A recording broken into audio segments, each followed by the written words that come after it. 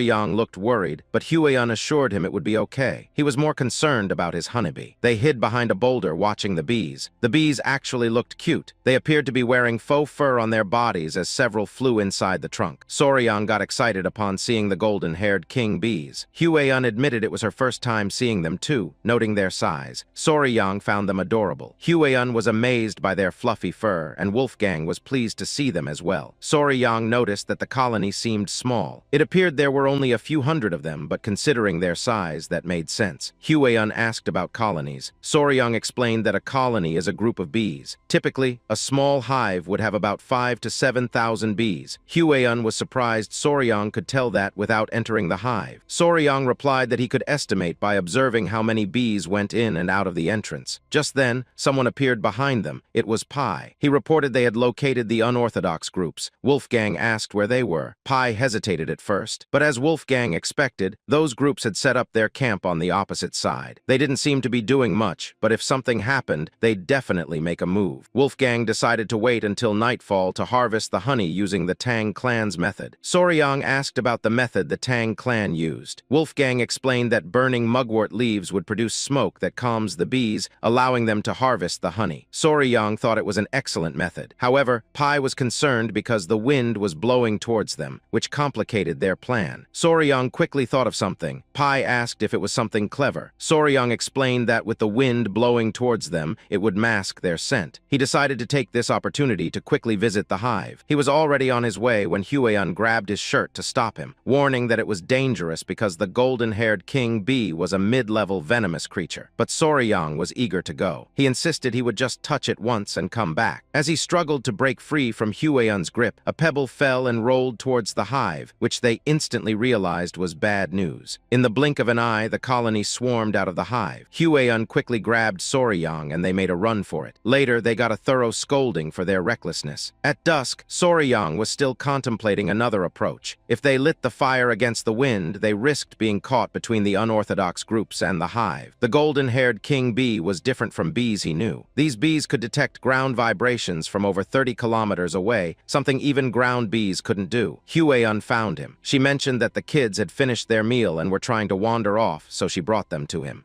Yang thanked her. He gently told the little ones to behave. Huayan sat beside him, making him flustered. She asked if he had made any progress. He replied that he needed to observe a bit more. She admitted she felt like she was pressuring him and apologized for it, encouraging him to take his time and not feel burdened.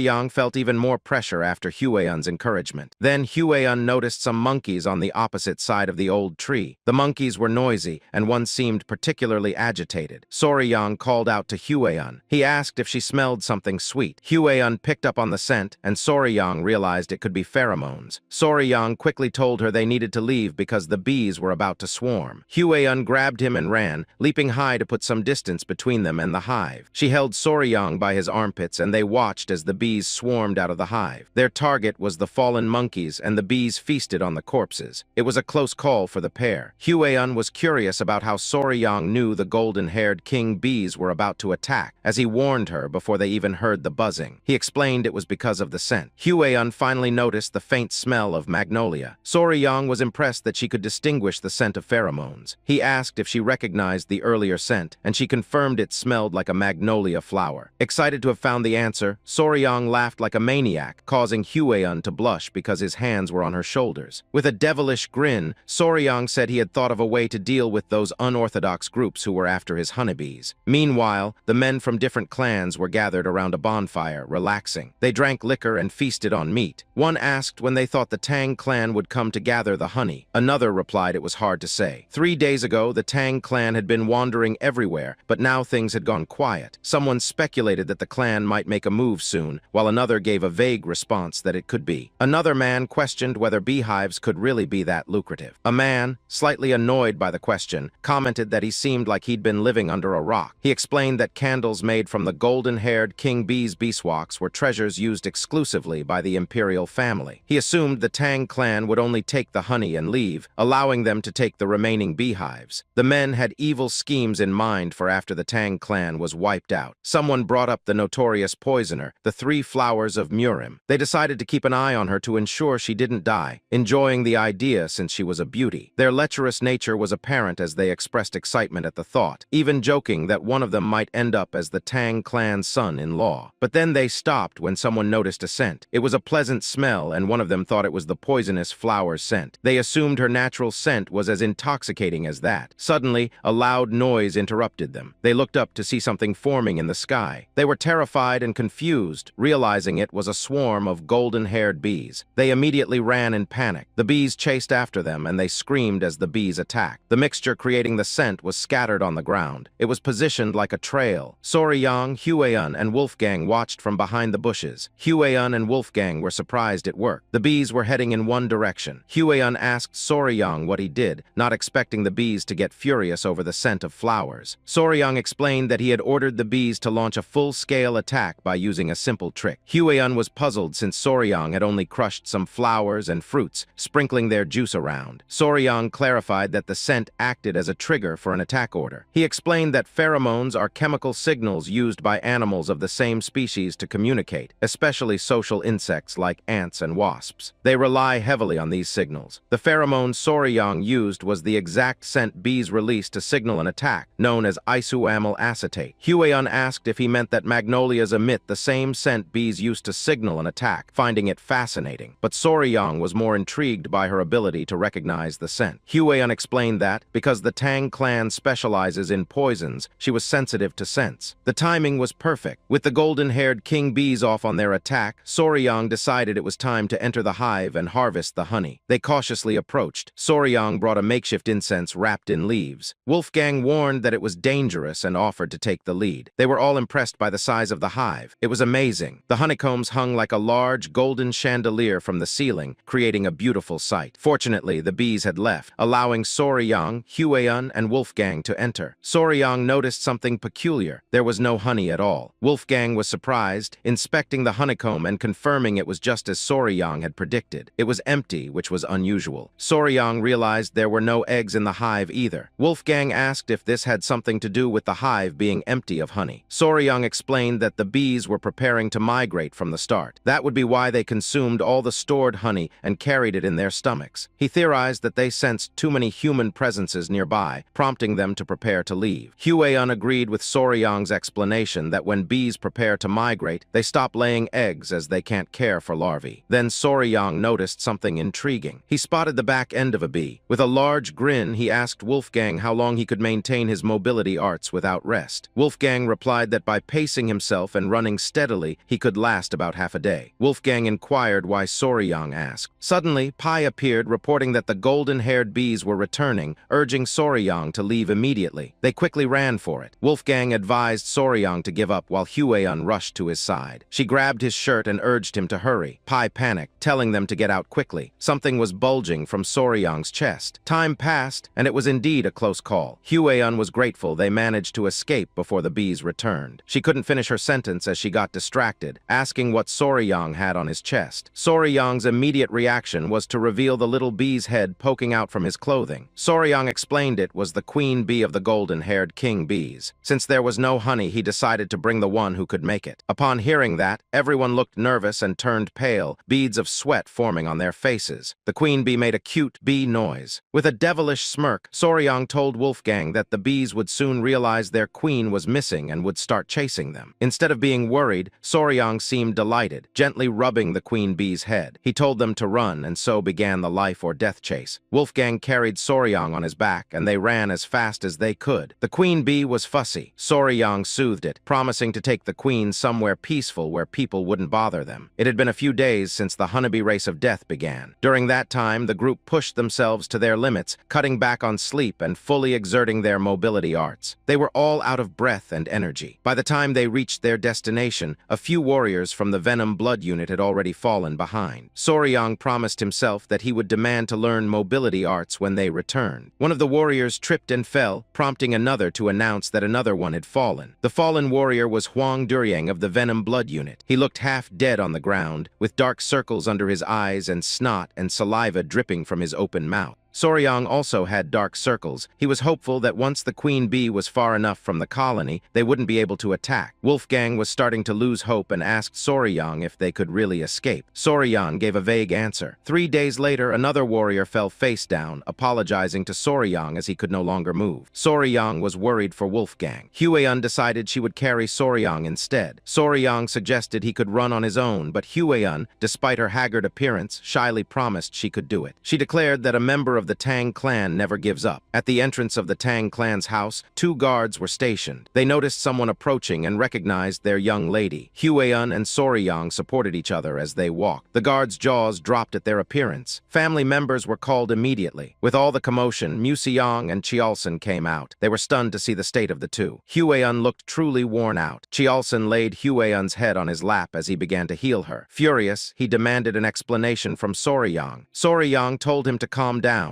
explaining that Hueyun was simply exhausted after using mobility arts for 10 days without a break. Soryang was in a hurry and urged everyone to head to the training grounds. Museong was confused until Soryang pulled the queen bee from his clothing. He explained that the other bees would soon swarm there, so they needed to head to the ancient tree in the training grounds. Everyone was stunned, except for Museong, who was amused by Soryang's antics. Chialson was in disbelief. He had sent Soryang to fetch honey, and yet he returned with the queen bee. Museong placed a reassuring hand on Soryang's shoulder and declared they would go. Suddenly, Museong jumped high while carrying Soryang, who screamed out loud. Museong moved swiftly. When Soryang screamed again, the old man asked what was wrong. Soryang told him that the bees were swarming towards them. Museong saw the swarm and asked if Soryang had brought all those bees with him. They were almost at their destination, so they hurried. Soryang's body struggled to keep up with the speed, but thankfully, Museong's grip kept him secure. They eventually arrived at the ancient tree. Soryang approached the tree and explained to the golden-haired queen bee that this was the new home he had mentioned. He gently released the queen bee, asking, "Not bad, right?" The queen bee made a bye noise, seemingly understanding him. She inspected the tree and turned to Soryang, looking excited as if to say he was right. Soryang wondered if she really liked it. Museong suggested they leave for now since the bees were arriving. The clan members watched as the colony of bees flew above them. The golden-haired queen bee made bee noises, calling them. The bees headed for the tree. Museong was amazed, expressing that in all his years, he had never seen anything like it before. Mission accomplished. The golden-haired queen bee had been successfully captured, and moments later, the dog-sized bees were seen drinking sugar water. The exhausted bees were being revitalized with the sweet treat. After all, there's a saying that bonds are built over food, and goodwill begins with a meal. They were fortunate that there was something akin to refined sugar in this world, so it worked out well. Soryang hoped the little feast would help reduce the bees' wariness towards them. It would be even better if the bees started recognizing Soryang as their master. Suddenly, Soryang shouted that he forgot something. Chialson and Museong eyed him suspiciously and asked what it was. Soryang nervously inquired about Hueyun. Chialson was a bit annoyed that Soryang only thought of her now, but replied that he had instructed others to take Hueyun to her mother to rest. Chialson questioned if they really used mobility arts all the way from the forest to the house with the bees following. Soryang nervously confirmed and apologized. surprised, explaining they barely managed 4 hours of sleep a day, spending the rest running. Museong suddenly realized something and asked Soryang about the members of the Venom Blood Unit. Soryang, sweating nervously, admitted that the members had collapsed somewhere along the roadside. He promised to go pick them up. Eventually, the members of the Venom Blood Unit returned safely to their families. In Hueyun's room, she was awake and energetic enough to sit up. Soryang was by her side. Hueyun happily mentioned that the golden-haired bees had recovered their strength. Soryang shared that the bees were currently gathering nectar from the poisonous flowers of Tang Clan Mountain. Hueyun found it adorable. Suddenly, someone rushed in, calling for Soryang in a panic. Pai informed him that he needed to come outside immediately. He told Soryang something was wrong with the golden-haired bees. They seemed to be searching for something. Soryang and Hueyun quickly went outside to see what was happening. The bees were scattered all over until they spotted Soryang and clung onto him. Suddenly, they began pulling on his shirt. Soryang was confused by their behavior. The pulling lifted him off the ground, and Hueyun was surprised to see Soryang being flown by the swarm of bees. In the air, Soryang looked amusing with his legs straight and arms spread in a T shape. Eventually, the bees dropped him. Soryang asked them why they were fussing around their hive. He thought something must be wrong. The bees nudged him, and he got the message. They wanted him inside. Looking around, he saw they had already built part of the hive and were working hard to gather honey. Then he noticed a bee approaching. It was the queen bee. Soryang held out his hands, asking the queen bee if she wanted a lift. He couldn't move as the other bees clung to him, with one even pinching his cheeks. He looked at the queen bee, who appeared elegant and cute. The author really did a great job describing her. The queen bee closed her eyes and moved towards Soryang's mouth. He panicked but was silenced as the queen bee kissed him on the lips. He felt something placed in his mouth and instinctively swallowed it. The other bees stopped clinging to him and the queen bee finished her kiss. Soryang turned red as a tomato. Embarrassed, he yelled at the queen bee, saying it was his first kiss and asked what she was doing. Then Soryang felt something was wrong. He collapsed on the ground, experiencing excruciating pain. In his mind, he wondered what the queen bee had fed him. From his perspective, the queen bee had a mysterious look on her face. The large bees watched as Soryang struggled on the ground, a reddish aura spreading across his body, like an intense heat. Along with this discomfort, it felt like there was an itch inside him. The heat overwhelmed him, making him foam at the mouth and nose, grinding his teeth and sweating heavily. His heartbeat was racing. Despite the intense heat, as if he were on fire, he slowly reached out to try and touch the queen bee. With little strength left, his last words before passing out were a question about what she had made him eat, and then he fainted. With his eyes still closed, he heard his name being called. Hueyun was asking her grandfather what was happening to him, showing her concern. Museong, stroking his beard and with his vast experience, commented that he must have swallowed a very potent elixir. After hearing this, Soryang passed out again. Museong began to guide his Kai to help him. Shortly after, Hueyun cared for him with a warm towel. She wiped his face. Sitting on the bed with messy hair, he asked where he was. She told him he was in the clan's medical wing. Fixing her hair, she explained that when they saw him, he was being dragged by the golden-haired king bees. She and her grandfather ran to the hive and found him unconscious, so they brought him to the medical wing. She asked if he remembered anything that had happened. He sighed, putting his hand on his face, a bit upset. He thought about his first kiss in that world. Hueyun sensed something was wrong from his expression and asked if he was okay or if something was wrong with his body. She also asked if he wanted her to call her grandfather. He looked at his hands, sighed, and said no. He mentioned that the queen bee fed him the same food she ate, which he thought caused the situation. Curious, Hueyun asked what he had eaten. He said he didn't know the exact name, but if he had to name it, he would call it the king bee's elixir. Hueyun was surprised. With a smile, he explained that the worker bees collect nectar and pollen to feed themselves. Only the worker bees, dedicated to their work, consume this nectar and pollen. After explaining this, she asked if that was the case, then what does the queen bee eat? He casually replied that the queen bee feeds exclusively on the king bee's elixir, made by the workers from birth to death. In other words, the jelly that the queen bee forced him to eat was royal jelly. Hueyun understood the situation. It is the exclusive food of the queen bee throughout her life. But Soryang furthermore mentioned that the king bee's elixir has a special effect, leaving her surprised. He explained that normal worker bees live around a month and a half, but the queen bee, eating the king bee's elixir, can live up to 60 times longer. Then he asked if this wasn't incredible. Overwhelmed with information, she told him to calm down. It was a lot to take in. With a sigh, she said she understood. The mystery was solved. She explained that the internal cultivation method he practiced is the 5 venoms return technique. It's just a beginner's technique, so he wouldn't be able to absorb all the elixir's power. But since the golden-haired king bee's honey contains 2 months of internal energy, he basically absorbed 60 times that amount, which is equivalent equivalent to 10 years of internal energy. Then she congratulated him on his lucky encounter. Soryang began to feel a bit of energy while repeating 10 years of internal energy. Hueun, a bit nervous and fiddling with her hair, suggested he check the silver mirror afterward. Blushing, she averted her gaze and mentioned there might be other effects of the queen bee's elixir. Curious, he asked what other effects. While scratching his face in doubt, he asked about the silver mirror. He picked up the mirror and, looking at his reflection, noticed something strange. His skin was so smooth it even shone.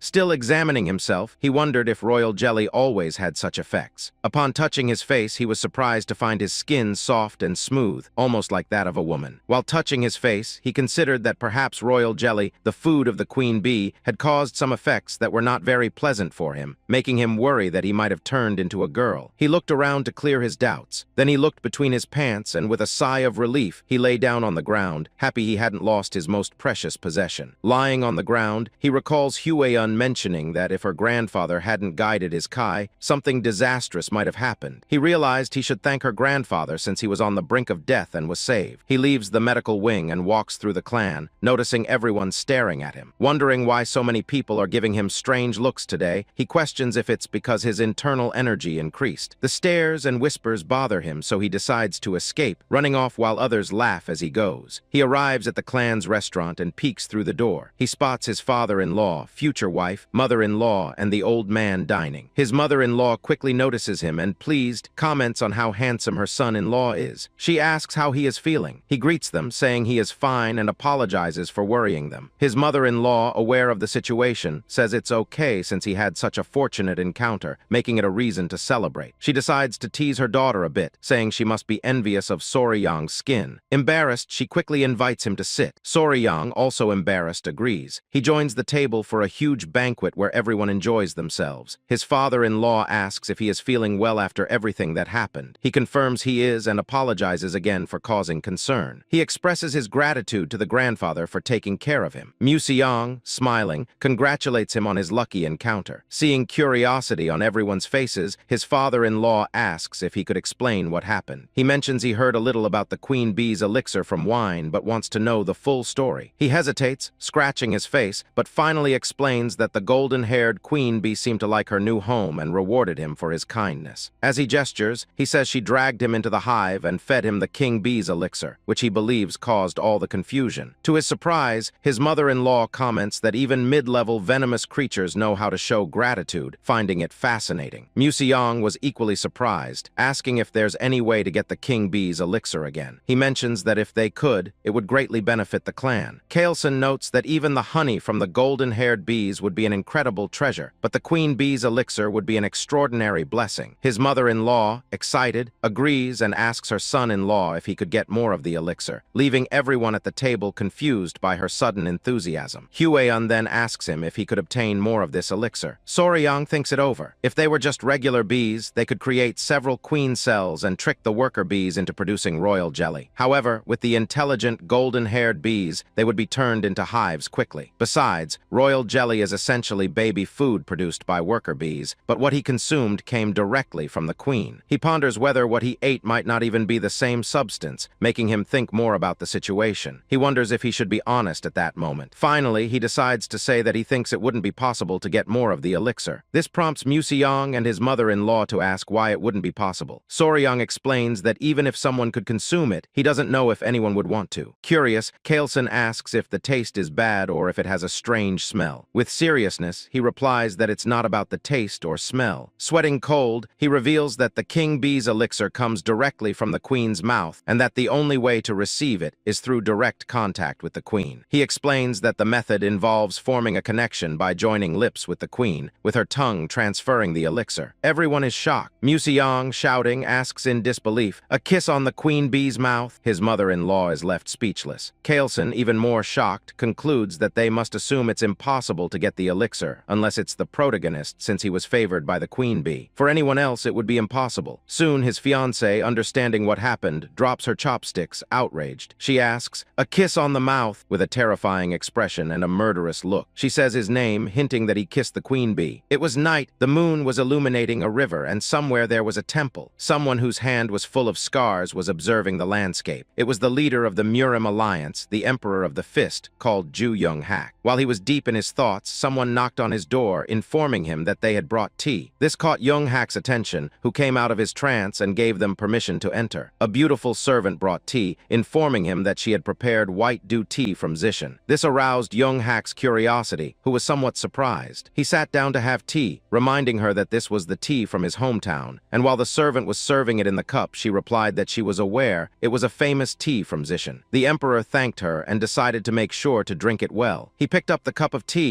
and the maid began to watch closely, and just as he was about to take his first sip, someone knocked on the door and interrupted the alliance leader's tea session. It was the military advisor Zheng Hu. Immediately, the emperor placed the cup on the table, and with a confused expression asked what he was doing here at this hour and gave him permission to enter. Zheng Hu, a man with long hair, entered and greeted the emperor respectfully, apologizing for interrupting him. He was a very handsome man. He had come to inform them that they had received a message from the Tang Sichuan clan, thinking it would be better to let the emperor know immediately. With a calm smile, the emperor asked him not to worry about interrupting the tea session. He had come in haste, so it must be an important matter. Zheng Hu approached the emperor and placed a red scroll on the table, revealing that Rakshasa of the bloody hand, Tak Anyang, had died. His head had been cut off by the Tang clan, obtaining the secret manual of the poisonous art of the bloody hand. This made the emperor burst into fury, shattering the teacup into pieces. He clenched his fist and his body began to tremble with rage. He wanted to know where and how they had obtained the manual. Zheng Hu casually revealed that, previously, Tak Anyang had been struck by the divine sovereign of myriad poisons, and his whereabouts were unknown. And after that, it was said that he had gone to Hainan Island to live in seclusion. With an enthusiastic smile, he informed the emperor that there was a much more interesting story than this. It was said that a young warrior and his poisonous creatures had killed Tak Anyang. The emperor was in shock, as he had never before heard of anyone being capable of using poisonous creatures. Zheng Hu sat in front of the emperor explaining that he had heard many interesting stories. He was sure that this was a story that even the leader would be interested in. He decided to explain it in detail, but the servant began to stare at him intently, exuding a suffocating aura. In the patriarch's hall of the Tang clan of Sichuan, everyone was seated at a table, including Soryang, Huayan, her mother, and the great patriarch. One of the elders asked if it was true that there were people who had sold information to other places besides them. The other elder was furious. He could not believe there were people tarnishing the reputation of the clan. Soryang began to whisper. He was somewhat confused to see that they did not dare to say anything harsh to his father-in-law. With a smile, Huayan replied that it was normal. The patriarch of the clan knew that they had dared to damage the reputation of the clan. The elders of the collateral branches were also angry, and after all, they were a family. He had already requested that this matter be investigated. He planned to go to Yingchuan himself. One of the elders, somewhat curious, extended his hand, asking what poison the patriarch was going to use. The patriarch casually explained that first, they had to use soul-destroying poison, then blood-burning poison, and finally intestine-necrotizing poison. His eyes were shining with malice. When they were in such agony that their blood burned, their internal organs would melt, and when the soul was about to dissolve, he would finish them off with the 7-step soul-snatching poison. Soryang was in shock since this method was typical of an assassin. It was a cocktail of poisons. The patriarch decided to leave immediately and asked one of his aides to summon the poison annihilation unit. His aide nodded. A while later, the poison annihilation unit gathered in front of the temple. They were men wearing masks and hoods. The patriarch asked his son-in-law to take care of himself, promising he would return soon. Soryang showed respect and asked his father-in-law to be careful. The patriarch was somewhat confused, revealing that it was their enemies who should be careful. Kaelson and the poison annihilation unit set out to punish the bastards. Pointing at the men, Soryang asked if they were the poison annihilation unit. It was the first time he had seen them since he had been here. Huayan affirmed yes, mentioning that they did quite hard work. With a smile, she said their job was mainly erasing people, and for this reason they were called the poison annihilation unit. Our boy was in shock, questioning if this really counted as hard work. While they were distracted, someone coughed. It was the elders of the Tang clan. Soryang and Huayan greeted them with respect. The elders asked if the boy had had a fortuitous encounter. Soryang nodded his head. A question came to his mind. He didn't know if these people were looking for the royal jelly of golden-haired queen bees. The reality was somewhat different. The elders were somewhat nervous as they had come to ask him for a favor. Soryang, somewhat curious, asked what they wanted. He asked if by any chance the favor was about the royal bees. The elders became even more nervous and refused since there was no reason why they would covet such a thing. Soryang became curious, and the elders began to feel ashamed. One of them approached our boy and asked him to bring his ear closer. Whispering, the elder asked if Soryang remembered the medicine of the ground beetle. Our boy had been the one who created it and had the authority. Soryang began to smile, then took out the medicine from the ground beetle and started juggling. He was having a hard time adapting to the clan in many ways, but if they, the elders, helped him in various ways, there would be nothing he couldn't give them. The elders began to laugh, promising to help their son-in-law from now on. Huayan was somewhat disappointed. The great patriarch came out of the temple and saw the elders laughing heartily. Just as our boy was about to hand over the medicine from the ground beetle, the great patriarch asked what they were all talking about so cheerfully. They panicked and then started dancing to cover it up, explaining that it was just a friendly gathering. The plan worked since the great patriarch believed them, thinking they had finally realized Soryang's true value. Huayan was somewhat disappointed and furious. One of the men opened the door and reported that there was a big problem. Everyone became curious, and the great patriarch asked what the problem was. Pai revealed that Lord Sichuan was on the verge of death. Upon hearing this, everyone was in shock and panic. Soryang questioned if he had been using the medicine correctly, and Pai confirmed it. After seeing the effect of the medicine, Sichuan took a new concubine and took more than double the amount Soryang had suggested. Our boy started sweating at the thought of the consequences. The great patriarch was somewhat disappointed and decided to go take a look. Soryang was the only man left in the house, so he entrusted him with the mission of protecting the women. Our boy said goodbye to him and assumed responsibility. The great patriarch left, and Soryang was calm, thinking that nothing could happen while they were away. Several hours later, night fell. Soryang and Huayan were sitting on a bench. She asked how he was finding the dual origin art of the 10 poisons that he had been learning. He replied that it was not as difficult to understand now as it had been at the beginning. If the technique of the return of the 5 poisons felt like a single large orb moving inside the body, then the dual origin art of the 10 poisons was more like a 2-cylinder engine. Huayan realized that now our boy must have developed some tolerance to common poisons, revealing that furthermore, he could release his internal energy directly or imbue it into objects. Soryang was speechless. He felt intrigued, and the desire to try his new technique consumed him. They prepared a straw dummy. Soryang unsheathed a dagger and closed his eyes to concentrate. A powerful green energy began to emerge from his body. The first step was to move the internal energy from left to right, and then rotate both orbs in the same direction. Once the Kai energy circulated through his body, he opened his eyes and forcefully threw the dagger at the straw dummy. The dagger moved like lightning, piercing through the straw dummy without much effort. Soryang was happy, and his fiancée praised him for being able to imbue his Kai into the dagger. The knife, emitting energy, stuck in the wall right in front of 2 masked men. At first, they thought they had been caught and decided to eliminate them, but then upon seeing the straw dummy, they realized it had been a coincidence. One of them was holding a book. It was the Blood Hand Poison Art Secret Manual. Although it was a copy, their work was already done, so they decided to leave here as soon as possible and return before something troublesome happened. They thought that the guards of the Tang clan were idiots for having neglected the security of the training hall, and thanks to their negligence, escaping was going to be a piece of cake. But then, something happened, and a pink aroma began to spread through the air, making the men tense up. It was a sweet aroma, and the men didn't know where it came from. Right above them was the queen bee, who started staring at them intently, knowing that these guys were intruders. While it was raining, screams began to be heard throughout the area. Soryang was in shock, not knowing what was happening.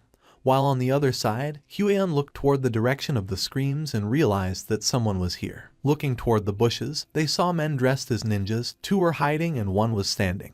The queen bee started attacking the man, who was somewhat confused since he didn't know why there was a bee in the training wing. Soryang and Huayan began to observe this, and it didn't take them long to realize that they were intruders. Huayan knew she had to act. With a furious expression, she dashed towards the intruders, asking Soryang to shoot the arrow. She moved so quickly that she left dust all along the way. Soryang put his arms in front of his face in surprise.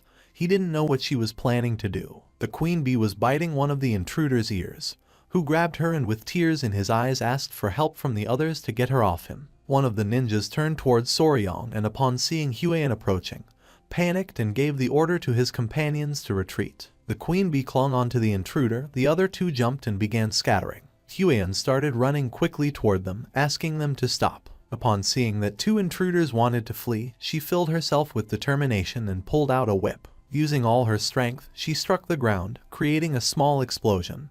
But luckily, the intruders jumped and dodged the attack. Her eyes widened in surprise upon seeing that they had evaded her lash. The man who was being attacked by the queen bee drew his sword and began advancing toward her. The queen bee clung to his head. It was adorable. Soryong couldn't help but panic. He started shouting, asking Lady Huan to be careful. While the queen was sucking the man's head, he unleashed a powerful attack, but to his surprise, Huan blocked the attack without much effort using the whip. She began staring at the man with a piercing gaze. Just before the man had time to react, she counterattacked, and when the man realized it, the whip was in front of his face. The attack created a small explosion on the man's body, and the queen bee flew away. After defeating her opponent, she moved gracefully and appeared behind him. The man lost consciousness and fell to the ground. Soryong was open-mouthed and somewhat worried about her. She turned to him and with a calm expression asked him not to worry as she was fine. The man's body began to emit an evil energy, causing him terrible pain. The queen bee sat on Soryong's shoulder,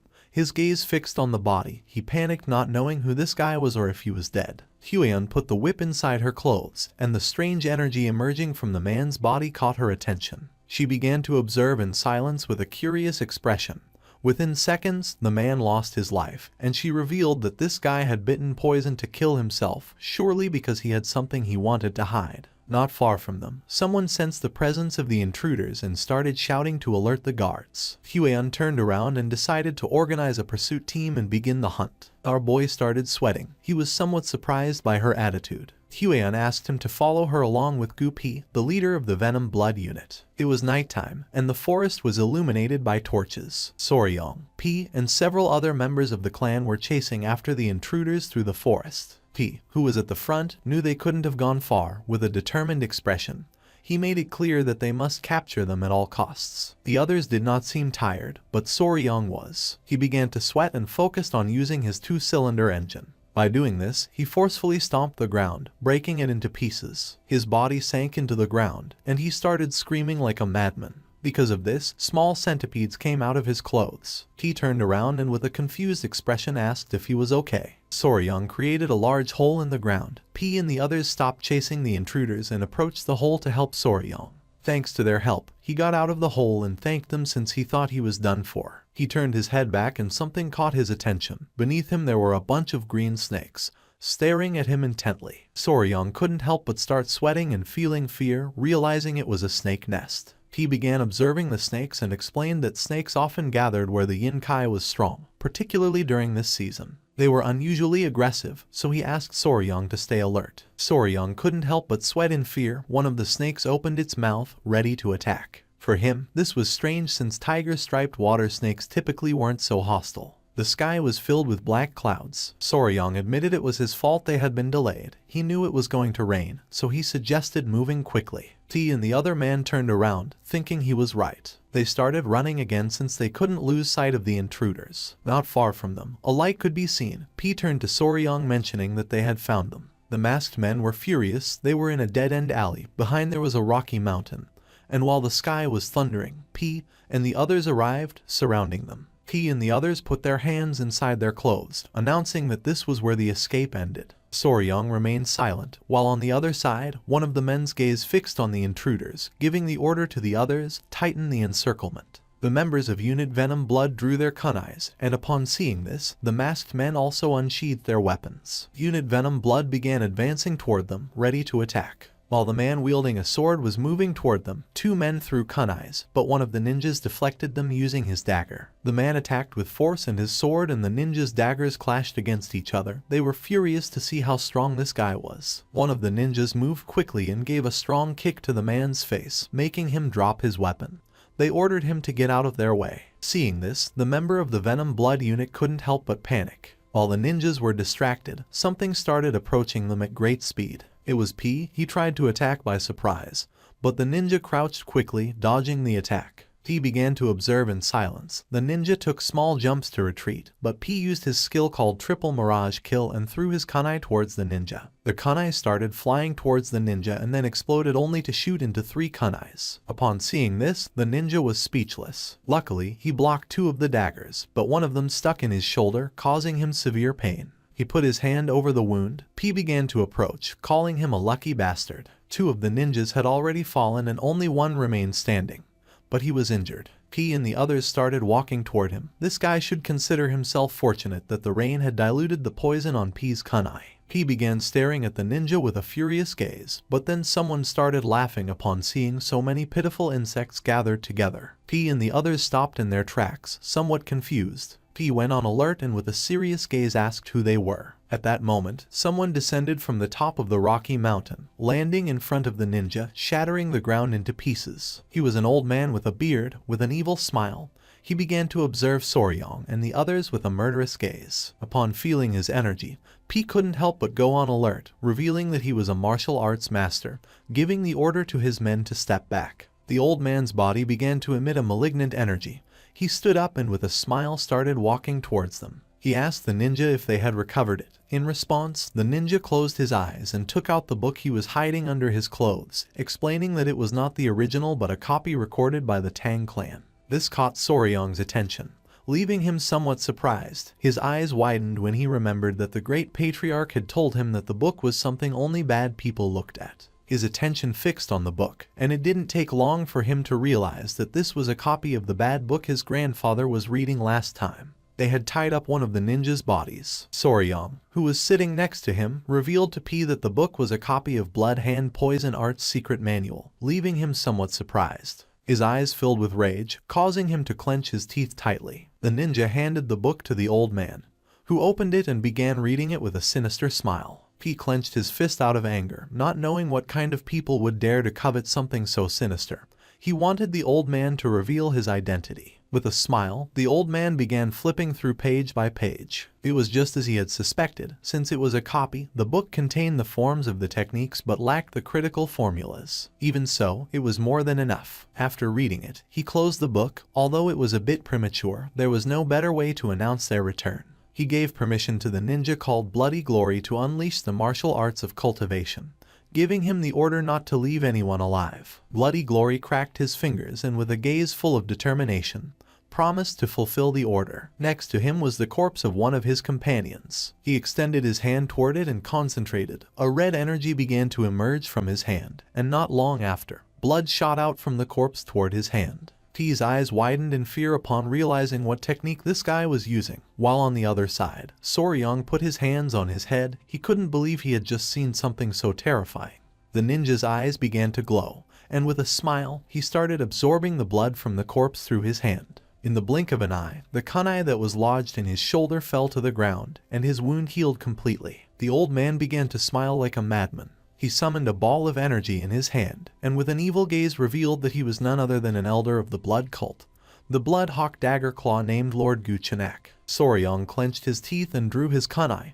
Guchenak's attention fixed on him, realizing that he was in good shape. Drool began to emerge from his mouth. He licked his lips and his eyes started to shine as it had been a while since he had tasted the pure blood of the young. It started to rain even harder. Guchenak put the book inside his clothes and with a smile gave Hyoleong the order to capture them, as there was nothing better to recover than the pure blood of a young person. The ninja nodded his head, and then the two began to rush towards Soryong and the others. He drew his kunais and couldn't help but go on alert. With an expression full of determination, he commanded his men to unleash the 5-position annihilation formation since they could not allow them to reach Soryong. Guchenak jumped, and while his body was emitting a suffocating energy, he started laughing like a madman, asking P to try to stop him. Everyone's attention focused on him, putting them on alert. Using his power, Guchenak unleashed a powerful attack, creating a great explosion in the area that shattered the ground into pieces. P knew this was bad, so he asked Soryong to be careful. The rocks were flung out, but Soryong put his arms in front of his face to avoid being hit. Just then, the ninja appeared behind Soryong and grabbed him by the neck with a piercing gaze. He began to choke Soryong using a rear naked choke, and while his eyes were glowing,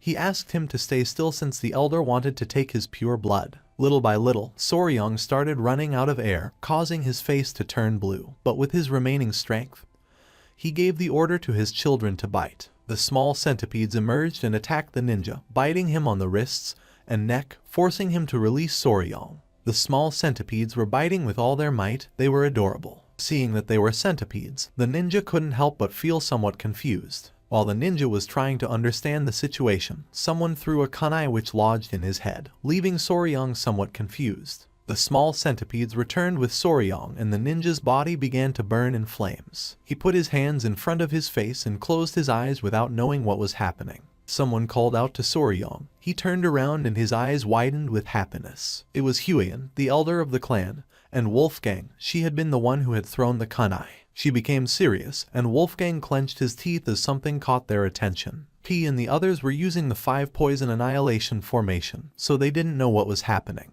He's men began attacking Gu Chenak, who grabbed one of them by the neck and with a smile started releasing malignant energy. He turned toward them and with a nervous gaze revealed that they were being attacked by an elder from the blood cult. This made Huiyan's eyes widen in surprise and fear. She couldn't believe what she had just heard. She panicked, started running towards them and gave the order to everyone to assist Deputy Leader Gu Pi. Wolfgang began to follow her and nodded his head. With a serious gaze, he gave the order to everyone to transform the 5 poison annihilation formation into the 9 poison formation annihilation. Gu Chenak defeated one of the clan members and threw his body to the ground.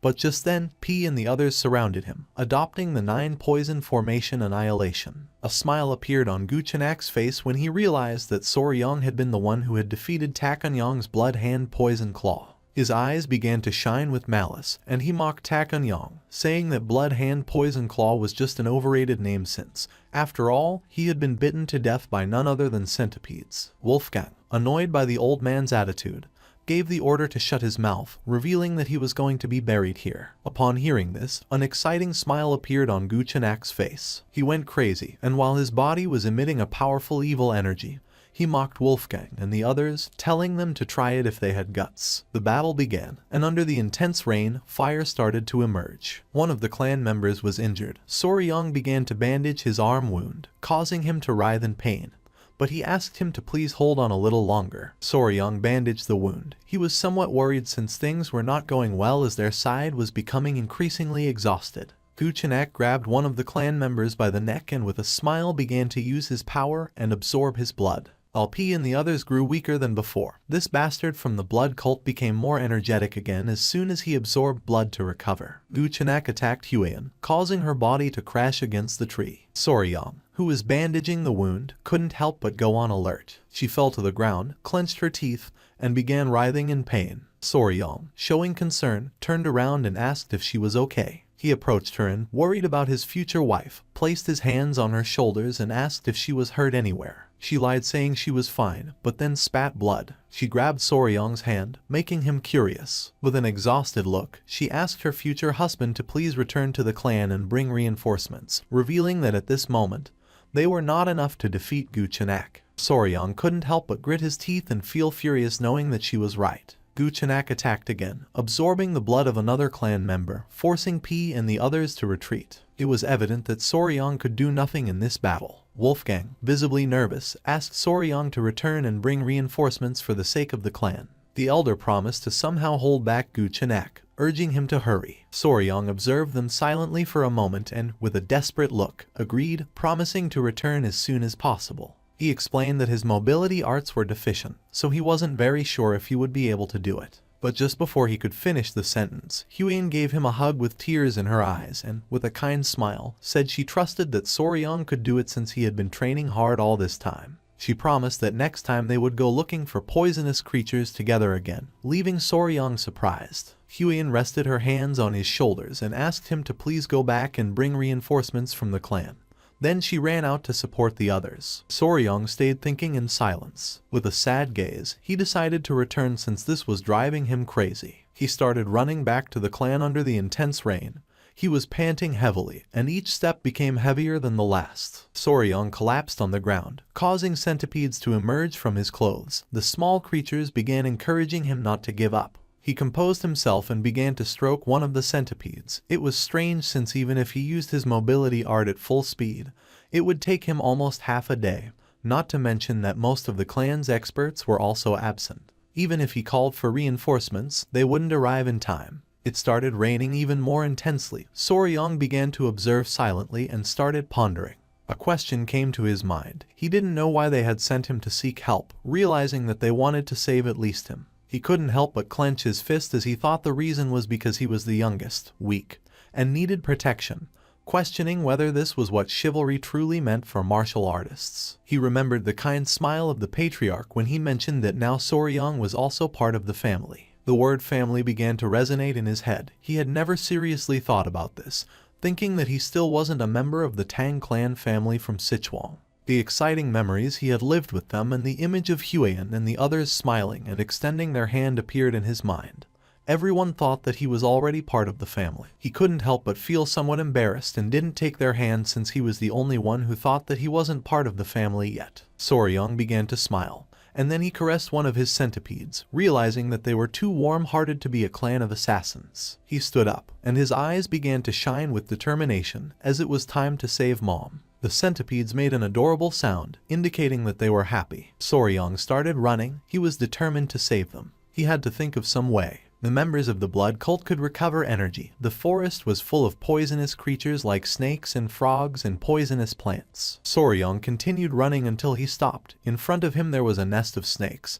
He began to observe in silence, devising a plan. The nest of snakes was full of venomous snakes with piercing gazes. Upon feeling the presence of the creatures, one of the centipedes began to stir and become furious. Caressing the centipede, with a smile, Soryang asked it not to worry since he was going to be fine. He took the centipedes out of his clothes and left them on the ground. One of them was sleeping and the other two were crying. Without wasting time, Soryang left the centipedes behind and started running towards the snake's nest.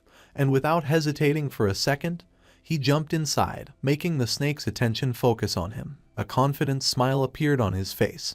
He was Spicy Fabry and had to resolve this matter in his own way. The blood-stained snakes were commonly called flower snake. They looked very cute, but they were undoubtedly venomous vipers. Soryang descended into the snake's nest, and within seconds, dozens of venomous snakes began to coil around his body, biting his hands and legs. Unlike venomous snakes that had hook-shaped fangs at the front of their mouths, these snakes had small venomous fangs in the molar area, which made injecting venom difficult. However, in terms of toxicity, they were the most poisonous terrestrial snakes in East Asia. Soryang began to sweat and with a smile asked the snakes to bite him harder. A snake bit him on the hand. His attention was fixed on it, and he clenched his teeth due to the pain. It was evident that these snakes had a stronger venom than the black mamba, but the technique for controlling internal energy of the Tang clan would help him resist the poison, so he was going to be fine for now. The little centipedes, somewhat worried about their father, peeked out and began to call for his attention. Soryang asked them not to worry and told them to stay calm since he would soon leave the snake's nest. Soryang's eyes widened in surprise as something caught his attention.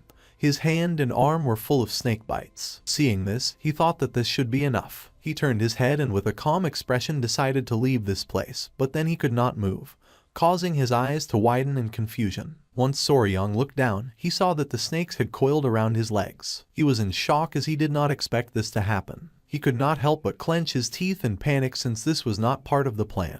But to his surprise, the small centipedes descended into the nest of snakes, landing on his head and shoulders, leaving him somewhat surprised. It was adorable. One of the small centipedes became enraged and began to roar. Soryang started to observe it and his eyes filled with confusion. One of the snakes began to stare at the centipede and started to hiss. This made the small centipede even angrier, who little by little began to lose patience. The small creature got down from Soryang's head, bit the snake, and with a furious gaze, slammed its body forcefully against the ground, leaving Soryang in shock. The little centipede bit another snake and started to fight. Soryang's attention was fixed on it. He was somewhat confused without knowing what was happening. In an instant, the little centipede defeated the snake and its eyes began to shine with joy and it began to smile. Soryang could not help but thank it for scaring away the other snakes. Soryang crouched down and realized that they were worried about him. He began to caress the centipede's head and could not help but smile. The little centipede climbed onto Soryang's head and fell asleep. With a smile, he decided it was time to go to Mom. Back in the battle, Huiyan was somewhat exhausted, but her eyes were shining with determination. Many of the clan members had already fallen, and while several were surrounding Guchenak, he grabbed another by the neck and using his power, absorbed his blood, recovering energy. Huiyan knew better than anyone that at this rate everyone was going to die. Foam began to come out of the man's mouth. Guchenak tightly grabbed his neck and began to absorb his blood. His eyes started to shine, and with a wicked smile, He mentioned that this was very easy. He was exhausted and sweating. He couldn't help but clench his teeth. Gu Chenak mocked them, asking if there was no one left who could stand against him. Huan drew her whip. Instead of thinking about fleeing, she wanted to keep fighting and hoped that Soryong had escaped safe and sound. She stood firm and gave the order to everyone not to lose sight of Gu Chenak and to keep as much distance as possible. The rain was going to stop, so she asked them to send another signal to the nearby warriors. One of the men nodded, and Gu Chenak couldn't help but smile. One of the elders stepped forward and, with a sincere gaze, asked Huan to retreat with Soryong. Upon hearing this, her eyes widened in surprise, and without hesitating for even a second, she refused. The men of the clan began to argue since there was no way that a direct descendant of the Tang clan could leave alone, abandoning the members of her clan while they fought. If they couldn't save her, they wouldn't be able to face the patriarch. Gu Chenak crossed his arms and remained silent. They asked Huan to leave quickly, but she refused since she was not going to leave the clan behind.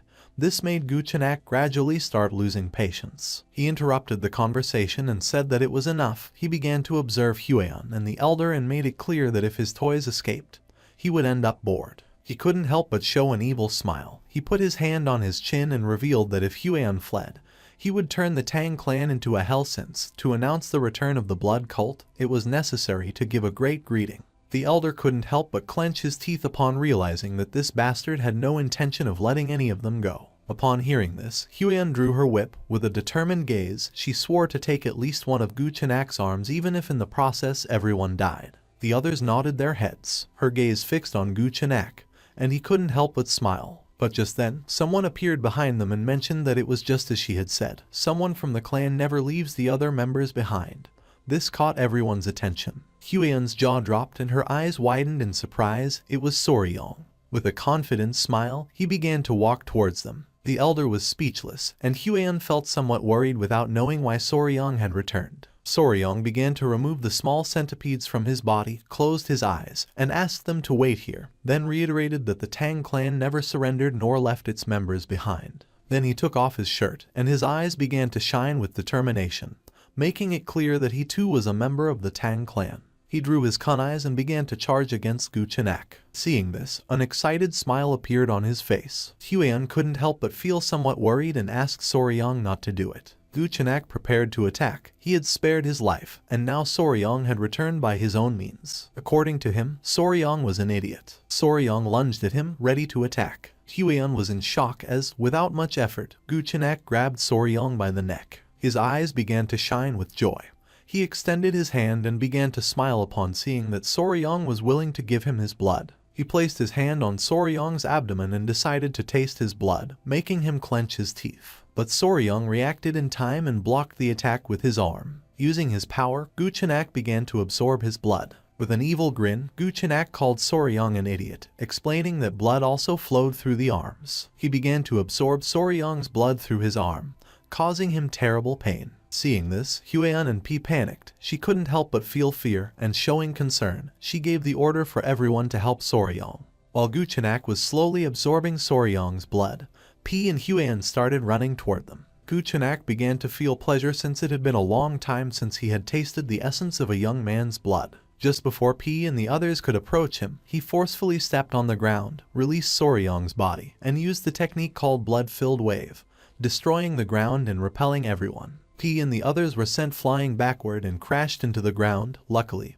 Huan reacted in time and caught Soryong. Gu Chenak, who had become more powerful, began to smile. They had been very annoying, throwing hidden weapons like flies, but thanks to Soryong, he was able to take care of them all at once. Soryong fainted. Huan approached and, with a desperate expression, tried to wake him up. As a form of gratitude, Gu Chenak decided to grant Soryong a painless death. She hugged Soryong, saying that was not going to happen. Just then, he coughed and slowly began to wake up, catching Huan's attention. Drool started coming out of Gu Chenak's mouth, and he demanded to know what Soryong had done. His hair began to fall like leaves, and little by little he began to grow old. With a gaze full of fear, he soon realized that this was the effect of an energy-dissipating poison. Little by little, he began to lose strength, and his body started to tremble. For him, this was impossible since the internal energy techniques of the cult should be resistant to the energy-dissipating poison. He put his hands on his face and went crazy because this made no sense. He wanted to know who the hell Soryang was. With a smile, he began to sit down and, pointing with his finger, revealed that he was his natural enemy. Huan couldn't help but feel relieved to see that Soryang was fine.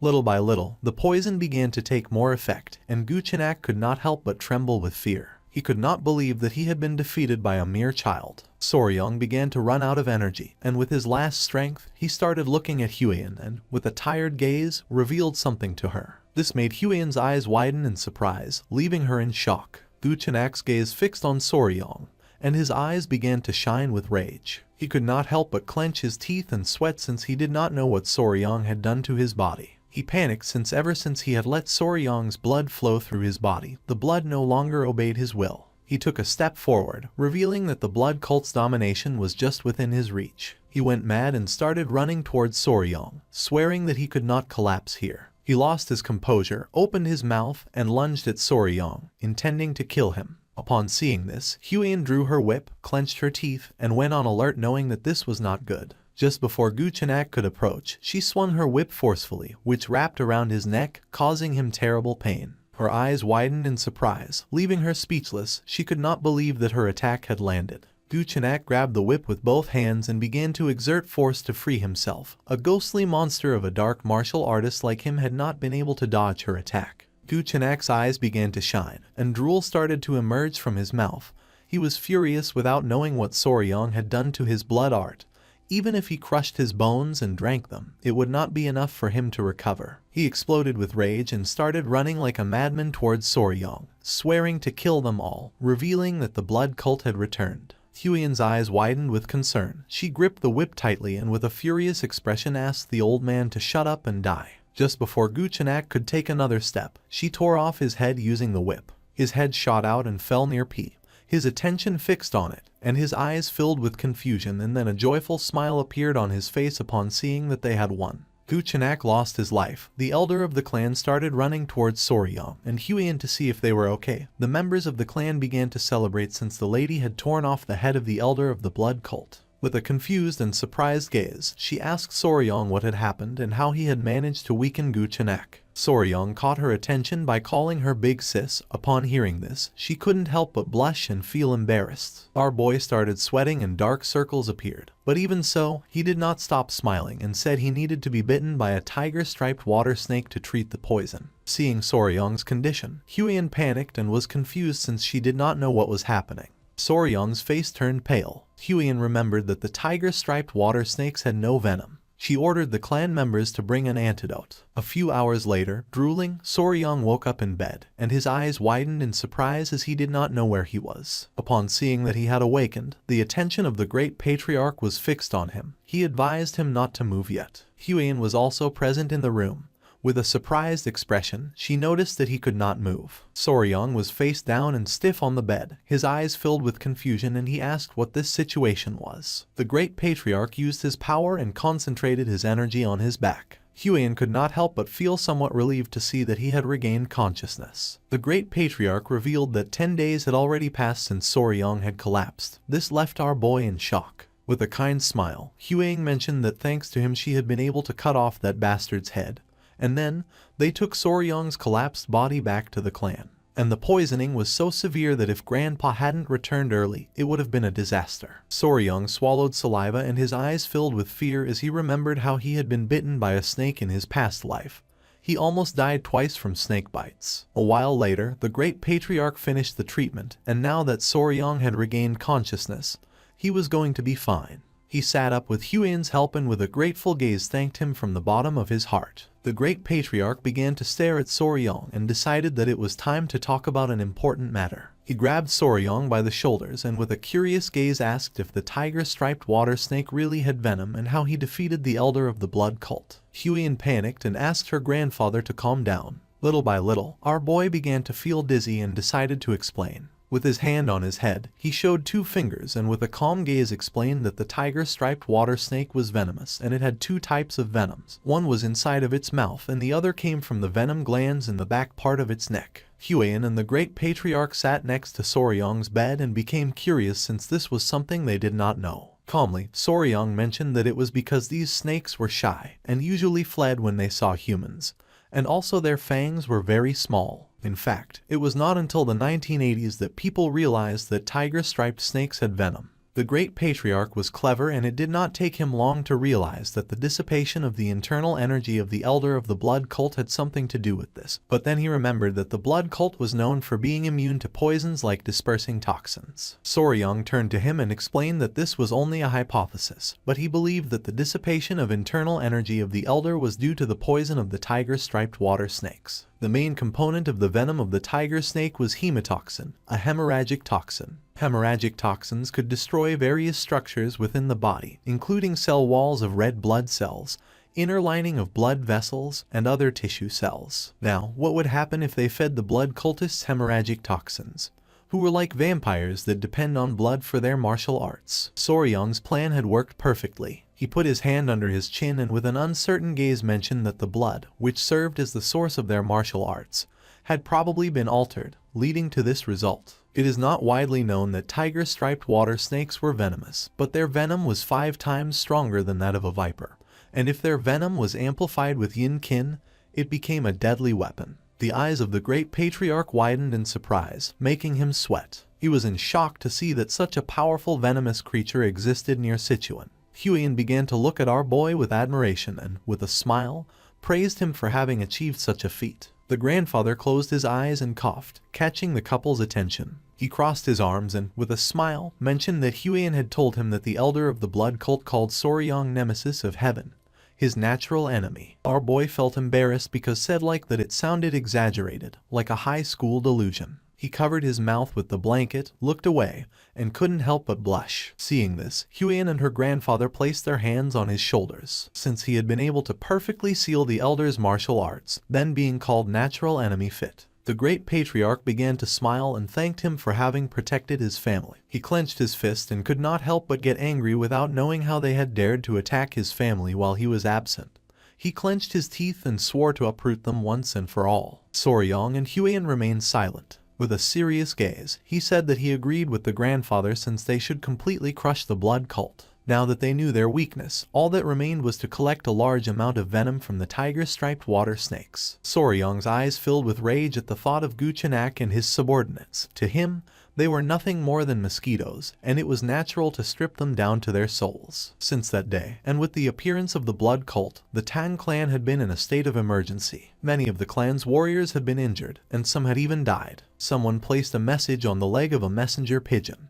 Miram's allied Orthodox factions were gathering at the Tang clan to provide their assistance. It was the great patriarch. He released the messenger pigeon and mentioned that considering they had faced someone at the pinnacle of martial arts, casualties had been minimal. But thinking about the blood that was going to flow again in Miram entirely because of the blood cult filled him with deep concern. They were not only content with kidnapping people at random to drain their blood, but 30 years ago they also committed a massacre, thus becoming the sworn enemy of the Miram as a sect. This was a very serious matter. While Soryang was distracted, the great patriarch placed his hand on his shoulder and said that this time things were going to be a little different. Soryang snapped out of his trance and became curious. With a confident look, the great patriarch revealed that the reason was that this time the Sichuan Tang clan was the natural enemy of the blood cult. Soryang couldn't help but get angry and sweat, not knowing if his grandfather was saying this on purpose. The grandfather turned towards him and showed a smile, confirming his suspicions. He put his arms behind his back and explained that he had a request, asking if he was going to be able to do it. He became curious and replied yes, and if it was something related to the clan, then he was going to give his best. The great patriarch's eyes filled with seriousness when he revealed that soon people from the Miram alliance were going to arrive, and the military forces of the alliance would be among those who arrived. He had planned to show them the poison that Soryang had discovered since they had finally uncovered the weakness of the blood cult. Soryang's eyes widened in surprise. He clasped his hands as a form of respect and with a smile said that if it was for the greater good, then they should do it. Upon hearing this, the great patriarch couldn't help but smile, knowing that Soryang would say that. Just before Soryang could leave, he mentioned that he had some news that was going to make him very happy. Upon hearing this, our boy's eyes filled with curiosity, and he turned around wanting to know what it was. With a kind smile, the great patriarch explained that the modifications to the Hall of 10,000 Poisons were complete and that from now on, Soryang was officially going to be in charge of managing the hall. Upon hearing this, he couldn't help but clench his fists and feel joyful. He began to imagine himself lying down and surrounded by poisonous creatures. This made his eyes widen with excitement. The great patriarch also mentioned that as he had suggested, they had also prepared a sunlit pavilion, since after all, to properly raise tiger-striped water snakes, a solid foundation was first needed. Soryang interlaced his hands and could not help but get even more excited. He had to think of it as if it were for the good of Muram and do his best effort. The messenger pigeon flew away. A few hours later, he arrived at the Hall of 10,000 Poisons, and his jaw dropped. It was beautiful, and there were 2 guards at the entrance. Soryang and Huiyan began walking toward the door. There was also a room called Toxic Creature Garden. Huiyan's attention was fixed on it. She put her hand on her chest and entered into confusion. Soryang crossed his arms and with a smile explained that it meant a backyard where all the poisonous creatures of the Central Plains gather. She became nervous and asked if he intended to gather all the poisonous creatures. With a confident look, he replied that yes, since as he had promised her someday he was going to gather the 10 great venomous creatures of the Central Plains. This made Huiyan blush like a tomato. She put her hand over her mouth and looked away. Without wasting time, she ran off with the excuse that she wanted to see why people were gathered. Soryang couldn't help but feel somewhat confused. Just then, a member of the clan was pleased to see that they had arrived. It was Gupi. He put his hands on his waist, and with a smile revealed that he was now commander of the Poison Division. Soryang's eyes filled with confusion, while on the other side, Huiyan remained still. With a kind smile, Gupi explained that it was a newly established unit under the Patriarch's orders. Behind him were several clan members. Gupi turned to them and revealed that from now on, these people were going to serve Soryang as his hands and feet. Whether it was to find poisonous creatures or raise them, he could count on them. Upon seeing this, drool began to fall from Soryang's mouth, while on the other side, Huiyan could not help but feel envy. The eyes of our boy began to shine with joy upon thinking that this was like having staff from a pet store, realizing that they were truly giving him all their support. This was a moment in which Soryang's dream took one more step toward reality. The messenger pigeon reached its destination. A woman with black hair received the message, and after reading it carefully, she noticed that the blood cult had returned. She began to gaze at the sky, knowing that in the once peaceful Central Plains, a bloody storm was about to break out once again. The next day, early in the morning, Jiuchu and his men set off towards the Tang clan. One of the elders turned around and with a smile mentioned that they would soon arrive and assumed that they would finally have to stay at the Tang clan mansion that night. A smile spread across Jiuchu's face. He couldn't help but feel happy as it was a relief to escape sleeping outdoors. He began to imagine the leader of the Muram Alliance, the Emperor of the Fist, Juyong-hak, with his fist clenched and his eyes shining with rage. With a nervous expression, Jiuchu realized that he had to bring at least one good piece of news.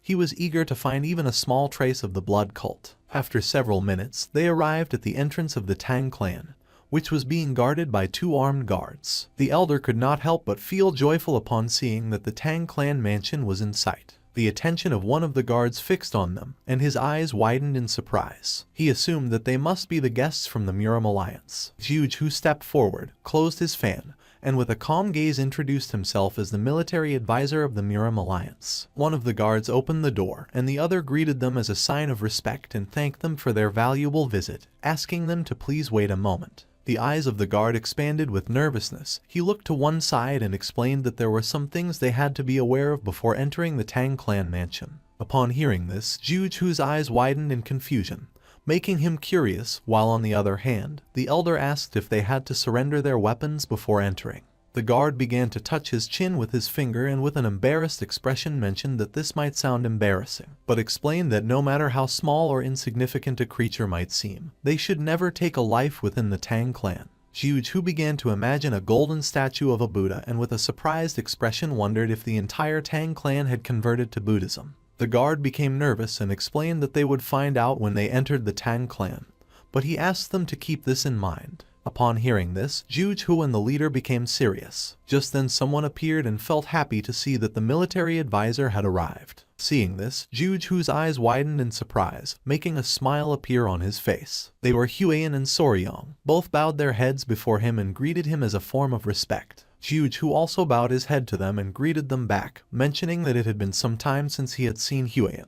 She placed her hands over her abdomen and mentioned that it had been exactly 1 year since the last time they had seen each other. With a smile, Jiuju asked where the myriad poison's divine sovereign was. Huiyan closed her eyes and replied that her grandfather had gone to search for traces of the blood cult, asking that he please forgive her for the inconvenience. Jiuju's attention fixed on her, and with a serene expression, he asked how it could be an inconvenience to be received by one of the 3 flowers of Murim. His eyes widened with curiosity, and his attention fixed on Soryong. He asked who this young warrior was. With a kind smile, our boy said that it was an honor for him to meet the military advisor. He greeted them again and introduced himself as Y Soryong. Upon hearing this, Jiuju and the elders' attention focused on him. They were confused to see that he was not from the Tang clan. Huiyan placed her hand over her chest, looked away, and with a nervous expression revealed that Soryong was her fiancé. This revelation left Jiuju and the elder in shock. The men who had come with them started losing their minds and feeling jealous upon seeing that one of Murim's 3 flowers had a lover. They clenched their fists, and their eyes filled with tears. For them, this world was unfair, and they did not know where Soryong had come from. Envy also became evident in Jiuju's eyes. He opened the fan, and while gazing at the ground, he asked if they could guide them inside. He knew that at this rate, it was possible that the whole group would request a sparring match with Soryong. Just then, a strange sound spread through the air. The eyes of Zheng Hu and the elder filled with confusion and curiosity since they did not know where that strange sound was coming from. The men's jaws dropped. They began to look at the sky, and with a surprised expression, they caught everyone's attention, revealing that there was something in the sky. The sound came from the golden-haired king bees, which were flying around the area. Everyone's attention was fixed on them. They were in shock upon seeing that there were such poisonous creatures as these bees in the Tang clan. The men stood in front of Huiyan and the others drew their swords and asked everyone else to be careful. They were ready to protect Huiyan. Seeing this, Soryong couldn't help but panic and, with a serious gaze, asked them to put away their weapons. His eyes widened in fear. He placed his hand on the man's shoulder and decided to explain the new regulations of the Tang clan. But the man became angry, pushed our boy's hand away, and with a furious gaze asked him to step aside, revealing that the golden-haired king bees were very dangerous creatures capable of killing an ordinary person with ease. Soryong tried to explain himself, but little by little the men began to crush his body. He could no longer contain his rage, pushed the men away, and with a furious gaze revealed that he was raising the golden-haired king bees, asking everyone to calm down. The man couldn't help but go into shock and swallowed hard upon seeing that Soryong was raising such poisonous creatures. One of the bees landed on Soryong's head as a form of love, and upon seeing this, Zheng Hu and the others were scared shitless and backed away. With a smile, Soryong began to play with the bees and knew that they had missed him since it had been some time since they last saw each other. Huiyan's eyes widened with joy, and she began to show a smile. The gaze of the bees fixed on Zheng Hu and his men. Our boy began to caress one of the bees and with a kind smile asked them not to sting the guests. The man's jaw dropped. He began to sweat upon seeing that Soryong was treating the golden-haired king bees as if they were children. And then, the spirits of the young warriors instantly calmed down. After this incident, Zheng Hu and the elder accompanied Soryong and Huiyan inside. Zheng Hu's attention was fixed on Soryong. He would never have thought that the young warrior from Hainan Island was the fiancé of the poisonous flower. He was in shock to see that despite being an outsider, Soryong had managed to become the son-in-law of Clan Tang. As they were strolling, something caught Zheng Hu's attention.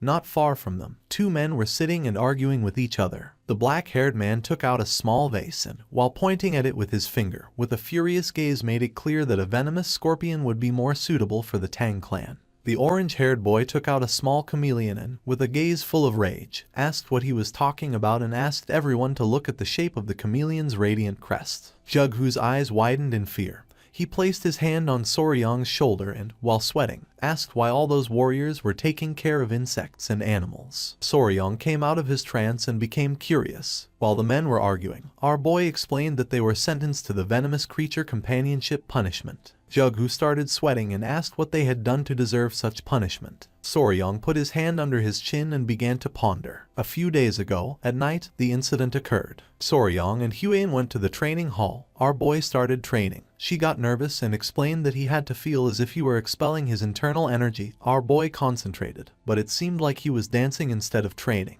Just then, someone appeared and caught their attention, making them curious. It was Commander Gu and his men.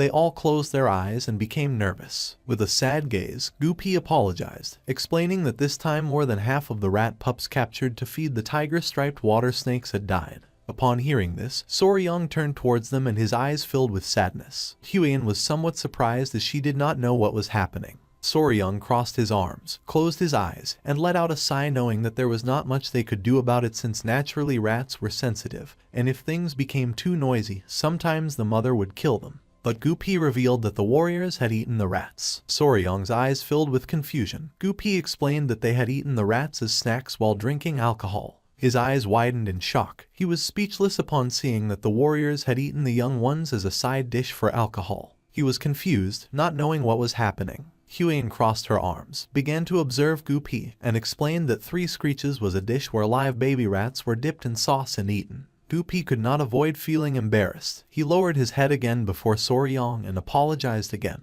Soryang was paralyzed trying to understand the situation. Huian approached them and began scolding them. Gupi grabbed his ears and explained that some of the poison handlers were from Henan, and they had said that it reminded them of their home, and one thing had led to another, causing this to happen. Soryang started staring at them with contempt and finally realized that the baby rats that had been captured to be used as food for the tiger-striped water snakes had been eaten by the warriors. He was furious and knew he had to do something so they would learn to value the creatures they raised. In this way, it was how the Tang clan of Sichuan established the venomous creature companionship punishment, and a new set of rules. Back in the present, Soryang crossed his arms and his gaze fixed on them, explaining that each of the warriors was now responsible for raising a venomous creature. The warriors began to argue among themselves. Jug, who couldn't help but sweat, finally realizing why each one had a venomous creature. His eyes widened with curiosity and his gaze fixed on Soryang.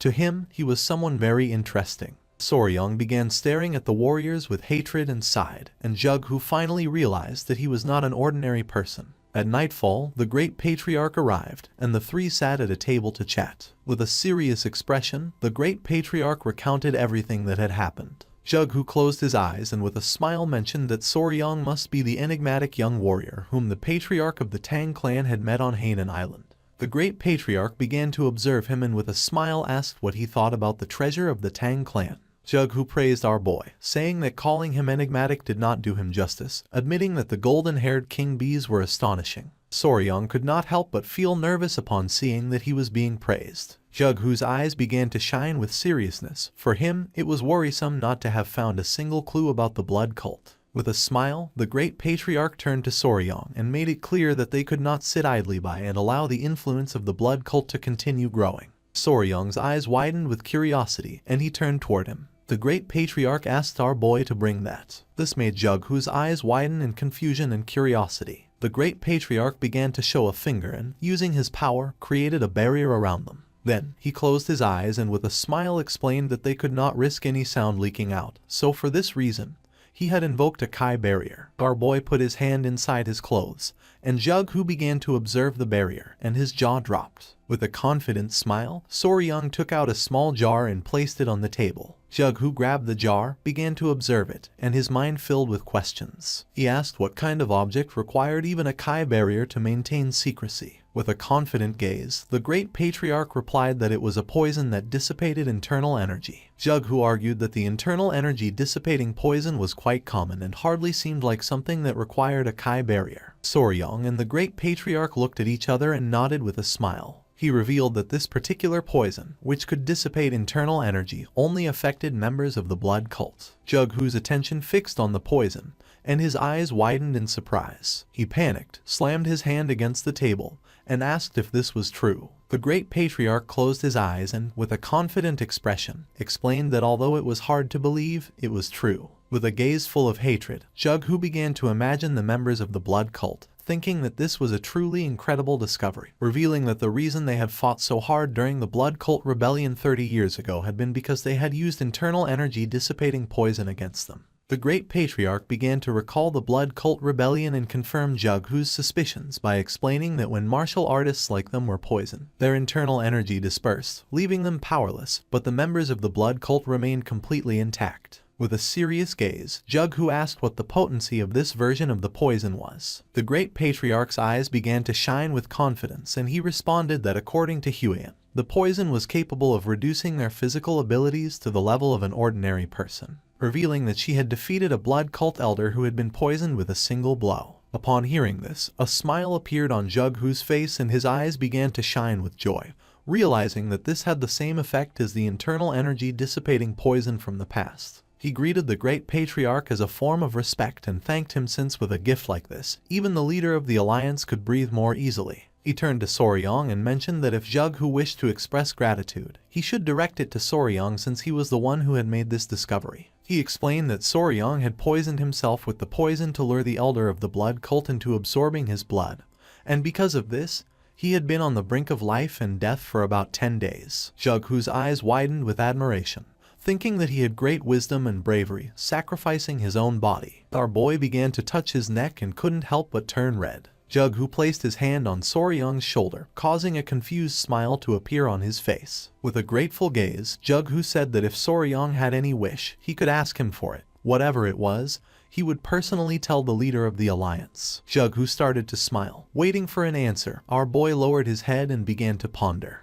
He started to touch his chin and with a nervous gaze, asked if it would be possible to obtain information about toxic creatures. Jughu was confused to see that Soryang was interested in information about toxic creatures and not in martial manuals, elixirs, treasures of gold and silver. His eyes filled with confusion, and he couldn't help but sweat. Seeing this, the great patriarch began to laugh. Jughu closed his eyes and realized that Soryang was unique, since, even in Muram's long history, this was the first time he had seen such an eccentric person. He opened his eyes and, with a smile, explained that it might not be exactly the toxic creature he was looking for. He asked if our boy was interested in a mystical stone lizard. It was daytime, and somewhere on the island, there was a beautiful waterfall. Several men arrived at the area. The long-haired man turned around and told his uncle that they had arrived at the place. His uncle was none other than Jughu. They were on Mount Ganga in Sichuan. With a smile, the nephew mentioned that it was just as their ancestors had described. The waterfall, the turtle-shaped rock,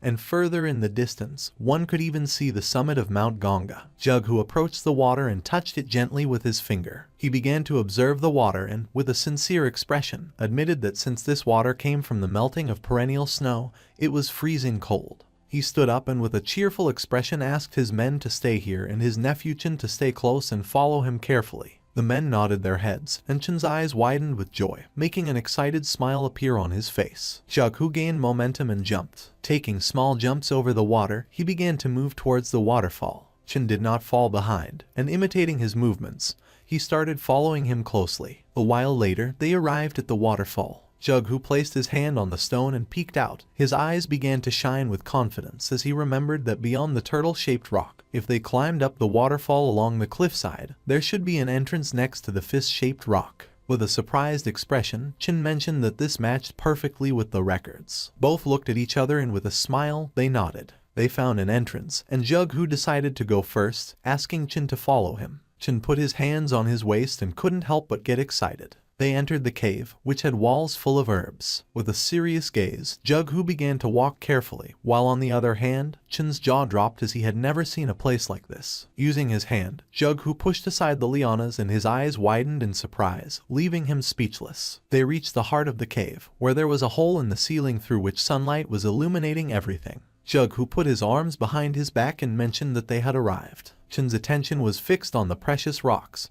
He would never have thought to see such an impressive view inside this cave. For him, this was mystical. This place was filled with herbs. Jughu's attention focused on them, realizing that this was the perfect environment for spiritual herbs to thrive. Chen was amazed to see how precious this cave was. Jughu's eyes widened in surprise, and his attention fixed on a flower-shaped herb. It was the century-old snow ginseng, a spiritual herb that had absorbed extreme yin energy. Chen approached the herb and mentioned that they needed to exchange this snow ginseng for the dark wolf flower from the Namgung clan. Jughu began to observe the precious herb and nodded, explaining that with this, the severe meridians of the Namgung clan's daughter should also improve, and in turn, they would obtain the 200-year-old dark wolf flower. Jughu approached the herb, closed his eyes, and decided that it was time to collect it. He began to extend his hand toward the herb, which was emitting a powerful aura. Just then, a whistle was heard, and this immediately made Jughu's expression change and his eyes widened in alert. Something that was hidden behind the rocks began to move quickly toward Jughu. He could not help but clench his teeth tightly, knowing that this was not good. The creature attacked with speed, but luckily, Jughu stood up and using the fan blocked the attack at the last second. Then the creatures started bouncing against the rocks. Chin panicked and asked if his uncle was okay. The creatures started bouncing against the rocks with speed. Jughu's eyes filled with fear. He panicked and asked his nephew to be careful since it was moving extremely fast. The creatures tried to attack Jughu from behind, but he reacted in time, turned around, and blocked the attack again. The tip of his fan froze. His gaze fixed on the fan. He could not help but feel somewhat confused upon seeing frozen Kai. Chin, somewhat worried, approached and asked what was happening and what creature was attacking. Jughu remained silent, and then with a serene gaze revealed that they were being attacked by a lizard. Upon hearing this, Chin's eyes widened in surprise and confusion.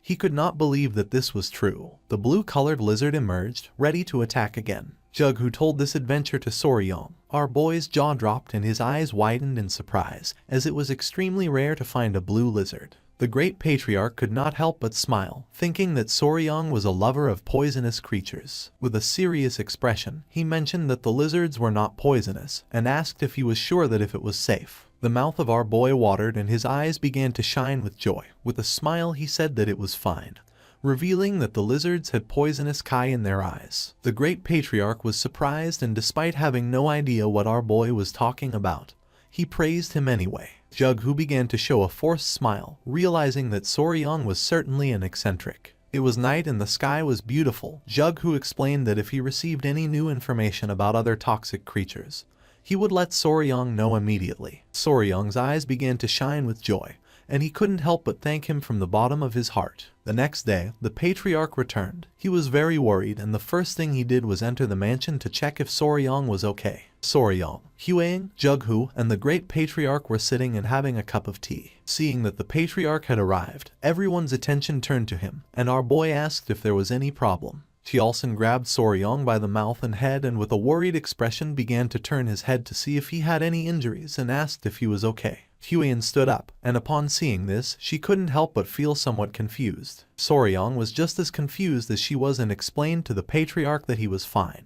With a smile, he began to show all the snake bites he had on his arms and explained that although he had woken up after 10 days with scars on his arms, at least he was alive. The patriarch's eyes began to shine with rage, and smoke started to emerge from his nose.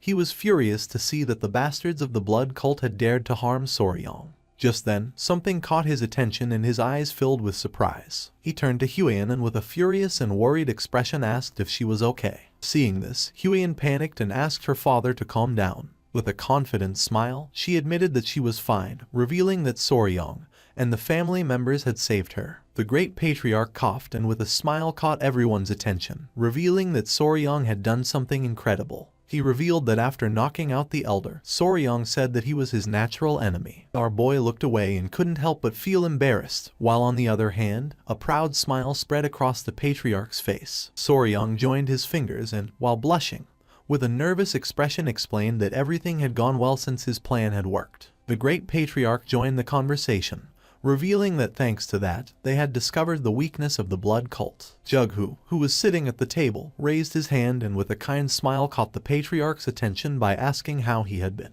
Seeing that Jughu was also present, the patriarch shook his hand. Since Jughu had risen to a high position, they had not been communicating much, and now they had only met under these circumstances. With a smile, Jughu apologized, explaining that he had been very busy. Soryong and Huan's attention was fixed on them, making a smile appear on their faces. She adjusted the strand of hair and mentioned that they were childhood friends. Our boy couldn't help but feel stressed, as this was very chaotic. Jughu asked the patriarch to take a seat since they had much to discuss, starting with the blood cult. The patriarch did not refuse but asked Soryong and Huan to sit as well since they needed to discuss this in more detail. Soryong became nervous but nodded his head, while on the other hand, Huan began to smile. Everyone sat at the table, and the patriarch asked how the progress of the search for the secret agent was going. Soryong's eyes filled with curiosity. He interrupted the conversation and asked which secret agent they were talking about. He didn't know if by secret agent they were referring to a spy or something similar. The patriarch rested his head on his fist, and his eyes expanded with joy. Then, he closed his eyes and, in a serious tone, asked if Soryong hadn't mentioned that the bastards from the blood cult had interrupted to steal the secret manual of Blood Hand Poison Claw. With a surprised and sincere gaze, our boy explained that for them it was extremely valuable. The patriarch opened his eyes and asked how our boy believed they had discovered that the Blood Hand Poison Claw manual was with the Tang clan of Sichuan. Soryong's eyes widened in fear. He couldn't help but clench his teeth and start sweating. Placing his hands on the table, he stood up and with a furious expression made it clear that this was a big problem since there could be someone inside the clan leaking information to the blood cult. Huiyan and the patriarch's attention focused on our boy, leaving them somewhat surprised. The eyes of the patriarch and Jughu filled with confusion.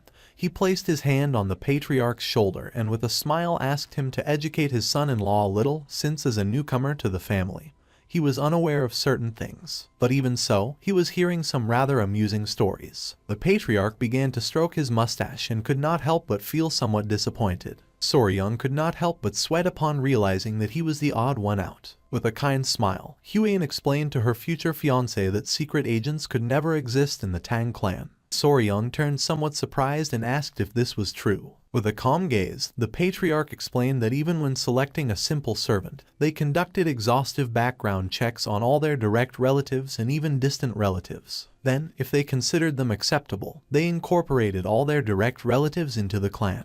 With a confident smile, he made it clear that all their children were raised within the Tang clan, so under such circumstances, no one would dare to betray them. Our boy couldn't help but go into shock upon seeing that they took such extreme measures. He began to sweat, and his eyes widened with curiosity, and then he asked who the secret agent was. Somewhere else, someone broke a teacup. A muscular man grabbed a woman tightly by the neck, making her clench her teeth. She tried to break free, but it was in vain. The man was Ju Yoonghak, and his eyes were full of rage. He began to strangle the woman, making her face turn pale. She was a servant of the Murim Alliance. Jughu showed a finger and, with a confident smile, made it clear that within the alliance, only 3 people had knowledge of this matter, and he was confident that by now, the leader of the alliance should have already captured her. It was daytime, and the sun was high in the sky. While the situation in the clan was stabilizing, an unexpected guest arrived at the gates of Tang Clan Manor. Upon seeing the guest, the guard couldn't help but tremble with fear. The guest mentioned that he had finally arrived, explaining that running all the way from Hebei to Chengdu without using mobility arts had been quite fun. He struck his fist against his chest and, with an excited smile, asked the guard to inform his patriarch that Peng Muwen,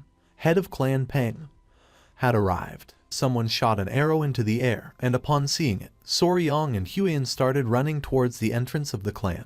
Everyone's attention was fixed on them. They were all somewhat surprised without knowing what was happening. With a curious expression, Soryong asked Huiyan if it would be okay for them to go out to welcome them. Huiyan turned around and, with a kind smile, explained that her father and the others were discussing something important. Her eyes began to shine with confidence, and with a nervous smile, she mentioned that as the son-in-law of the Tang clan, Soryong should have a little more confidence. Our boy couldn't help but get nervous. Soryong arrived at the doors of the manor and with a smile began to open the door, thinking that they must be guests from another clan. So there was no need to be scared, while on the other side, the guard was scared shitless. Upon opening the door, Soryong saw Peng Muwen and his men staring at him intently with a serious expression.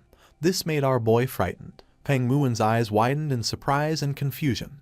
He placed his hands on his waist and couldn't help but smile upon seeing Huiyan. She joined her fist with her palm and greeted the head of the Peng clan with respect. With a smile, Peng Muwen said that some time had passed. He had seen her when she was little and now she had grown so much that he could hardly recognize her. Huiyan closed her eyes and with a forced smile mentioned that had been 5 years ago, realizing that indeed a lot of time had passed. Peng Muwen's eyes filled with seriousness and his attention focused on Soryong.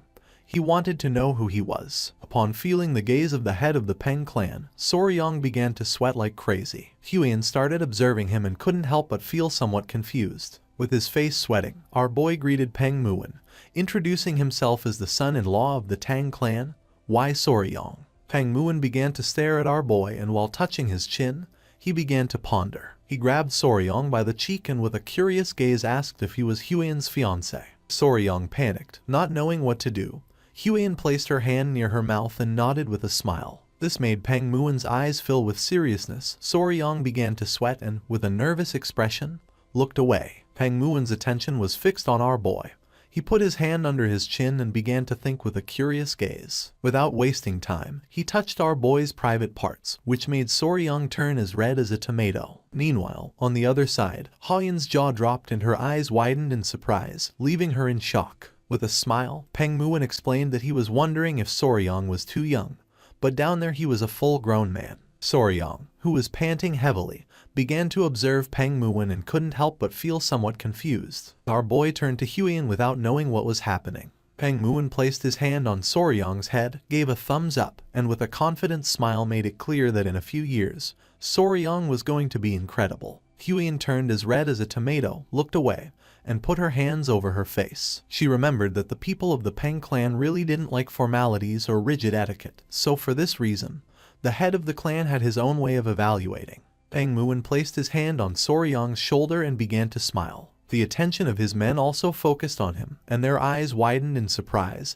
thinking that he was incredible. One of the men even put his hand on his chin, bent down, and began to curiously observe the intimate parts of our boy. Soryang's eyes filled with confusion. He looked away and felt somewhat depressed. But then he thought that this was their style. For him, it was expected to see one man recognizing another man. He greeted Peng Muin, and while his eyes were shining with joy, he smiled and thanked the head of the Peng family for the compliments. Peng Muin started laughing, thinking that Soryang was different from the useless brats of other noble clans. He hit our boy on the back and introduced himself as Peng Muin, head of the Peng family. The slap was so strong that it hurt our boy a little. He welcomed everyone to the Tang clan, and while they were conversing, Huiyan began to observe them and couldn't help but start sweating. Huiyan caught Peng Muin's attention by saying she had a doubt. He became curious, turned to her, and asked what doubt she had. Her eyes widened with curiosity. She thought they had come from distant Hebi just to help her family, asking how they had arrived so quickly. Peng Muin's eyes widened with seriousness. In reality, they had not come to help, so he asked if the Tang clan had problems. With a surprised expression, he began to inspect Soryang's hair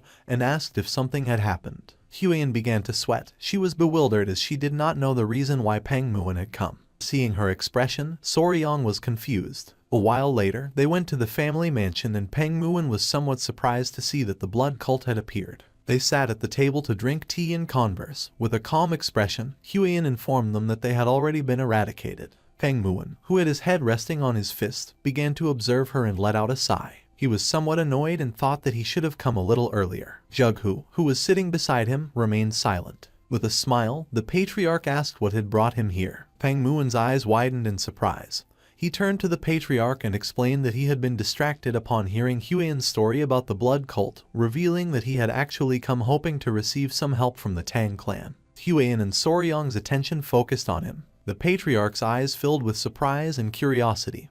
He asked if Peng Muin could explain himself. He began to touch his head with his hand, closed his eyes, and then let out a sigh. He put his hand near his mouth, turned towards the door, and with a serious expression asked his men to bring her to greet her elders. Jughu became somewhat curious, and his attention was fixed on him. Someone opened the door of the hall. It was one of Peng Muin's men whose eyes were shining. With a penetrating gaze, the man entered the hall. Huiyan put her hand near her mouth, and her jaw dropped. She realized that it was a kid. Soryang began to sweat, and his attention was fixed on the man. The man approached the table, put his hand behind his cape, and asked the young lady to come down and pay her respects to the elders of the Sichuan Tang clan. Just then, someone on the man's back started moving, saying they were still sleepy. Soryang's eyes widened in surprise, and his jaw dropped, leaving him in shock. Someone dressed in white got down from the man's back, also shocking Huiyan. It was an adorable little girl who was eating a lollipop. Everyone remained silently watching the little one. With a sweet expression, she greeted the elders of the Sichuan Tang clan,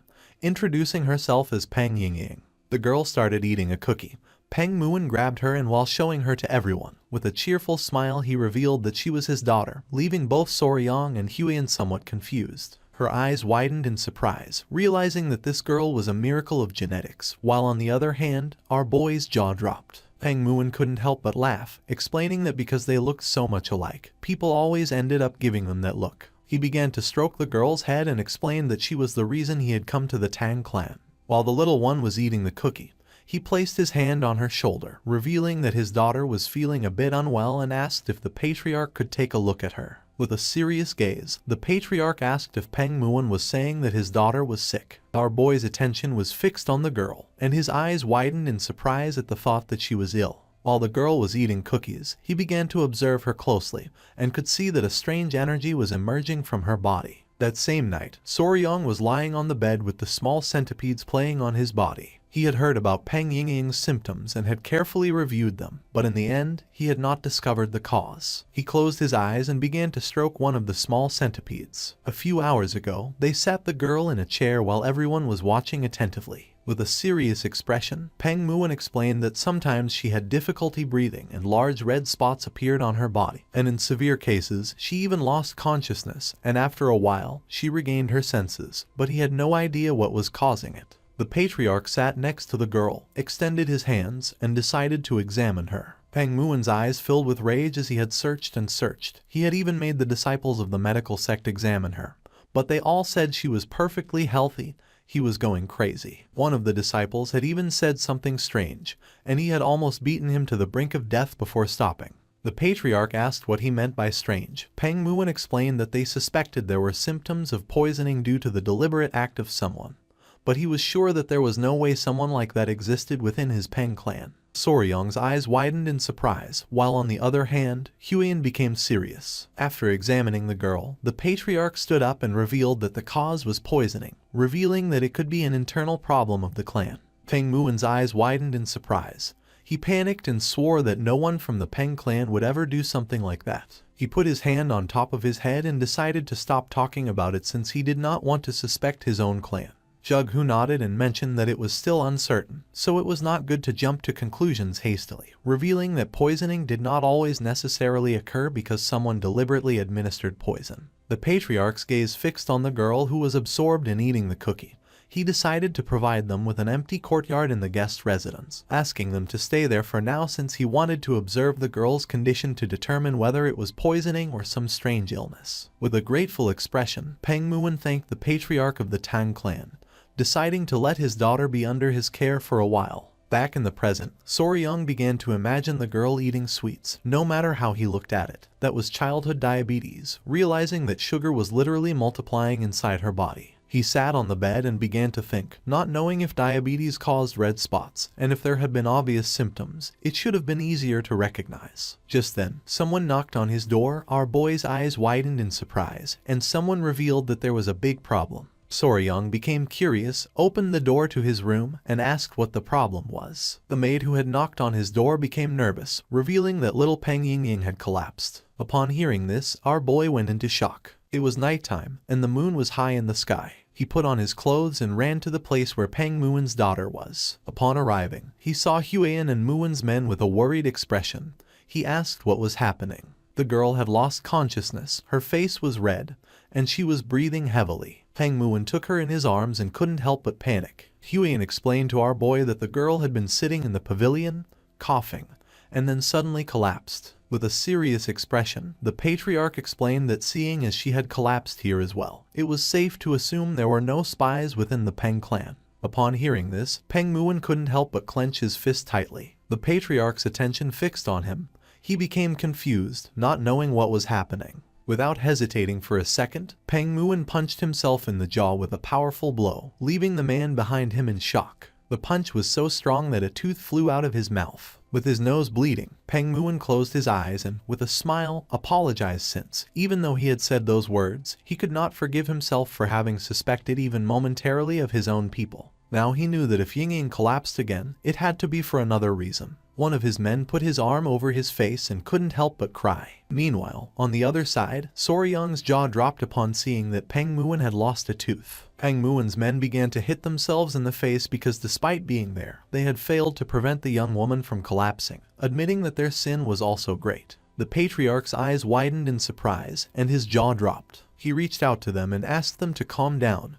While on the other side, Peng Muon began to smile. More teeth started flying out. With a worried gaze, Huiyan approached Soryong and asked what they should do. Our boy put his hand behind his head and, with a sincere expression, mentioned that there was a way. He clasped his hands together and began shouting, asking them to calm down. Upon hearing our boy's voice, the men whose faces were covered in bruises stopped hitting themselves abruptly, and their attention turned to Soryong. Showing a finger and a confident smile, he revealed that there was a way to identify the cause of her symptoms and prove that no one here was guilty beyond all doubt. The attention of Peng Muon and the patriarch fixed on Soryong, and their eyes widened with curiosity. Soryong sat next to him and began to stare at him intently. Seeing this, Peng Muon's eyes widened in surprise. With a cold gaze, Soryong explained that first they had to remove Miss Peng Yingying's clothes. Upon hearing this, both the patriarch and Huan were petrified. Meanwhile, on the other hand, Peng Muon's eyes began to shine with rage. The patriarch was in shock upon hearing Soryong, while on the other side, Peng Muon's eyes widened in confusion and surprise.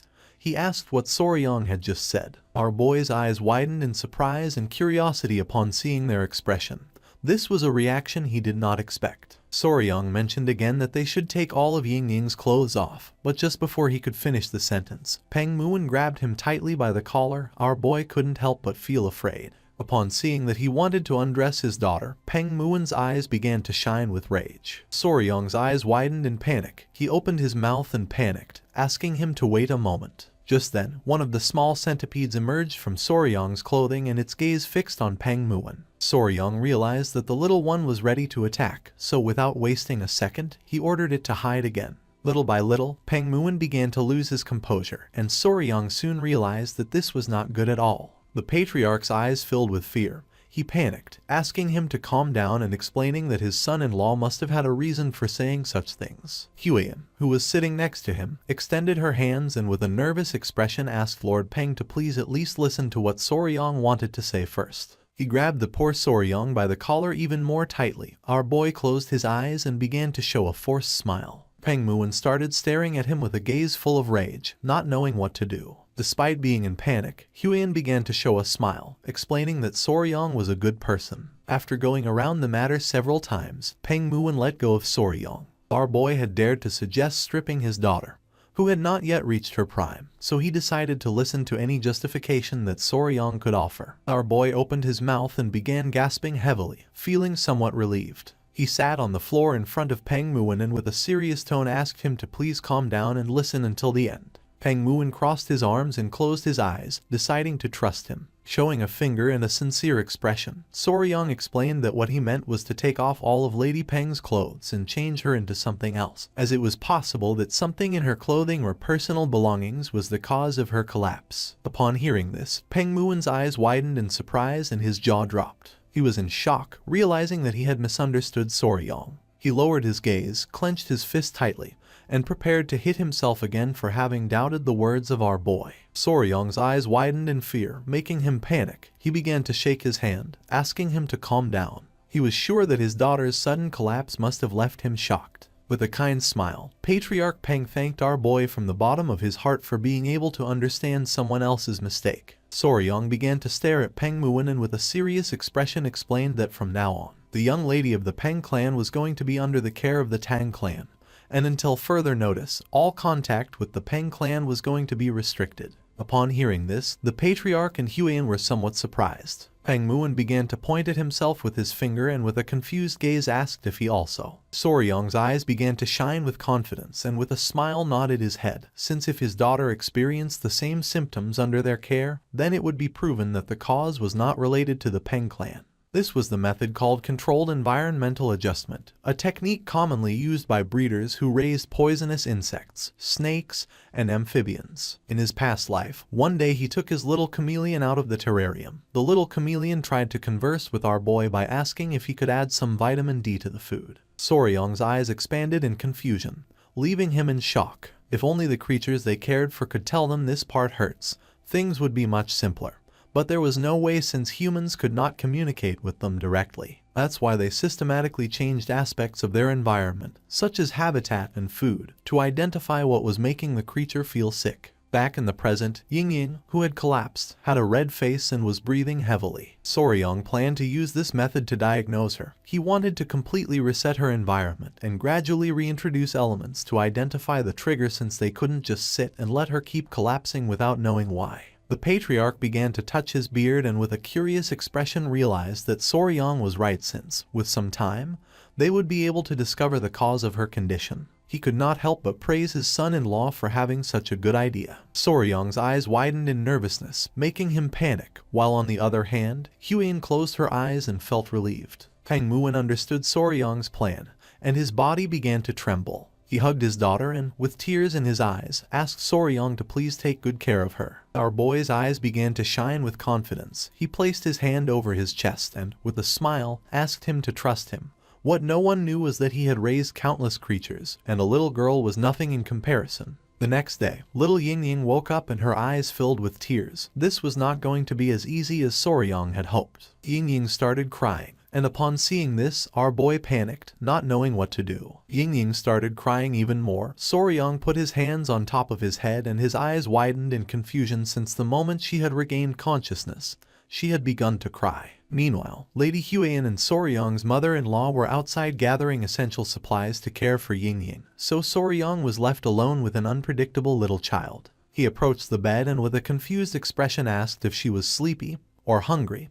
He didn't know what to do. Several minutes passed and Ying did not stop crying. Soryong put his hands together and with a confused smile asked if she was crying because Lord Peng was not here. Pointing outside, he explained that her father had gone to get medicine for her, promising that he would return soon. Still with tears in her eyes, Ying puffed up her cheeks and said that she wanted sweets. Our boy started sweating in surprise upon seeing that she was crying because she wanted sweets, and not because her father was not here. Ying started crying even more since all her sweets were gone and now she was all alone. Soryong remembered that when Huyen had changed her clothes, she had discovered that she had a lot of hidden pockets just for sweets, leaving her somewhat surprised. With a kind smile, he asked her to calm down, explaining that she had just woken up after collapsing so she shouldn't eat sweets right now, advising that for now, she should eat some rice porridge since later he was going to make some sweets for her. Upon hearing this, she stopped crying and with a surprised expression asked if he was really going to make sweets for her. Soryong began to show one finger and explained that if Lady Peng ate her porridge well,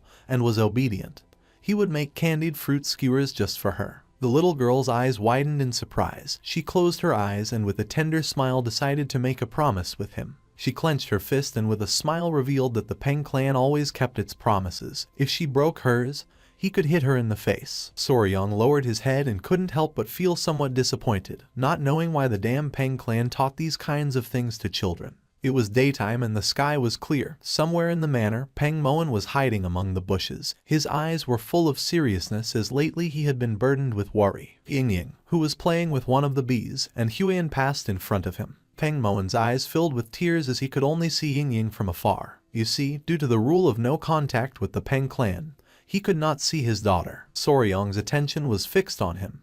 He put his hand over his mouth and with a confused expression asked what he was doing here. Upon hearing our boy's voice, Peng Muin went on alert, and without wasting a second, grabbed Soryong and pulled him into the bushes. With a worried gaze, he asked how Ying was doing. Soryong's eyes, as he lay on the ground, widened in confusion. He sat in front of the patriarch and mentioned that she was eating well and was obedient. Upon hearing that she was eating well, the patriarch's jaw dropped in surprise. Our boy revealed that she had devoured an entire plate of fried pork. Peng Muin was in shock, not knowing how Soryong had made her eat, to which he responded that she had eaten it by herself. Peng Muin's eyes widened in surprise and confusion. Just then, someone wearing a red dress appeared. Their attention was fixed on it, and their eyes expanded in surprise. It was Huyen. With a kind smile, she greeted the lord of the Peng clan with respect. In response, with a grateful smile, Peng Muin thanked her for taking care of his daughter. With a calm gaze, she mentioned that Ying was asking where older brother Soryong had gone. Upon hearing older brother, Peng Muin couldn't help but feel furious, while on the other hand, Soryong was somewhat confused. Peng Muin's eyes began to shine with rage since not even he had had a proper conversation with her, without knowing when they had become so close. Seeing his expression, our boy's jaw dropped in fear. Peng Muin exploded with fury, wanting to know since when she had started calling him older brother. Soryong clenched his teeth and without wasting another second, ran out of the place. Peng Muin put his hands on top of his head and started going crazy. Huyen turned towards him and with a cheerful smile asked if he was heading to the training grounds again. Our boy explained to her that after playing a little with the golden-haired king bees, Ying was more obedient. Soryong started running towards the training grounds, realizing that the golden-haired king bees also felt affection for Ying. A few minutes later, he arrived at the training grounds where little Ying was playing with one of the bees. She held the bee in her arms and with a cheerful smile greeted our boy. Ying started playing with the bee and then more bees began to arrive. One of them climbed onto her head and another started licking her cheek. She couldn't help but smile as she felt ticklish. Soryang's attention, who had his arms crossed, was fixed on her, and a smile appeared on his face since thanks to these little creatures, he had been able to bond with Ying very quickly. One of the bees climbed onto his head, and our boy's eyes began to shine with seriousness, realizing that the adorable golden-haired king bees loved Ying because she had spilled sugar syrup on herself while eating sweets, not knowing if they were mistaking her for food. Ying knew that the bees liked her, so now she threw a tantrum every day, demanding to visit them. Just then, the queen bee emerged from the tree. Ying, who was playing with the bees, turned towards Soryang, started pointing at the tree and with a smile said that the queen bee was there. Soryang sat on the bench and asked Ying not to ask the queen bee to play since she was busy. In response, she closed her eyes and nodded her head. Soryang felt happy thinking that if he had a younger sister, he would feel like this, realizing that taking care of children was not so bad. Ying raised her hand and called his attention, saying that there was another bee. Upon hearing this, our boy's eyes widened in surprise. He brought his hand to his mouth and with a worried gaze asked her to be careful since some bees stung. Just then, she started screaming as she had been stung. Soryang panicked and started running towards her, asking if she was okay. She had a small sting on her arm. With a worried gaze, our boy explained that she should be careful. He decided to leave the matter aside and go first to the medicine hall. Little Ying began to observe the sting, saying that it didn't look so bad. Soryang grabbed her hand and decided to apply some medicine just in case since sometimes bee venom could make people very sick. Ying closed her eyes and with a sad expression nodded her head. Just then, Soryang's eyes widened in surprise. Little by little Ying began to gasp heavily and her face started turning red. She started to feel cold and not long after, she collapsed. Soryang reacted in time, and just before her body could hit the ground, he caught her. His eyes widened in fear as he began to remember what Peng Muwen had said. Sometimes her breathing became difficult, and large red welts appeared on her body, and in more severe cases, she even lost consciousness. Finally, he realized exactly what this reaction was. With a furious gaze, he clenched his teeth upon realizing that the pure reason Ying had been collapsing all this time was due to anaphylactic shock. More precisely, anaphylaxis. Anaphylaxis is a severe allergic reaction caused by a hyperactive immune response. Usually, when harmful foreign substances or toxins enter the body, the immune system immediately launches an attack to eliminate the threat. When toxins entered the body, they were like thieves entering your house. This causes the cells to run away from the place since the toxins destroy cell membranes. The immune response to these invaders is known as inflammation. The body releases histamine, which dilates blood vessels, allowing white blood cells and antibodies to flood in and neutralize the invader. But the problem arises when the body overreacts to certain harmless substances, widening the vessels even more. When histamine is released in excess and malfunctions due to a hyperactive immune response, the blood vessels throughout the body dilate rapidly, causing a dangerous drop in blood pressure, and since oxygen does not reach the brain and important organs, they stop functioning properly. In extreme cases, anaphylaxis can become lethal. Soryang carried little Ying on his back and with a determined expression, began to run at full speed, knowing that they had no time. He started running quickly through the area, and along the way begged Ying to please hold on a little longer. Several minutes later, thanks to his incredible mobility arts, Soryang arrived at the entrance of the patriarch's residence. With a nervous gaze, he began to shout, informing his father-in-law that Ying had lost consciousness. Upon hearing this, the patriarch opened the door. Ying, who was as red as a tomato, began to pant heavily. Soryang picked up Ying in his arms and clenched his teeth in worry, not knowing if she would be okay. The patriarch and Peng Muwen ran out of the residence, and upon seeing that Ying had lost consciousness, they panicked, asking what had happened. With a worried gaze, Soryang explained that she was having serious trouble breathing. Peng Muwen took his daughter, and his eyes widened in fear. He reached out and decided to pour his internal energy to stabilize her. The patriarch sat beside them and remained silently observing. Little by little, the breathing of little Ying began to stabilize, and the red rashes started to disappear. In a matter of seconds, the red rashes disappeared, and Ying's breathing returned to normal. Seeing this, Soryang closed his eyes, fell on his butt to the ground, and let out a sigh of relief, thinking that internal energy was incredible. The primary treatment for anaphylaxis was to stabilize blood pressure and ensure an open airway for breathing. In modern medicine, this was done using epinephrine, steroids, and antihistamines, and in more severe cases, intubation was required to help with breathing. But in this world, Kai-based techniques solved everything, and it was no surprise that Soryang found it impressive. The patriarch's gaze fixed on Ying, and his eyes filled with seriousness as he realized that the symptoms were the same as last time. He turned to Soryang and, remembering that he was with her, asked if he had seen what had triggered the reaction. Peng Muin's eyes widened with curiosity. He asked if Soryang knew what had caused her to faint. Our boy sat in front of them and nodded his head, explaining that he had seen it clearly. With a confident expression, Soryang began to show a finger, revealing that Ying had collapsed after being stung by a bee. Upon hearing this, Peng Muin and the patriarch's jaws dropped in surprise. They could not believe that a bee had been the trigger for the allergic reaction. The patriarch began to stroke his beard and thought that although it was rare, there were cases of people fainting after being stung by a bee. But he knew that this did not explain why she had collapsed all those other times. Peng Muin's eyes widened in surprise. He thought that the patriarch was right, since if a bee sting were the cause, she would not have made it this far. He was somewhat confused because this meant that they still did not know what the cause was. The patriarch let out a sigh as they could not find any clear connection. But just before he could finish the sentence, Soryang closed his eyes and nodded with a smile, revealing that he had found what the cause was. The patriarch's eyes widened in surprise and curiosity.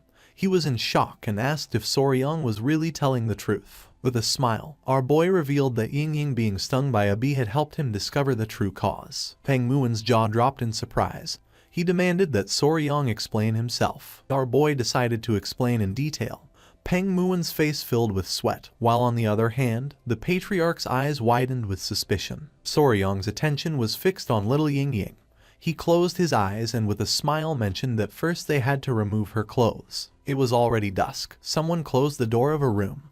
It was Huan, who turned around and with a sincere gaze admitted that it was just as Soryang had said. Those eruptions on her body made it difficult to see at first, but beneath them there were some old marks, and now new ones had appeared. Behind her were Soryang, who had a bump on his head, the patriarch, and Peng Muin. The patriarch, who had his arms crossed, began to smile, while on the other side Peng Muin's eyes widened with happiness, thinking that Soryang was right. Just then, the matriarch opened the door and with a serious gaze asked everyone to remain silent since she had not yet regained consciousness. Upon hearing this, everyone nodded their heads. Peng Muin brought his fist to his mouth, closed his eyes, and coughed, admitting that it was just as Soryang had mentioned.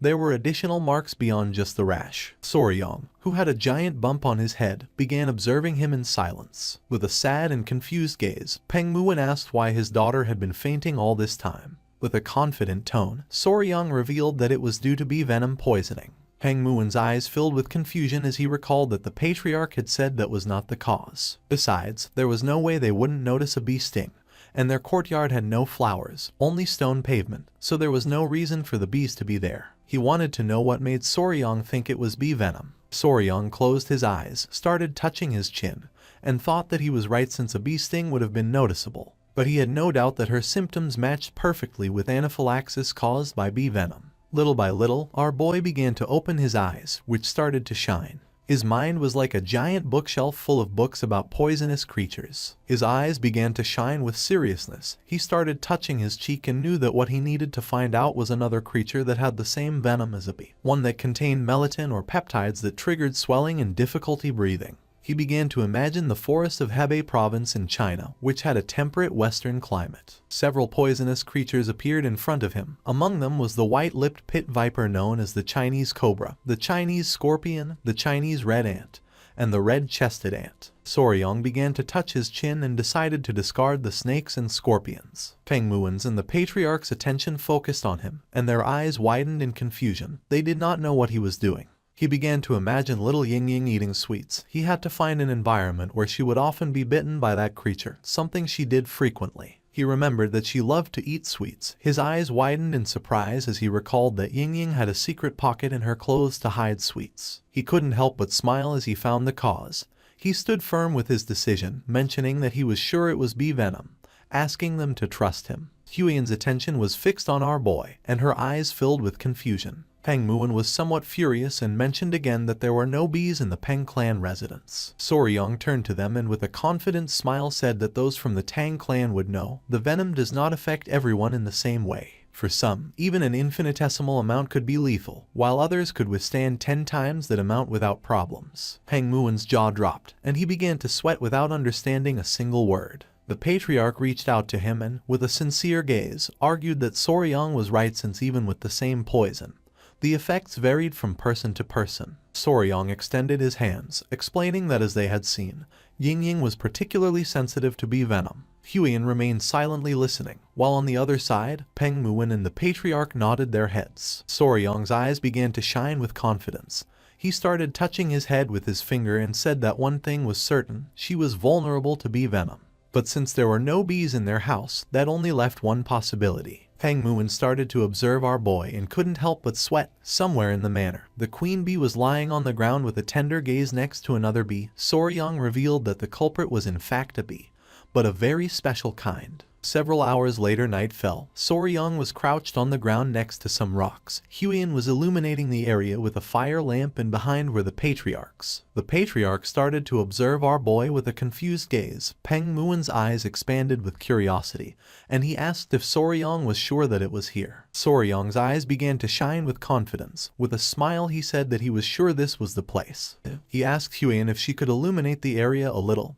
Huiyan's eyes, who was holding the fire lamp, widened with curiosity, and she nodded her head. Soryang left a candy on the ground, and not long after, several small ants emerged from the stones and began to devour the candy. One of the small ants started eating another ant, which began to call for help. Using some chopsticks, Soryang grabbed the ant and with a confident gaze revealed that this guy was the culprit. The attention of Peng Muin and the patriarch was fixed on the ant. They were in shock since this insect was an ant and not a bee. Soryang asked them to look closely since, after all, this ant was a collateral relative of the bees. Peng Muin began to observe the ant carefully, not knowing what Soryang was talking about. Several seconds later, the patriarch's eyes widened in fear, leaving them in shock. The little ant was furious, and upon looking closely they noticed that it had a massive stinger on its backside.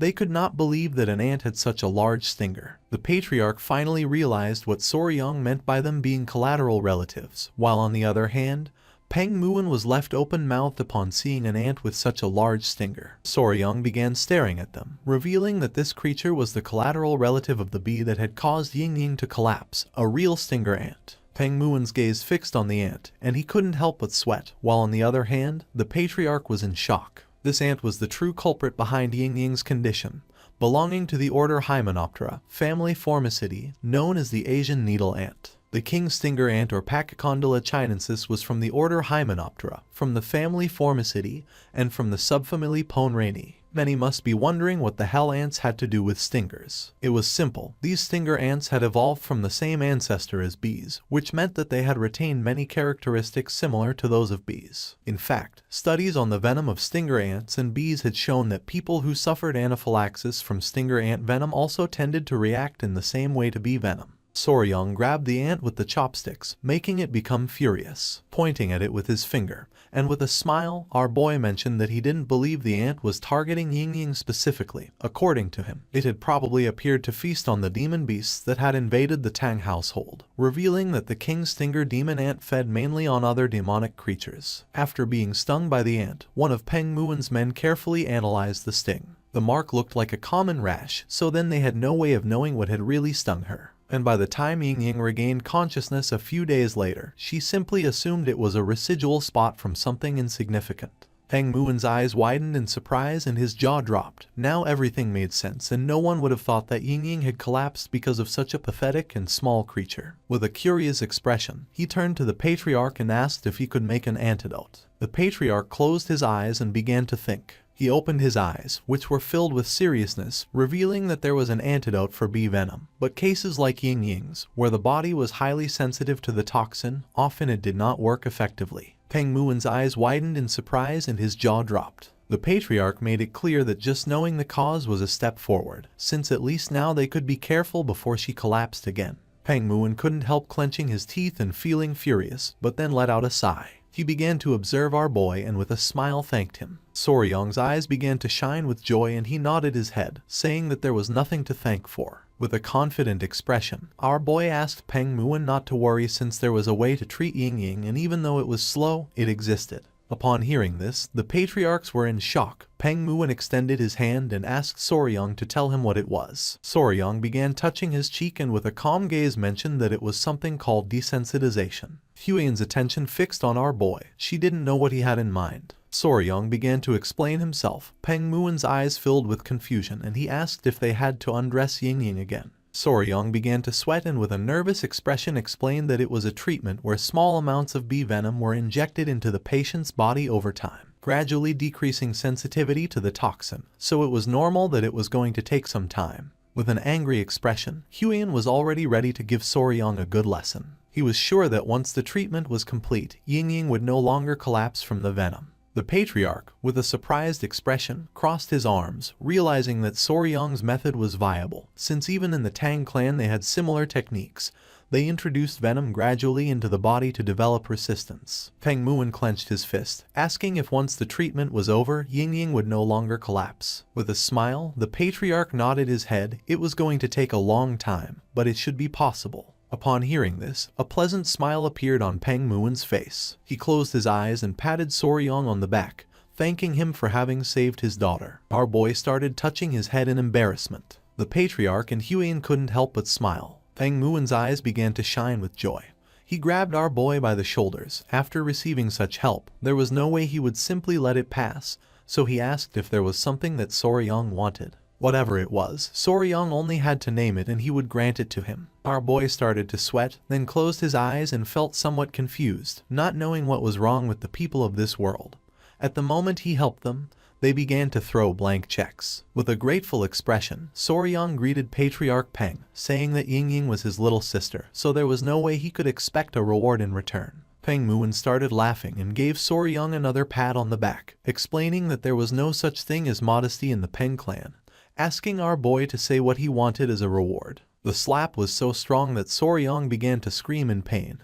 He knew that if he didn't say something right now, he was going to die. Just then, our boy's eyes widened in surprise. With a joyful gaze and mouth watering, he asked if Peng Muwen could join him for a mountain tour. Peng Muwen became somewhat confused. The next day, Peng Muwen, Soryang, Gupi and Huiyan went to Mount Gongga, which was in Sichuan province. Everyone's attention was fixed on the beautiful waterfall. No one had seen anything so beautiful. With a smile, Peng Muwen mentioned that this was a magnificent mountain. Soryang began to laugh, explaining that it was said there was even a beautiful stone cliff. Huiyan stepped forward and her attention fixed on the waterfall. With a smile, she admitted that according to the general, this should be the place. With a confident expression, Soryang thought that she was right, since this should be the waterfall and the rock he had mentioned. Our boy felt somewhat confused since he didn't know how they were going to reach the cave that was behind the waterfall. Upon hearing this, Peng Muwen turned toward them and an idea came to his mind. With a surprised gaze, he remembered that Soryang had said that he had only recently started learning mobility arts, realizing that he was not familiar with the technique of wave-stepping swallow flight. With a curious expression, our boy asked what that was. At first, Peng Muwen began to smile, but then his smile disappeared and his eyes filled with confusion. He grabbed Soryang by the shirt and lifted him into the air. Explaining was painful, so he decided to teach him directly.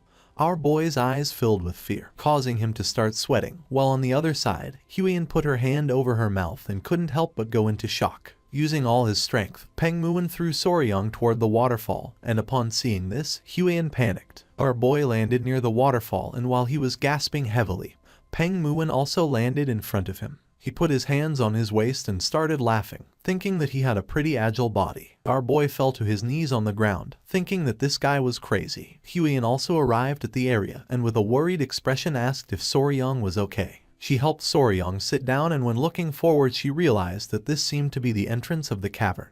The eyes of our boy filled with surprise since an entrance hidden behind a waterfall was mysterious. The eyes of Peng Muwen began to shine with joy. He decided it was time to enter and find out what was inside the cavern. A few minutes later, while the water from the waterfall was falling into the river, Soryang and the others entered the cavern. The eyes of our boy and Huiyan widened in surprise, leaving them in shock. With a worried gaze, he admitted that something felt strange. Huiyan, who was beside him, began to observe the place and nodded her head. In front of them were small rocks and on top there were bright crystals, surrounded by dead plants. They knew there was no way that the general had lied. The interior of the cavern was nothing like what they had expected. Soryang sat next to the crystals and began to observe them carefully. This was how Yeagle, who, the general of the Murim Alliance, had described it. A ray of light falls in the center of the cavern, and the ground is covered with countless nameless flowers in full bloom. It is mysterious and strange beyond words, like another world, a paradise. Peng Muin and the others began to walk around the area. Our boy's attention was fixed on the dead plants. For him this was like hell, nothing like paradise. Huiyan, who was walking behind them, admitted that although light entered through the hole in the ceiling of the cavern, there were no blooming plants. In fact, they all seemed withered and wilted. With a serious gaze, Peng Muin realized that a sacred beast was altering the environment around it. His attention fixed on the rocks, realizing that a cold Kai was radiating from the center rock. With a sincere expression, Soryang admitted that the elder was right. Peng Muin grabbed his sword and asked them to stay behind him. Slowly, Peng Muin began to walk toward the rocks. His eyes began to shine with seriousness, realizing that this was a very serious cold. Just then, a creature let out a powerful roar. Soryang's and Huiyan's eyes filled with surprise. Peng Muin's eyes began to shine with seriousness.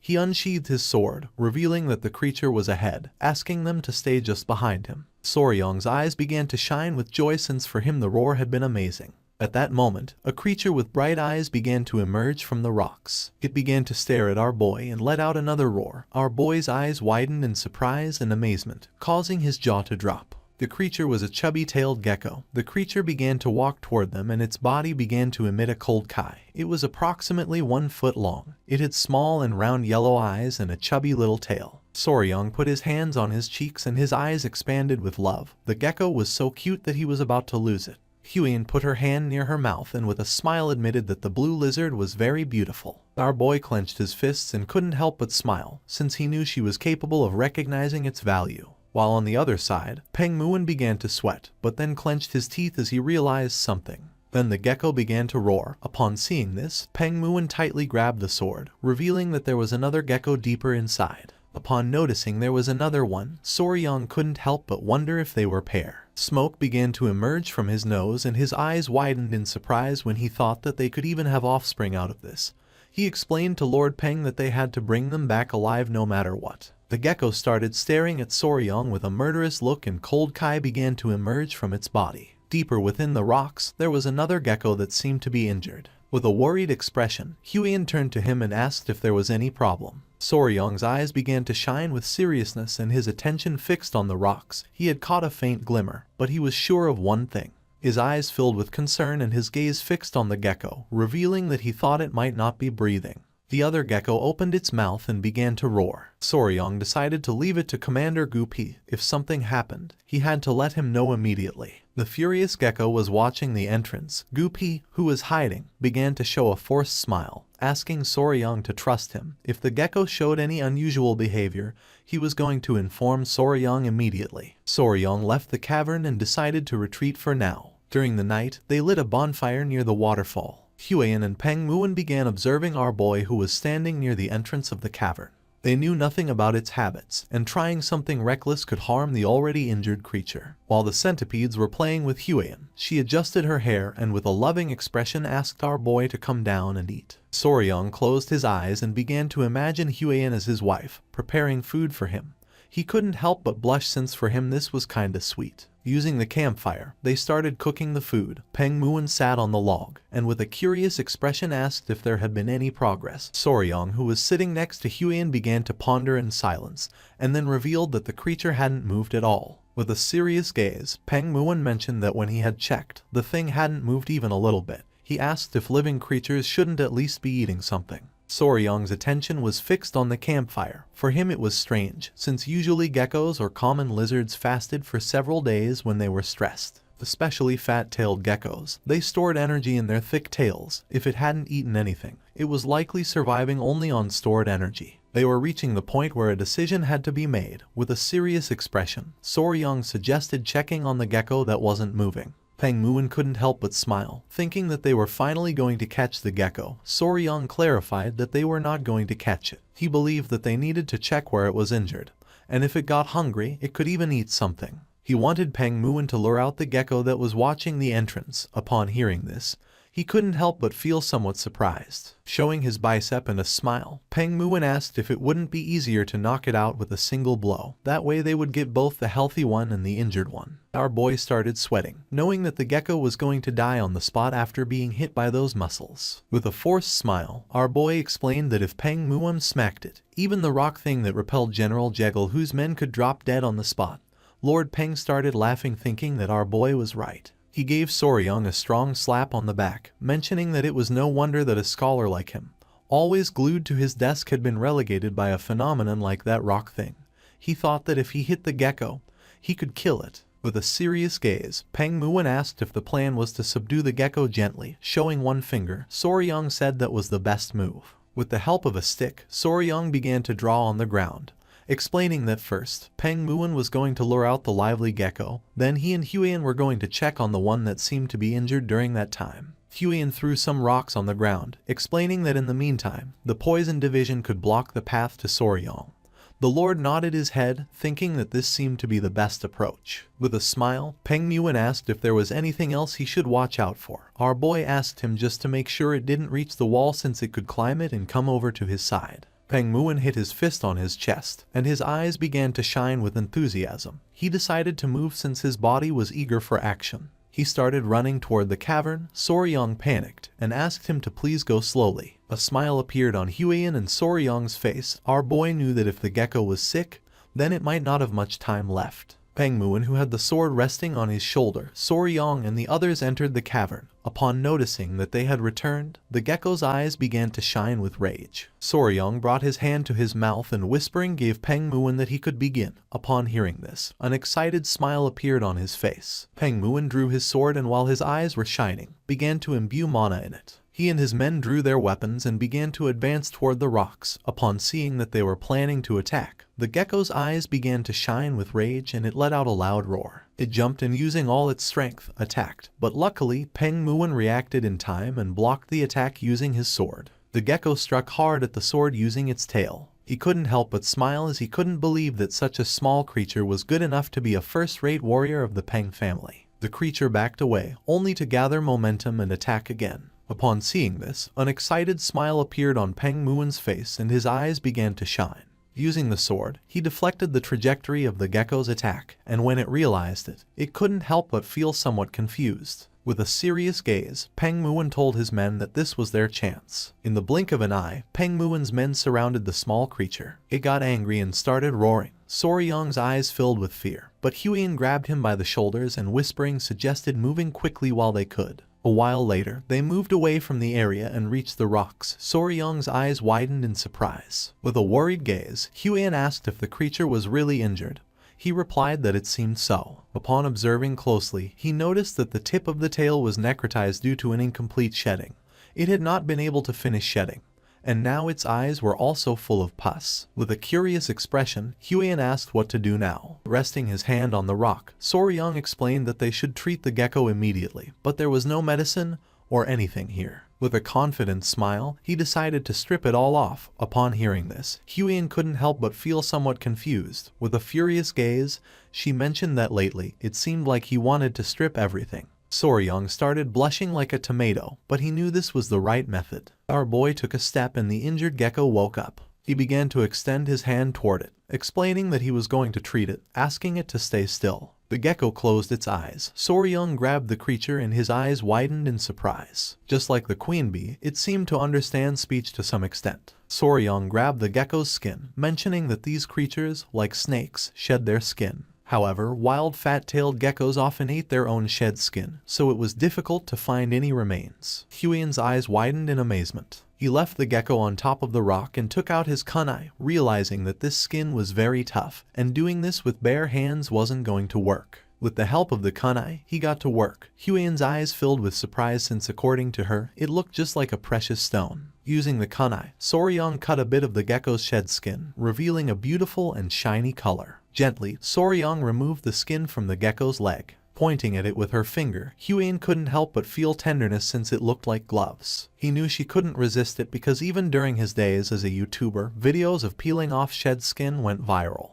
Now the only parts left were the head and the tail. Soryong acted carefully since one had to be cautious around the eyes so as not to hurt the creature. There was pus accumulated in the gecko's eyes. It was because it had not been able to shed completely. Now the inflammation had filled its eyes. Very carefully and gently, Soryong managed to remove the skin from the gecko's head without hurting it. With a smile, our boy asked if it felt better. The gecko's body began to tremble until it opened its eyes. Huiyin couldn't help but feel somewhat excited. Soryong began to observe the gecko closely. Huiyin asked if there was any problem. With a sincere gaze, he admitted that yes. Pointing at the gecko's tail, he mentioned that he was debating what to do with its tail. He began to sweat since he knew that to stop the necrosis, he would have to cut off the tail. But in its current state, cutting it could kill it instead. Just then, Peng Muin began to shout, asking Soryong to be careful. Upon hearing this, he and Huiyin went on alert. Peng Muin revealed that they had lost the gecko. Just then, the gecko appeared behind them. The creature's eyes began to shine with hatred. Upon noticing this, our boy panicked and asked it to calm down. Showing the kunai and holding the gecko in his arms, Soryong explained that he was only trying to help and treat its friend. Our boy's attention was fixed on the kunai and his eyes filled with surprise and confusion. Upon seeing the weapon, the gecko exploded with rage and began to roar. The gecko's body began to release an intense frozen kai, repelling Soryong. Our boy panicked, realizing that it was pissed off. The gecko jumped, and upon noticing this, Huiyin stood in front of our boy and with a worried gaze asked him to be careful. Without hesitating for a second, she pushed Soryong. At that moment, the fierce gecko descended forcefully to the ground. But luckily, Huiyin and Soryong were barely saved. Soryong hugged the injured gecko tightly and fell backwards onto the ground. The attention of the other gecko fixed on them and it started roaring again. The gecko's eyes began to shine with rage. Soryong extended his hand toward it and with an expression full of fear asked it to wait a moment. With a serious gaze, Soryong admitted that this was not what it seemed, asking the creature to calm down. Just then, Soryong's eyes widened in confusion. The female gecko that Soryong was holding in his arms began to make sounds, leaving our boy somewhat confused. With eyes shining with fury, the gecko prepared to attack. But then, it calmed down and felt somewhat surprised. The two geckos began to talk to each other and couldn't help but laugh. Soryong's attention was fixed on them, making his jaw drop. At that moment, Peng Muin and his men returned to the cave and with a worried gaze, the leader asked if Soryong was okay. Gripping his sword tightly, Peng Muin admitted that the gecko was vicious and fast. He didn't expect it to slip between his legs. Upon seeing Peng Muin's sword, the gecko clenched its teeth and began to roar. Just before things could heat up, Soryong stepped in the middle, raised his hand and with a serious expression asked Peng Muin to wait a second. With a confident smile, he told Peng Muin that he was fine and asked him to step back a little since he was going to try talking to him for a moment. Peng Muin's eyes filled with confusion as he didn't know if Soryong wanted to try talking to the gecko.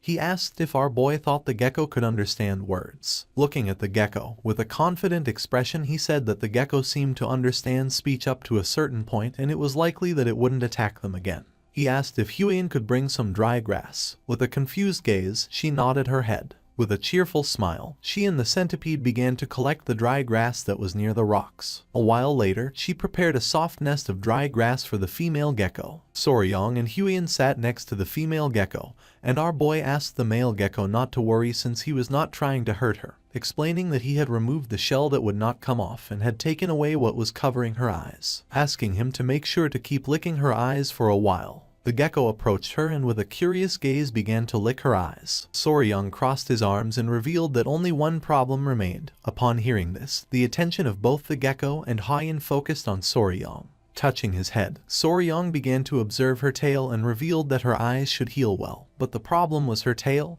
Half of it was already rotting and he didn't believe that licking it would help. The gecko began to look at her tail and couldn't help but feel somewhat confused. He turned towards Soryong and nodded with his head, saying that he was right. Forming scissors with his fingers, Soryong revealed that they would have to cut the tail. The gecko's face filled with sweat and fear when he imagined Soryong cutting her tail. The creature began to roar again. Upon seeing this, our boy felt somewhat confused. The gecko jumped and with glowing eyes prepared to attack. Soryong put his arms in front of his chest and with a gaze full of fear, began to scream. A few hours later, Peng Muin's men lit a campfire inside the cave, while Soryong and Huiyin were sitting on the rocks. Using her finger, Huiyin began to apply a special balm on Soryong's cheek. Our boy let out a sigh and felt furious, since he was only trying to help but even so the gecko had bitten him. Huan, who was applying the balm on his wound, asked him to stay still, explaining that if he moved it could leave a scar. Peng Muon, who had his arms crossed, began to laugh, saying that Soryang was finally starting to act like a real man, since after all,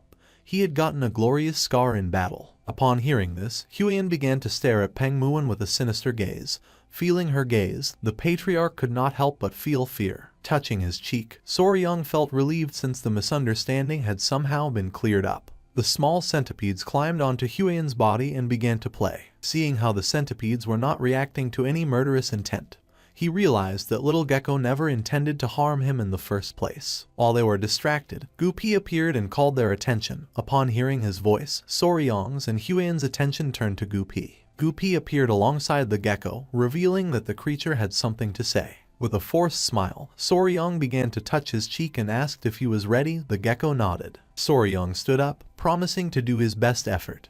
But before that, he wanted to ask something to the gecko. He began to observe our boy and became somewhat curious. Showing a finger, Soryang asked what geckos ate, since if he was going to cut her tail off, she was going to need to eat something nutritious in order to recover well. Taking small jumps, the gecko turned his back on them and began to move away. Soryang panicked and started to follow him. The little gecko moved several meters away and stopped near a small plant. Soryang's eyes filled with curiosity and his attention focused on the plant. Using his mouth, the gecko pulled out the plant and began to show it to Soryang. Our boy took the small plant in his hand. Peng Muon and Huan began to observe it closely.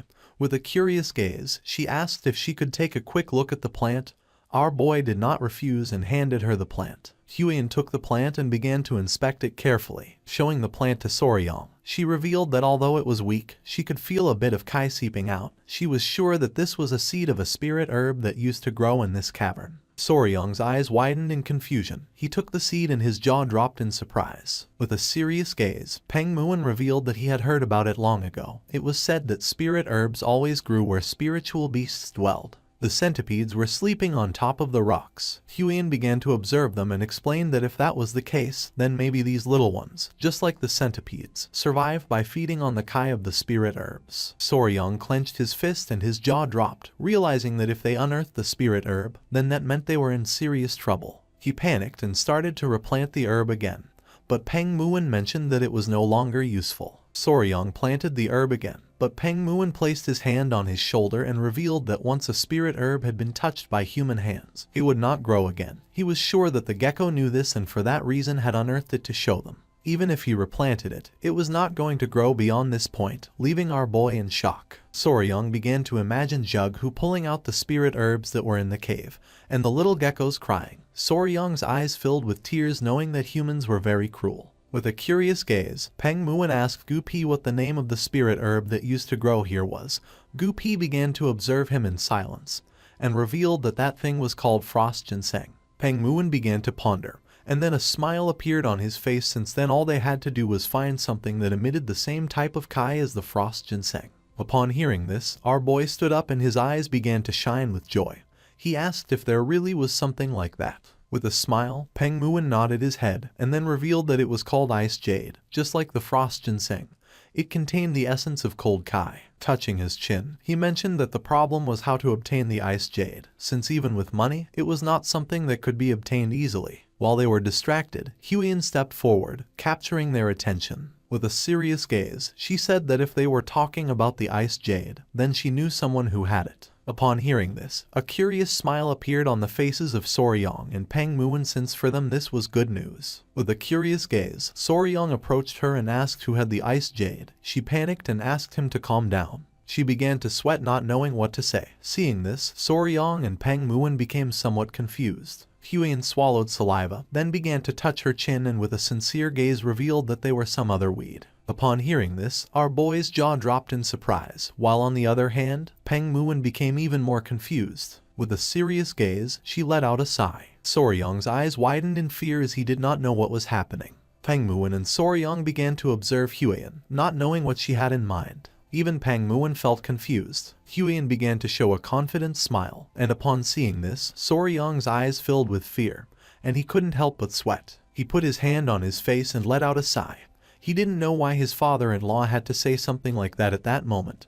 He remembered that in this world girls were called weed. Peng Muin crossed his arms and asked who was that other weed who supposedly had the ice jade. Soryong came out of his thoughts and his jaw dropped in surprise, leaving him in shock. Huiyan began to show a confident gaze. Showing a finger, she revealed that one of the 3 flowers of Muram was known as the Flame Queen Peony.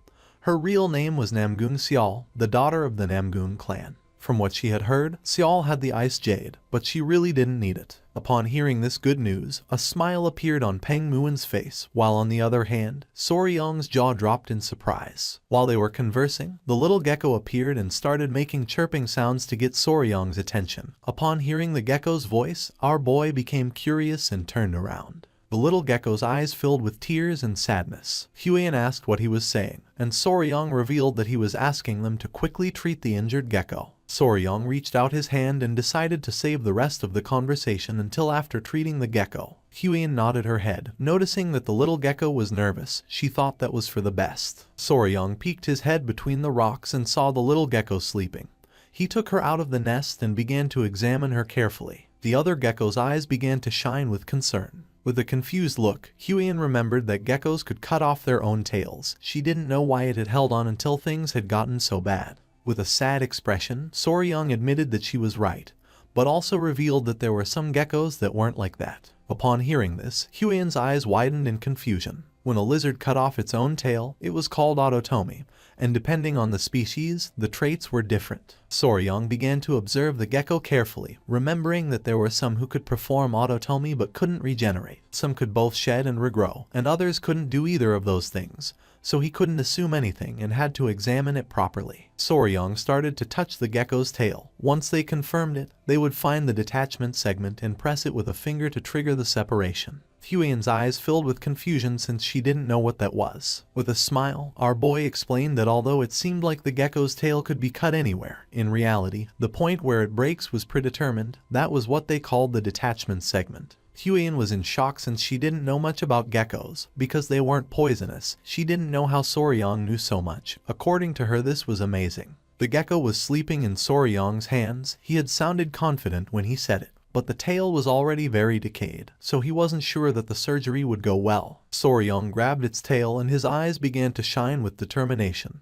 He had to try anyway since he was spicy Fabry. A few minutes later, Soryong and Huiyan began performing the surgery. Peng Muin, who was sitting on a rock, realized that this was taking longer than he had thought. With a serious gaze, he started staring at Soryong, and the little gecko began to emit chirps. A few minutes later, with the gecko sleeping in his arms, Soryong appeared. Lord Peng Muin asked what had happened to the gecko. Huiyan began to show a smile, while on the other side, with a joyful gaze, Soryong revealed that fortunately the surgery had gone well. As long as they took good care of her, she should be fine. Upon hearing this, the little gecko couldn't help but cry and show a grateful smile. Our boy sat next to the gecko and felt happy to see that he was so happy. Peng Muin's gaze fixed on our boy. The more he looked at him, the more incredible he seemed. The pair of geckos returned to the nest. Now that the surgery had been completed, Soryong and the others decided to stay nearby and monitor its condition for a few days. A few days later, with a curious smile, Soryong and Huiyan returned to the cavern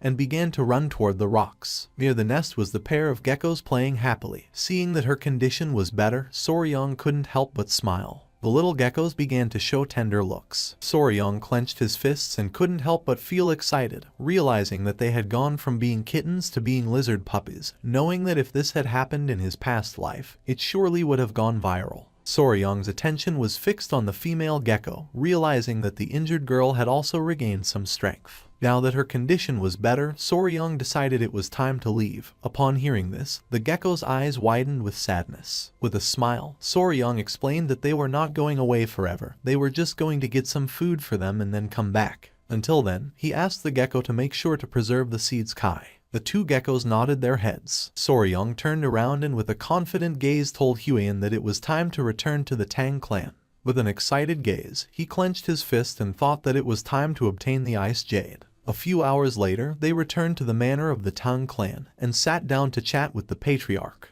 Back in the Tang clan, leaving behind the geckos, a few pieces of news had arrived, and among them Without a doubt, the biggest incident had been the matter related to the blood cult. The patriarch interlaced his hands and with a serious gaze decided to speak about that matter. After the identity of a spy infiltrated in the Murim alliance was revealed, their warriors followed the owl that an assistant had raised. A man with a mustache hid behind a tree, and when he peeked out, his eyes widened in surprise and fear. The owl arrived at the hideout of the blood cult, which was filled with ninjas. Coincidentally, a squad had just returned to the Murim alliance, and they had sent them poison extracted from tiger-striped water snakes, which had played an important role when they raided the hideout. Showing a letter, the patriarch revealed that the leader of the alliance had personally sent a handwritten letter of gratitude.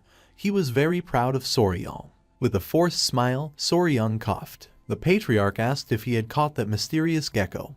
He decided to stop by the toxic creature garden himself to see how it looked. Soryong began to sweat and with a nervous gaze mentioned that one could say they had half caught the gecko. Upon hearing this, the patriarch felt somewhat confused. Just then, with a serious expression, Huiyin decided to explain everything that had happened so far to her father. The patriarch put the cup of tea on the table.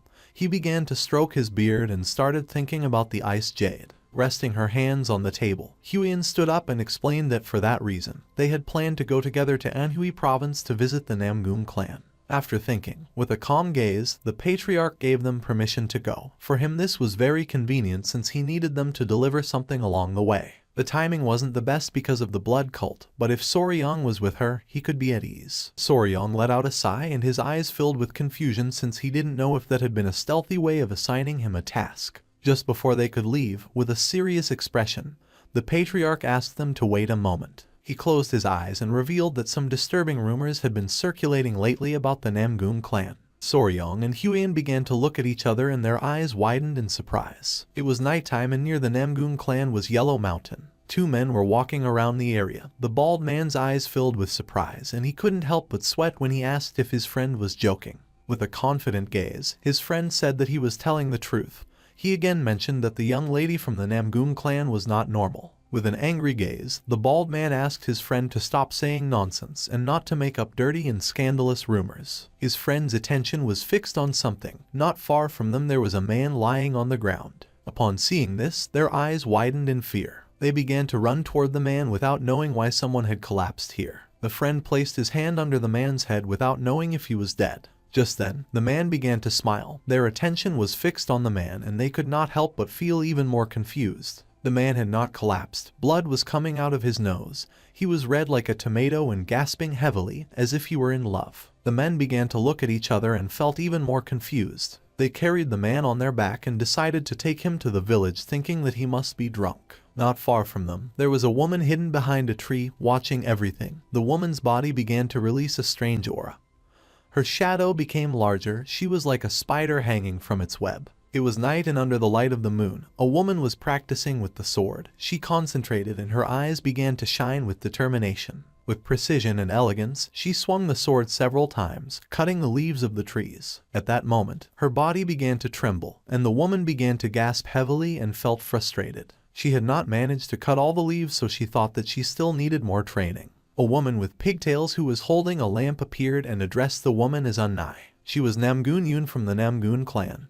With a serious expression she suggested returning now since if they arrived late, they were going to be caught. Yun knew that her father was going to scold her if they were caught this time. She admitted that the sword handling was great, but as the eldest daughter of their family, Unnai had to take better care of herself. Unnai began to observe Yun in silence. Using her hand, she took off her hat and with a sincere gaze admitted that Yun was right. She was the eldest daughter of the Namgun clan, also known as the Flame Queen Peony or Soul. At that moment, she began to cough strongly. Seeing this, Yun's eyes filled with concern since she did not know if Seul was okay. Unnai clenched her fist and her face turned pale, since she suffered from the disease called overflowing Kai deviation.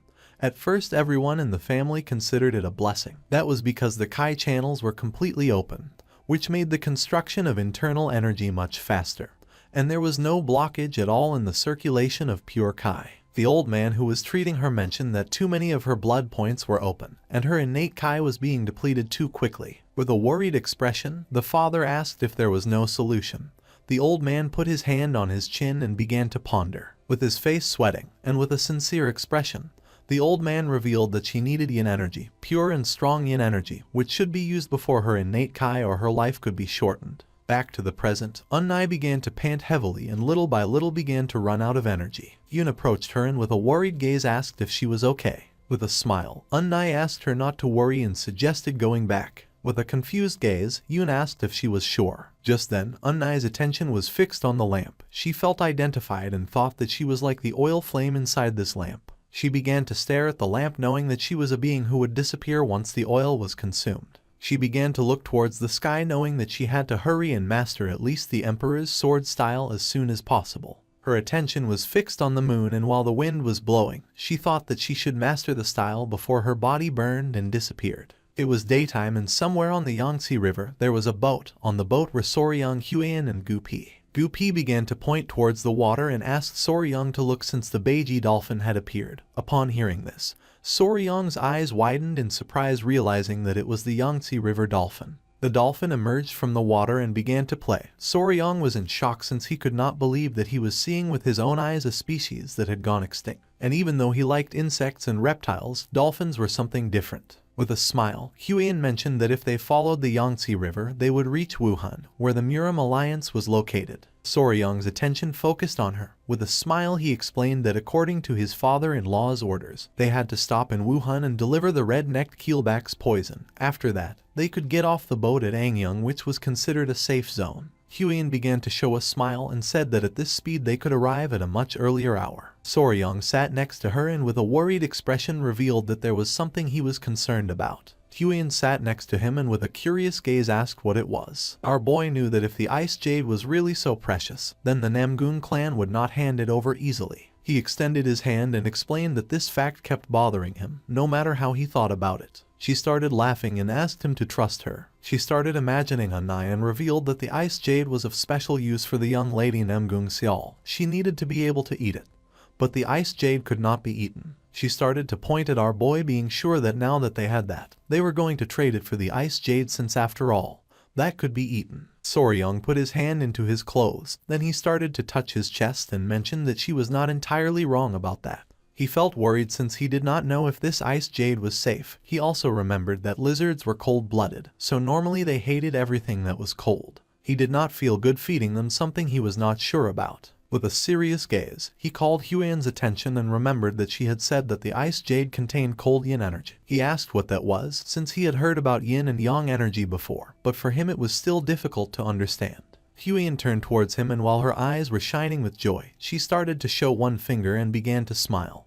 Because it was important for martial arts cultivation, she decided to explain, but asked our boy to listen carefully and remember. The yin kai was the kai that created the yin fire, and among the kiss of heaven and earth, it referred to the kai that sank downwards and gathered. With a serious expression she revealed that normally, yin energy suppressed the activity of living beings.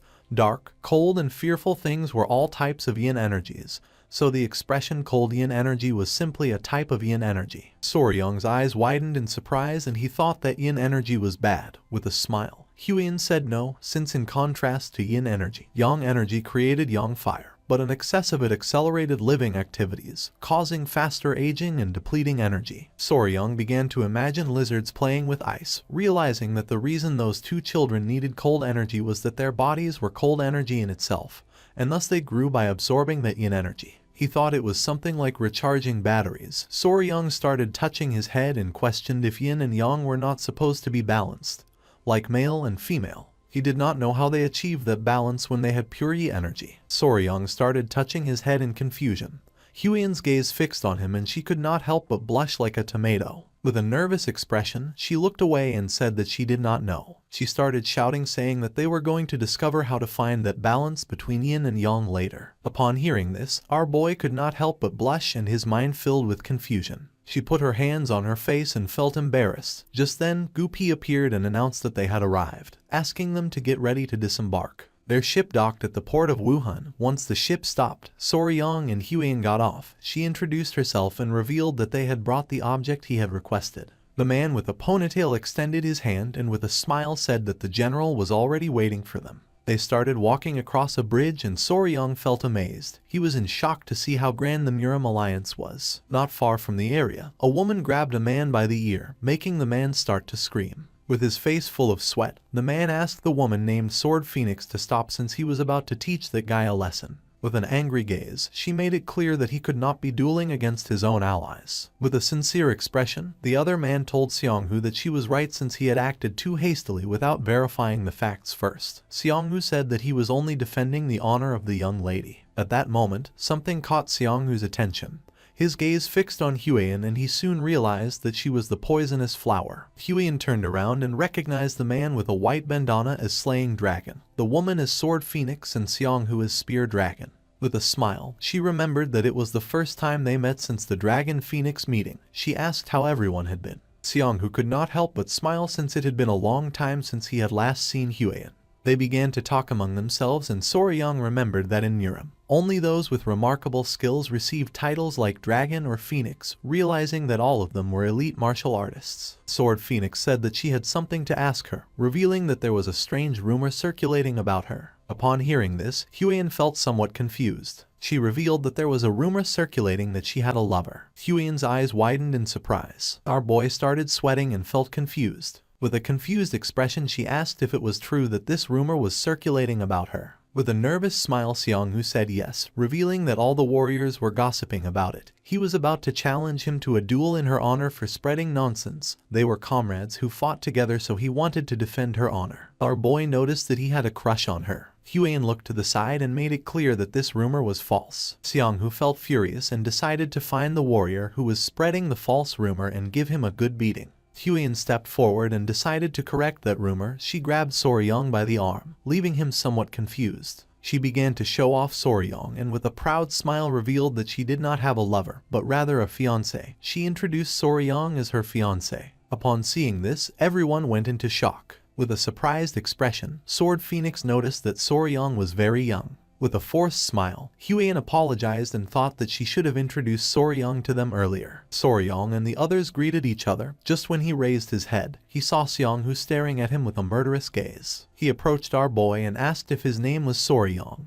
With a face full of fear, Soryong said yes. Seonghu knelt before our boy, leaving everyone in shock. He introduced himself as Young Seonghu, the spear dragon of the Yang family of Sincheng. Our boy started sweating like crazy. With an angry expression, Seonghu challenged Soryong to a duel. Seonghu asked Soryong to accept the duel, leaving them in shock. Sword Phoenix and Slaying Dragon let out a sigh and felt somewhat disappointed upon seeing Seonghu's attitude. With his face full of sweat, Soryong asked if he really wanted to challenge him to a duel. With eyes shining with rage, Seonghu said that he wanted to have a duel man-to-man. Just then, Sword Phoenix grabbed Seonghu by the collar and pulled him, leaving him somewhat confused. With an angry gaze, Huiyin asked what Seonghu was doing, suddenly asking for a duel. With eyes shining with rage, Sword Phoenix began staring at Seonghu and asked him to take things seriously. Soryong's eyes began to shine with confusion.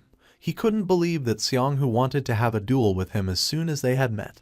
He didn't know why he kept meeting strange people. At that moment, someone wearing white clothing approached them and asked why they were making such a fuss. This man was none other than the military advisor, Junju. Soryong closed his eyes and greeted the military advisor with respect. Upon seeing this, Seonghu's eyes filled with fear, and he couldn't help but panic. Junju hit Seonghu in the face with the fan and with a furious gaze demanded to know what he was doing to the guests. Upon receiving the blow, poor Seonghu panicked. With a kind smile, Junju suggested going together to the Heavenly Martial Pavilion where the leader of the alliance was. Soryong's eyes widened in surprise and he nodded his head. Junju, Soryong, and Huiyin went to the Martial Pavilion. Seonghu clenched his fist and his eyes began to shine with rage since he wanted to have a duel with Soryong.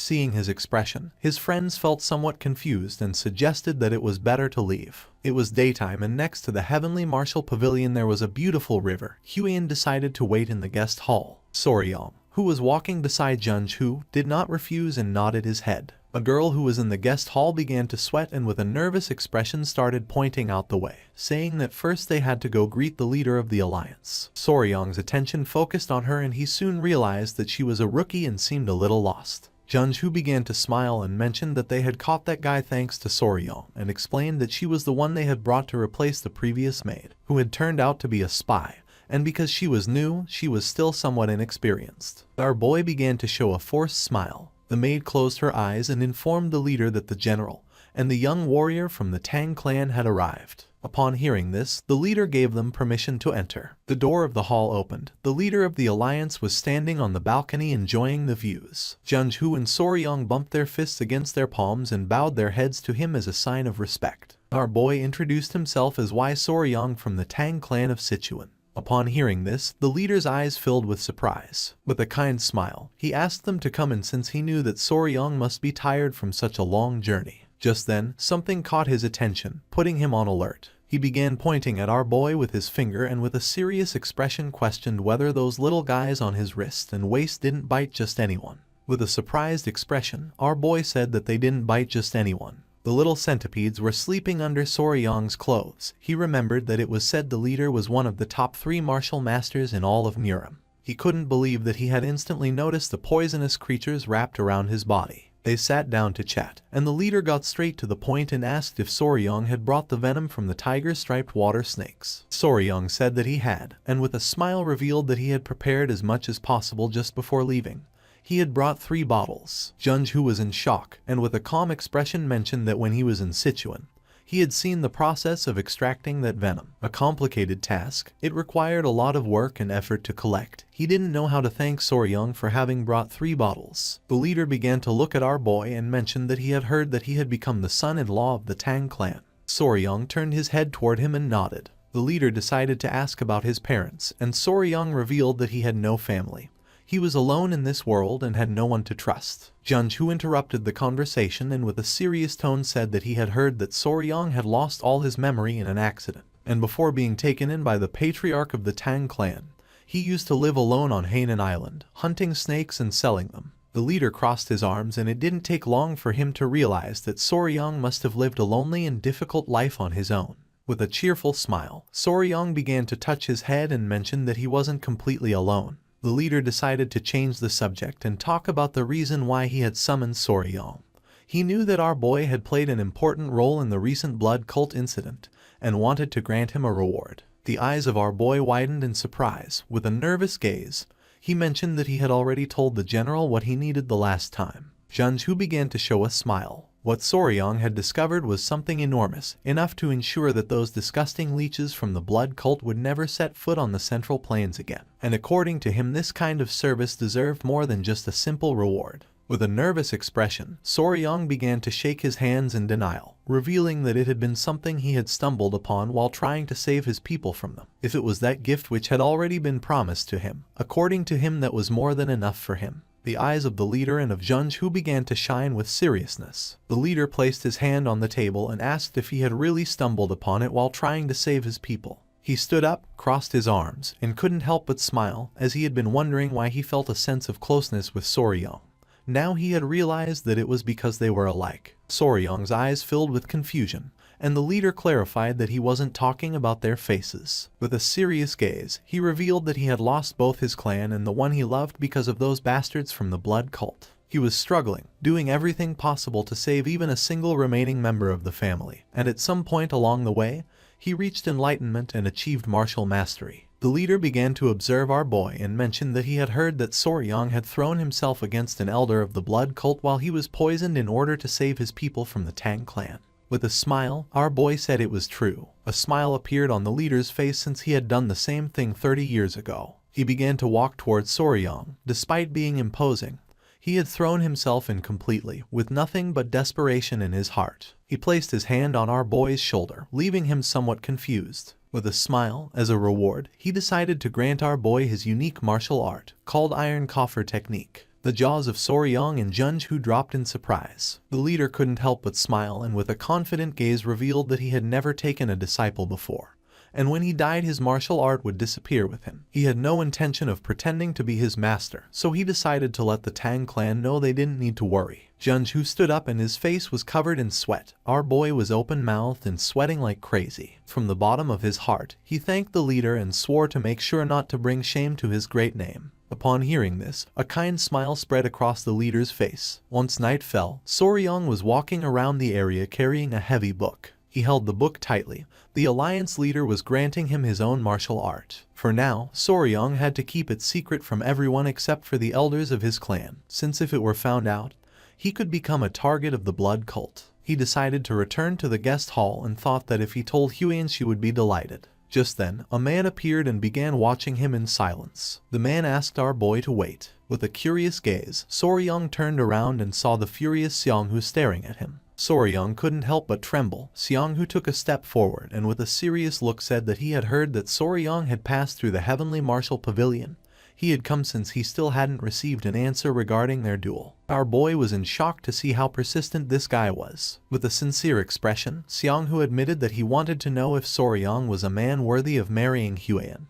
He wanted Soryong to prove it. With a nervous gaze, Soryong said that a duel was very dangerous. Pointing at the spear with his finger, Seonghu explained that he shouldn't worry about that, since he was going to remove the tips from his spear. With a piercing gaze, Soryong revealed that he was worried because he was afraid that Seonghu could end up dead. Both remained silent for several minutes, looking at each other. Soryong's words made Seonghu angry. He grabbed Soryong by the collar and with a furious gaze demanded to know what he had just said. Just then, something that was hidden in our boy's clothes started to move. Seonghu's attention fixed on it, leaving him somewhat confused. With a furious gaze, the small centipedes emerged from Soryong's clothes and lunged at Seonghu. At that moment, our boy caught the centipedes and asked them not to bite Seonghu. The arrogant Seonghu fell on his butt to the ground, his face filled with sweat and fear since he didn't know what was happening. Soryong approached him and with a smile mentioned that as he had told him it was dangerous. Soryong sat in front of Seonghu, making him start to sweat like crazy. With shining eyes, with an arrogant expression, Soryong made it clear that he had already forgiven him once. Seonghu began to pant heavily with fear and realized that Soryong was not joking. If our boy had not stopped the centipedes, he really would have died. Soryong stood up and began to show a penetrating gaze. Seonghu realized that he was a fearsome man. In Yan Seonghu's eyes, Soryong was like a monster. Our boy asked if he was okay, and at that moment, Hayan appeared and with a confused gaze asked what they were doing. Upon hearing her voice, Soryong's eyes widened in surprise, making him panic. With eyes shining with rage and a murderous intent, she questioned whether Seonghu was planning to harm Soryong. Resting his hand on Seonghu's shoulder, with a forced smile, Soryong explained that there had been a misunderstanding. He had gotten lost after leaving the pavilion, and at that moment Seonghu had appeared and offered to show him the way, so for this reason, they were together. Huiyan began to ponder in silence. She did not know whether to believe that Seonghu had offered to show Soryong the way. Upon observing closely, she saw that the centipedes were restless. With a nervous gaze, Soryong placed one of the small centipedes on Seonghu's head and mentioned that after chatting he wanted to show the centipedes to Seonghu. So he had asked Seonghu to release a bit of killing intent and this was what had happened. Our boy explained that he was only joking with Seonghu. Seonghu was confused, but decided to play along with Soryong. He stood up and placing his hand on his shoulder, with a smile mentioned that Soryong was right. Huiyan's eyes filled with suspicion. She didn't know if they were telling the truth. She thanked Seonghu for guiding Soryong and decided it was time to return to the reception hall. With a nervous smile, Soryong nodded and started running. Seonghu put his hand on top of his head and let out a sigh of relief since he had narrowly avoided getting into trouble. While Soryong was walking away, he turned around and with a smile made it clear that he had saved Seonghu's life twice. After saying this, they left. Seonghu's jaw dropped in confusion. He didn't know what was happening. The next morning, the ships began to arrive at the port. Soryong, Huiyan and Gupi got ready to leave. With a smile, she greeted Seonghu and the others by bowing her head and explained that they had something to do, so they had to go, thanking everyone for their kindness. Slaying Dragon asked both of them to take care. Just before they could leave, with a curious gaze, Sword Phoenix asked Soryong to wait a moment. Then, she placed her hand on Seonghu's shoulder, with eyes full of nervousness. He bowed his head to Soryong as a sign of respect. Sword Phoenix mentioned that she had heard what Seonghu had done and thanked Soryong for his generosity. Soryong's eyes widened in confusion. Seonghu started touching his head and with a nervous gaze thanked our boy, explaining that after talking with Sword Phoenix at night, he had realized how foolish he had been. A proud smile appeared on the faces of his friends. With eyes full of tears, he clenched his fists and revealed that he had convinced himself when he saw Soryong's great tolerance, who had covered up his bad manners. According to him, Soryong was the most suitable as Huiyan's fiancé. He asked our boy to take good care of her in the future. Soryong said goodbye to them and couldn't help but smile.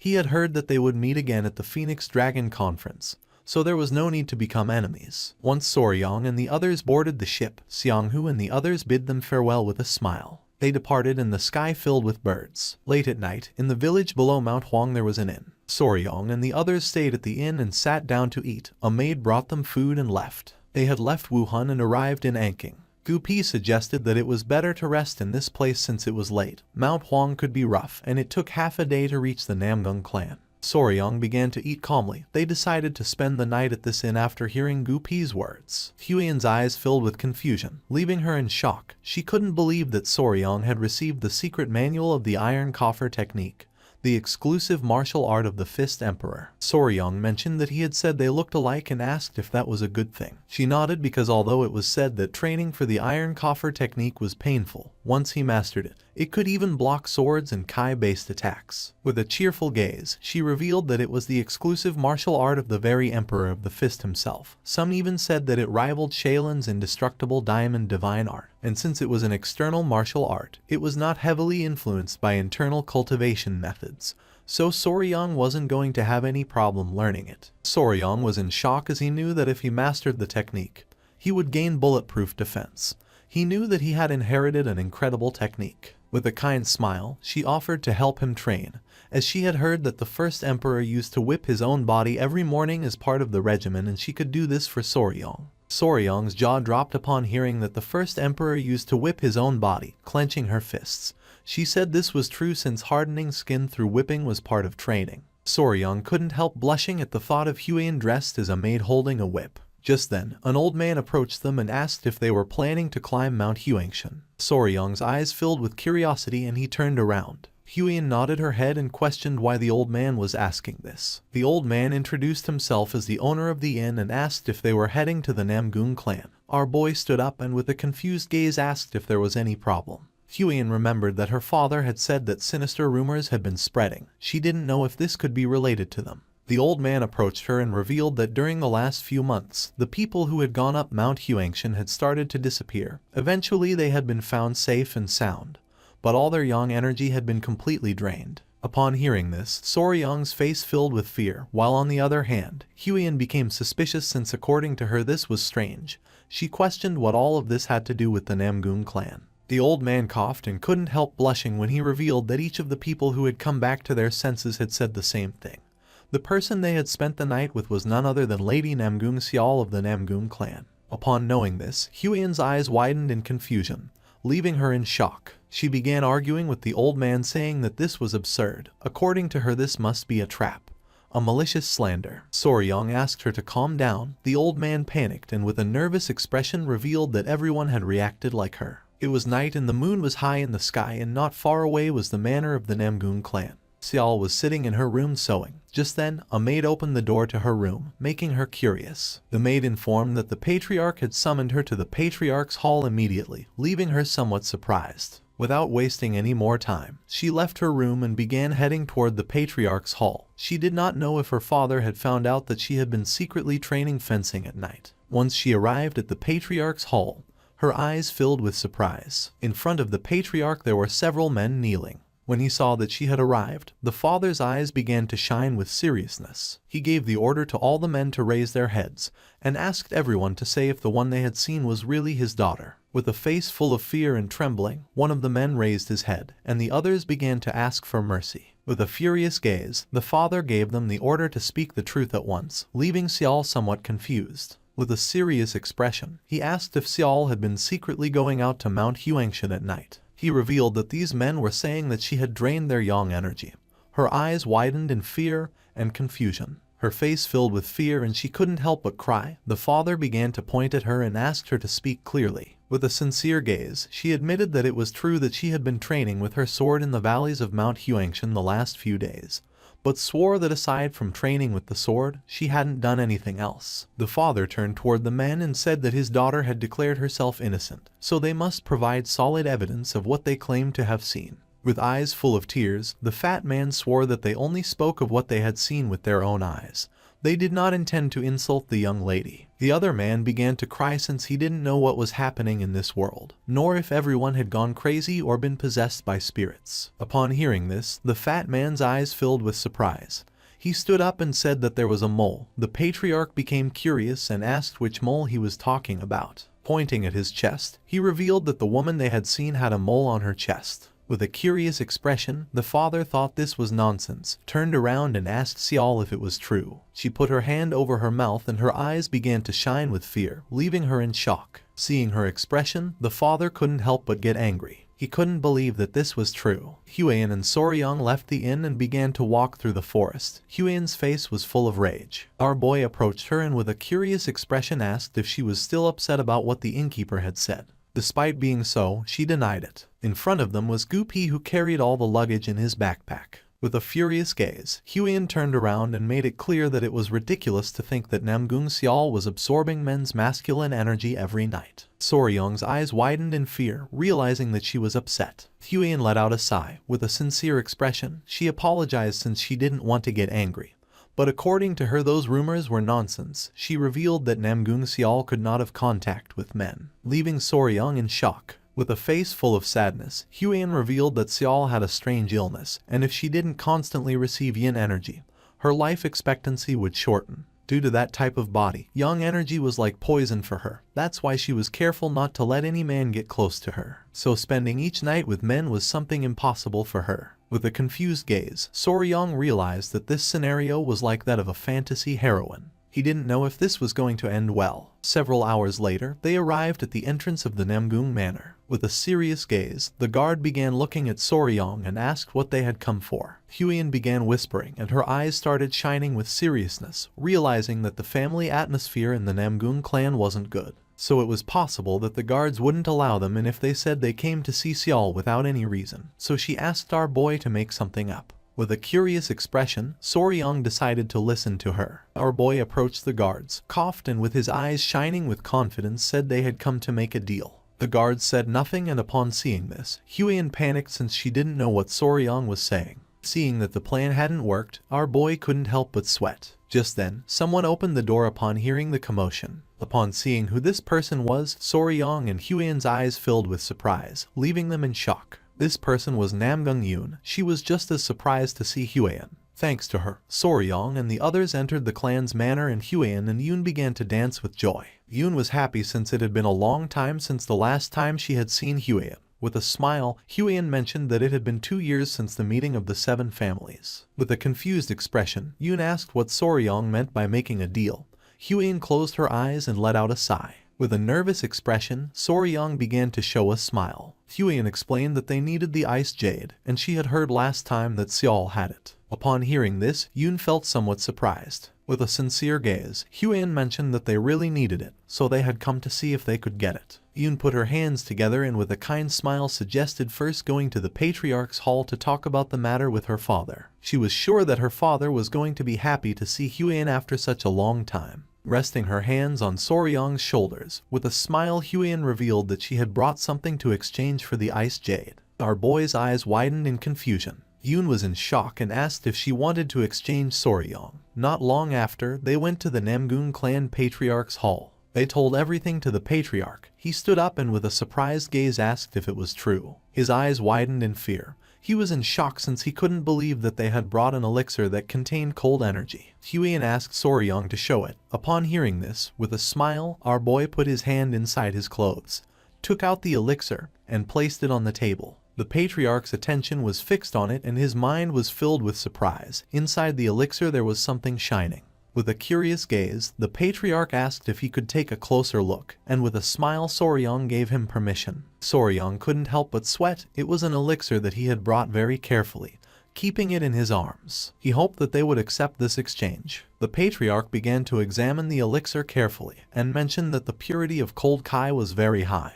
With this, she could endure at least 10 years. With a curious expression, Yoon asked if really it was so incredible. Because it was so valuable, the patriarch decided to exchange it for the ice jade. Upon hearing this, a joyful smile appeared on the faces of Huan and Soryang.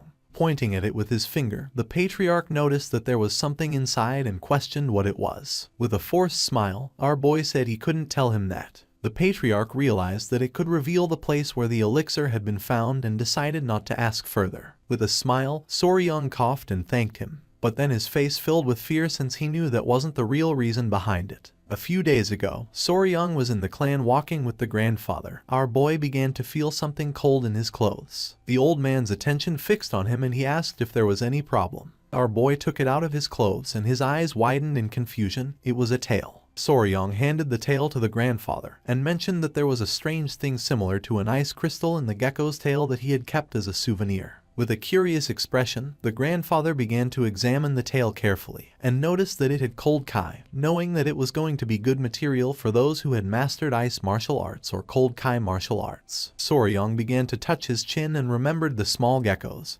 He thought they stored nutrients in their tails, like fate-tailed gecko. He would have never thought that it was actually cold kai. With a smile, the grandfather asked if Soryang wanted to try turning the tail into an elixir. Back in the present, our boy was in shock since he knew that a withered gecko's tail wasn't even worth mentioning. With a cheerful gaze, the patriarch asked Yoon to go tell her sister to exchange this elixir for the ice jade. Upon hearing this, she nodded. Now that they were already here, he asked them to rest a little. He had to organize a party to welcome the guests of his clan.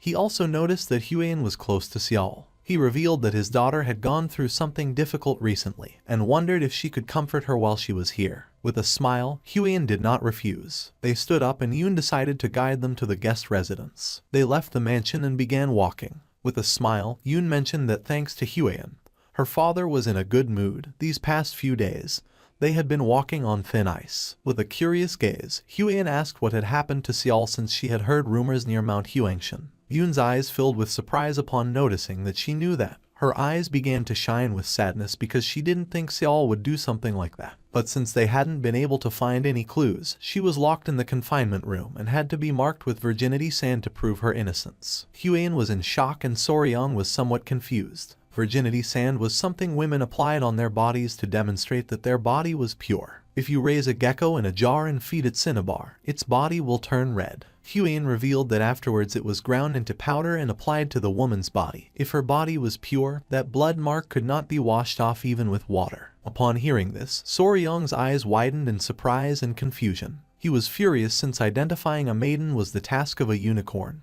not that of a gecko. Seeing Soryang's expression, Hwaein panicked. Just then, they arrived at the place where Seol was, catching their attention. Soryang's eyes widened in surprise. Not far from them sat Seol with the blood mark still on her hand. With a smile, Hwaein greeted her. Upon seeing Hwaein, Seol couldn't help but go into shock. Yoon revealed that she had brought an elixir containing cold kai. Their father wanted her to exchange it for the ice jade. Yoon gave Seol the elixir. Her eyes widened with curiosity and her jaw dropped upon noticing the immense cold kai of it. She thanked them and decided to make the exchange, making Hwaein and Soryang feel happy. She took out the ice jade and handed it to Soryang. Our boy began to observe it carefully and couldn't help but smile. Just then, with a sad gaze, Seol let out a sigh. The attention of our boy and Hwaein focused on her. With a sincere gaze, Hwaein admitted having heard the rumors. She didn't believe that Seol would do something like that, so she asked her not to get too discouraged. With an expression full of sadness, she mentioned that there were many witnesses who knew where her mole was. Soryang's eyes filled with emotion upon realizing that this was a mysterious case. He put his hand over his face and couldn't help but smile. Our boy was an expert in this kind of thing, and in his previous life he was called Sherlock Faber when they played escape in deduction rooms. With a smile, he asked if Seol had ever bathed alone in a pond or river at night. She began to observe our boy and felt confused. With a serene expression, Hwaein asked if he wanted to know if someone had been spying on her. Soryang's jaw dropped when he realized she was right. With her face full of sweat, Seol admitted never having bathed outside, and even if they had seen her, they had no reason to defame her. The people who were in the reception hall were like family since they lived together in the village at the foot of the mountain. Yoon mocked Soryang, saying that he was wrong. Soryang's face filled with sweat. He couldn't believe that he had failed. He fell to his knees on the ground and begged for forgiveness. Just then, Hwaein noticed something. Putting her hands together and with a smile, she revealed that she had solved the mystery. According to her, there was only one probable explanation for this situation. Everyone's attention turned to her and all felt confused and curious. With a serious gaze, she revealed the probable explanation for this situation. With a serene expression, Hwaein decided to reveal the identity of the possible culprit. Everyone began to look at her with a curious expression. Huyen remained silent until several seconds later, with eyes shining with confidence, she revealed that the culprit was a ghost. The faces of Yoon and Seol were filled with sweat and their eyes widened in surprise, leaving them in shock. Huyen nodded her head. Soryong's eyes filled with confusion since he was thinking that she was going to say something profound. He didn't know why she suddenly started talking about ghosts. With a curious expression, Soryong began to touch his chin and started thinking about it. He remembered encountering the ghost of the blue-spotted centipede after it died, so this situation wasn't so absurd. Soryong extended his hand and asked Seol if by any chance she had touched or done something strange lately, like eating the inner core of a spiritual beast. Seol began to ponder and with a serious gaze revealed that she had recently touched an acorn and also a tree branch. Soryong and Huyen began to sweat and felt confused, realizing that this was what they called idiotic charm. Seol's eyes widened in surprise. She clasped her hands and remembered something. She revealed that while she was training alone at night, she felt the presence of someone. It was as if someone had been watching her all the time. With a confused expression, Yoon asked her sister if this was true. Seol nodded her head. She had no doubt about it. She had clearly felt it. At first she thought it was Yoon, and when she went to check there was no one. She put her hand on her chin and couldn't help but wonder if she was being too sensitive. Soryong began to observe her, knowing that this was a suspicious situation.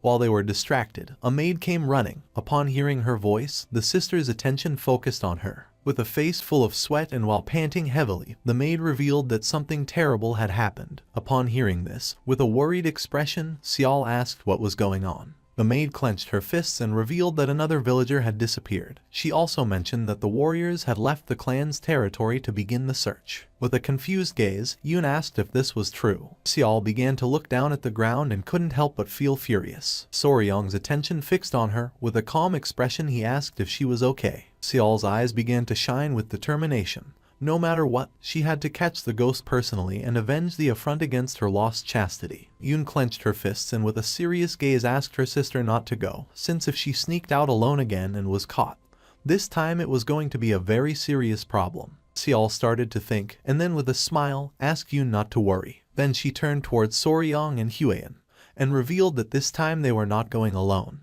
With a confused gaze, Yoon asked what she meant by that. Seol approached Huyen and grabbed her hand, and with a sad expression asked if the two of them were willing to help her. Soryong and Huyen's eyes widened in surprise, leaving them in shock. Night fell and somewhere in the forest there was a small owl sitting on a branch. When it turned around it saw Soryong and the others searching the area. With her body trembling and her eyes full of tears, Yoon grabbed Huyen by the arm knowing that if she was caught this time, they were going to lock her up in the closed cultivation room.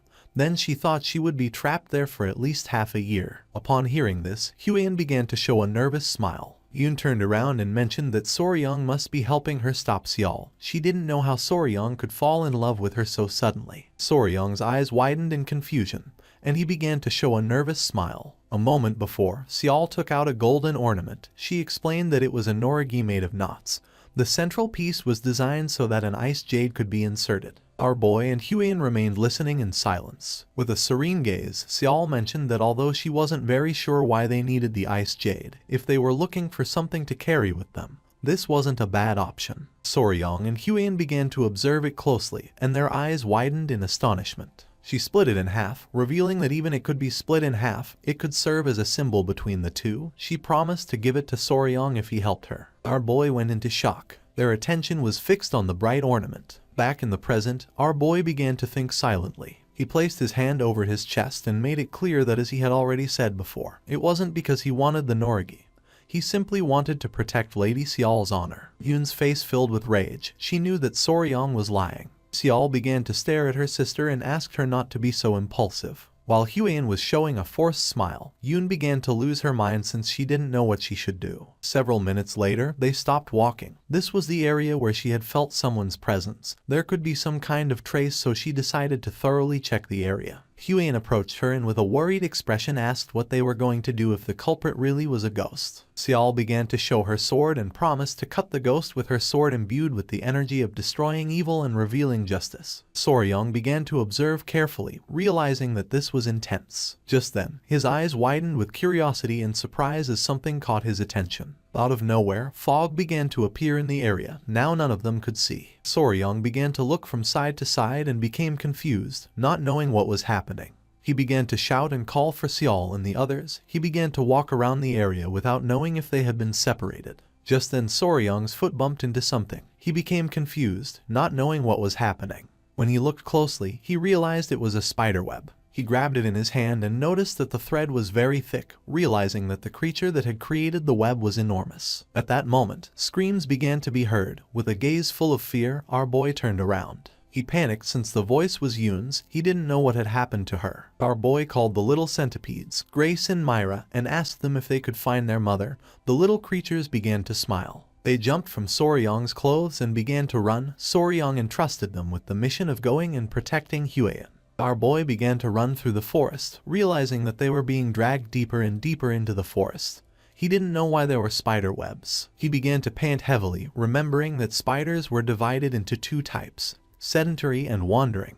The sedentary ones built a web and stayed in one place, while the wandering ones roamed like vagabonds. The forest was full of spider webs. He knew that no way, none of them wove flat webs on the ground, which meant this was not an ordinary spider. Red fog was all over the forest, and once the fog began to clear, with a serious expression Soryong decided to hurry and find Yoon and the others. Several seconds later, our boy stopped walking. The trees in front of him were full of cobwebs. He began to observe this and his eyes widened in confusion since he didn't know what was happening.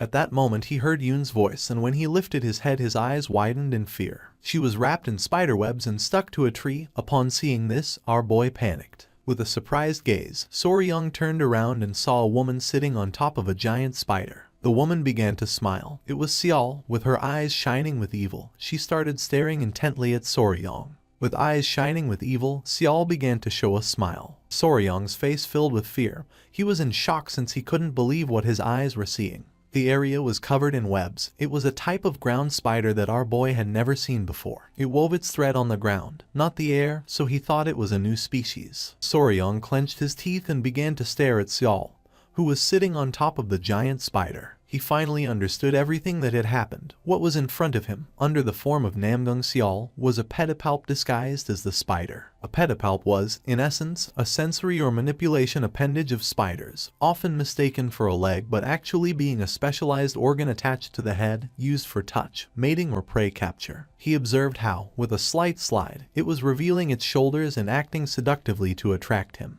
and thought that this must be the result of evolution to attract male prey. Soryong began to blush and thought there was no need for that, since he had already been captivated. Yoon regained consciousness and tried to free herself from the silk that was wrapped around her body. Her attention was fixed on Soryong. She was furious to see that even he had fallen into the trap. Without hesitating for a second, our boy began to walk toward her. Seeing this, a smile appeared on the spider's face. With his face full of love, Soryong mentioned that she was very beautiful. Without wasting another second, he hugged the spider, leaving her in shock. Her eyes began to shine with evil, and with a smile, she prepared to attack Soryong. At that moment, our boy gave the order to one of the centipedes to bite. In the blink of an eye, the small centipede emerged from Soryong's clothes and bit the spider on the neck. She opened her mouth and began to scream in agony. Soryong moved away. The little centipede jumped and returned with our boy. With eyes full of tears, the spider reached out to Soryong and tried to ask for help. Her expression was too realistic, and for our boy it was not surprising that people fell into her trap. She put her hand on her neck and began to feel dizzy. Not long after, she collapsed to the ground. Soryong began to pant heavily and his eyes widened in confusion.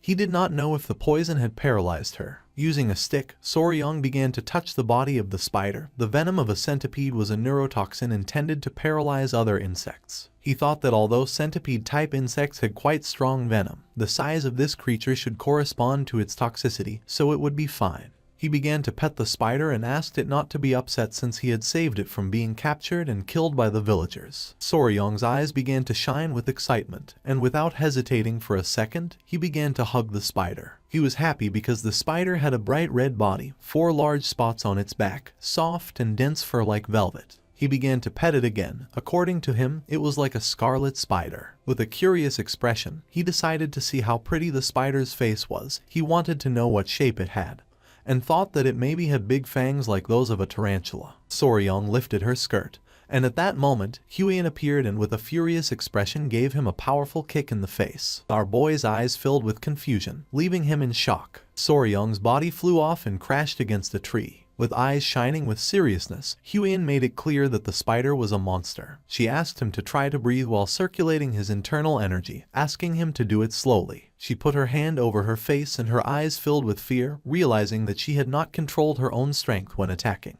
Soryong began to gaze toward the sky.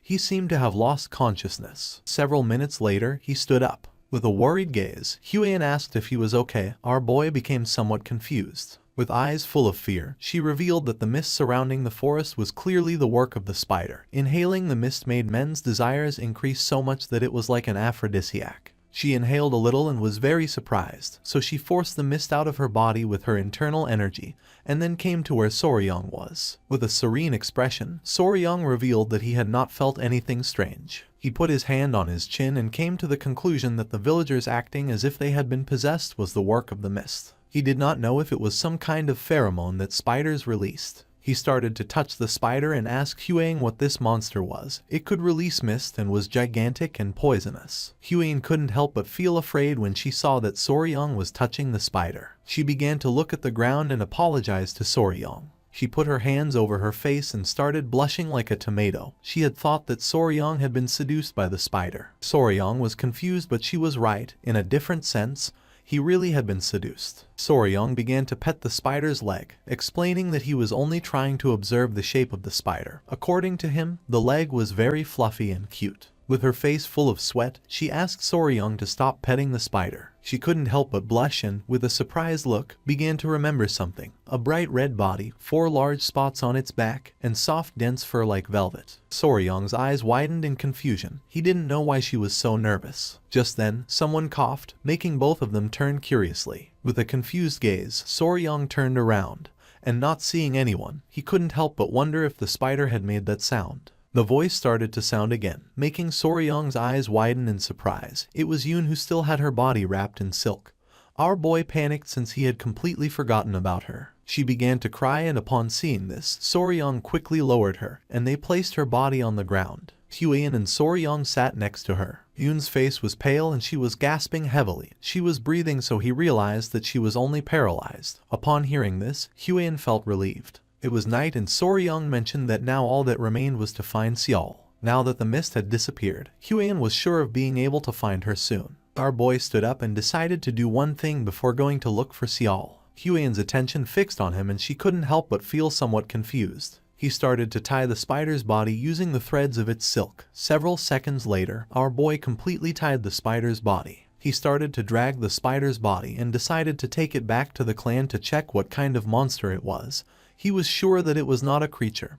Huion did not refuse. Not long after, Seol began to make her way through the forest and move toward them. Upon noticing this, Huion's eyes filled with surprise. Seol's eyes began to shine with worry upon seeing that Yoon was lying on the ground and gasping heavily. Her eyes filled with tears and rage. The spider had not only dared to stain her honor, but had also dared to hurt her little sister. She began to draw her sword and prepared to kill the spider. Seeing this, Soryong panicked and asked her to wait. Without hesitating for a second, Soryong started running and stood in front of the spider. Seeing this, Seol stopped. She began pointing at the spider with her sword and with a serious gaze asked our boy to get out of the way. With an expression full of determination, Soryong stood firm in his decision and refused to step aside. Upon seeing this, Seol felt confused. Soryong began to point at himself with his finger and made it clear that he had been the one who had caught the creature, so now it was his. Huion's eyes widened in surprise, leaving her in shock. Seol began to gaze toward the ground in silence, not knowing what to do. She let out a sigh, and while her eyes were shining with rage, she began to stare intently at Soryong and asked what he had just said.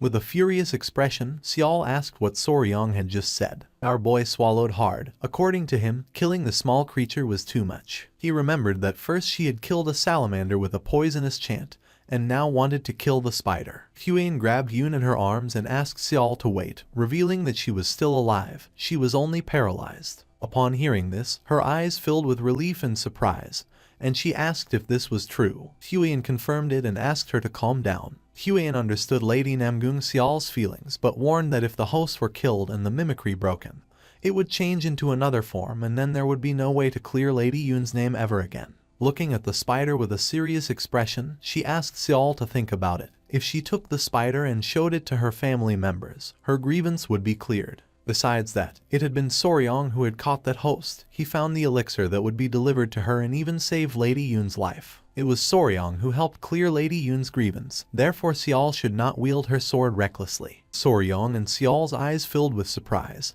She let out a sigh and began to think about it. She put away her sword and apologized to Soryong, explaining that she had not considered the kindness he had shown her. With a confused gaze, Soryong began to wave his hands, saying that this was not important. With a smile, he gave Huyen thumbs up and could not help but praise her for being able to think so logically in a situation like this. Observing the spider carefully, Xiao asked what Soryong planned to do with the creature. Our boy explained that, for now, he planned to forgive it and take it back to the Tang clan. Soryong began to caress Xiao's head and with a face full of emotion mentioned that she was very cute. Upon hearing this, Xiao's eyes filled with surprise and she couldn't help but blush like a tomato. She misunderstood the situation, started touching her fingers and got nervous mentioning that Soryong already had Lady Huyen.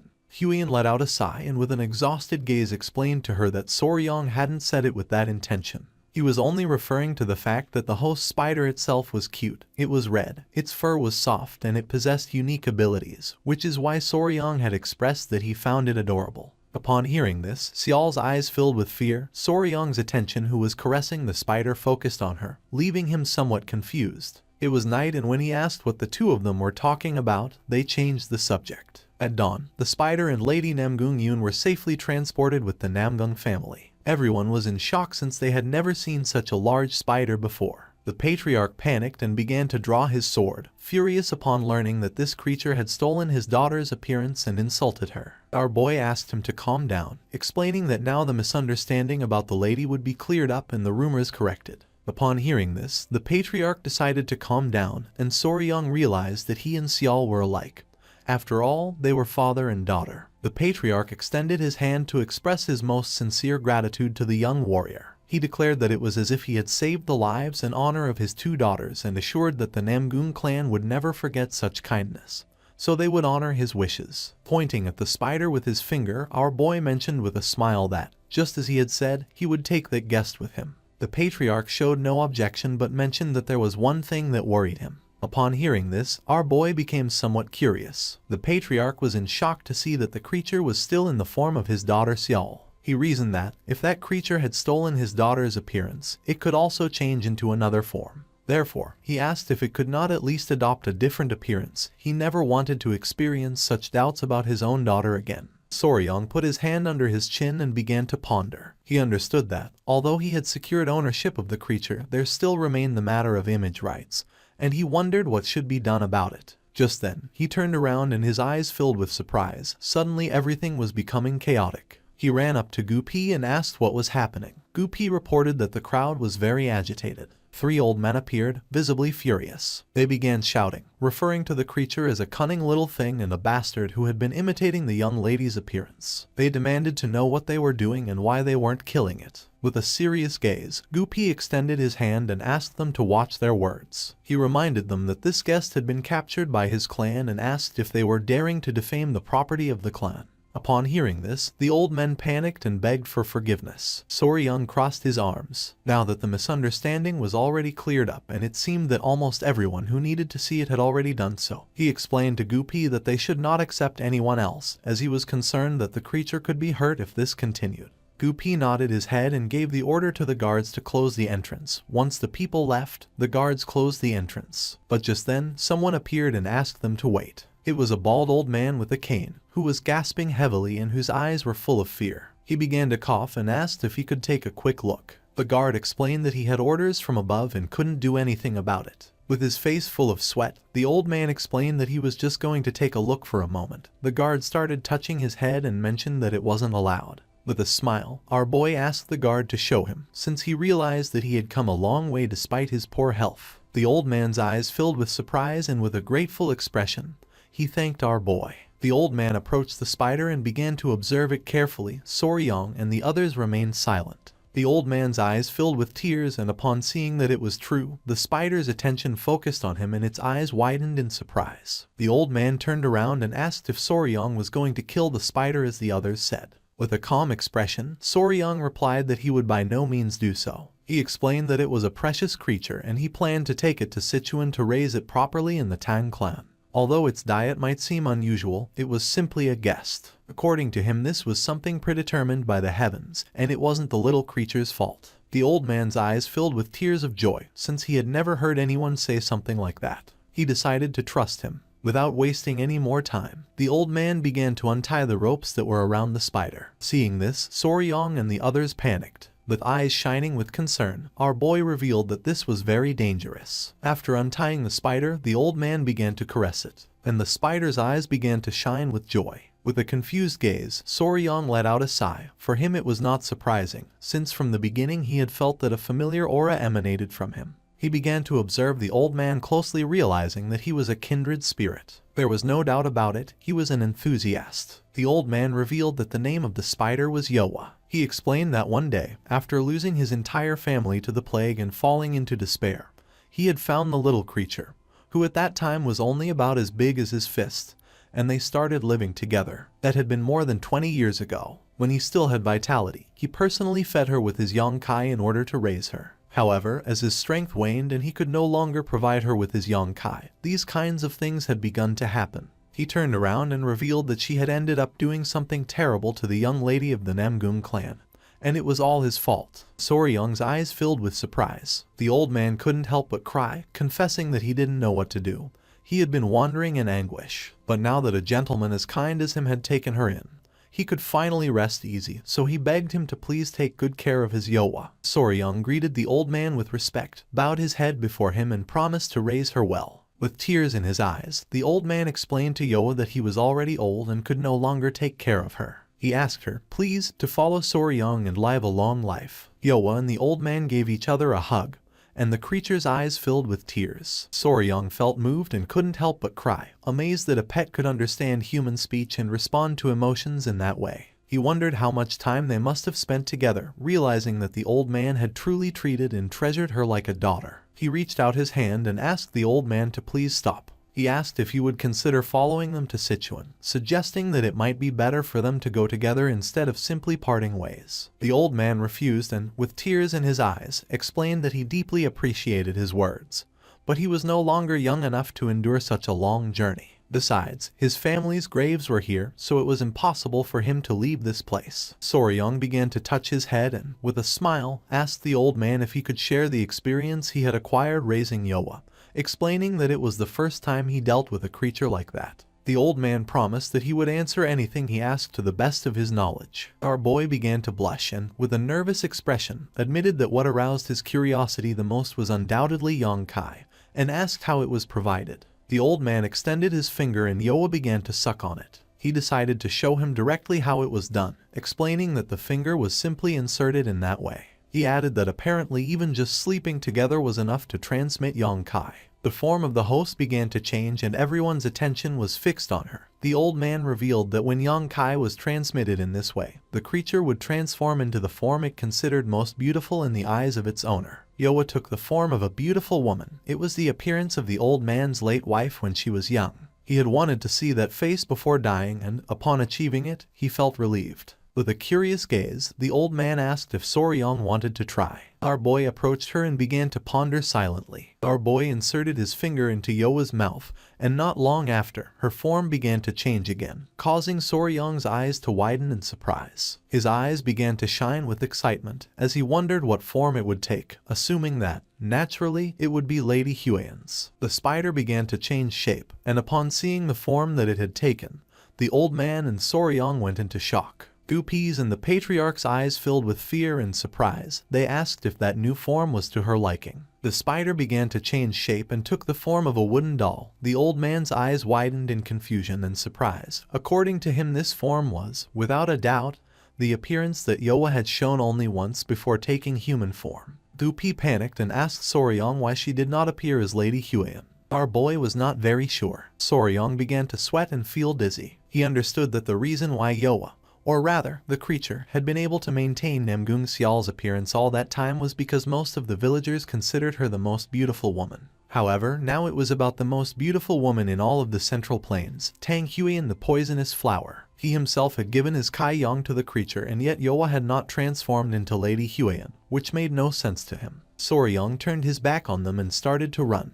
He was sure that the Tang clan would see this as nothing other than a betrayal against them. Seeing this, Gupi and the others were thrown into confusion. Soryong began to pant heavily. For him, this was inconceivable. He refused to accept that his fascination with poisons was stronger than his admiration for Lady Huiyan, much less that this was the reason why the creature had revealed its true form. He was convinced that there clearly had to be another explanation for what was happening. At the same time, Huang was in Namgung Yun's room at the guest residence. On the bed lay Yun. Not long after, Soryong opened the door running. Upon noticing this, Huang's eyes filled with confusion and surprise. She didn't know what was happening or why he was so out of breath. Soryong said he had a favor to ask her. With eyes shining with seriousness, he asked if he could hug her. This made her blush like a tomato. With a forced smile, Soryong began to wave his hands and asked her please not to misunderstand him, saying that it wasn't like that. Although later, changing his mind, he considered aloud that maybe a misunderstanding wouldn't be so bad after all. She stood up and clenched her fists and couldn't help but get nervous upon realizing that in the end he had found out. She put her hands over her face and revealed that she had not intended to hide it on purpose. She had only read about it in books,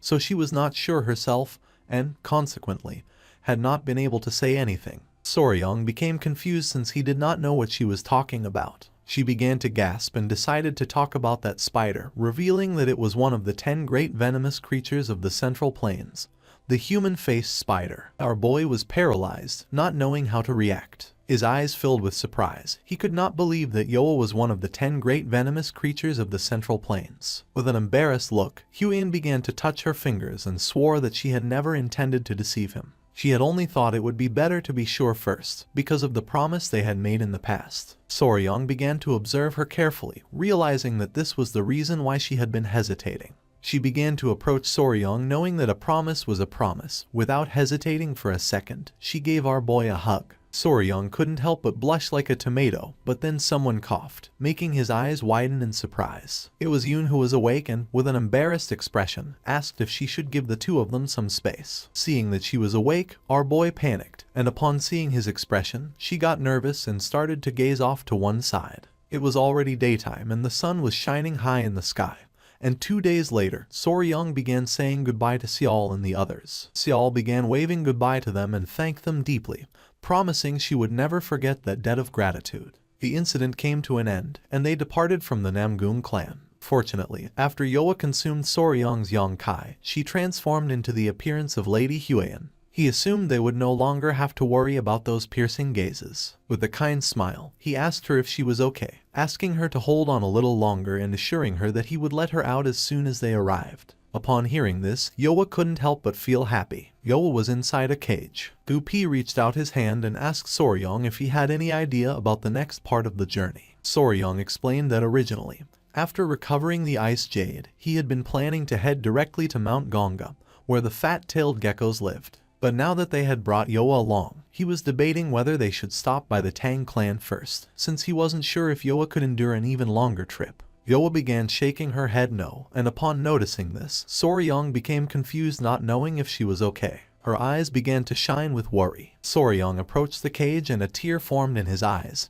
He couldn't believe it. He wondered if she was really worried about him. Thinking that she was such a kind and gentle soul moved him deeply. He thanked Yoa and promised her that he would take them there as quickly as he could. With a confident look, Soryong turned around and decided to go directly to Mount Gonga as planned. They would take the fat-tailed geckos and Yoa and return together to the Tang clan. Gupi nodded his head. They began sailing down the river. The sky was full of seagulls, and our boy was enjoying the views. Two people who were on the ship began to talk to each other. One of them asked the other if he had heard the news that, apparently, the leader of the alliance had personally led the Blue Dragon unit on an expedition this time. The other mentioned that he had heard that the guys captured during the recent raid on the Blood Cult base had revealed information about the locations of other fortresses. With a worried expression, the boy with a ponytail revealed that he had heard there were barely any casualties in that battle, which seemed quite incredible to him. It was said that someone had managed to create a poisonous mist that only affected members of the blood cult. Soryung was in shock since they were talking about him. With a curious gaze, the boy with the ponytail asked his friend who had accomplished such an incredible feat. The friend mentioned that since there was a possibility that the cult could retaliate, the Alliance had decided not to reveal his identity. Whoever it was, he was nothing less than a hero,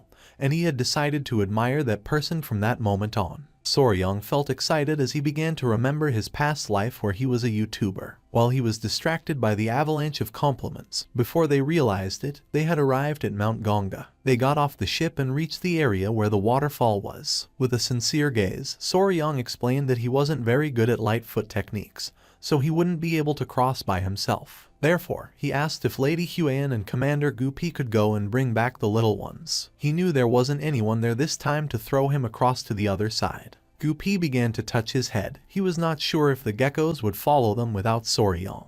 With a sincere gaze, Huang admitted that Gupi was right. She told Soryung that it would probably be better if he went in person, or else she asked him if she should try to extend a wild kudzu vine to the other side. With a confused expression, one of the warriors began to point toward the sky and asked Soryung to look. Our boy became somewhat confused and turned around. Yoa was climbing the mountain. Soryung panicked and asked her to come down. At that moment, the spider decided to use its silk and made a beautiful jump, passing over Soryung. She landed in front of them. The eyes of Soryung and the others were full of surprise. Yoa began to stretch her arms, and Soryung's attention was fixed on her. He wondered if that was ballooning and if Yoa was telling him that she could also fly because she was a spider. Ballooning. Most people didn't know it, but spiders, despite not having wings, were insects that could fly. By giving their body to the wind, they could fly dozens or even hundreds of kilometers. This phenomenon was called ballooning. Sometimes, while walking down the street, if one suddenly felt like they had walked into a web suspended in the air, that was the trace left by ballooning.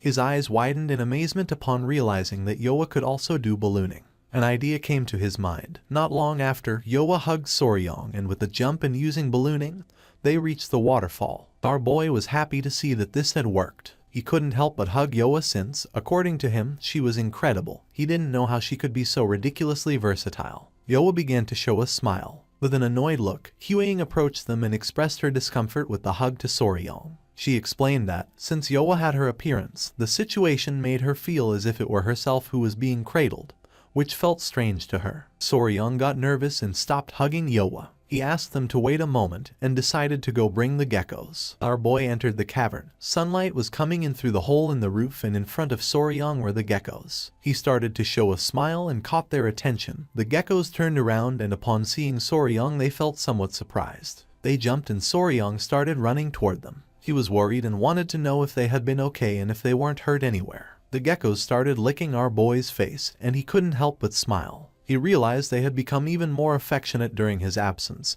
and was very happy to see them looking healthy. He began to show the ice jade, and promised to take good care of them if they came with him. The geckos began to watch it closely. They started to show a smile. Soryung decided to name them. He called the female Snow and the male Ice. Carrying the geckos in his arms, Soryung decided it was time to go to their new home. And so, Snow and Ice became part of the family. It was night and someone arrived at the Tang clan manor. Upon seeing who it was, the guards couldn't help but feel somewhat surprised. It was Soryung, Gupi, Lady Huang, and Yoa, who was in the form of Huang. The guards were somewhat surprised to see two Huangs. Upon observing closely, they realized that Yoa was a spider, and they couldn't understand why this creature had the appearance of Lady Huang. Soryung coughed, and with a confident expression asked the guards to announce to the elders of the clan that the proud official son-in-law of the Tang clan had arrived. Furthermore, he instructed them to inform that he had captured, then corrected himself and clarified that he had actually brought with him one of the 10 great poisonous creatures. Upon hearing that Soryung had brought one of the 10 great poisonous creatures, the guards could not help but go into shock and decided to report it immediately. They launched a flare to announce that Soryung had returned with one of the 10 great poisonous creatures. Not long after, the Patriarch, his wife, the Grand Patriarch, and the clan elders began running towards Soryung.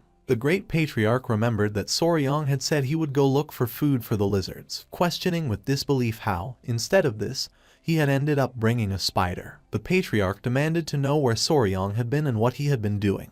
The eyes of the Patriarch and his wife widened in surprise and confusion upon seeing that the spider looked just like their daughter. With a pleasant smile, Soryong explained that they had found the spider by chance when passing through the Namgung clan, leaving the patriarch somewhat confused. The elders were somewhat confused. In their entire lives, it was the first time they had heard of someone encountering one of the 10 great poisonous creatures by chance, and they could not understand how a human-faced spider, which was said to be so fierce, could have been captured. They couldn't help but smile. With a proud expression, the Grand Patriarch mentioned that Soryong was always doing incredible things. After clearing his throat, he stated that at least in this way, one could truly be called the son-in-law of the Tang family. The patriarch began to laugh, declaring that Soryong was officially their son-in-law. Huang's mother began to show a smile and mentioned that now the promise between Soryong and Huang had been fulfilled. Soryong's jaw dropped in surprise since he didn't know how she knew about this, while on the other hand, Huang couldn't help but blush. With a smile, the patriarch mentioned that this had no importance. What really mattered was that he was now truly part of the family.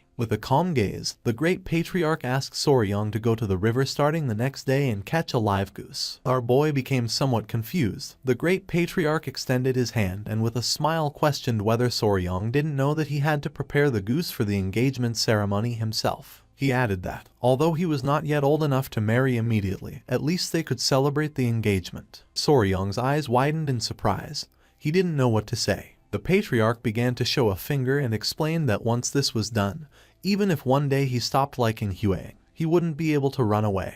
Huang became nervous and couldn't help but feel embarrassed. She asked her father to stop talking about the subject. They began to chat among themselves. A smile spread across Soryong's face. He caught everyone's attention, making them turn around. Soryong greeted them with respect, and upon noticing this, a proud smile spread across their faces. Huang couldn't help but clench her fist and feel excited. With a confident smile, Soryong declared that, as a member of the Tang clan of Sichuan and as the official son-in-law of the Tang clan, he hoped to get along well with everyone from now on. Thus, once they arrived at the Tang clan, the first thing Soryong did was assign places where the children could stay. First, Yoa chose as her residence a large tree next to the well within the village of the Tang clan. Because lizards behave similarly to dogs, he didn't want to separate them, and instead of sending them to the garden of poisonous creatures, he allowed them to stay in his room. Once everything was more or less organized, Soryong sat down with them to chat. When our boy asked if they liked this place, the geckos began to show a smile and Yoa nodded her head.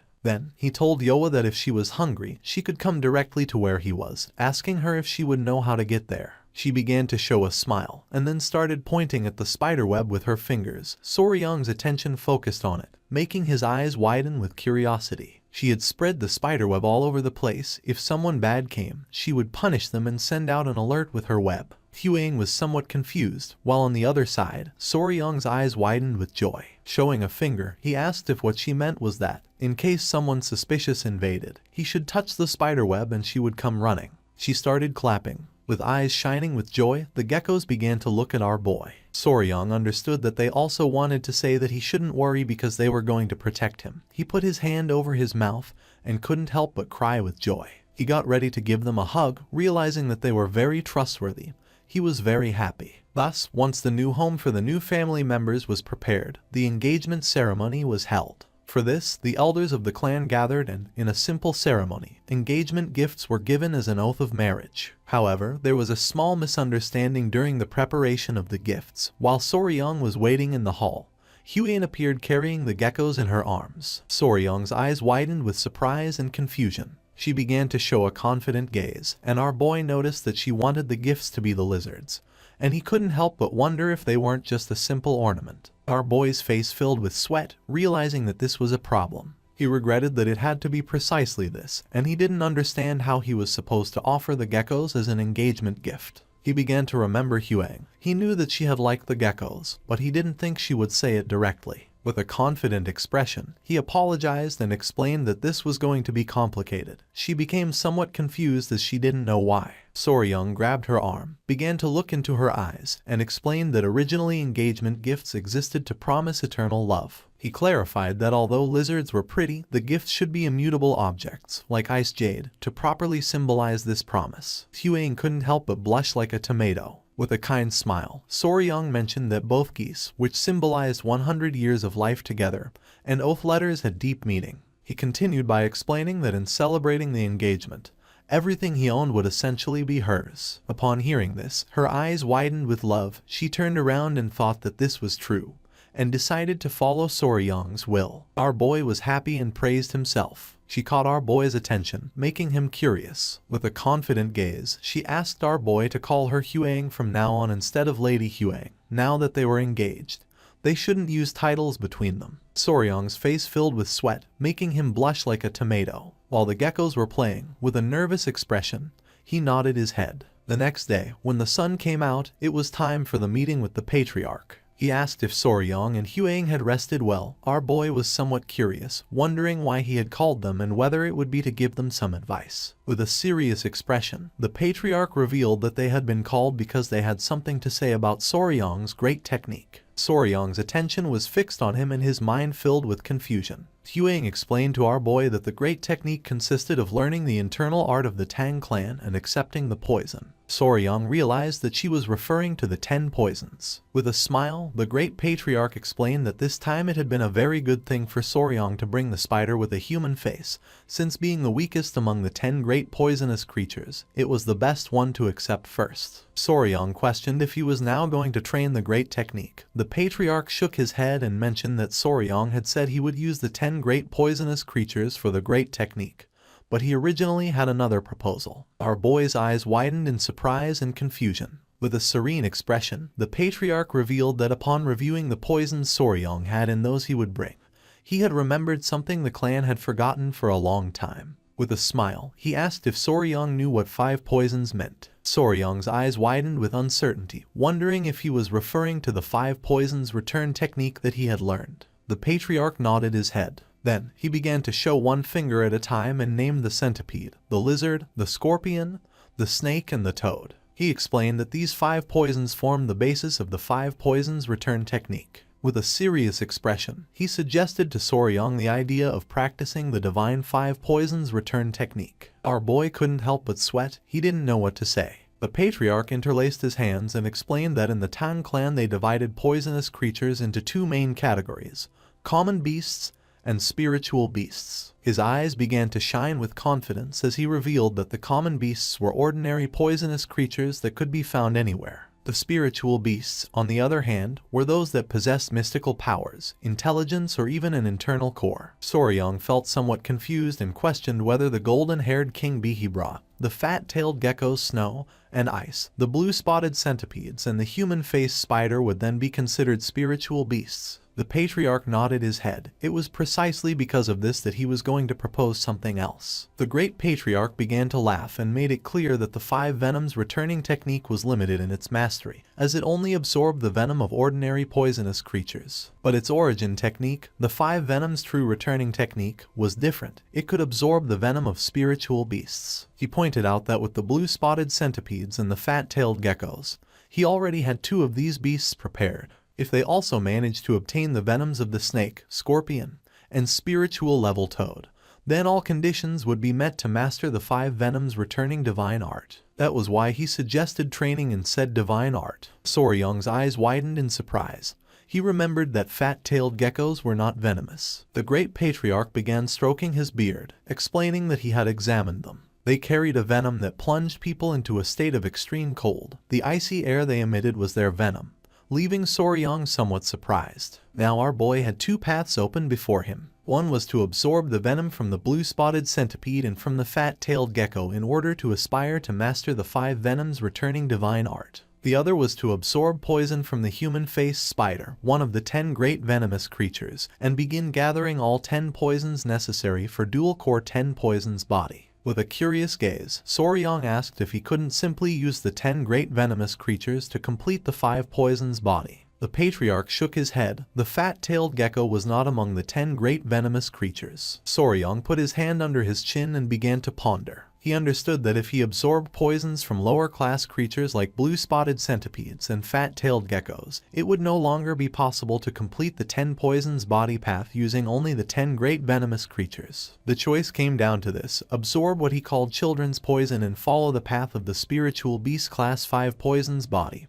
or collect the 10 great venomous creatures and fully commit to the 10 poisons body path. Huang began observing our boy closely, not knowing what he had in mind. Soryong realized that this was like choosing a skill tree in a game. He remembered well from his past life, when playing RPGs, that the most important thing was always the skill tree. This choice determined whether one became a useless character or a god-level character. The patriarch asked our boy to think it over carefully. He explained that the 5 Venoms returning divine art was an incredible martial art, and without truly heavenly luck, not even he would encounter the 10 great venomous creatures, much less tame them. Soryong came out of his thoughts and couldn't help but get nervous, not knowing what to do. He was torn between taking the easy and fast path of the 5 poisons body, or the arduous and punishing path of the 10 poisons body, one that would allow him to reach even greater heights. Our boy started going crazy, falling into a spiral of indecision. A few hours later, Soryong was still thinking about what to do. Huang's attention turned to him, and she couldn't help but feel somewhat confused. She called his attention and mentioned that if it was because of that promise, he didn't have to tie himself to the 10 poisons body. The 5 Venoms returning divine art was more than enough since it was an incredible martial art in its own right. While her eyes were shining with concern, she asked our boy not to rush into a decision out of anxiety. She assured him that, no matter which path he chose,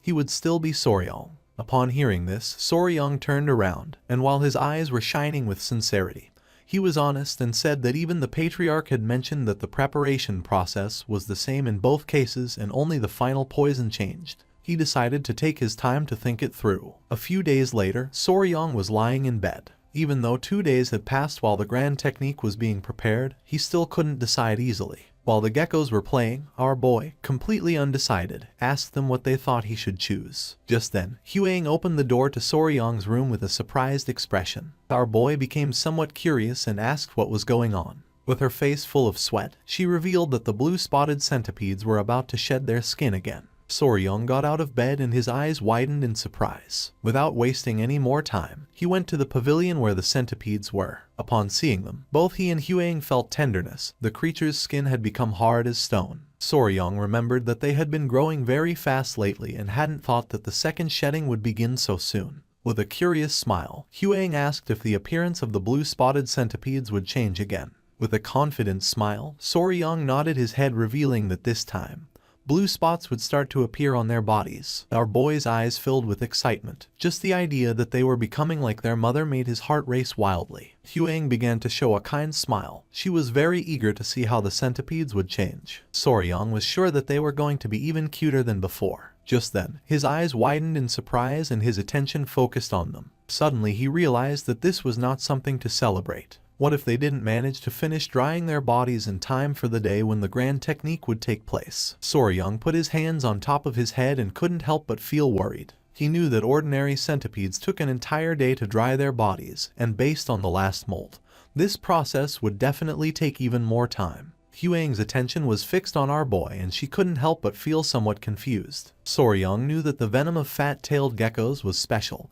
and needed proper preparation before it could be extracted. He had debated between using the venom of the blue-spotted centipedes or Yoa's for the first dose. But if this happened, then he could no longer use the venom of the blue-spotted centipedes. Our boy began to think. He understood that if he tried to forcefully extract the venom now, something would go wrong. However, he also couldn't just sit around waiting for their bodies to harden. He started imagining Yoa, the gecko, and the centipede in a ring, with Yoa raising her fist. It was then when he realized why in hell he had been tormenting himself over these past few days. 2 days later, the grand technique prepared for him was finally carried out. The ritual took place in the grand technique hall, deep within the hall of 10,000 poisons of the Tang clan. He had considered postponing it for the sake of the blue-spotted centipedes, but the preparation for the grand technique was so meticulously complex that delaying it simply wasn't an option. The process was elaborate. First, hundreds of decoction cauldrons were used, each to boil different herbs and extract their medicinal essences. Then, these extracts were cooled and gathered into a massive jar. This constituted the first step. Next, into that jar, a precise mixture of various poisons and blood from poisonous beasts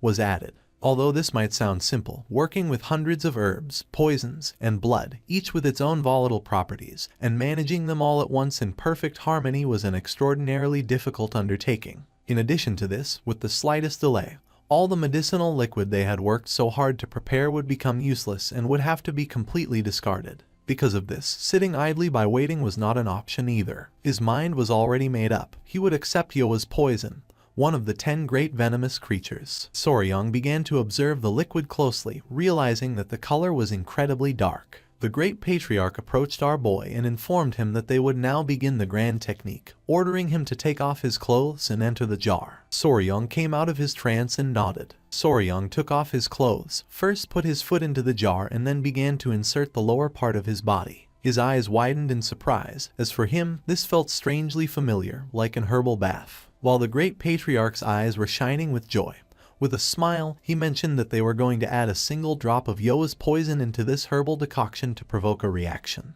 Then, they would add the already prepared medicinal compounds so that his body could begin to absorb the poison. The great patriarch began to laugh, revealing that normally the process would be unbearably painful. Luckily, Yoa's poison was of a paralyzing type, so it wouldn't hurt too much. Upon hearing this, Soryang felt somewhat worried and couldn't help but sweat. The patriarch decided to go look for the rest of the necessary ingredients and asked him to wait a moment. After saying this, they left the room, leaving Soryang alone. Not long after, Huan, who was carrying the geckos in her arms, and Yoa entered the room and greeted our boy with a smile. With a cheerful expression, Huang revealed that the centipedes were awake, they had shed their skin, now had spots, and their bodies were emitting an intense glow. The centipedes began to play, and Soryang noticed that Nova, Myra, and Grace were now even more adorable. They began to climb onto the jar in which Soryang was submerged. The change was not as drastic as he expected. In fact, their appearance now resembled that of pillow-shaped stuffed animals, which, in a strange way, made them even more adorable.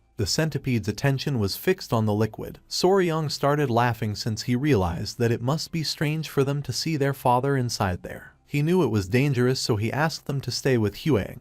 With a smile, she began calling the centipedes to come with her. Nova didn't listen and its attention was fixed on the liquid. When it tried to get down from the jar, unintentionally the liquid came into contact with its ear. It began to writhe in pain, and upon seeing this, Soryang's eyes widened with caution. He revealed to Huang that Nova's antenna had touched the medicinal liquid and asked her to wash it with water immediately. Huang's eyes widened in surprise and concern.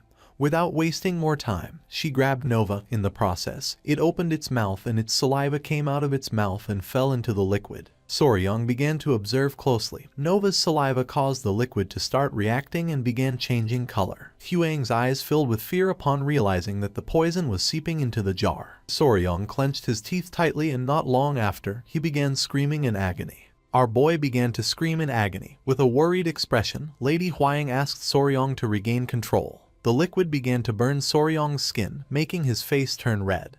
He did not know this kind of pain.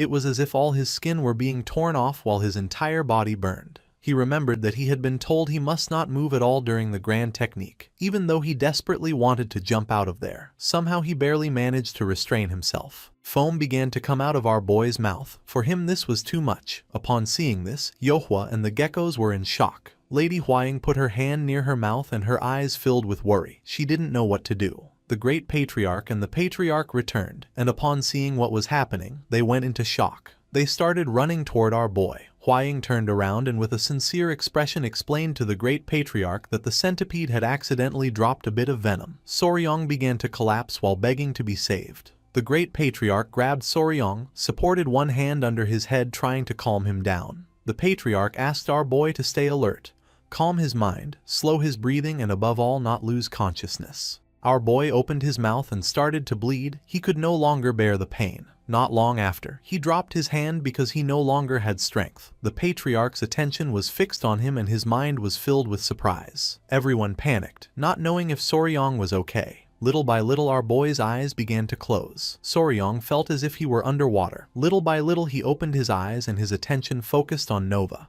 who was asleep. She made contact with Soryang and a strange energy began to emerge from her body and entered Soryang's body. Several hours later, our boy began to open his eyes. Noticing this, Lady Huang felt relieved and with a surprised expression informed the great patriarch that Soryang was regaining consciousness. Once Soryang fully opened his eyes, Huang couldn't help but cry and feel relieved to see that he was okay.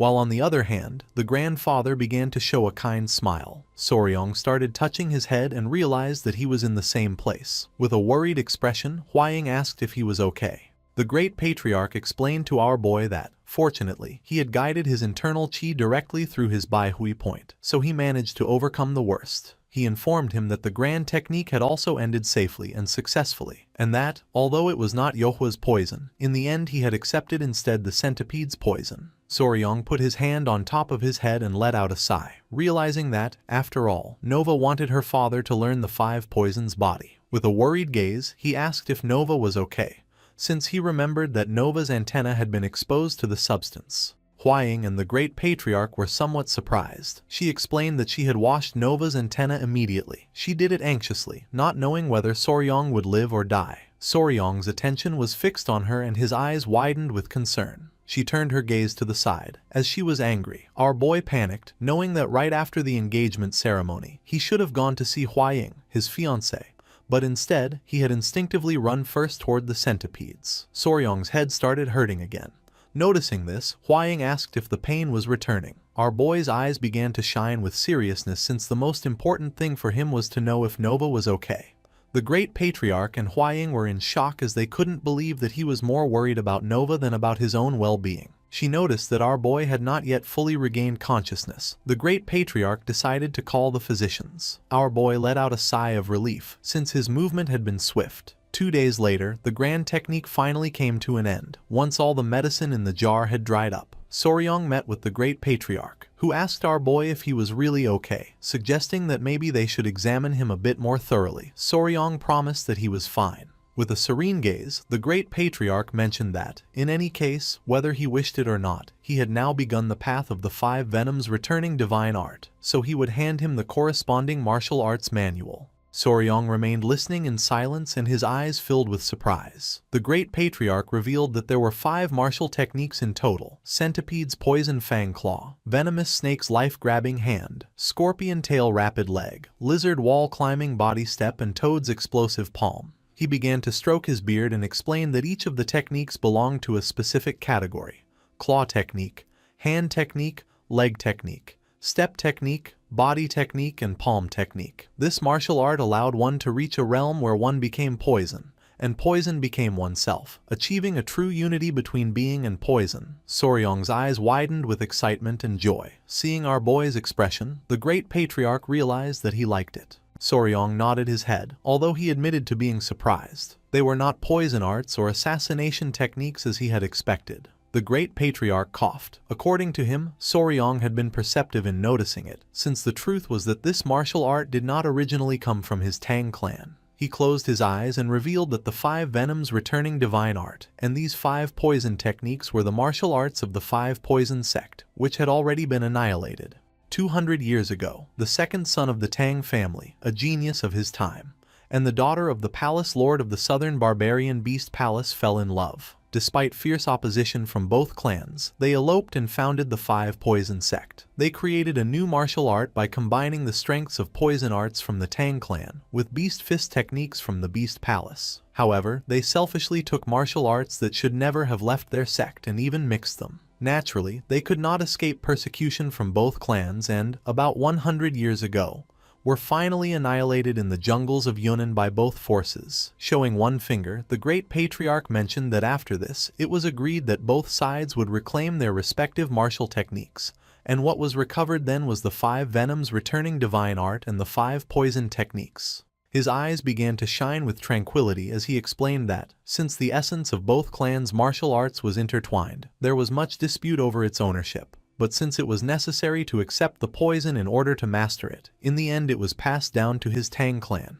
It was said that the sect master of the 5 Poison Sect at that time had been able to withstand the joint assault of both the Beast Palace and his Tang clan, so without a doubt, it was an extraordinary martial art. He had thought that it would be the perfect style for someone like him who had an affinity for poisons. Soryong was somewhat surprised to realize that the Great Patriarch had had this in mind all along. Our boy thanked him and promised to train diligently. The Great Patriarch was happy, since as long as he continued with this dedication, he was destined to achieve greatness. And so, Soryong took his first step in the 5 venoms returning divine art. Soryong left the poison hall and began to stretch his arms, wondering how long it had been since the last time he saw sunlight.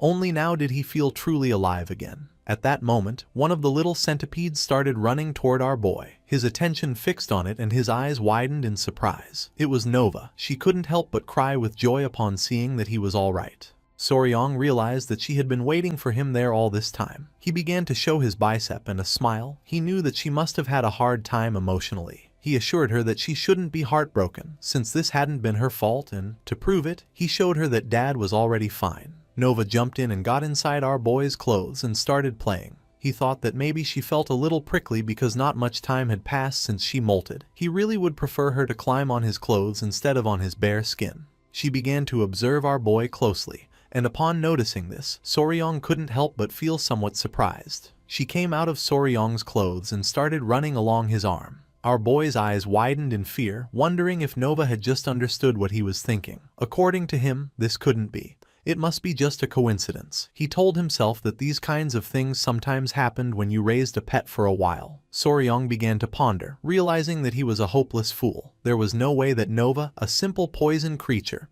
could really do this. Nova's eyes began to shine with rage. She was furious with Soryong. Our boy panicked, not knowing what was happening. His eyes filled with surprise. He said nothing and in his thoughts asked her to get on top of his head. Nova obeyed and got on. Then Soryong hid behind a tree and asked her to try to find him. She did it without much difficulty. Soryong panicked, since this had not happened just once, but 3 times in a row. Nova let out a sigh and began to show a confident expression. It was as if her heart and Soryong's were connected by a strange energy. Soryong was in shock, not knowing what was happening. While the 2 centipedes were playing, Lady Huaying, who was somewhat worried about Nova, began to look for her, not knowing where she was. She approached the centipedes and asked them if they knew where Nova had gone, explaining that since she shed her skin, she had been wandering so much that it was hard to find her. Soryong, who was panting and carrying Nova on his back, began to run toward Huaying. His eyes were full of surprise. Our boy put his hands on his knees to catch his breath. Huaying asked if Soryong was okay, but immediately afterwards scolded Nova. She reminded her that she had told her not to go far because of the worry it caused her and insisted that she must inform her mother before going anywhere. With a surprised gaze, Soryong began to show Nova, revealing that this was not what mattered at the moment, but rather the fact that Nova understood human speech. Huaying's eyes were full of calmness, as she remembered that Nova had always understood human speech. This was nothing new. Soryong couldn't help but sweat and feel somewhat confused. He panicked and explained that she understood him even when he was only thinking to himself, leaving Huaying somewhat surprised. Carrying Nova on his back, Soryong decided to go see the Great Patriarch to find out what was going on. With a worried gaze, Huaying suggested they go together. It was daytime and, several minutes later, they arrived at the Patriarch Hall. Our boy left Nova on the table and asked them to please take a look. He explained that Nova understood him just as well even when he only spoke in his mind. Considering that the other children couldn't do this, he proposed that perhaps it was due to the influence of the grand art. The Great Patriarch began to stroke his beard and his attention was fixed on her. With a serious expression, he explained that this was not the case. He pointed out that in the history of the Tang clan, more than a few people had accepted the poison of spiritual creatures. If supernatural abilities like this had been discovered, there should be records. But he had never seen or heard of them. Soryong's eyes widened with curiosity. With a serene expression, Huaying questioned what could be the cause. The Great Patriarch began to think. He concluded that this was undoubtedly due to the 5 venoms returning divine art. The Patriarch interrupted his thoughts and confirmed that the grand art was created to absorb poison, and Soryong was the only one who had absorbed the poison of spiritual creatures using the 5 venoms returning divine art. The Great Patriarch came out of his trance and couldn't help but smile. He knew that the reason this was happening could be the influence of the southern barbarian beast palace, since they treated beasts as if they were their own limbs. Their secret, he concluded, could be embedded in the 5 venoms returning divine art. The Patriarch began to stroke his beard. According to him, it would be impossible to find out why this was happening. Soryong's eyes filled with confusion. He didn't know why. The Great Patriarch explained that there was no reason for them to reveal their most precious secret. He added that if they found out they had mastered a martial art affected by that influence, it would be impossible to predict how they would react. Huaying felt somewhat worried, not knowing if there was any way to avoid this. The Great Patriarch closed his eyes and began to think, coming to the conclusion that it would not be easy, unless they owed them a great favor. A while later, Soryong came out of the Patriarch Hall. He was depressed since this was somewhat disappointing. He began to imagine himself with his pets. He had the hope of gathering Nova, Myra, Grace, Snow, Ice, golden-haired queen bees and Yohua to form something similar to the Bremen town musicians. While our boy was distracted, someone caught his attention, making him curious. When he turned around, he saw Commander Gupe, who greeted Soryong with a smile and expressed his joy at seeing that he was feeling better. Gupai started touching his head. According to him, it was lucky to have run into him there. He explained that there was a slight problem with the venomous creature garden and asked if he would like to accompany him. Soryong couldn't help but feel somewhat surprised to see that there was a problem. Soryong began to ponder. He decided that he should take care of the problem in the venomous creature garden first and then think about the southern barbarian beast palace. He realized that he had completely forgotten about the garden, since he had gone directly to the engagement ceremony as soon as he returned. His eyes began to shine with joy, and with a smile he decided to go together. Behind Gupai there was someone. He also wanted to entrust that person to Soryong. Soryong's eyes widened with curiosity. Behind Gupai was Yingying, who with a smile started running toward our boy to give him a hug. Soryong grabbed little Yingying's hand and they started walking with Gupai following them from behind. Our boy decided to take Yingying to the venomous creature garden, as she clung to him and wouldn't let go. He turned around and asked why Yingying was here. Gupai began to show a smile, explaining that she was there for treatment and would stay in the Tong clan for a while, since it was a request from Patriarch Peng. While little Yingying's eyes were shining with joy, with a smile, she asked her older brother why he hadn't come to see her if he had already been back for several days, explaining that this was exactly why she had been waiting for him today. Soryong felt somewhat surprised to notice that she had lost her front teeth in the meantime. Our boy began to show a forced smile and apologized to Yingying.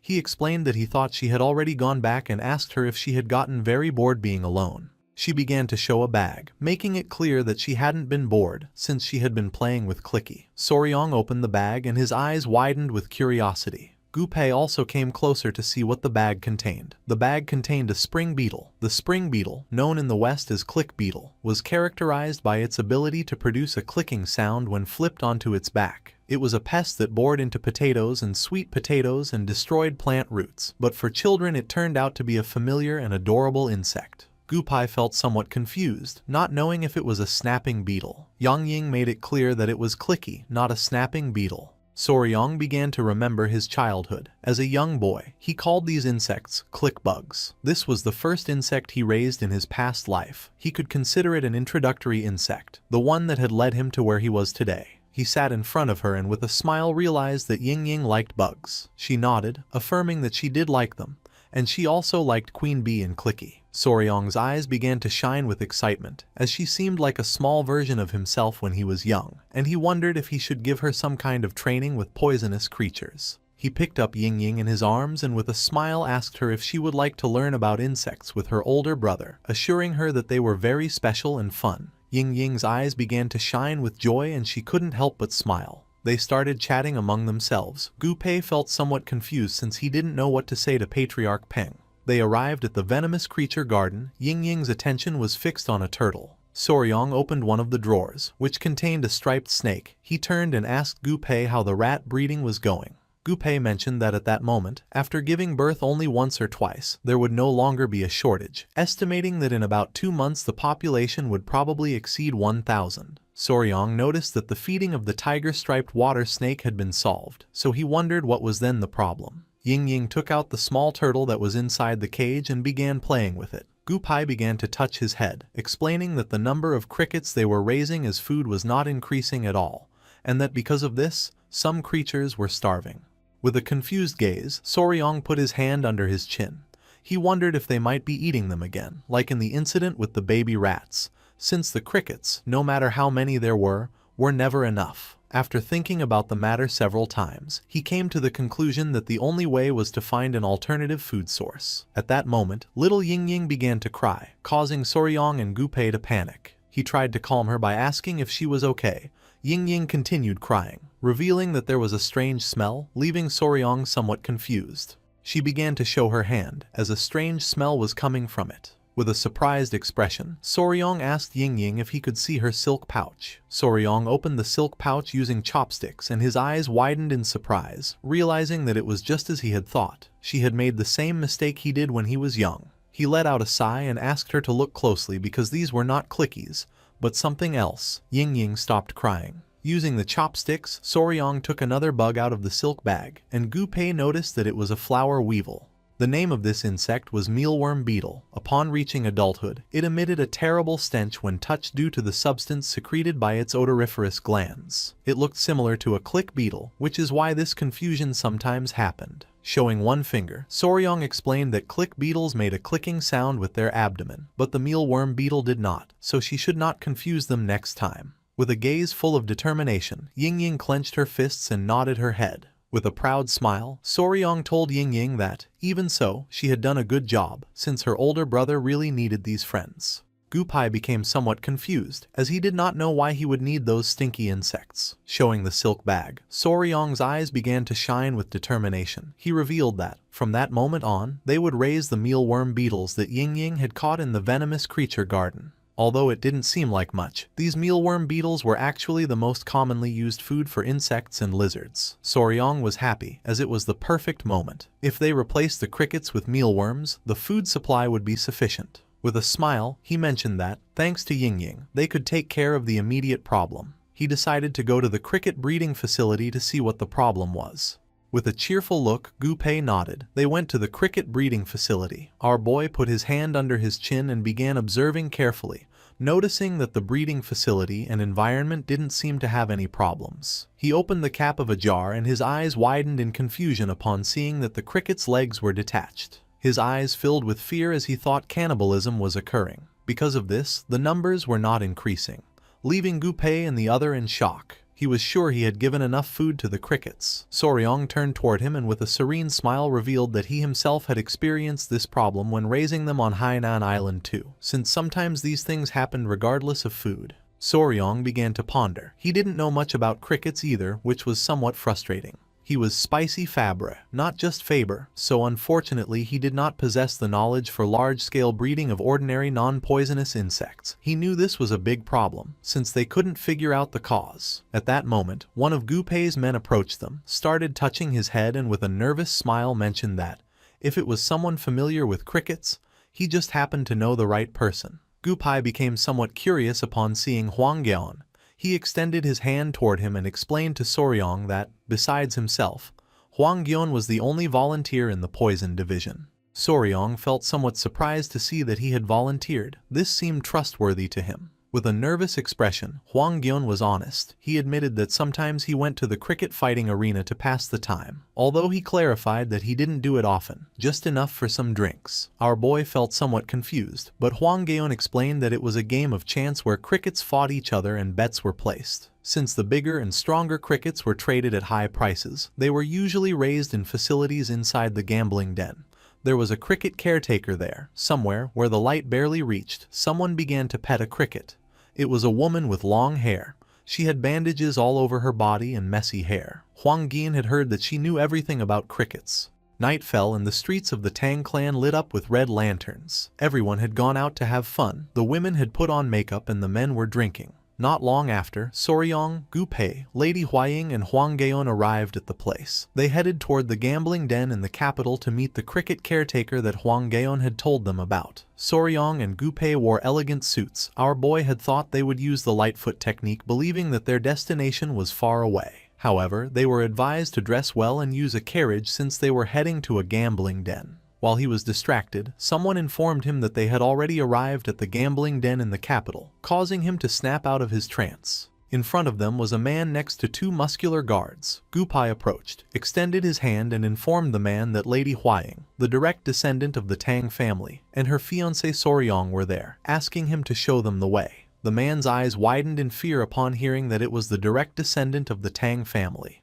He and his men greeted them with respect. The man introduced himself as the owner of the Golden Phoenix gambling house, welcomed them and expressed what a great honor their visit was. Seeing the man's attitude, Soryong couldn't help but feel somewhat confused. With a smile, Huang Geon asked the owner if they could see the fighter crickets. The owner nodded his head, mentioning that on this very day the battle between the cricket generals was being held.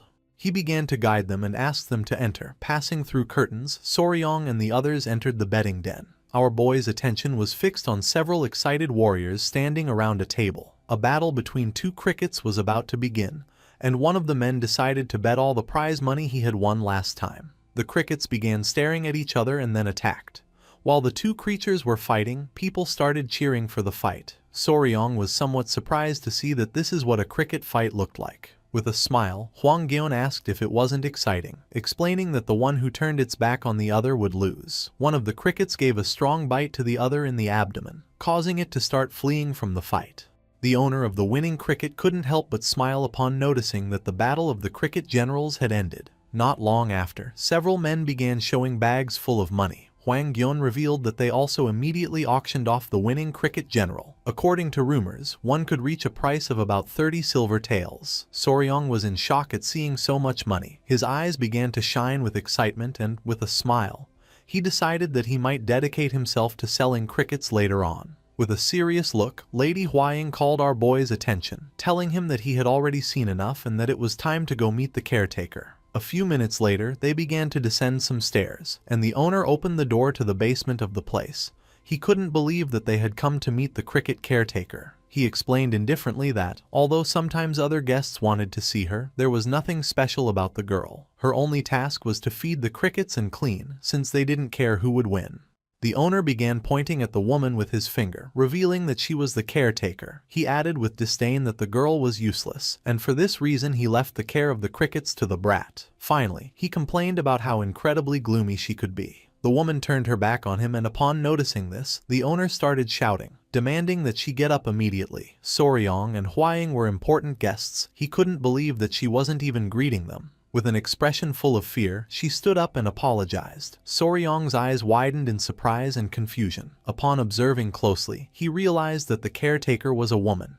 With eyes shining with fury, she began to stare at them silently. Soryong remained silent, approached her, extended his hand, and with a serene gaze mentioned that they came from the Sichuan Tong family, and that they simply had a question about the care of crickets, asking if they could consult her about something. She nodded her head. Showing one finger, our boy explained that he was raising several crickets in one place, but they kept eating each other. He wanted to know if she knew the reason for this. She began to ponder and then revealed it was because they wanted meat. She thought Soryong had probably only fed them grass. The crickets were omnivores, so it was necessary to give them meat to avoid cannibalism. Soryong's eyes widened in surprise, and then he began to think that this hadn't even occurred to him. Cannibalism was solely due to the lack of protein. The woman's body began to emit a strange aura. Soryong wondered if this was what it meant to be a true expert in crickets and knew he had to recruit her immediately. With a smile, our boy turned toward Lady Hwaying, and she understood what he had in mind. She took out a bag, extended her hand, and asked the owner if she could buy the woman. The owner was somewhat confused as he didn't understand why they wanted to buy the girl. With an arrogant smile, he slapped her on the back, saying they could take her right then. However, the woman approached Lady Hwaying, struck her with her hand, making the gold coin fly into the air, leaving Soryong and the others in shock. With a face full of rage, the owner grabbed her by the hair, demanded to know how she dared and if she was aware of who they were. He began to hit the girl, asking her to go with them, but she screamed that she didn't want to do it. Soryong panicked and told the owner to stop. With a sincere expression, Lady Hwaying promised her that they would treat her kindly, and would even take her family to the Tang family if she wished. Even so, she refused again, saying that she did not want to go with them. The owner became even more furious and questioned whether he would have to get violent with her again. Gupai began observing in silence, without saying a single word. Soryong asked the owner to calm down and then with a curious expression asked if she had debts or if she was working in someone else's place. The owner said not exactly, then revealed that about 5 years ago, she had offered to work for him for free and he had taken her in. However, she wasn't good at attending customers, so he simply assigned her minor tasks, saying that she was just another mouth to feed. Our boy let out a sigh since he didn't know why she didn't want to leave with them. Gupai put his hand under his chin and started thinking. Then, he revealed that the girl reminded him of himself before he came under the protection of the Tang family. Soryong's eyes filled with confusion and surprise. Gupai asked the owner if they could take her with them for just one day, explaining that they would feed her and try to persuade her. The owner couldn't help but smile and gave them permission to do whatever they wanted. With a kind expression, Gupai asked the girl what she thought about going out to get some fresh air with them. She began looking down at the ground and then nodded her head. Noticing this, Gupai promised to come back for her the next day. Soryong let out a sigh of relief and Lady Hwaying began to show a smile. A while later, they took the woman to the Tang family guest residence within the capital and offered her food. Soryong was somewhat surprised since he didn't know that the Tang family had a building in the capital. Gu Pei mentioned that this place was like the branch of the Sichuan Tang family in the capital. The 2 inns, 8 pharmacies and 5 restaurants in this alley all belonged to the Tang family. He added that later he would show him the trading company and escort agency. A trading company was an organization made up of merchants, while an escort agency was a business dedicated to delivering goods for a fee. Soryong's jaw dropped in shock upon learning that the entire alley belonged to the Tang family. His grandfather and father-in-law only practiced martial arts all day, so he had always wondered how the family managed to survive. Certainly, he did not expect this. With a curious expression, Gu Pei asked the woman if she could now tell them why she didn't want to leave, assuring her that if she was in trouble, they could help her. Soryong began to whisper and told Lady Huaying that the woman still hadn't said a word. Lady Huaying mentioned that she also wasn't touching the food or the tea. Gu Pei noticed that she seemed to be holding some kind of grudge against someone. He told her not to worry and to tell them about it, reminding her that this was the Sichuan Tang family. The woman placed her hands on top of the table and stood up, then she bowed before our boy, leaving him in shock. She introduced herself as Song Nauk from Song Village, a place not very far away. Lady Huaying was in shock to see that the woman had finally spoken. With a calm look, our boy questioned if there was any reason why she didn't want to leave the gambling house. The woman began to stand up and then brushed aside the hair that covered her face, causing Soryong's and the others' eyes to widen in surprise. The woman had a pretty face, but also burn marks. Soryong couldn't help going into shock, while on his side Gu Pei wondered how someone could have burned a woman's face like that. She decided to tell the truth, declaring that she had to take revenge no matter what it cost. She clenched her teeth tightly, and while tears of sadness and rage were emerging from her eyes, she made it clear that she would not leave that place under any circumstances until her grudge was resolved.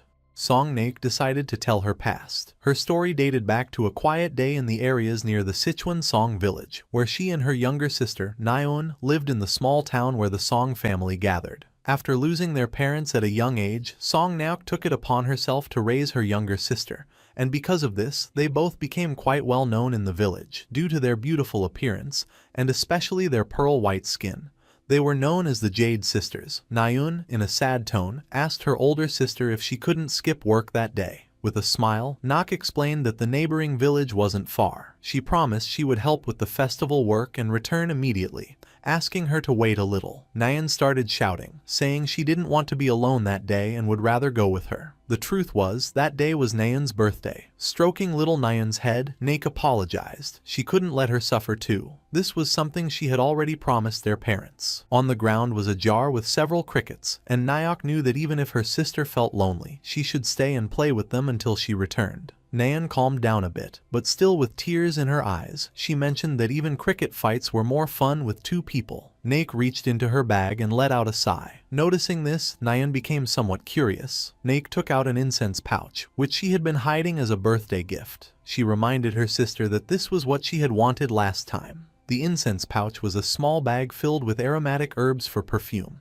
Little Nyeon was in shock. Since she recognized it as an incense pouch, she knew it must be very expensive. Naok explained that she had gotten it as a reward for helping out the previous time. She was giving it to her in advance, asking her to please wait patiently that day. Nyeon grabbed the incense pouch and thanked her older sister, promising to treasure it. Now that Nayeon had calmed down, Naek decided to leave. With her eyes shining with joy, Nayeon began to say goodbye to her sister, asking her to come back as soon as possible and assuring her that she would be waiting. Seeing how happy her sister was, Naek couldn't help but feel joyful. However, more guests arrived than expected, so things took longer, and the promised time quickly passed. Once night fell, the workers lit lanterns and warned Naek to be careful, as it was dark and she could get hurt. She asked them to excuse her. Nayeon must be hungry, so she needed to hurry. As she wanted to celebrate her sister's birthday with the delicious festival food, she rushed off without a lantern. In the middle of the night, there was a man in her village. The man turned a corner and the heedless Nak bumped into him. She apologized, and the man advised her to watch where she was going.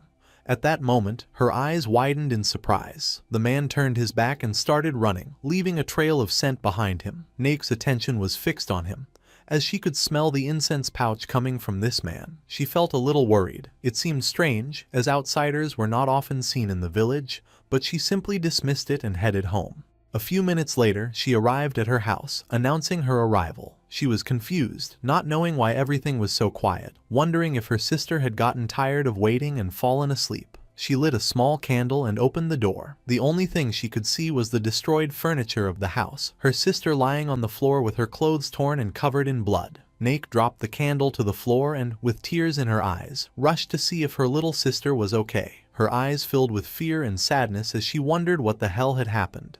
This simply couldn't be happening. The candle set the house on fire. Noticing this, one of the men started pointing at the house and shouting about the fire, recognizing it as Naek's house. Not long after, someone emerged from the burning house. It was Naek, carrying her little sister in her arms. She began to pant heavily, and just before she could reveal what had happened, she lost consciousness and fell to the ground. The others panicked, shouting for someone to call the physician. Naek's eyes were filled with sadness, and the only thing she could see was her house in flames. Back in the present, Soryong finally realized why she had that scar on her face. With a sincere expression, Naek revealed that when she regained consciousness, more than 2 weeks had already passed. An elderly couple was taking care of her. Naek's body was covered in bandages, and she still had burns all over her body.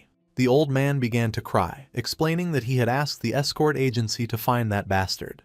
But they couldn't, and that it wouldn't be easy. The old woman apologized, admitting she didn't know how she could face Hyungnam after this. The only thing Naek could do was cry in silence. Just as all life grows dormant in late autumn, her heart also slowly faded away. The only communication she had with the world were the small whimpers she made when they changed the cloths to treat her burn wounds. Time flowed like a river, and when winter passed and spring arrived, the crickets awoke again. The image of her little sister in the burning house came to her mind. Her little sister asked her big sis to please catch that bastard and relieve her grudge. In the middle of the night, Naek woke up and her eyes widened in fear. She went out into the garden and sat down. It was when the chirping of the crickets sounded like Nayeon's voice that she regained her senses.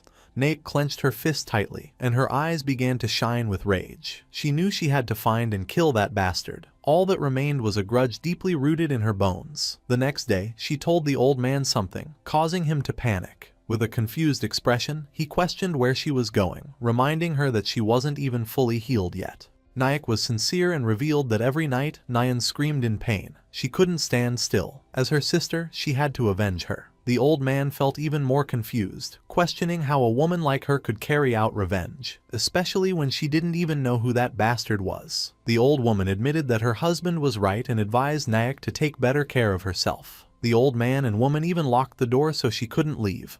But every night, the sound of the crickets strengthened her determination even more. In the end, she secretly escaped during the night and left the village. With a sad gaze, she asked them to stay healthy. Naek's attention was fixed on the pouch. She gripped the pouch tightly and asked her sister Nayeon to wait just a little longer. The first place she went was the city, because the bastard had headed in that direction. She didn't know his face, but just like the red scars left on her body, this unforgettable voice was engraved in her like a brand, and she swore to find him no matter what. She dedicated herself to talking to random men. Of course, no one looked at her kindly. Time began to pass, and 2 years later, on a rainy night, she arrived at the Golden Phoenix gambling house, right during the season when the crickets sang again. Her body shivering from the cold, she asked the owner if she could take shelter from the rain for a moment.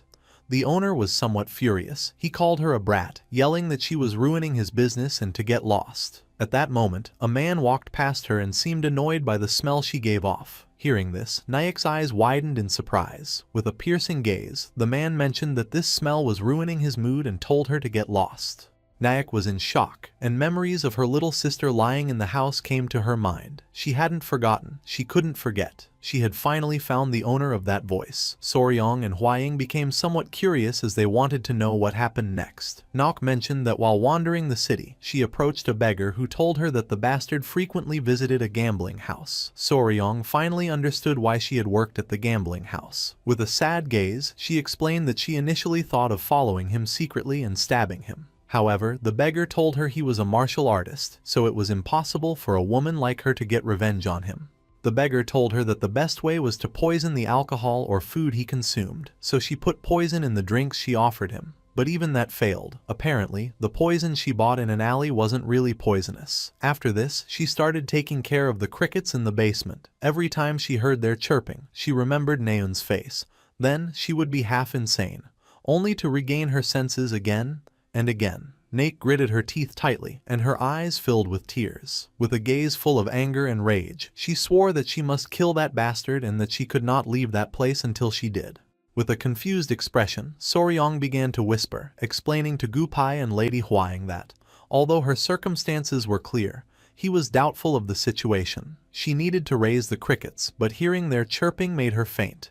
Her mind seemed deeply disturbed. Lady Huang was honest. She explained that this only showed the depth of Naek's resentment, and that once she got her revenge, she would heal. She reasoned that if they helped someone with such a deep grudge, she would never betray them, also becoming a good member for their Tang clan. Gupai admitted that Lady Huang was right. He explained to Soryong that before he could avenge his own parents, he used to talk to himself in the rain. But after the Tang family carried out the revenge for him, it was as if everything had been purified. Gupai's attention fixed on her. Now he understood why he had seen himself reflected in this woman.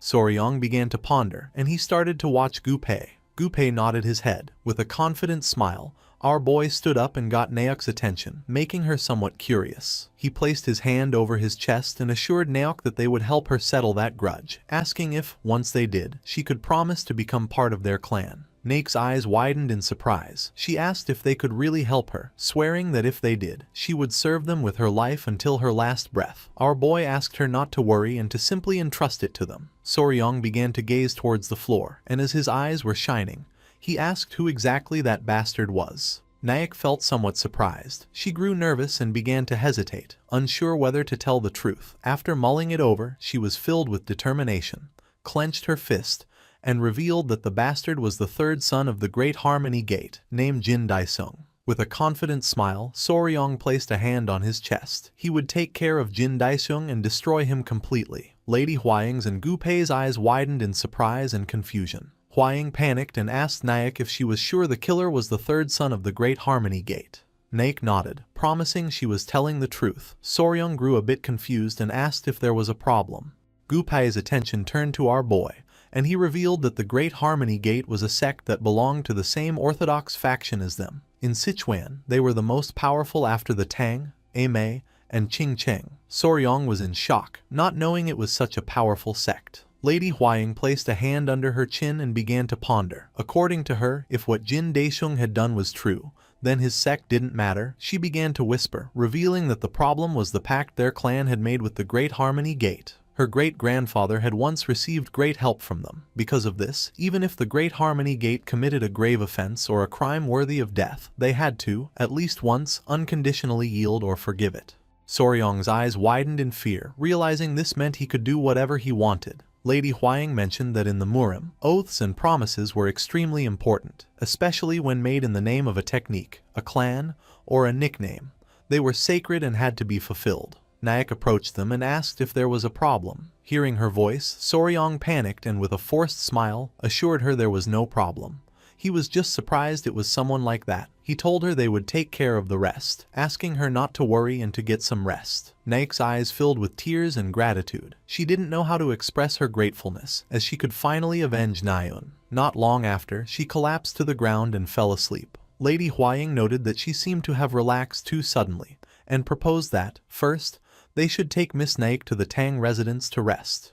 Gupai crossed his arms. He knew this would be more complicated than expected. Soryong nodded. He knew he would first have to talk to his grandfather and his father-in-law, and he was sure that, even if it was about an oath, they would understand. The next day, once the sun rose, Soryong and Huang went to the Tang clan's patriarch's hall. Everyone remained silent, creating tension. With a serious expression, the Grand Patriarch made it clear that the Great Harmony Gate was a prestigious sect in Sichuan and its leader a righteous man, but from a tiger father, a dog son had been born. The Patriarch clasped his hands. He was somewhat confused and surprised, as he couldn't believe Soryong wanted to avenge a woman even knowing about the oath they had with the Great Harmony Gate. Soryong was sincere and asked his father-in-law to grant him permission. The Patriarch began to ponder. Although the circumstances were understandable, the oath of his ancestors was tied to the honor of the Tang clan. He reasoned that if they started making exceptions just because of circumstances, people could no longer make oaths with the Tang clan or trust them. The Grand Patriarch simply nodded in agreement. The Patriarch stood up and forbade the Tang clan's lineage or its poison from helping the woman. Soryong's eyes widened in surprise. He stood up and begged his father-in-law to reconsider. The patriarch stood firm in his decision, declaring that he had nothing more to say on the matter. Just as Soryong was about to insist further, Lady Huang grabbed his hand, winked at him, and told her father that she understood and they would do as he commanded. Our boy couldn't help but feel a bit confused. Lady Huang started to show a smile. She had found the loophole in the order. It was forbidden for the Tang clan's lineage or its poison to help the woman. This meant that, so there would be no suspicion of the clan's involvement, their poison would not be used, and Soryong would be allowed to act on his own. She revealed that Soryong was not of the Tang clan's bloodline. The patriarch turned his back to them and with a smile, questioned why they were still here. Our boy was somewhat surprised, realizing this was what the patriarch had meant all along. Huang suggested they leave quickly as there was much to do if they were going to help Naok. Soryong clenched his fists, knowing they had permission and that this was the moment to prove his worth as the son-in-law of the Tang clan. He began to imagine himself capturing Jin Daixing, reasoning that the initiation ceremony into an organization always involved eliminating someone. The next day, early in the morning, Gu Pai, who was holding a scroll, met with Soryong. He let him know that, although they had received permission, they had to avoid involving the clan's name at all costs, so he would discreetly investigate Jin Daixing's movements. Soryong asked Gu Pei to take care of it. The first step was to confirm Jin Daixing's whereabouts and movements. Squad leader Gu Pai, who was a member of the poisonous extermination squad, decided to gather the information. With a smile, our boy went to Naok's room. Upon opening the door, he saw Lady Huang and Naok drinking tea. Soryong greeted them and then asked Naok if she had rested well. Naok, who was wearing the Tang clan's attire and had her hair tied up, nodded and thanked him for his help. Soryong couldn't help but smile and feel joyful. Miss Naok had decided to stay at the Tang residence for a while. They had bathed her, changed her clothes, and even fixed her hair, and now her face looked much better. Soryong took out a bag and mentioned that he had brought medicine for the burns from the Tang clan. Naok thanked him again, admitting that she didn't know how she could repay this debt. Soryong sat down and, with an expression full of curiosity, asked if he could ask her about the crickets. Naok nodded. As Soryong's eyes were shining with joy, he began to raise a finger and was about to ask his question. But just at that moment, Gu Pei, who was panting heavily, opened the door to the room. Soryong's attention fixed on him, and he asked squad leader Gu Pai if he had already returned from confirming the information. Gu Pai got nervous and revealed that he had met a guest on the way. Behind Gu Pai stood a man with long hair and a long beard, wearing a hat. The man's attention was fixed on them. With a smile, he took off his hat and recognized Lady Huang, greeting her as the poisonous flower and commenting on how long it had been since he'd last seen her. Lady Huang stood up, introducing herself as Tang Huan of the Sichuan Tang clan, and greeted the elder beggar emperor. Soryong felt somewhat confused, not knowing who this guy was, so Lady Huang asked him to be respectful, explaining that he was the elder beggar emperor, one of the 3 emperors, just like the elder fist emperor. Hearing this, Soryong's eyes widened in fear and surprise, realizing that this was one of the 3 emperors, just like the leader of the Murim alliance. Soryong immediately greeted the beggar emperor, introducing himself as Wei Soryong. The beggar emperor had heard that the fist emperor taught him his martial arts, so he had come to see who he was. Naok's eyes filled with surprise as she recognized the beggar emperor. Lady Huang questioned if she knew him, and Naok explained that he was the beggar grandfather who had helped her in Chengdu. She added that she didn't know he was such an important person and apologized for her lack of respect. The beggar emperor told her not to worry, as he was now just an old man in the shadows. Huang became somewhat curious and asked the beggar emperor what brought him to the Tang clan and if perhaps he had come about the matter of the Great Harmony Gate. The beggar emperor couldn't help but laugh, admitting that, as expected of the poisonous flower, she was very astute. Lady Huang panicked, thinking he had come to stop Naok. The beggar emperor placed his hand under his chin and questioned how he could stop her after knowing the girl's situation. He clarified that since there was no clear proof, he couldn't intervene directly, but he had come to help a little. Soryong approached and asked him how he could help without intervening directly. The beggar emperor began to ponder. With a smile, he revealed that he would help with information, as he was curious to see how the Fist Emperor's successor would resolve this. He had his young ones investigate the events from a few years ago. Jin Daixing was a truly problematic guy, the worst of villains, who violated women and didn't hesitate to murder. It was only because of his sect's influence that he hadn't been caught. The emperor suspected about 5 cases in total, including 2 in Chengdu and in the slums outside the city. Apparently, even the Great Harmony Gate considered him a problem. Soryong felt even more furious, realizing this was much worse than he thought. Stroking his beard, the beggar emperor mentioned that since the Song Village incident, Jin Daisheng had kept a low profile. He hadn't gone out, except for his visits to the gambling house every 3 days, and that's why he had advised Naek to use poison. Soryong coughed. He figured the only way to deal with him would be at the gambling house, and he wondered if he should try poisoning him, just like Miss Naek did. Lady Huaying made it clear that Soryong couldn't use the Tang clan's poison. Our boy approached Naek and, with a curious expression, asked her how she was able to distinguish that bastard's food or drink among so many people. With a sincere look, Naek revealed that every time he came, he made very specific and demanding requests, so this information always reached the kitchen. Soryong was a bit confused, but she revealed that whenever food with ingredients like crab or shrimp was served, he would ask for them to be removed from his portion. That's why she poisoned that food, although it wasn't real poison. The beggar emperor remembered that the guy had said something broke out on his body just from tasting it. Connecting the dots, Soryong realized that Guy had an allergy to crustaceans, and a very severe one at that. Our boy started thinking about crab, shrimp, and the protein they contained, tropomyosin. Several seconds later, with a confident smile, he got squad leader Gu Pei's attention and asked him to go immediately to the poison storage to bring him yellow worm powder. Gu Pei was confused, not understanding why he was suddenly asking for yellow worm powder. Soryong started to laugh wickedly, and everyone's attention fixed on him, not knowing what he had in mind. Holding up a finger and smiling, Soryong revealed that he was going to kill that guy in a brilliant way. Crossing his arms, Soryong began to imagine a worm and decided to call this operation Savory Death. He realized that the root cause of Jin Daisheng's shellfish allergy was precisely tropomyosin, a protein component that constitutes muscle. Tropomyosin was present in most animals, but unlike the version in vertebrates, which was 90% similar to the human one, the invertebrate version had a much lower similarity,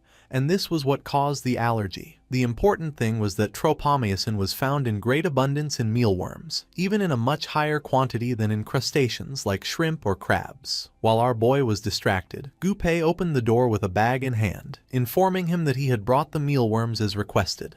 Soryong got to work and started cooking while Lady Huaying and Gu Pei watched in silence. He took out the mealworms, boiled them in hot water, and then lightly stir-fried them in a hot wok. Soryong prepared a delicious dish and placed it on the table. With a smile, he asked everyone to try this stir-fried mealworm. Naek, the beggar emperor, and Lady Huaying began to stare at the dish with expressions full of contempt, wondering in horror if he was really asking them to eat this. Soryong nodded, promising it was very tasty and delicious.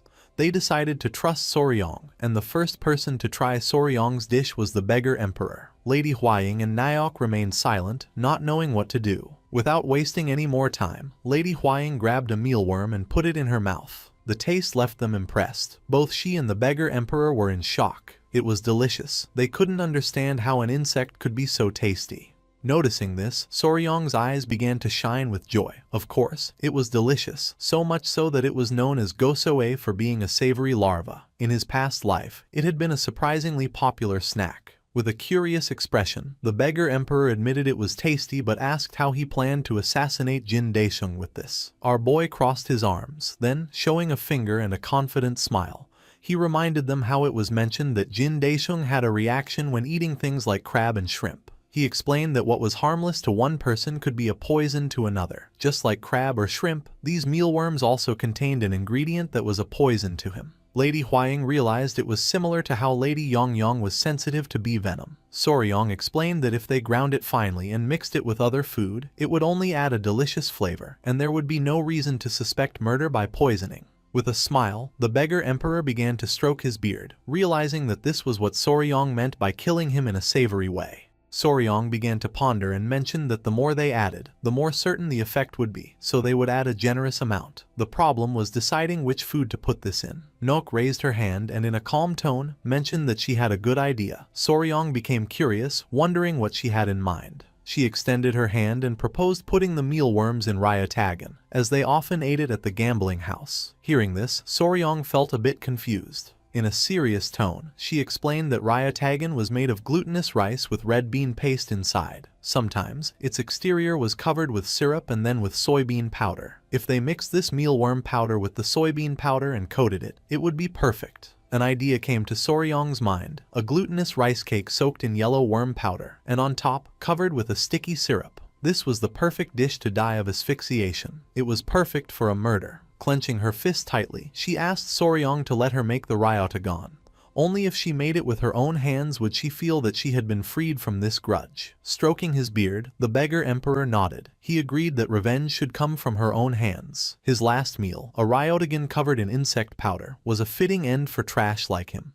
Our boy decided to ask the owner of the gambling house to let her do the cooking for a day. With a worried gaze, Lady Huang proposed that, just in case, they should participate in the gambling to keep him there and prevent him from escaping. A smile spread across Soryong's face, and his eyes began to glint with malice. This plan was becoming more and more flawless, a plan from which he could not escape alive. A few days later, Jin Daisheng, holding a bag full of coins alongside his bodyguard, headed for the Golden Phoenix gambling house. The owner greeted him respectfully, welcoming him. With an arrogant expression, Jin Daisheng dismissed the greetings and demanded liquor and women at his usual table. Just then, the owner apologized, informing him that the table was already occupied by special guests. Jin Daisheng felt somewhat confused, and when he entered the place, his eyes widened in surprise. At the table where Jin Daisheng usually sat, Soryong and Lady Huang were gambling. Jin Daisheng's attention was fixed on the beautiful Lady Huang, whom he recognized as Tang Huang, the poison flower of the Sichuan Tang clan. Jin Daisheng approached and with a smile, greeted Huang respectfully, mentioning that he didn't expect to see her in this place. With a confused gaze, Huang asked who he was. With a nervous expression, Jin Daisheng introduced himself as the third son of the Great Harmony Gate, reminding her that he had visited her some time ago and asking if she didn't remember. Soryong interrupted the chat because he had won a bet. Showing a confident expression, he asked Lady Huang what she thought of his skills. While Huang's eyes were shining with admiration, she admitted that Soryong was incredible. Jin Daisheng became confused and asked his bodyguard who Soryong was. His bodyguard replied that he had heard the poison flower had a fiancé and presumed that it was him. Soryong began to smile, and Jin Daisheng panicked. He couldn't believe it. He wondered how that weak-looking wimp could have such a beautiful woman by his side, when even he hadn't managed it. His eyes began to glint with malice. He remembered that woman from the Song clan from a few years ago. According to him, she hadn't been bad at all. His mouth watered at the memory. If she hadn't resisted so much, he wouldn't have ended up killing her by accident. It was a shame her older sister wasn't there, as they said she was even more beautiful. Just then, he approached the table and Soryong's and Huang's attention fixed on him. Jin Daisheng sat down across from them, extended his hand, and declaring it was an honor to meet the poison flower's fiancé, asked if he would like to have a game with him. Soryong didn't refuse. A smile spread across Jin Daisheng's face. Whatever the case, this was a good opportunity. He was going to crush him completely and ridicule him in front of everyone. A moment later, Jin Daisheng's arrogant and confident expression vanished completely, leaving him in shock. Soryong won yet again, and Lady Huang began to cheer him on. Jin Daisheng couldn't help but feel somewhat confused, not knowing what was happening.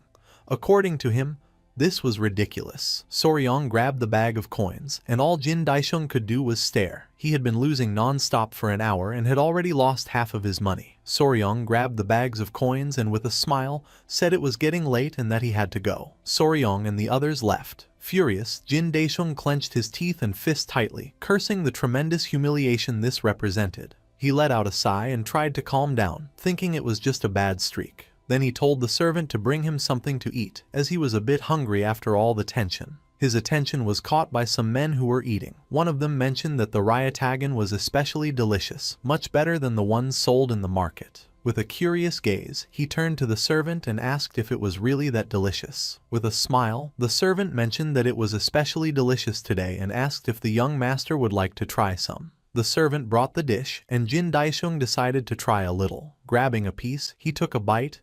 It was really delicious. He noticed that the more he chewed it, the crunchier and more delicious it felt.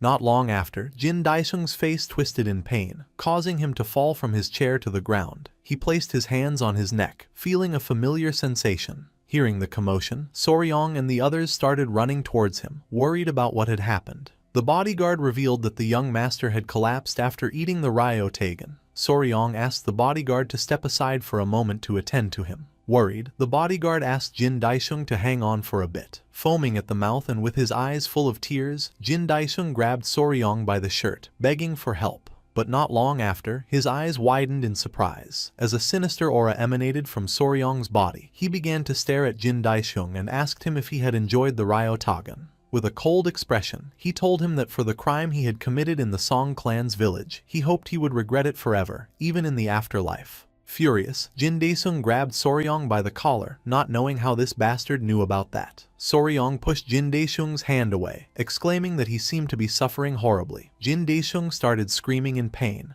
and Soryong mentioned that if the patient struggled too much, he wouldn't be able to channel his internal energy, and asked the others to hold him down. Everyone rushed to help and began to grab Jin Daisheng, who slowly began to suffocate. That delicious taste left in his mouth became his last memory in life. The next day, Soryong and Lady Huaying met with the elderly couple who had taken care of Naok. The old man bowed his head before them and asked them to take good care of their Naok, as he couldn't imagine how much the little one must have suffered. Soryong assured them that she was now part of the Tang clan, so they shouldn't worry. As the wind blew, Naok began to walk towards a grave in silence. Soryong's attention was fixed on her, leaving him somewhat curious. Before returning to the Tang clan, they had visited the Song clan's village. Luckily, Jin Daisheng's case was resolved without a trace. Normally, there would have been an investigation into possible poisoning, but since he was a son rejected by his own family, it seemed they did their best to keep the matter from going public. Tears began to well up in Naok's eyes. She rested her hands on her sister's grave and couldn't help but cry,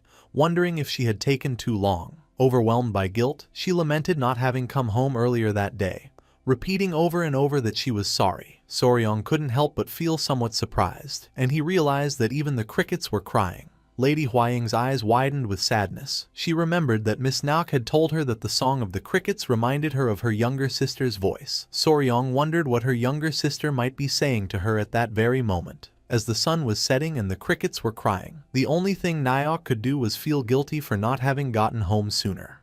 The sun was setting in the alleys of Sichuan's capital. Not far away, a man in a hat was eating. It was the beggar emperor, who was enjoying the dish prepared by Soryong. He couldn't help but smile, because although it might seem unpleasant, it was truly rich and delicious. To him, Soryong's plan, a savory revenge, confirmed that our boy was a truly interesting guy. Two people were observing the beggar emperor in silence. Noticing this, his expression turned serious. Clenching his fist, he demanded that they come out, declaring that only a thief would lurk in hiding like that. Realizing they had been discovered, they felt somewhat confused. Without wasting any more time, they came out of their hiding spot and descended behind the beggar emperor. The man acknowledged that, as expected, the emperor's perception was still incredibly sharp and asked him what he of all people was doing in this place. The man was one of the 5 emperors, the divine thief Kong Ji-ho, and the girl was his disciple, Cho Yong-ryon. Crossing his arms, Kang Ji-ho felt offended by the term thief. He reproached him, saying that after not seeing each other for so long, this was his way of greeting him. The beggar emperor felt somewhat confused, wondering how else he was supposed to address a thief. With a nervous smile, Kang Ji-ho suggested that divine thief sounded much better. Besides, he reminded him that his disciple was present and asked him to show a little dignity. Yong-ryon greeted the emperor with respect, leaving him somewhat confused. For him, dealing with that bastard alone was already enough of a headache, and the fact that he now had a disciple too only heralded more trouble in the future. With a curious expression, the beggar emperor asked what brought them to Sichuan. With a nervous smile, Kong Ji-ho explained that he had something to ask. He was looking for the person with the greatest knowledge of silkworms in all the Central Plains. Pointing to his wrist, Kang Ji-ho explained that his sacred item, the heavenly silks, had recently broken. He had believed they would last forever, but he guessed that even it had a lifespan. His tradition was to pass on the heavenly silks once the disciple's training was complete, but at this rate, he wouldn't be able to pass anything on to her. The beggar emperor placed a hand under his chin and began to ponder. For this case, he did know a guy. Kang Ji-ho was anxious to know who this guy was. The beggar emperor began to smile, and his eyes shone with confidence. The image of Soryong came to his mind, because in all the Central Plains, he might be the man who knew the most about insects. A few days later, it was dawn in the poison garden. Soryong was screaming in pain.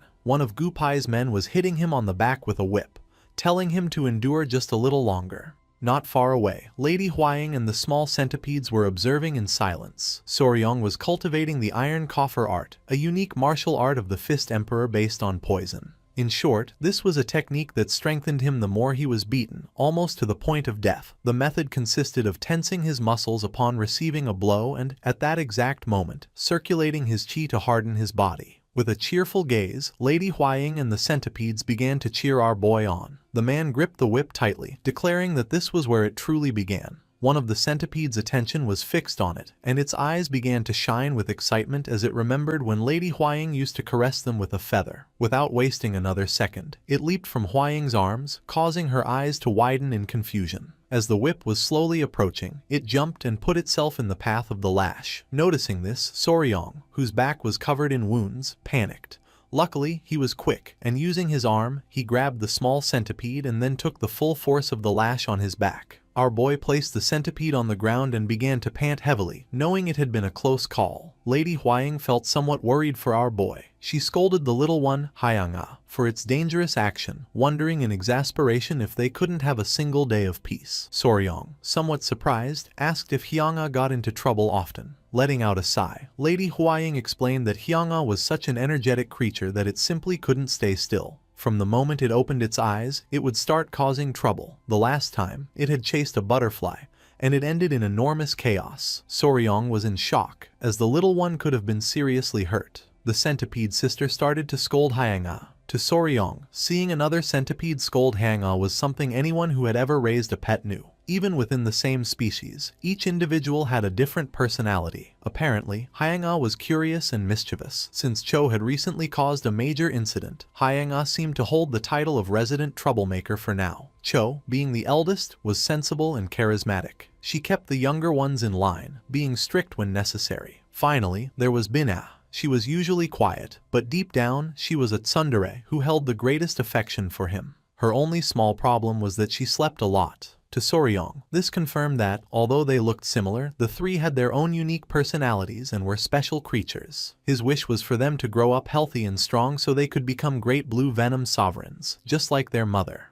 Lady Huaying approached the small centipedes, asking them to come to Mama. Soryong couldn't help but smile. While they were distracted, Nyok and Gupai appeared. Gupai greeted Soryong with respect, while Nyok held a jar. Soryong commented that they were both up and working hard, and his eyes expanded in surprise upon noticing that the poison unit's uniform suited Nyok really well. With a nervous smile, Nyok thanked him. With a curious gaze, Soryong asked her how her life in the Tang clan was going. She explained that everyone treated her much better than she deserved and that the work was also manageable. With a cheerful expression, she opened the lid of the jar, announcing that these were the things he had asked for. Soryong approached, and his eyes widened with curiosity.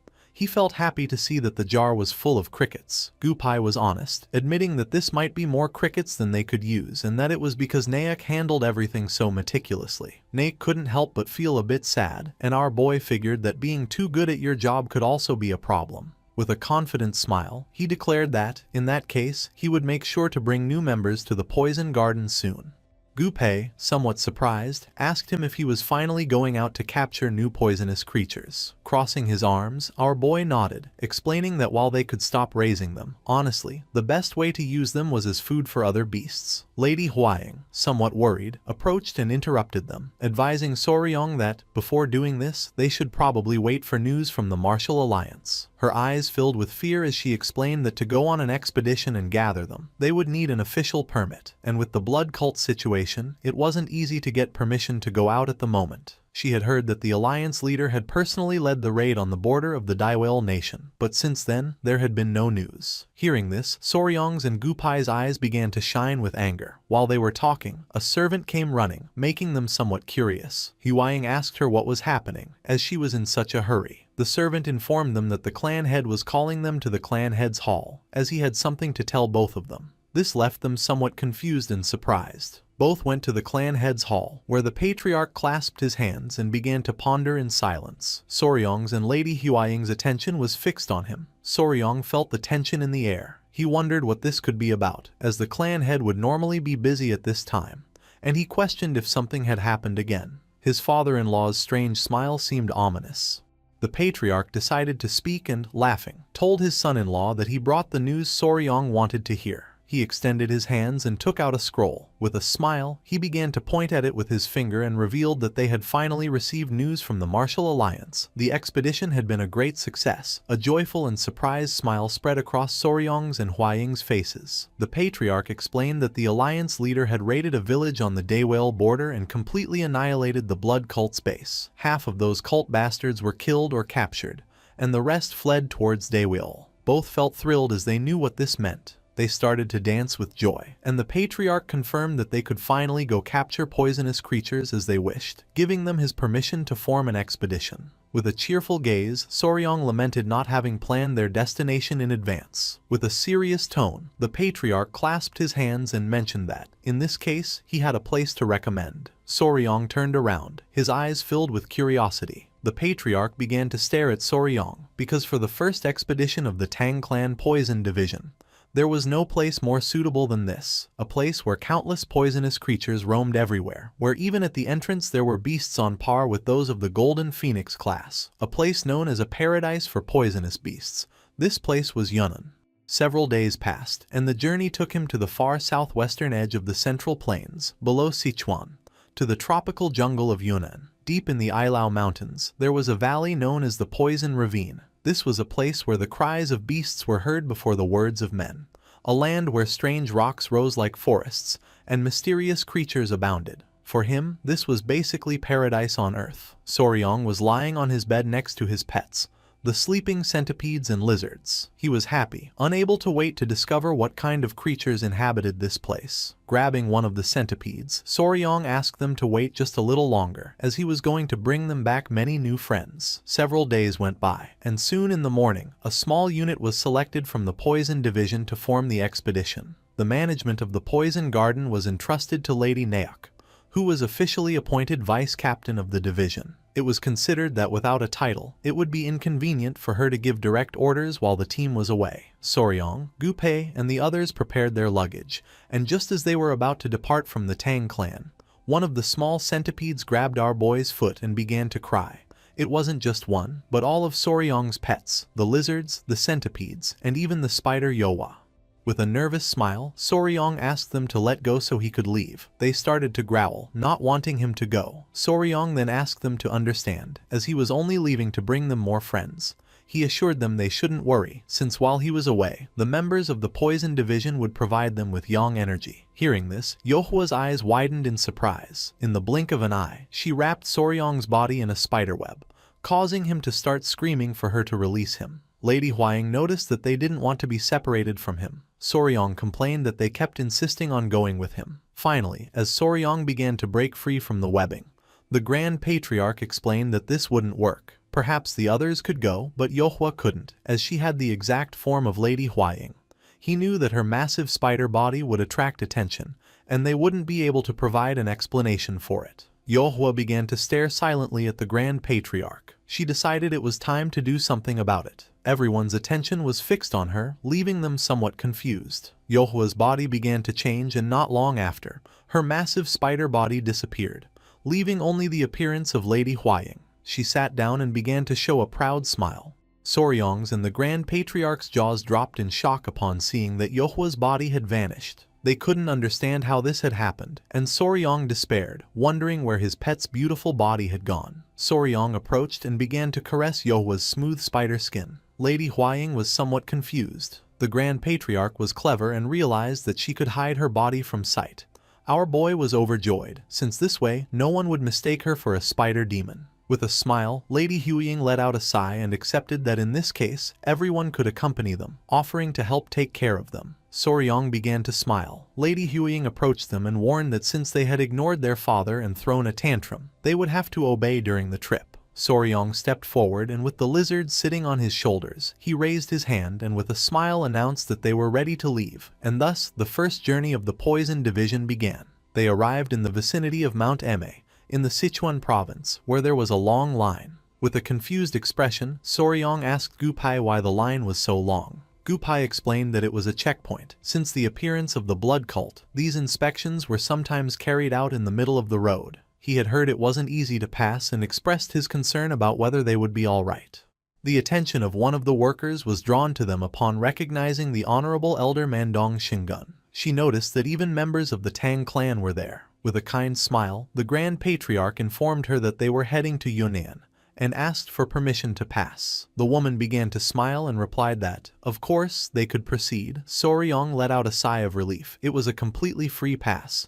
The influence of the Tang clan was truly strong, for no matter where they went, they were treated with great respect. Just then, the woman's eyes began to shine with surprise and confusion, asking them to stop for a moment. She noticed that Yohwa was floating in the air. Soryong's eyes filled with fear, making him panic as he realized that her body was invisible, which was why it only looked like Yohwa was floating. To everyone's surprise, the woman was amazed, as she believed this was the sky-leaping void technique. She was convinced that the young lady had mastered a divine skill and wondered when she could have trained in such an art. Everyone was astonished, thinking it was incredible and just what one would expect from one of the three flowers of the martial world. The only thing Yohwa could do was show a grateful smile. At that moment, with a furious gaze, Lady Huaying grabbed Yohwa by the clothes, and Soryong and the others started running while shouting for them to forgive them, as the young lady was just shy. Everyone was somewhat confused and in shock, not knowing what was happening. As they fled the scene, Lady Huaying asked Soryong to do something about Yohwa, as people would get the wrong idea. He, in turn, begged her to calm down.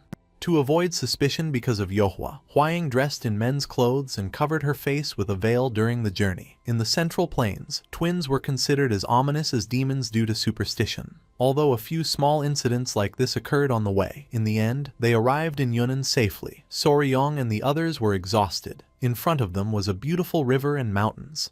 They were happy, as this was Ilao Mountain. The Grand Patriarch mentioned that there was only a little further to go to reach the poison ravine. With a worried expression, Soryong turned around and put his hand under his chin, as he felt that something wasn't right. Gupai grew curious and asked him what he meant. Soryong mentioned that it was strangely quiet around here. He began to observe carefully. There were no signs of life, neither in the cracks of the caves nor in the trees. He couldn't perceive any sign of life at all. The Grand Patriarch felt somewhat confused. With a serious gaze, he acknowledged that this feeling was not unknown to him.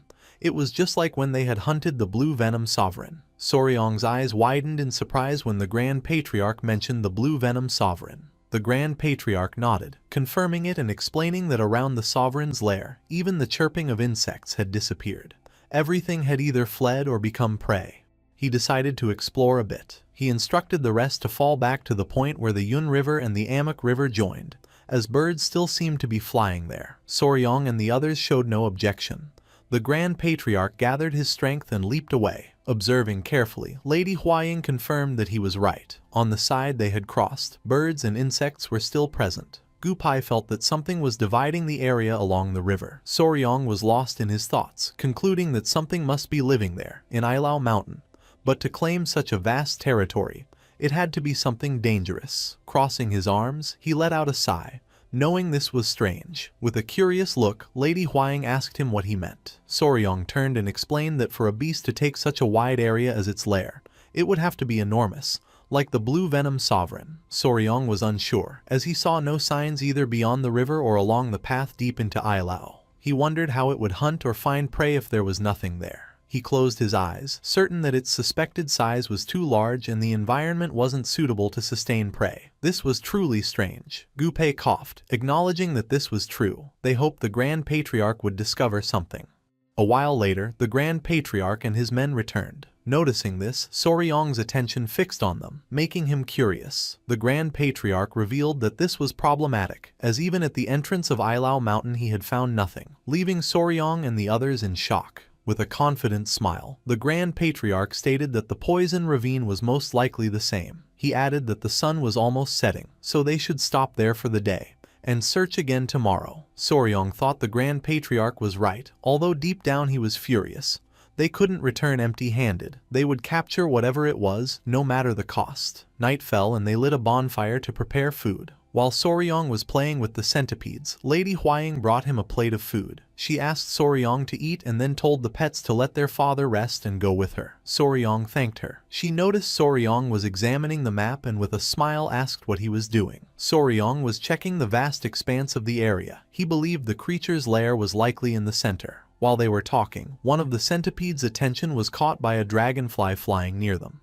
Without hesitating for a second, it jumped and attacked it fiercely. Noticing this, Soryong and Lady Huaying were shocked, not knowing what was happening. Soryong scolded Hyanga, saying that it had scared him and shouldn't jump like that. Lady Huaying noticed it was trying to catch that dragonfly in midair. Soryong thought it must be because they were near the river, with many dragonflies around. However, just before, there were none. His eyes widened in surprise and his attention fixed on the dragonflies flying behind him. Without wasting any more time, Soryong told the Grand Patriarch to return to the places they had checked earlier to see how many dragonflies were flying there now. With a confused expression, the Grand Patriarch turned and asked what he meant. Soryong explained that land creatures could remain hidden, but dragonflies could fly wherever they pleased. He revealed that if something threatened them, they would have fled for a while, but once the threat disappeared, they would return. He put his hand under his chin and, with a confident look, concluded that the reason they hadn't seen any creatures wasn't because it was its territory. Somewhere else in the forest, there were skulls and remains of devoured animals. This was because, before they arrived, something had already swept through this land.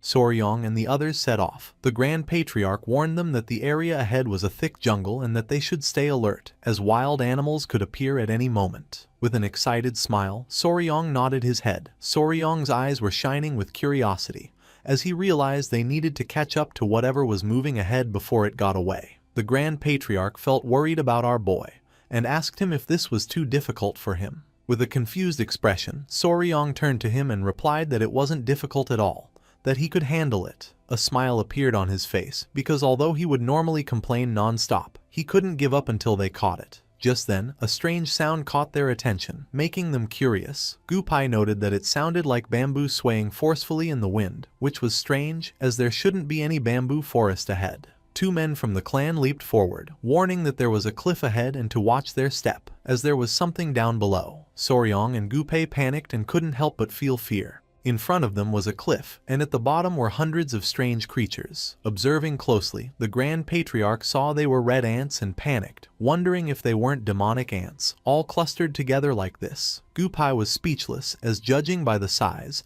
they were not normal demonic ants. The Grand Patriarch admitted that not even in the records of the Tang clan had he seen anything like this, and he asked Soryong if he knew what they were. Soryong began to ponder, for although he had never seen them this big, he was almost certain they were army demonic ants. Hearing this, the Grand Patriarch's eyes widened in surprise and curiosity. Army ants, found in Africa and America, travel in massive swarms. Most ants build secure nests and live sedentary lives, but army ants, when food is scarce, move in large numbers, migrating as one. Their march looks like an advancing army, hence the name army ant. They were extremely aggressive, and if provoked, not even the bones would be left. Soryong and the others were watching in silence, hidden among some bushes. Our boy became serious and suggested that, for now, they should retreat silently. But just then, one of the men stepped on a branch. Our boy and Gupai realized this was not good. Soryong's and the man's faces twisted in fear, and when they turned around, they saw the ants staring intently at them. Everyone froze in fear. Not long after, the ants began to charge towards them. With their faces covered in sweat, Soryong and the others started to flee for their lives. Several minutes had passed, and it was already dusk. Soryong and the others were running with all their might, somewhat surprised, as the ants were much faster than they had imagined. On the path, there was a small deer eating leaves. As soon as they saw it, the ants pounced on the small deer and began to devour it. Noticing this, Soryong's eyes filled with fear. He remembered that demonic ants sensed movement through vibrations, and that if they kept going like this, the ants would think they were prey. With a worried expression, the Grand Patriarch asked him what they should do. Something caught Soryong's attention, and an idea came to his mind. He revealed that they had to cross the river, as the ants couldn't cross water. The Grand Patriarch pointed in the direction of the river and told them to jump. Without hesitating for a single second, everyone leaped into the water. By the time the ants arrived, everyone had already jumped. Several seconds later, Soryong emerged from the river and couldn't help but smile upon noticing that the ants were turning back. Gupai was relieved that they had survived. Once the ants left, they got out of the river. He sneezed, feeling that it had been too close. It was like having one foot in the grave. Soryong was lying on the ground exhausted and asked his centipede Cheoya if he was okay, assuring him that he would dry him off quickly. Cheoya nodded. With a smile, the Grand Patriarch stood up and admitted that they were monstrous creatures. He, the myriad venom's divine lord, had never felt fear before any enemy, and yet, these demonic ants had filled him with terror. Our boy's eyes filled with concern, and he warned that they must remain cautious. These creatures devoured every living being in their path, and this explained why they hadn't seen a single animal on the way. Stroking his beard, the Grand Patriarch nodded, confirming that a swarm of this size explained everything. Our boy was disappointed, thinking it was only demonic ants and not some unknown beast. The Grand Patriarch noticed the sun was setting and, seeing that this place seemed safe, suggested they rest for a while. Soryong nodded, thinking it was a good idea. Then, he approached Gu Pai and with a smile proposed to Great Lord Gu that, once night fell, they should head back towards the demonic ants to investigate. Gu Pai was shocked and asked what they were supposed to check. With a confused expression, our boy replied that, of course, he meant the demonic ants. Gu Pai began to tremble and his eyes widened in fear. They had barely escaped, and he couldn't believe he was being serious. The other man asked if he was planning to catch them all, just as he did with the golden phoenix beasts. With a nervous smile, Soryong waved his hands, explaining that of course not. It would be impossible for him to capture so many. His plan was simply to infiltrate and catch a few. Gu Pai and the other man panicked, thinking Soryong was insane. Our boy began to pet his centipede, which started to show a smile. While Soryong's eyes were shining, he asked them if they would come with him. The next day, they ventured once more into the blood-red jungle. The midnight kidnapping mission was a resounding success. Soryong, the Grand Patriarch, and Gu Pai managed to catch 4 ants. Once they were in a safe place, they tied up the ants. Gu Pai was panting heavily to catch his breath, unable to believe he had to do this crazy thing again. When they had proposed going at night, he had thought the ants would be sleeping. Soryong revealed with a laugh that demonic ants don't sleep. Soryong pointed out that they had succeeded, as they had managed to catch 4 demonic ants. Gu Pai grabbed the ant he had caught and with a confused gaze asked Soryong if they could really raise them. Soryong sat down beside them and began to observe the ants carefully. After analyzing them, he determined that it probably wouldn't be possible to raise them. Their memory only lasted about 3 days, which made any training useless, and without a queen, they were impossible to control. Gu Pai was somewhat furious, wondering if all this had been for nothing. With a serene smile, Soryong replied that it hadn't been for nothing. He pointed out the beauty of the creatures, explaining that the simple act of displaying them in the Tong clan would be impressive. Gu Pai put his hands on his face. Soryong, with a nervous smile, reminded him that this was the poisonous creatures unit and that he had to endure it. The Grand Patriarch interrupted them, asking Soryong what his plan was now. He suggested that if they were going to hunt more poisonous creatures, they could head west towards Ruili or south to the deeper jungles of Xishuangbana. Soryong's eyes began to shine with confidence as he revealed that they would do neither of those things. First, they would regroup with Hua Yun's group and then they would track the demonic ants again.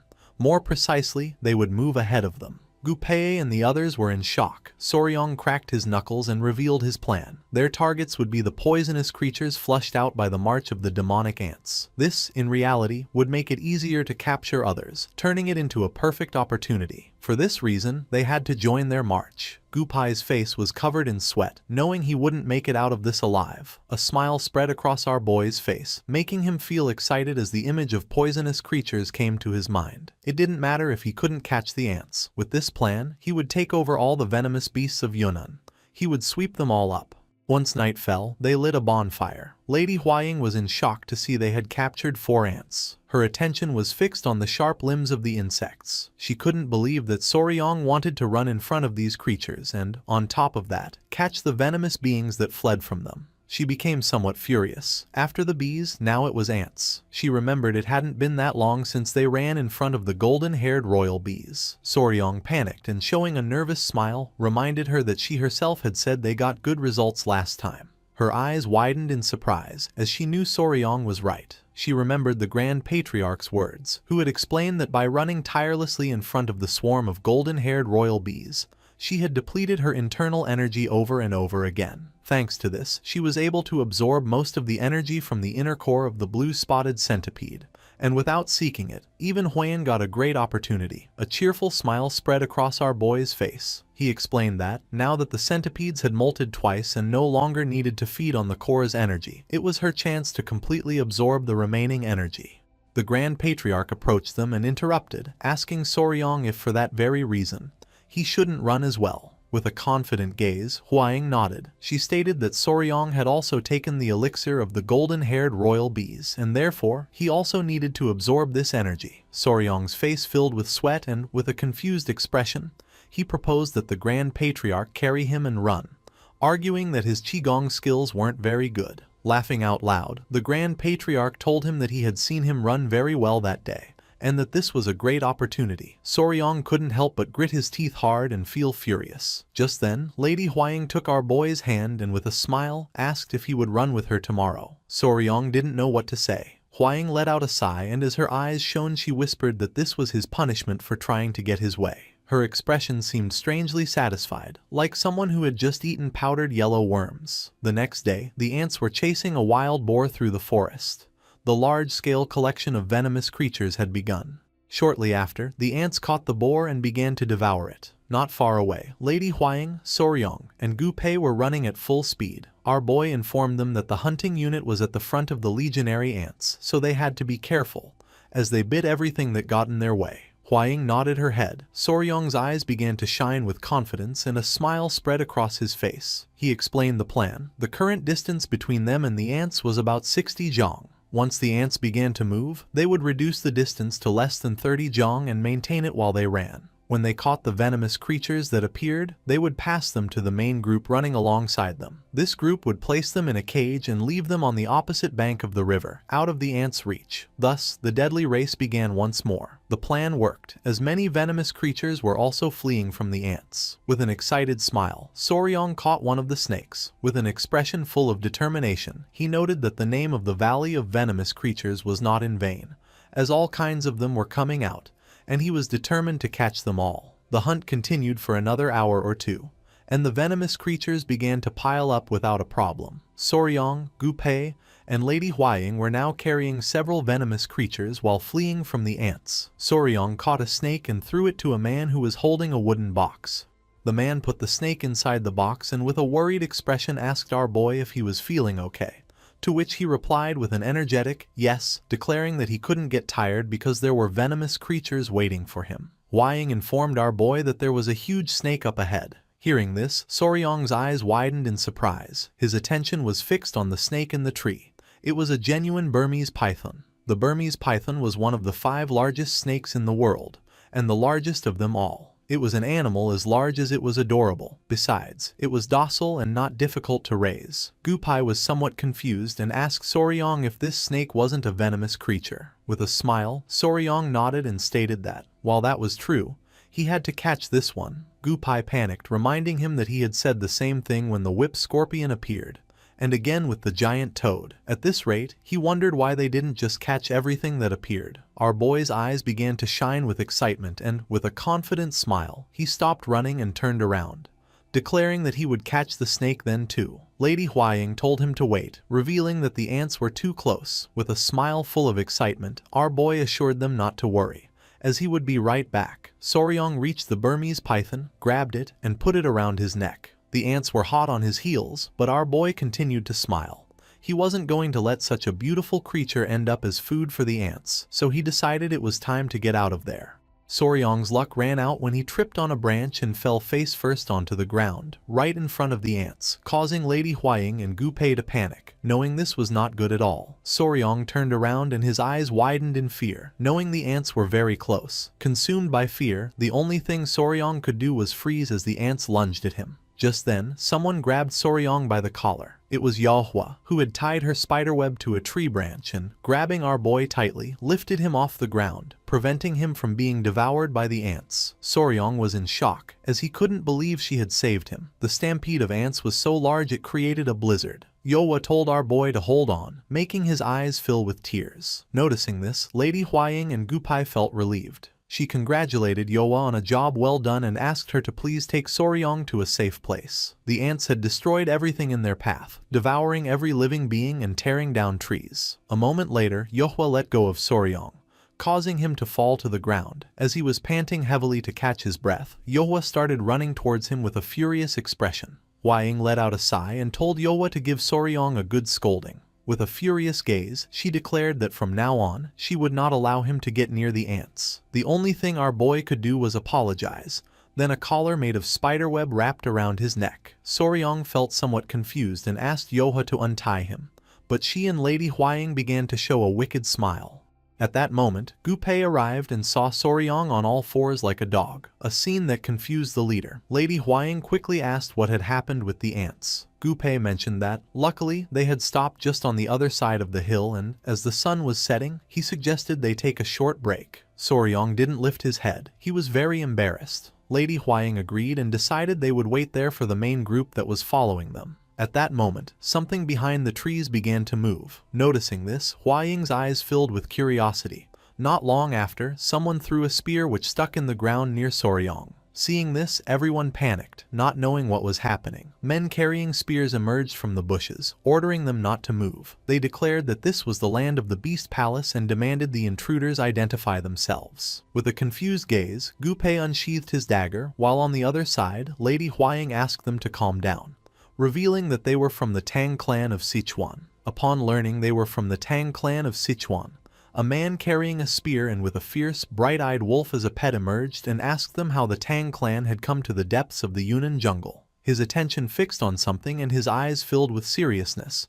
The leader's gaze fixed on the silk collar Yohua had made for Soryong. Soryong's face filled with fear and he began to wave his hands, explaining that it wasn't what it looked like. The leader couldn't help but grit his teeth as a powerful energy began to emerge from his body. He gripped his spear tightly and his eyes began to glow with rage, demanding to know what the hell they were doing in the land of the Beast Palace. This man's name was Huk Rang, a warrior affiliated with the Southern Beast Palace. He had found them after hearing a strange noise during a scouting mission.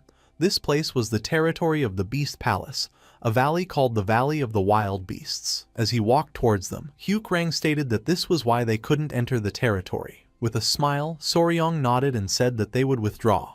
But then, his eyes widened as he remembered something.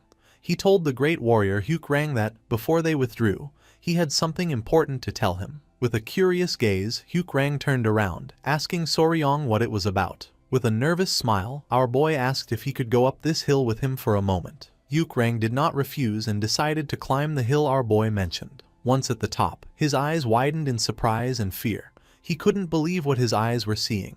In the distance, a mountain of ants could be seen. Soryong revealed that they were ants, known as legionary ants, and that the strange sound Huk Rang had heard was surely them on the move. He was honest and admitted that he believed the Beast Palace was in the path of these ants, warning that if the Valley of the Wild Beasts was a long, narrow valley, this would be very dangerous. Huk Rang began to sweat in panic, understanding that if this was true, it would be a true disaster. With a serious gaze, he announced that he would return to the Beast Palace to inform the Palace Lord and asked the members of the Tang clan to accompany him to explain in more detail about the legionary ants. While Naek was playing with Rang's wolf, Lady Huaying showed a cheerful smile and said they would gladly do so. Soryong's attention was fixed on the ants and his eyes began to shine with fear, so he urged everyone to go to the Beast Palace immediately, as quickly as possible. Night was already falling and the ants were preparing to sleep. They would rest quietly, but when the sun rose, they would rampage through the area again. This was like the sea in silence just before a great wave crashed against the shore.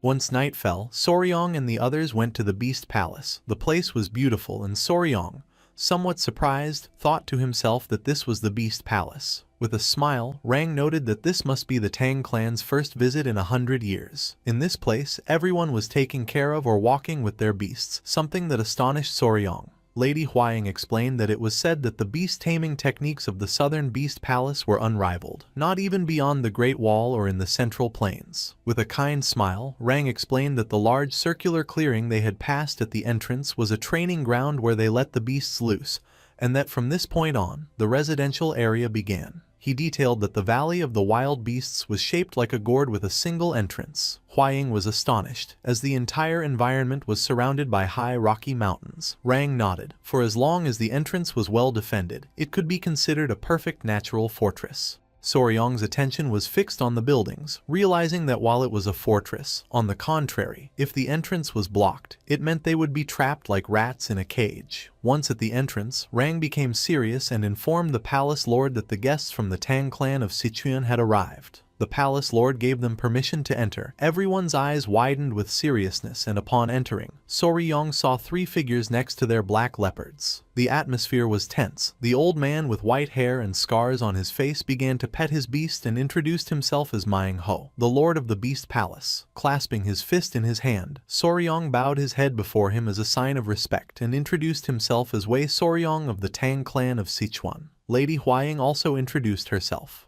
With a serious tone, Manhwa deduced that they had come all the way to Yunnan to hunt venomous creatures. He added that he had already heard the gist of it from his warriors, and acknowledged that the Tang clan of Sichuan knew much more than they did about poisons and venomous creatures. With a furious expression, he let out a sigh and asked them what exactly the legionary ants were and how they had gotten here. Soryong's and the others' eyes widened in surprise and confusion. Closing his eyes, our boy nodded and proceeded to explain everything that had happened so far, how dangerous the legionary ants were and the level of destruction they could cause.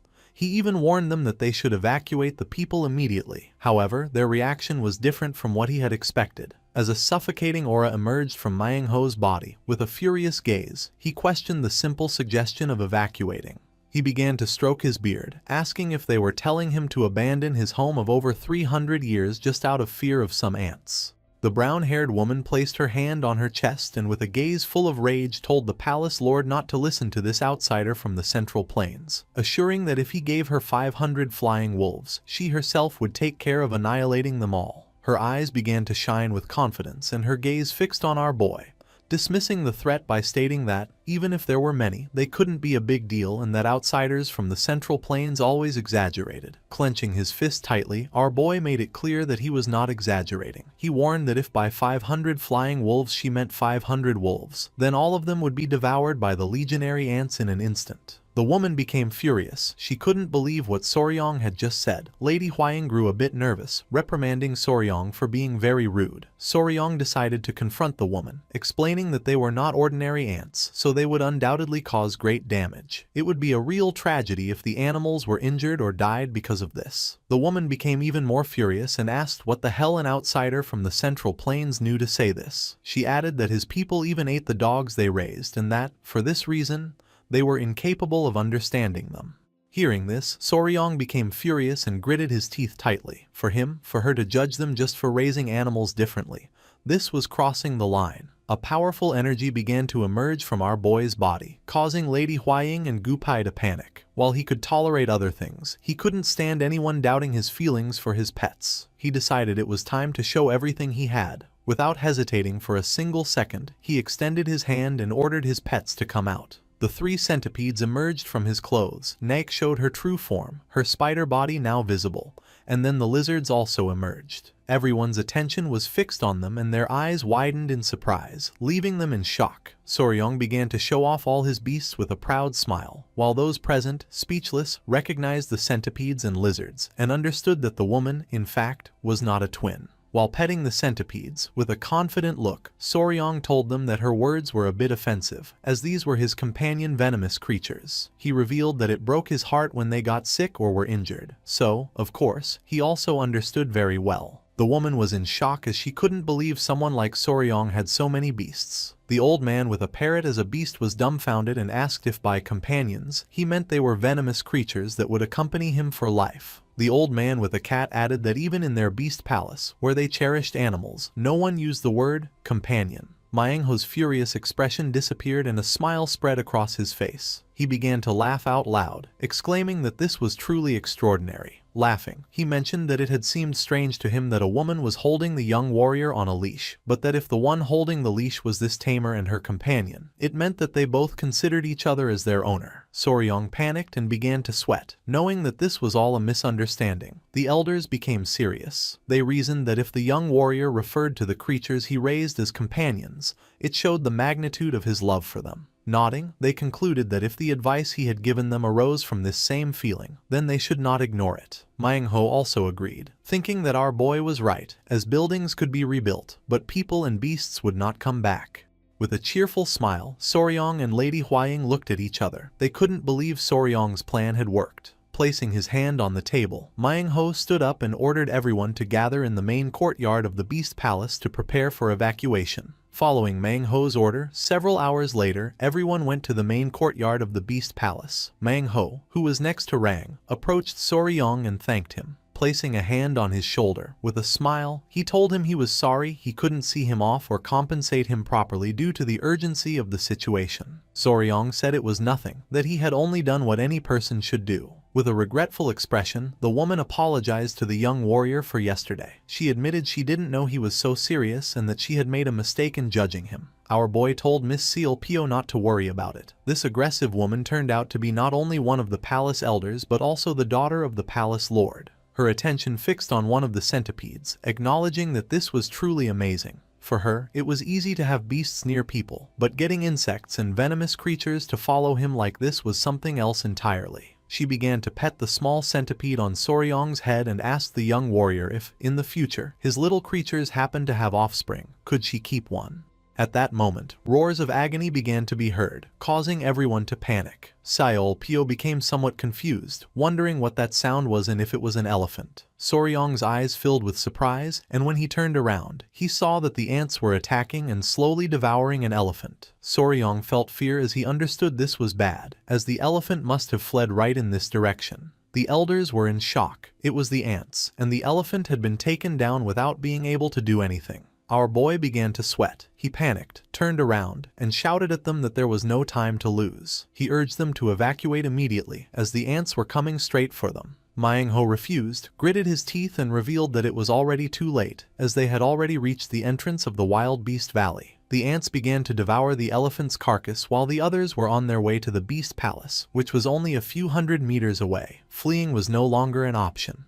In the blink of an eye, the ants devoured the elephant, leaving only bones. Soryong and the others panicked as they watched the elephant turn to bone in an instant. Manhwa grew serious, understanding they had no choice but to fight. One of the elders clenched his fist and doubted they could hold out if even such a huge elephant was annihilated in an instant. Lady Huaying, somewhat worried, asked Soryong if the Grand Patriarch and the poisonous creature squad were okay. With a confident expression, our boy stated that, knowing the dangers of the legionary ants, they must have fled to the other side of the river. The ants began to advance towards them. Gunpei's attention fixed on them and his face filled with sweat. He was more worried about his own group, as it seemed impossible to break through the ants and escape from there. Soryong put his hand under his chin and began to ponder. This was the worst possible scenario. If they kept on like this, the ants would catch them in the Valley of the Wild Beasts, and he needed to decide what they should do. Just then, a spiderweb descending from the top of the mountain caught everyone's attention. It was none other than Yohua. While Soryong was somewhat surprised, Lady Huaying began to smile. Remembering they had her, she realized that if they could use Yohua's web to cross the mountain, they could escape to safety. Nearby, Manhwa stood with his arms crossed. Soryong turned towards them and wondered what the people of the Southern Beast Palace would do. If it were just his group, it would be fine, but with so many people, the situation was very different. With a confident smile, Manhwa told the young warrior not to worry about them and to just leave. He explained that, in the world of beasts, eating and being eaten was natural. If they couldn't defeat these creatures, their fate was to be devoured. Soryong and Lady Huaying were surprised. Our boy clenched his fist tightly, his eyes shining with determination. He couldn't just abandon them like this. They were animal lovers, like him.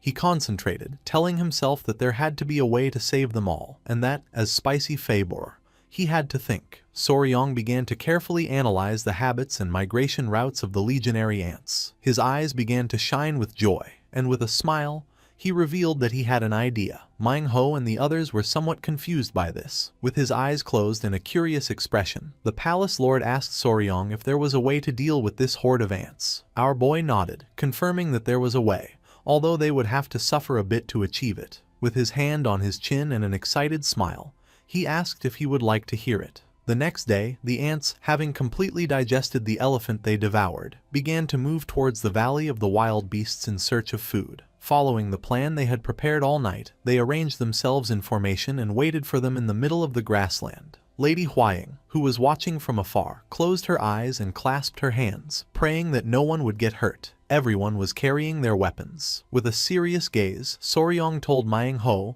and Hyuk Rang to get ready. Manhwa began to shout, ordering the disciples of the Beast Palace to stand firm as a mountain and not to break formation. They were going to protect their home with their lives.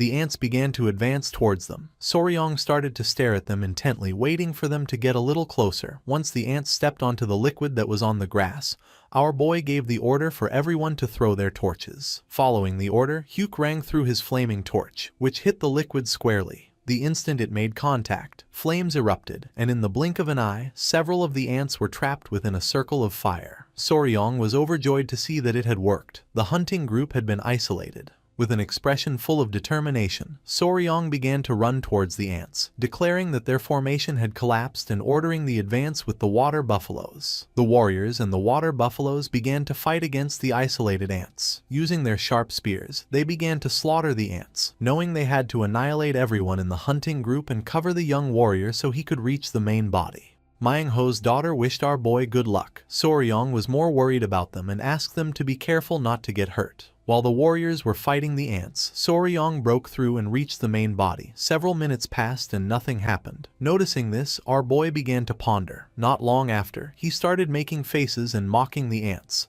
shouting at the damn creatures that he was there. His plan worked as the ants became furious. Without wasting a single second, Soryong started running while the furious ants chased him. Seol-pyo and the others had already defeated the ants that had been isolated. Her attention was fixed on our boy, and she didn't know if the plan would work as the young warrior had said. Her father mentioned that they would have to wait and see. Soryong was running with all his might, realizing the plan was perfect as they were following him.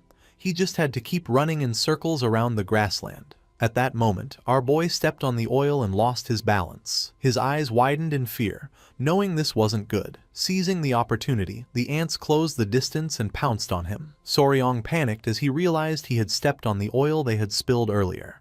The ants began to descend from the sky onto Soryong. The only thing he could do was close his eyes and prepare for the worst. Hyuk panicked and revealed that Soryong had been caught by the ants. Hearing this, Lady Hwaying and Gupe were shocked and their eyes filled with fear. The avalanche of ants began to bite Soryong, making him scream in agony. Soryong wasn't going to give up so easily, so he called for Yohwa. She reacted immediately and threw her web towards Soryong.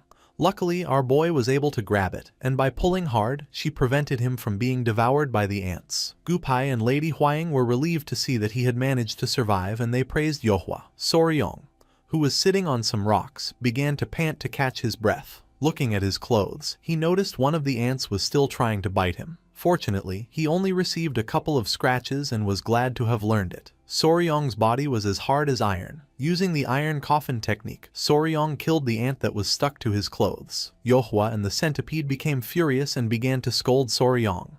With a nervous smile, he told them he knew, and that even if they didn't, Hwaying was going to scold him later. His eyes began to shine with joy as his attention fixed on the ants. They were standing on some rocks, and the ants were circling around them. Myung-ho and Hyuk were astonished to see the ants going in circles, exactly as the young warrior had said. Soryong was the only one who knew why the ants were behaving this way. The reason was that their path had been cut off. He understood that the ants couldn't see well and were guided by the pheromones left by the lead ant. Because of this, if the hunting or advance group suddenly disappeared, the worker ants, which only followed signals to move forward, would end up intertwining with each other and losing their way. Since the warriors of the Beast Palace had destroyed the hunting group, the ants would get trapped chasing each other until they died. With an astonished expression and a smile, he revealed that this was the death spiral, the ant mill. As Seol-pyo's eyes widened with joy, she turned to her father. Crossing his arms, Myung-ho nodded and gave his daughter permission to tell everyone immediately. With a smile, Soryong picked up the centipede.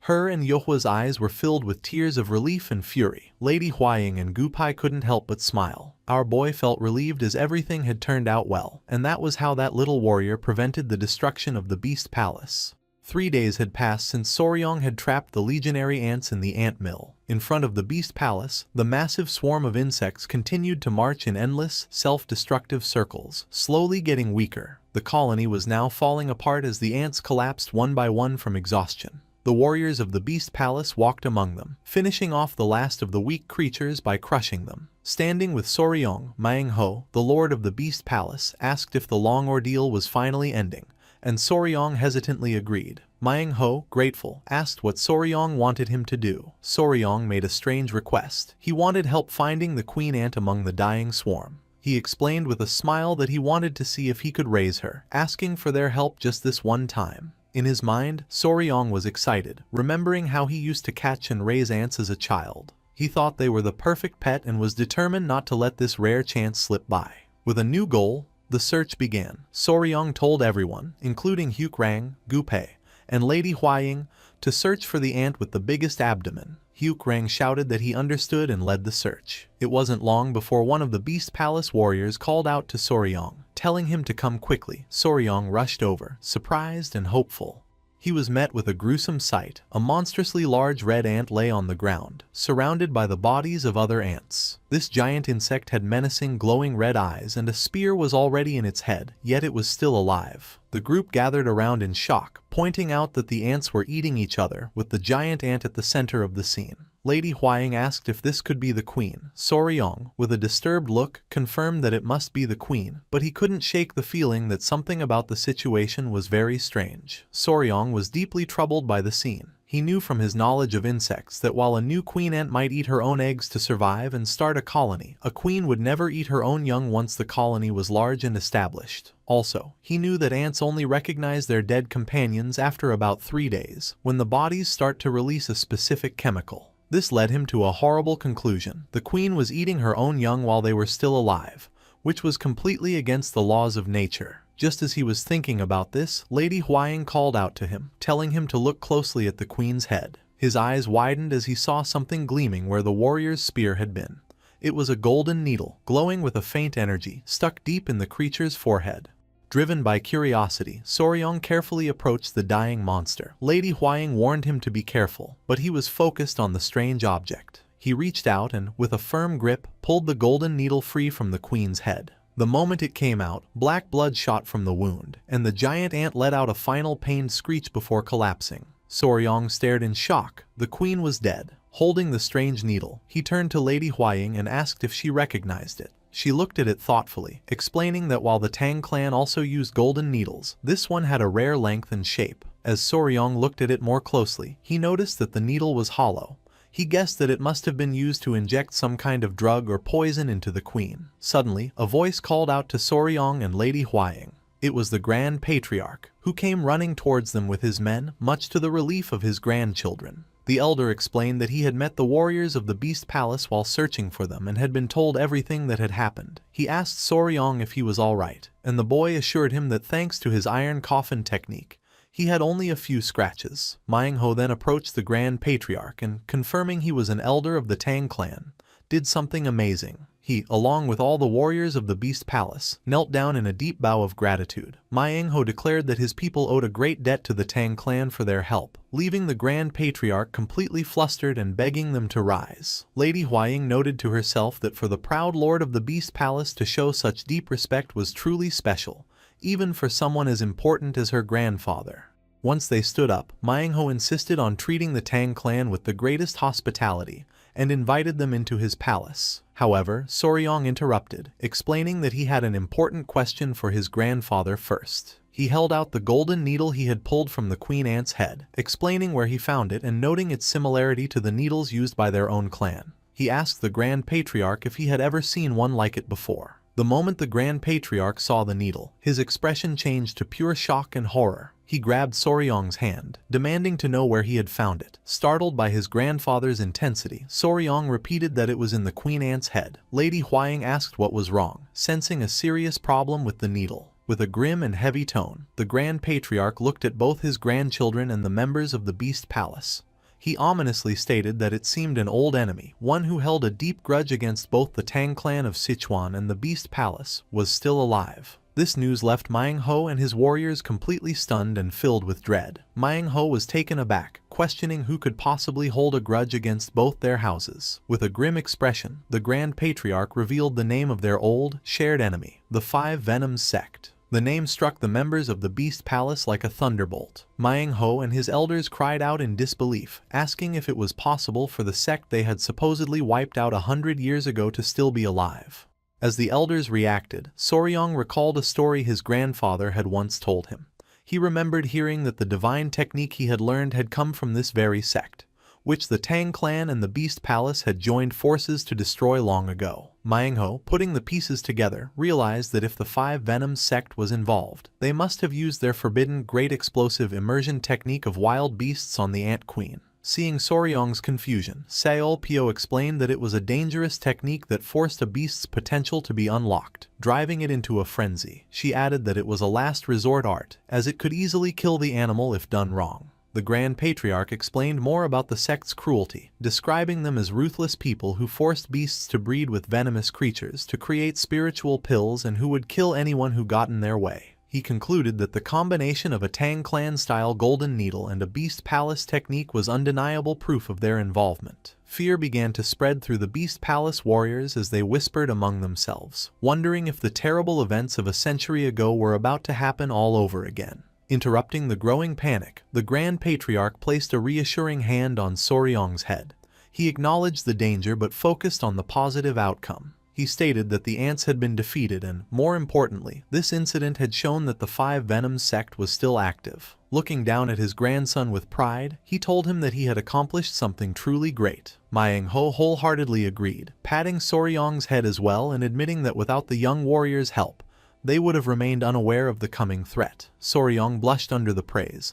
Finally, the Grand Patriarch stood tall and made a formal declaration. He announced that since the Five Venoms sect had not truly been destroyed, the alliance made 100 years ago was still in effect. In the name of the Patriarch, he pledged the full support of the Tang clan of Sichuan to the Beast Palace in the fight to come. With a determined expression, Manhwa clasped his fist and formally renewed the alliance, declaring that the Beast Palace would, of course, stand with and support the Tang clan. Having settled the matter, he turned to Soryong with a warm smile. He expressed his deep gratitude, explaining that since Soryong had done him a great favor, he wished to grant the young warrior and his clan anything they desired. Manhwa's enthusiasm was clear as he loudly encouraged Soryong to ask for anything at all, leaving our boy flustered and wondering why he kept getting these open-ended offers. Sensing the opportunity, the Grand Patriarch leaned in and whispered to his grandson. He told Soryong to ask Manhwa about the divine returning technique of the Five Venoms, assuring him that the Palace Lord would not dare to refuse such an important request. Taking his grandfather's cue, Soryong turned to Manhwa and stated that he had a question. The Palace Lord graciously told him to ask whatever he wished. The scene then shifted to the Grand Hall of the Palace Lord within the Beast Palace. There, Soryong presented his two small centipede-like creatures, which hopped playfully on a tiger skin rug. He began to explain his unique situation. Unlike the other members of the Tang clan, he had learned a technique that came from the Five Venoms sect. Because of this, he revealed, he was able to give commands to one of his creatures purely through his thoughts. Getting to the main point, Soryong asked his crucial question.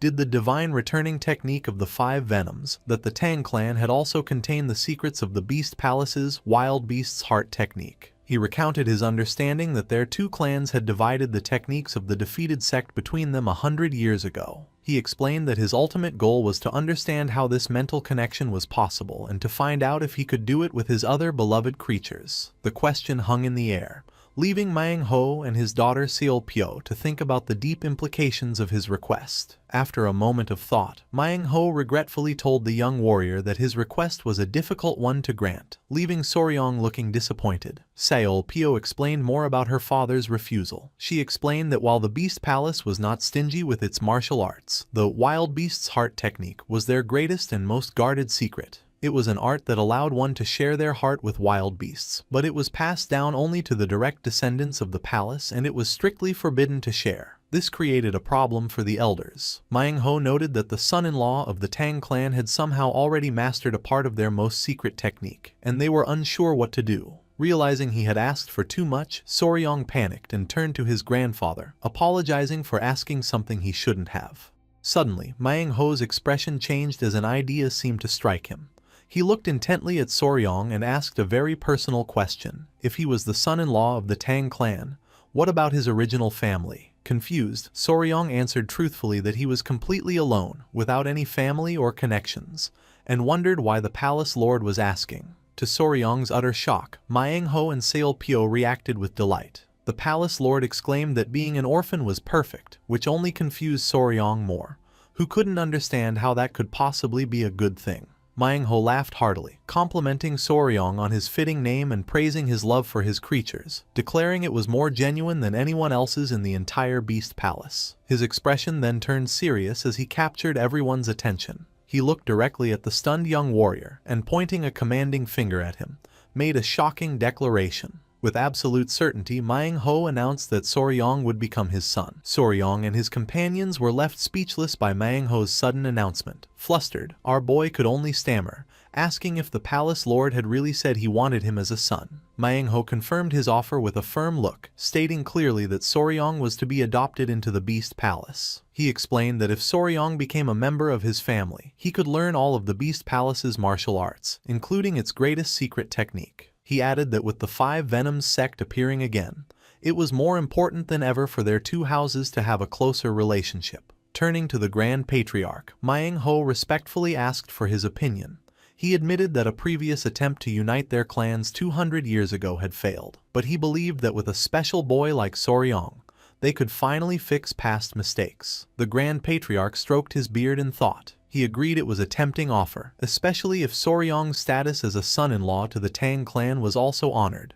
However, he left the final decision to Soryong, saying his free will was the most important thing. With the elders' approval, Manhwa turned back to Soryong. He made the offer even better, promising that if Soryong became his adopted son, he would personally teach him how to share his heart and mind with all of his animal companions. The offer was overwhelming for Soryong, who panicked at the thought of suddenly getting a new father and sister. He felt it was too big a decision to make so quickly. Sensing he was hesitant, Manhwa and Sealpyo exchanged a look, realizing the offer wasn't quite enough. Suddenly, Sealpyo's face lit up with an idea. She excitedly suggested to her father that they offer Soryong the Bisa, or flying snake. She figured that since the young warrior loved venomous creatures, the legendary snake would be the perfect gift. Soryong, hearing the unfamiliar name, looked confused. He turned to his grandfather for an explanation, and the old man's expression grew serious. The Grand Patriarch explained that she was likely talking about the legendary Bichionsinsa,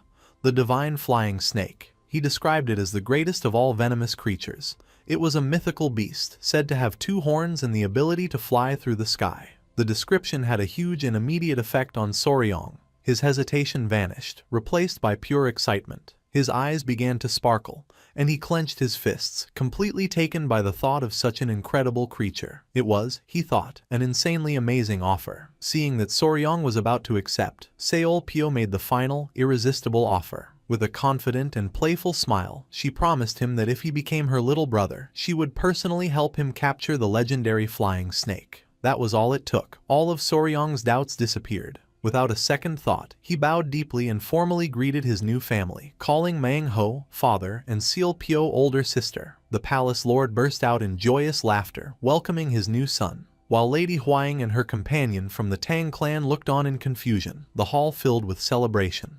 And so, after a sudden but happy decision, a formal adoption ceremony was held, officially making Soryong a member of the Southern Beast Palace.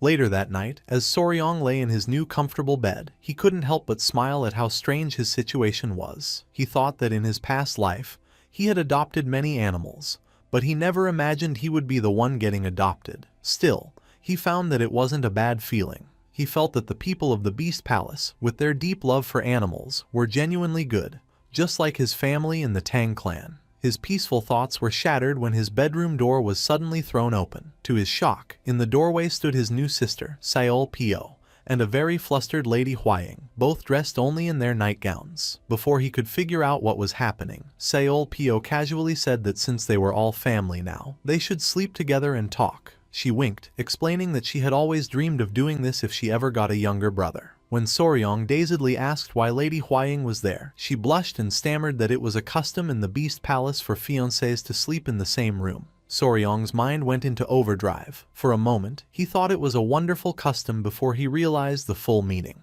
His heart began to pound as he panicked at the thought of spending the night with 2 women.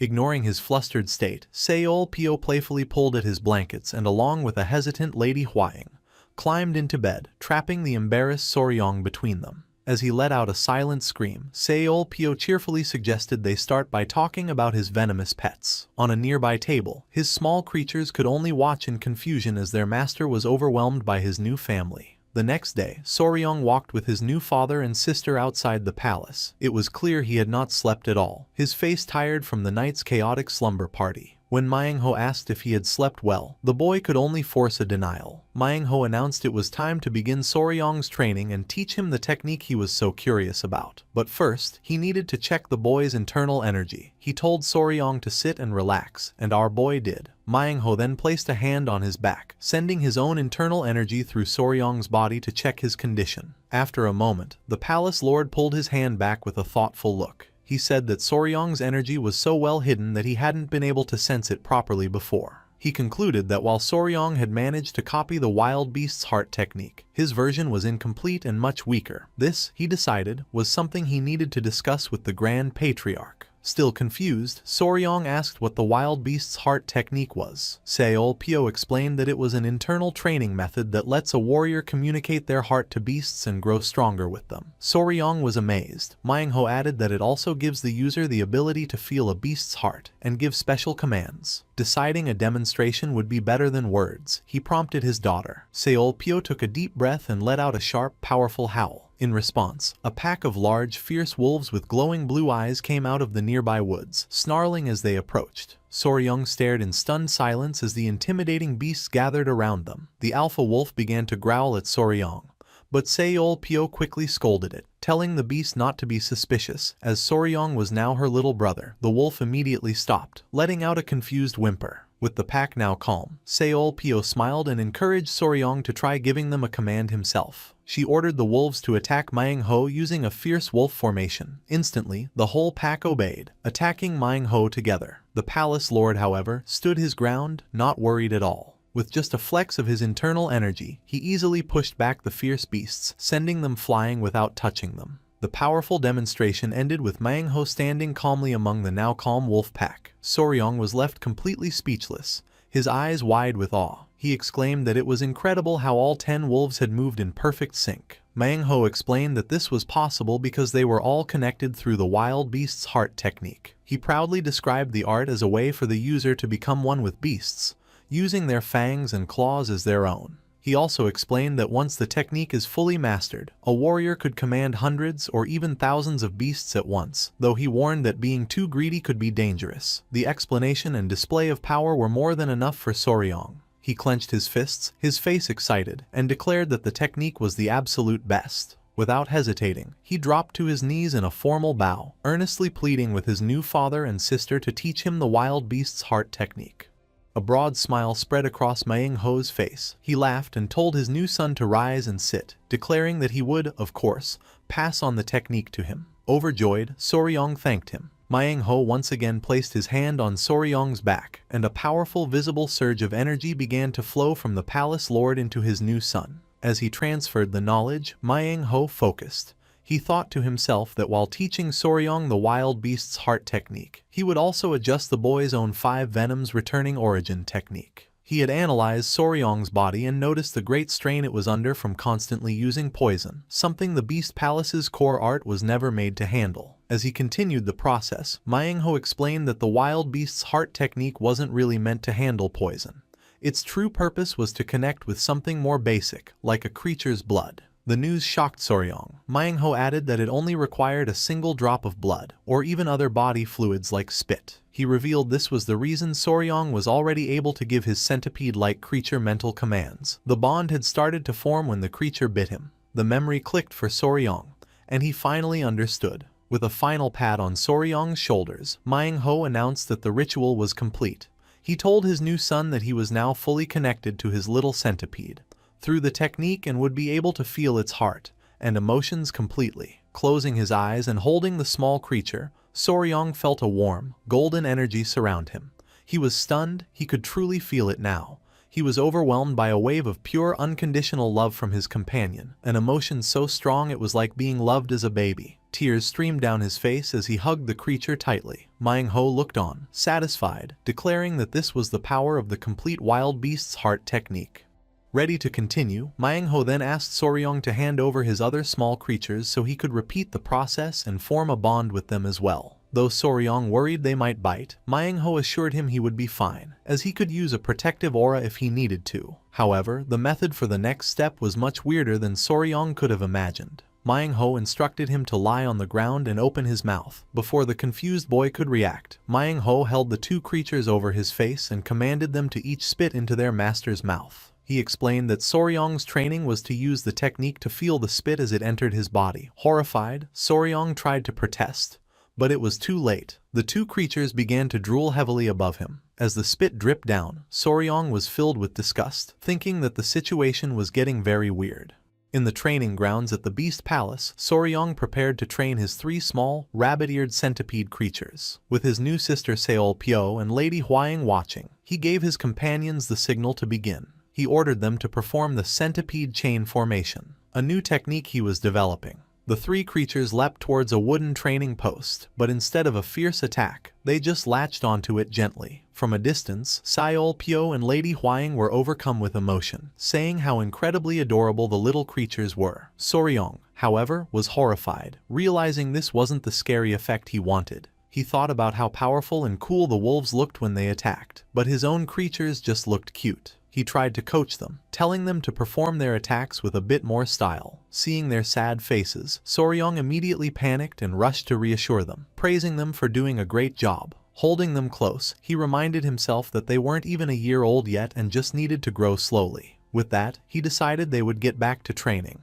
Half a month had passed since Soryong had officially inherited the beast heart art and bonded with his centipedes. Because his original technique was similar, he was able to master the new one very quickly. This let him focus on strengthening his connection with his companions. Soryong didn't actually go through with the disgusting method of having his creatures spit in his mouth. He couldn't do that. Instead, he completed the bonding process by having them all suck on his pinky finger. Later, while walking, Soryong asked his sister Seolpyo if she had heard any news from the flying heavenly divine master yet. Seolpyo explained that the place the warriors had gone to check was a 3-day journey away, so they would probably hear back soon. Soryong understood and agreed. As Soryong stood with Seolpyo and Lady Hwaying, Gupei came running towards them. Out of breath, he called out for young Master Soryong, announcing that he had a message from the Grand Patriarch. Surprised, Soryong asked what was going on. Gupei hesitated for a moment before delivering the exciting news. The heavenly flying emissary had finally been found. The news sent a jolt of excitement through both Soryong and Lady Hwaying. A determined smile spread across Soryong's face as he thought that the moment had finally come. Without wasting a second, he announced that they would go to his grandfather at once.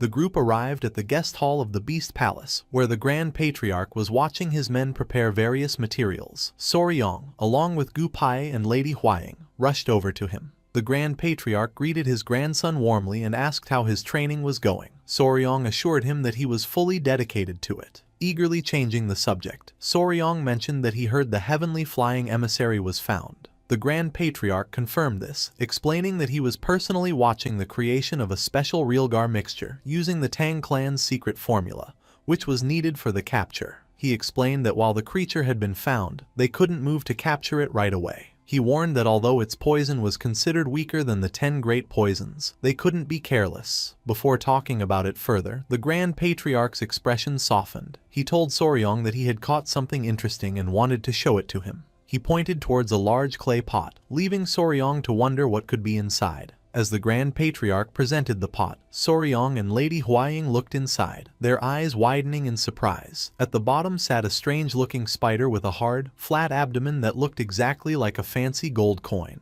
Soryong excitedly identified it as a money coin spider. The Grand Patriarch confirmed this with a smile, explaining that the creature was named for its abdomen's resemblance to a gold coin. This creature, also known as the Chinese hourglass spider, is a type of trapdoor spider. Soryong's face lit up with joy. He thought that this was an incredibly rare species that he couldn't find in his past life. Overjoyed, he thanked his grandfather for the wonderful gift. The Grand Patriarch was pleased to see his grandson so happy. With the gift presented, the Grand Patriarch turned the conversation back to the important task. He said that all that was left was to figure out a secure place to hold the heavenly flying emissary after they captured it. Soryong chimed in, explaining that snakes can usually escape through the smallest openings, so his clan usually kept them tied in special sacks. However, the Grand Patriarch looked serious, fearing that their usual methods wouldn't be enough. He warned that the creature they were hunting was a spirit-grade venomous beast, capable of tearing apart most containers. This problem left Soryong looking concerned and deep in thought. Turning to his grandson, the Grand Patriarch asked if he had any good ideas for a container. Soryong was caught off guard, stammering as his grandfather reminded him that he was their expert. As Soryong tried to think, he accidentally bumped into a clan member holding the pot with the new spider, causing the man to yelp in pain. Suddenly, the same clan member cried out in alarm,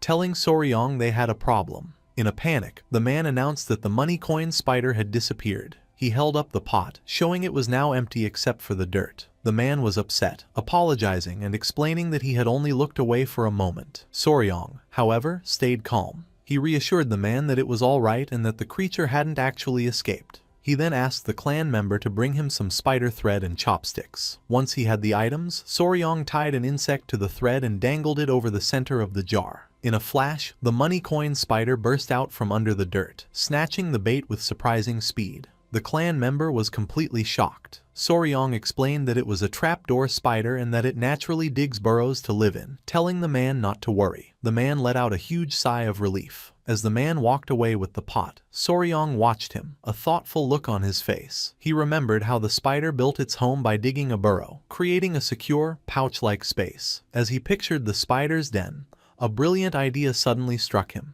He realized that a specially made pouch with that exact shape would be the perfect solution. His eyes widened and he clenched his fist in excitement, exclaiming that he had figured it out. With a brilliant idea, Soryong rushed to find the one person who could make it happen, his companion, the spider Yohwa, who was napping in her web. He called out her name, waking her up. Once he had her attention, Soryong held up a small cloth pouch. He asked Yohwa, who had transformed into her large spider form, if she could create something similar, but much, much bigger. The plan was to use Yohwa's spider silk, an incredible material that was 20 times tougher than steel of the same weight. As a spirit beast, Yohwa's thread was exceptionally powerful. It had already proven its strength against an army of ants, making it the highest grade fiber in existence. The idea was simple but genius, to weave that nearly unbreakable thread into a giant pouch to hold the spirit beast. Taking on the challenge, Yohwa got to work. In a short time, she presented a massive, beautifully woven white pouch made of her silk. Soryong was completely amazed. He took the finished pouch and praised her, saying it was amazing and exactly what they needed.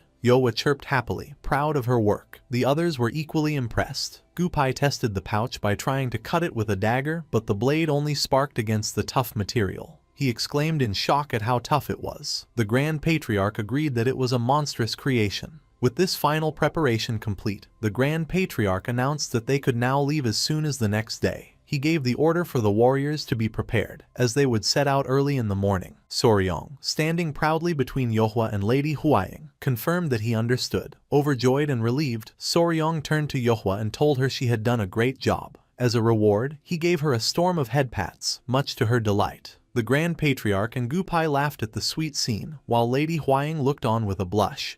And with that, all preparations to capture the flying heavenly divine master were finally complete. The next morning, as the sun rose, the group set out on their mission. Led by warriors from the Beast Palace, Soryong and his companions from the Tang clan headed for Hyupsu Gorge, where the flying heavenly divine master had been seen. As they walked, the Grand Patriarch said he was looking forward to this, as he hadn't seen the 24 poison branches in person since he was young. Soryong, confused, asked his grandfather what he meant, recalling only that they were ranked below the 10 great poisons. The Grand Patriarch explained that the term was a comparison. Just as the day is divided into 24 hours, the Tang clan assigns a powerful venomous beast to each of the 24 hours. While they were not among the legendary 10 great poisons, these were 24 very potent beasts of the highest grade. Soryong and Lady Huaying listened, beginning to understand. After some time, one of the lead warriors shouted that they had arrived, pointing ahead toward the gorge. Soryong's gaze followed, and his eyes widened in awe at the sight. Hovering majestically near a cliffside waterfall was a massive, snake-like creature, its long, elegant body decorated with light blue fins and 2 sharp horns on its head. He could only whisper its name in disbelief, the heavenly flying emissary. The Grand Patriarch began to recite the description from the ancient records of the Tang clan. He described how the creature rode the chaotic winds of the gorge as if they were water, its body dissolving into the blue clouds and its horns breathing out a spirit energy as sharp as a blade. It moved so smoothly between the sky and the mist that it was impossible to tell where the heavens ended and the sea began. He then revealed the creature's true importance. The Tang clan had placed this beast at the very head of the 24 poisons. It was the beast that was in charge of the first double hour of the day, representing the very beginning of heaven and earth, black and yellow, a truly ancient and powerful being. As he stared at the impossible sight, Soryong's mind went back to his previous life. He remembered that flying snakes did exist on Earth, though most people didn't know it. He recalled a live stream he did as his online personality, Spicy Faber, where he excitedly showed his 1 million subscribers a real, flying snake. He had shown a green snake called a chrysopelea, and when his viewers asked how it could fly, he explained the science. It didn't truly fly, but glided by spreading its ribs to catch the air. His viewers had accused him of clickbait, but he had calmly defended himself, arguing that gliding up to 250 meters was close enough to flying. He had then laughed and confidently said that everything in the universe had to obey the laws of physics. A snake couldn't just fly like a bird. That was what he used to believe. But now, seeing a massive horned serpent soaring through the air against all logic, he could only wonder what he was looking at. The sight was so reality-breaking that his brain felt like it would shut down. He turned to his grandfather and asked if it wasn't a bit strange that a snake was flying. The Grand Patriarch just chuckled, saying that was exactly why it was called the Flying Heavenly Divine Snake. Soryong tried to explain that wasn't what he meant, but the words wouldn't come. Meanwhile, Lady Huaying was completely fascinated. Holding Soryong's small centipede creatures, she encouraged them to grow up quickly and become incredible venomous creatures just like the one before them. Her excited words, however, did not go unnoticed. The divine serpent turned its gaze toward the group on the cliff and spotted them. In an instant, the massive creature was covered in a bright blue light and shrank to a tiny version of itself before flying away at incredible speed. Soryong cried out in alarm, shouting that the snake was escaping.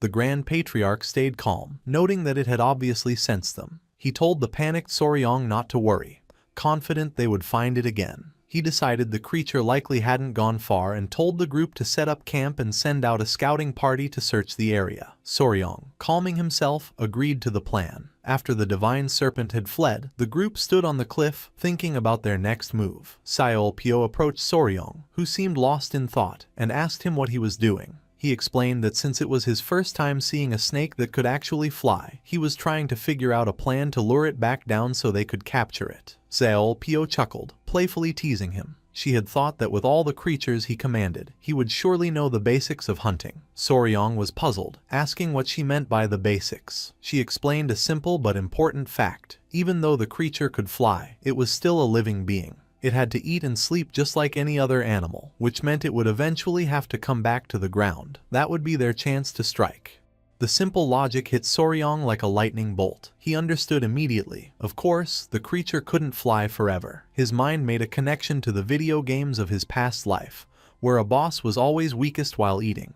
He realized he had been overthinking the problem and had missed the simplest solution. Filled with thanks, he thanked his new sister for the advice. Seol Pyo smiled confidently, telling him he could count on her and promising she would help put the flying serpent in his hands. They both shared a happy laugh, but their good mood didn't last. As night fell over the mountains, the situation got worse. The hunting party was in chaos. The warriors from the Beast Palace lay scattered on the ground, groaning in pain, clearly beaten. Standing among the fallen warriors, Soryong and his companions looked on in shock. It was in that moment that they finally understood the true nature of their prey. Hovering above them in the moonlight, surrounded by a powerful aura, was the divine serpent. It was then that the group truly understood why this venomous creature was known as the very first of the 24 poisons. The divine serpent hovered over the defeated hunting party, its powerful aura filling the air. Lady Huaying rushed to Soryong's side, asking with concern if he was all right. Though he was shaken, he assured her he was fine.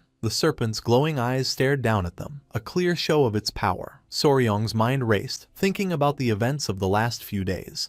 It had been 3 days since they had set up camp to watch the creature. Through their scouting, they had learned 2 important facts about it. First, it came down from the sky once every 3 days to eat a specific type of fish. Second, its ability to fly was not endless. It could only stay in the air for a maximum of 2 hours at a time. Based on this information, they had made a plan. They would wait for the serpent to come down to eat and then ambush it at night, hoping to catch it while it was distracted. However, the plan had failed badly. The creature was much more aware than they had thought. The moment they made their move, it noticed them and immediately took to the sky, leaving its meal. What followed was a one-sided fight. The serpent's huge 6-meter-long body was covered in unusually hard skin that their weapons couldn't cut, but its most powerful ability was its raw strength. The creature would repeatedly crash into the ground with great force, creating powerful shockwaves that sent the warriors flying. The constant storm of flying rocks and debris made it impossible for anyone to even get close. As the dust settled, Soryong and the others finally understood the truth. While the serpent's poison might not have been as strong as the legendary 10 great poisons, its overwhelming physical power and sharp senses were more than enough to earn its reputation as the most powerful of the 24 venoms. Seeing the damage, the Grand Patriarch quickly made a decision. He told Soryong that there were too many injured and they needed to retreat immediately. Soryong quickly agreed. The Grand Patriarch then shouted the order for everyone to fall back, telling them to grab the wounded and return to the safety of their camp. The entire group turned and fled from the powerful serpent, their faces showing fear and determination. Their first attempt to capture the flying serpent had ended in complete failure. Later that evening, the group gathered around a campfire. The mood was serious as they tended to their wounds. Lady Huaying was wrapping a bandage around her arm and Soryong approached her with concern. She assured him it was just a scratch. Nearby, the Grand Patriarch finished setting a splint for a warrior with a broken arm. The warrior apologized, but the Grand Patriarch took responsibility for the failure. Standing next to a concerned CLPO, the Grand Patriarch admitted that he hadn't realized how powerful the creature truly was. He said they had been careless, noting that if even a lower-ranked beast was so strong, they should have been much more careful with the top-ranked one. He then turned to Soryong and asked what they should do now. Soryong fell into deep thought. He realized this creature was completely different from anything he had ever seen, and his knowledge from his past life was useless. Looking at the bandaged and beaten warriors, he concluded that another direct attack was too risky. They couldn't afford to lose their valuable warriors trying to capture one creature. He thought that the whole situation would be much easier if the serpent just couldn't fly. As he thought about this, a sudden memory sparked in the Grand Patriarch's mind, and he exclaimed that he had just remembered something important. The Grand Patriarch announced that he had an idea about how the divine serpent managed to fly, getting Soryong's attention. He explained his theory, saying he could clearly sense a flow of energy around the creature whenever it flew. Since it rose without any physical movement, he guessed that it must be controlling this energy to lift itself. Confused, Soryong turned to Lady Huaying and asked her to explain what controlling energy to rise meant. She clarified that it was a type of martial art focused on lightness and speed. She explained that while normal techniques use energy through the legs to jump higher, this advanced technique was different. It involved using one's internal energy alone to float the entire body. She emphasized that doing this was impossible without a huge amount of internal energy. This led Soryong to ask if this meant the venomous creature had a massive amount of internal energy. However, the Grand Patriarch stepped in to correct him. He stated that it was not internal energy that powered the creature's flight. With complete certainty, he revealed the true source of its power, an internal core. He was sure that the venomous creature had to have this condensed ball of pure energy, which allowed it to do such impossible things. The Grand Patriarch's reveal of an internal core shocked the group. Gupai and CLPO were stunned, asking the elder if it was truly possible. Soryong's mind immediately went to the internal core he had gotten from the azure-spotted centipede, remembering it as a powerful medicine that could greatly improve a person's martial arts skills. This realization sparked new excitement. Gupai declared that this gave them even more reason to capture the creature, and CLPO enthusiastically agreed. The Grand Patriarch explained the potential reward, saying that Lady Huaying had achieved a breakthrough after eating the core of a lower-ranked beast. He guessed that if she were to eat the core of a creature as powerful as the flying heavenly divine serpent, her martial arts skills would improve instantly. However, he added a grim condition. If their main goal was to get the internal core, it would be incredibly difficult, if not impossible, to capture the creature alive. The thought of killing such a beautiful beast made Soryong's expression harden. Noticing his sudden change, Lady Huaying asked him what was wrong. With strong belief, Soryong declared that killing it was not an option.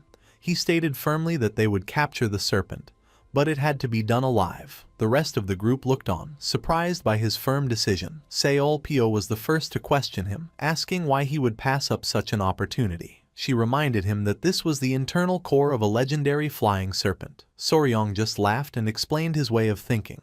He argued that while internal energy was valuable, it could be gained over time through training. To him, killing a unique and powerful creature just for a shortcut felt wrong. He believed that a living venomous creature was more valuable than any internal core it might have. The Grand Patriarch smiled warmly, saying that this respect for life was typical of his grandson. He accepted Soryao's decision but then asked the practical question, what was their new plan? Looking down at his 3 small centipede companions napping peacefully, Soryong announced that he did, in fact, have an idea. A confident, almost mischievous smile spread across his face as he made a silent promise to the divine serpent. He would capture it, and he would do so without leaving a single scratch on its beautiful body.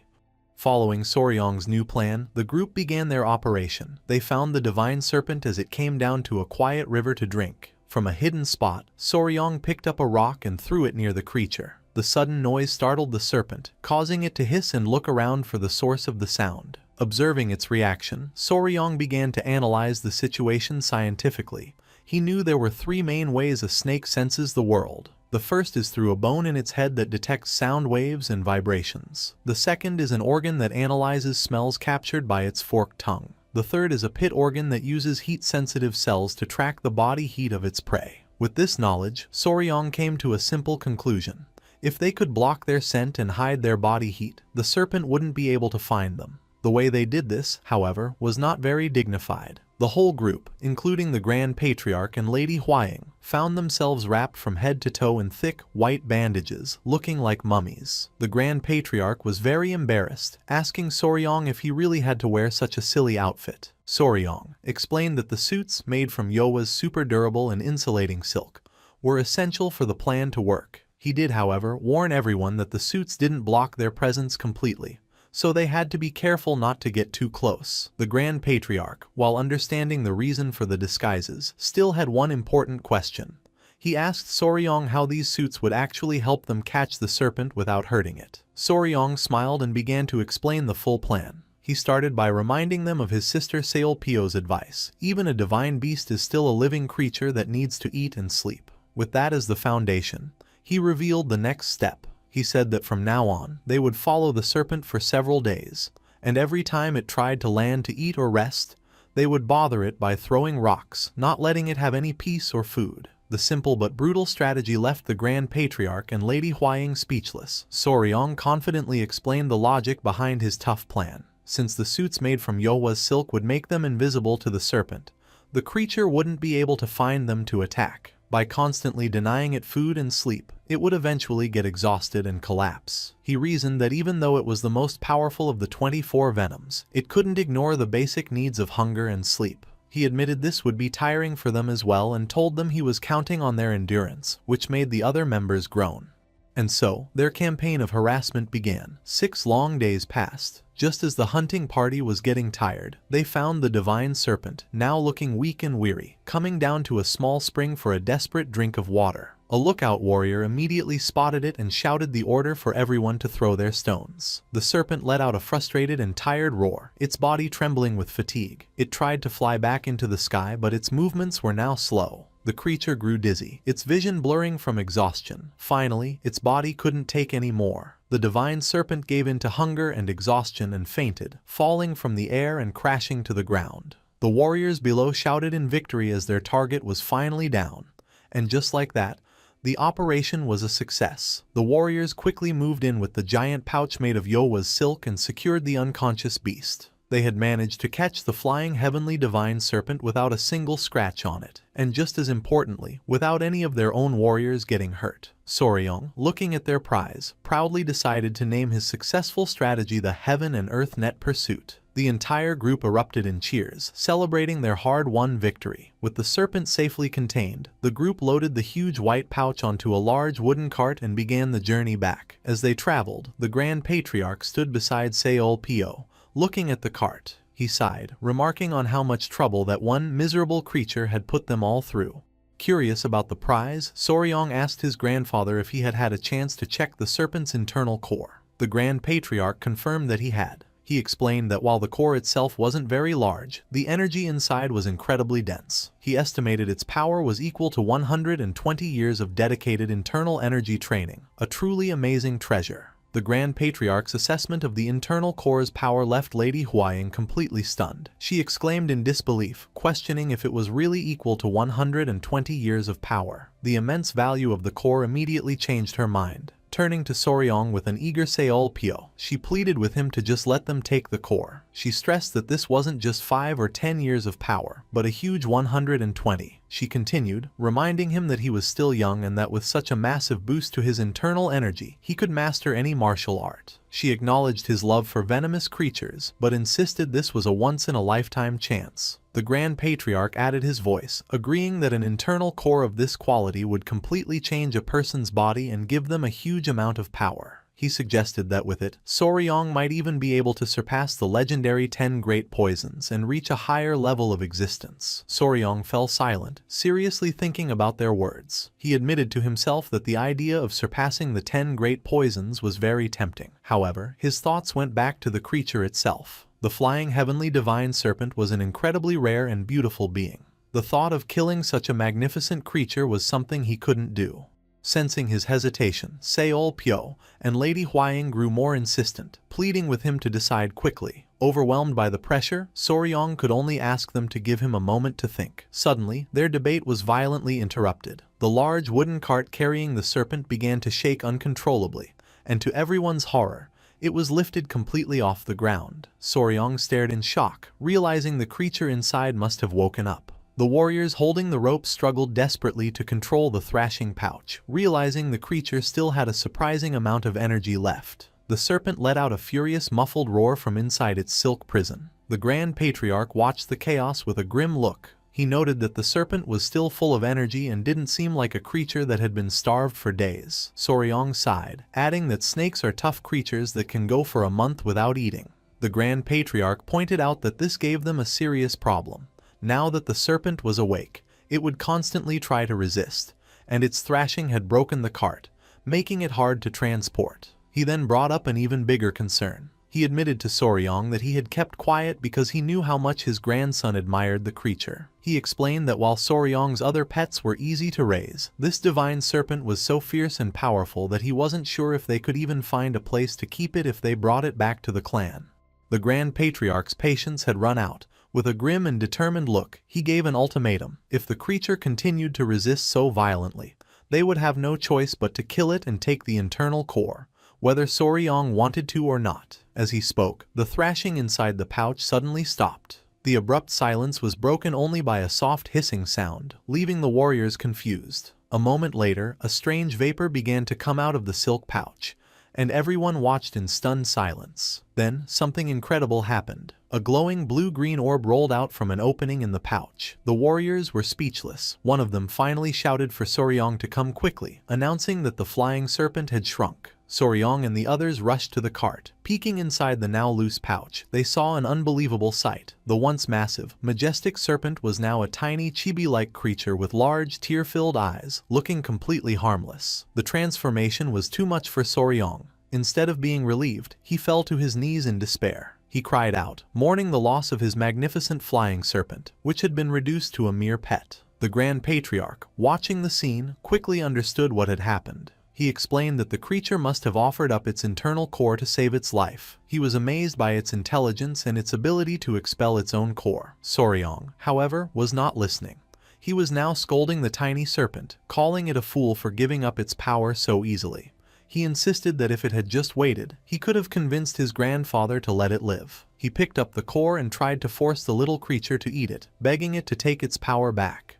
And so, in a completely unexpected way, they had killed 2 birds with 1 stone, getting both the legendary internal core and the now tamed divine serpent. Because the creature had shrunk, they were able to transport it easily and return directly to the Beast Palace. The following day, in the hall of the Beast Palace Lord, Manhwa and his elders gathered to look at the prize. The internal core sat in a fancy box, radiating a powerful, pure energy. Manhwa and his elders were in awe. One commented on its incredible and refreshing aura, now understanding why the Grand Patriarch had valued it at 120 years of power. However, as Myung-ho looked at the core more closely, he noticed something strange. He announced that, unfortunately, the energy in the core seemed to be of a heavenly origin. The news left the others looking on with a mix of curiosity and concern. Confused by the term heavenly energy, Soryong questioned what it meant. Myung-ho explained that not all internal energy is the same. He said that the internal energy methods of the Beast Palace were based on the energy of the earth. The Grand Patriarch then added the important detail. The internal core of the flying heavenly divine serpent was filled with the energy of the heavens, making it incompatible with the internal energy technique Soryong was practicing.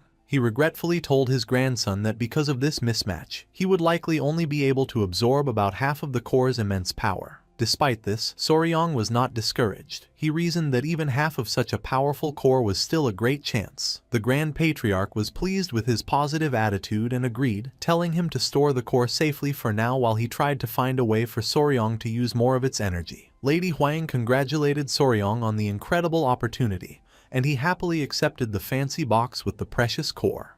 However, the moment he took the box, his 3 small rabbit-eared centipede companions suddenly came out of his robes, their eyes glowing with intense desire. Before Soryong could react, the 3 creatures leaped from his shoulders, knocking the box from his hands and sending the glowing core rolling onto the floor. They immediately surrounded it, their bodies glowing as they began to viciously fight each other for the prize. Lady Huang, shocked by their behavior, immediately tried to stop them, calling them by their names, Nova, Myra, and Grace, and ordering them to stop. But the creatures, consumed by their desire, only hissed back at her defiantly. Soryong was equally stunned and angry, demanding to know what they were doing and how they could be so rude to their mama. He quickly grabbed Myra and Grace, scolding them and declaring that their papa was very angry. Lady Huang found the situation deeply worrying. She thought that while fights among young creatures were common, it was completely out of character for these 3, who had always been so close. As she thought about this, a distinct gulping sound cut through the chaos. Soryong's eyes widened in dawning horror as he looked down at the 3rd creature, Nova. His heart sank. An intense swirling blue energy began to erupt from Nova's small body. Soryong and Lady Huang could only stare in absolute shock, the terrible realization hitting them with the force of a physical blow.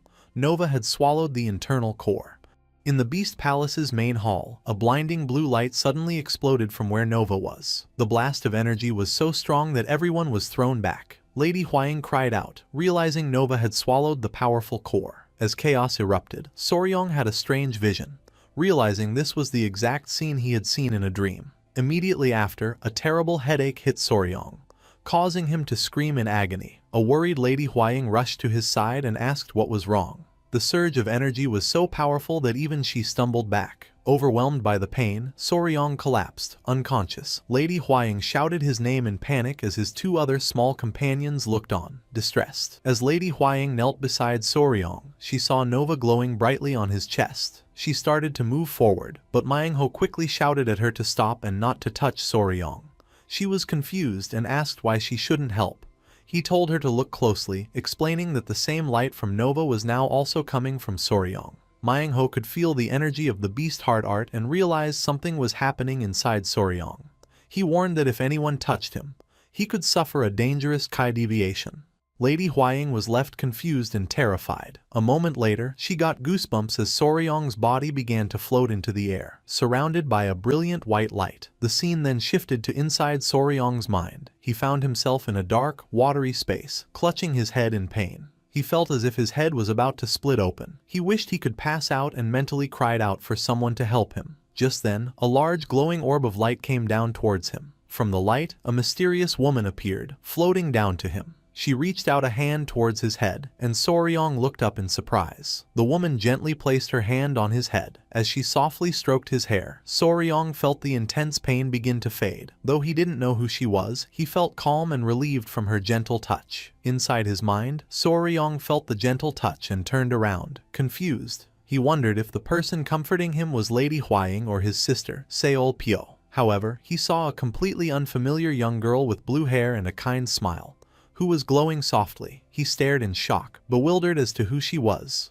The mysterious girl floated closer, and before he could react, she gently hugged him and gave him a soft kiss on his forehead. The moment her lips touched him, a bright light flashed, and the girl disappeared in a burst of energy. With a gasp, Soryong's eyes snapped open. He was back in the room at the Beast Palace and wondered if the whole experience, including the mysterious girl, had just been a dream. His thoughts were cut short when he felt something slimy and wet on his head. He looked up and was horrified to see a massive blue armored creature that looked like a giant centipede pinning him to a table. The creature had a blush on its face and seemed to be looking at him with affection. Panicked, Soryong let out a loud scream. At that moment, the door burst open, and Lady Huaying and Seal Pyo rushed in. They were relieved he was awake but shocked by the scene. Trapped under the giant creature, Soryong desperately called out to them for help. He frantically shouted that the huge centipede was trying to eat him, while the creature only nuzzled him affectionately. Seeing Soryong's panic, Seol Pyo and Lady Huaying reassured him. Seol Pyo told him to calm down, explaining that the giant creature wasn't trying to eat him. She then revealed the shocking truth. The massive centipede was his beloved pet, Nova. Soryong stared in disbelief, unable to understand how his small creature had turned into this giant beast. He mumbled that it didn't look like a normal centipede anymore. Lady Huang, with a happy expression, confirmed his thought. She explained that after Nova swallowed the internal core of the flying heavenly divine serpent, she changed into this new, powerful form. Seol Pyo added that Nova had evolved into a legendary flying centipede. Lady Huang then described the legend of the flying centipede. It was known as a living disaster that could fly through the skies, bringing down a deadly poisonous rain that could destroy the earth. With a serious tone, she revealed its true status. It was one of the legendary 10 deadly venoms, the king of all centipedes. The news that his own pet was now one of the most feared creatures in existence left Soryong completely stunned. He cried out in disbelief that this could be his Nova. However, his shock quickly turned into a strange daydream. He imagined a future where his daughter, now a modern girl, was using her ability to fly to demand a higher allowance. The absurd thought filled him with a sudden sense of fatherly pride. Snapping back to reality, Soryong rushed to his newly evolved pet with tears of joy. He exclaimed that his precious first daughter had grown up so beautifully. He began to lovingly pet Nova, comparing the situation to raising a kitten, only to find out it was a tiger. Lady Huaying tried to calm him down, reminding him that he had been unconscious for half a month and needed to rest. As Seol Pyo worried that the connection to a 10 deadly venom might have affected Soryong's mind, Lady Huaying sighed, saying this over-the-top behavior was just how he usually was. Getting serious, she told Soryong this wasn't the time for jokes. She explained that while Nova's evolution was a wonderful thing, there was also some bad news. Soryong, still admiring his pet, dismissed her concerns. Annoyed, Lady Huaying shushed him, insisting that he listen.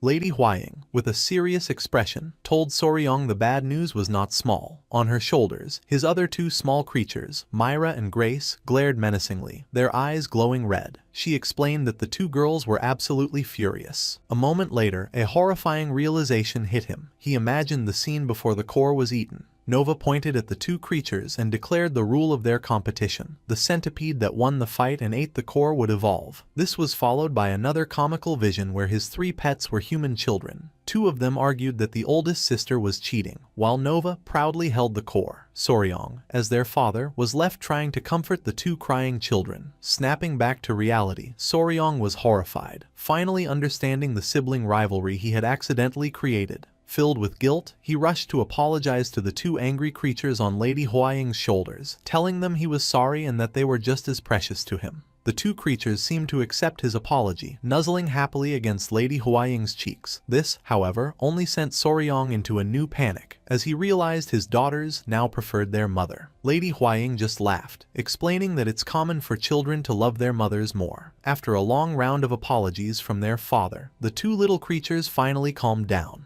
The next morning, Soryong sat quietly as the Grand Patriarch examined his internal energy. Both his grandfather and his new foster father, Manhwa, carefully checked his body to see how Nova's evolution had affected Soryong's own power. The Grand Patriarch gave his analysis first. He concluded that Soryong's poison cultivation had clearly advanced. Manhwa agreed, adding that this made sense, as the beast heart art lets the master and their beast grow stronger together. Since Nova's venom had become much more powerful, Soryong's own poison abilities had grown with hers. The Grand Patriarch smiled. Pleased, he told Soryong that even though the core was gone, it had still helped him greatly, and they would confirm the full changes once they returned to the Tang clan. Just as they finished, Manhwa turned to Soryong and asked an unexpected question. Had he been seeing any visions lately? The question caught Soryong completely by surprise. Manhwa explained his concern. He warned that when a person accepts a powerful beast's consciousness into their mind too early, there is a risk that the beast's will could overwhelm their own mind. He stressed that this was especially worrying for Soryong, as he was now connected to one of the 10 deadly venoms. Soryong's thoughts immediately went to the mysterious blue-haired girl he had seen. He wondered if she was a sign of his mind being taken over. However, he quickly dismissed the idea, remembering her gentle touch felt healing and comforting, not threatening. Manhwa finished by telling Soryong to come to him immediately if he ever sensed anything strange. Soryong respectfully agreed. With Soryong's condition stable, the Grand Patriarch and Manhwa decided it was time to get back to the important business they had paused. A confused Seolpyo asked her father what they had postponed. With grim expressions, the two elders revealed their true purpose. It was time to deal with the 5 Venom sect. They announced their plan to find the sect's hidden base. The name of the evil sect brought a look of shock and determination to Soryong's face. The Grand Patriarch explained that the ruins where the sect was supposedly wiped out 100 years ago were not far from their location.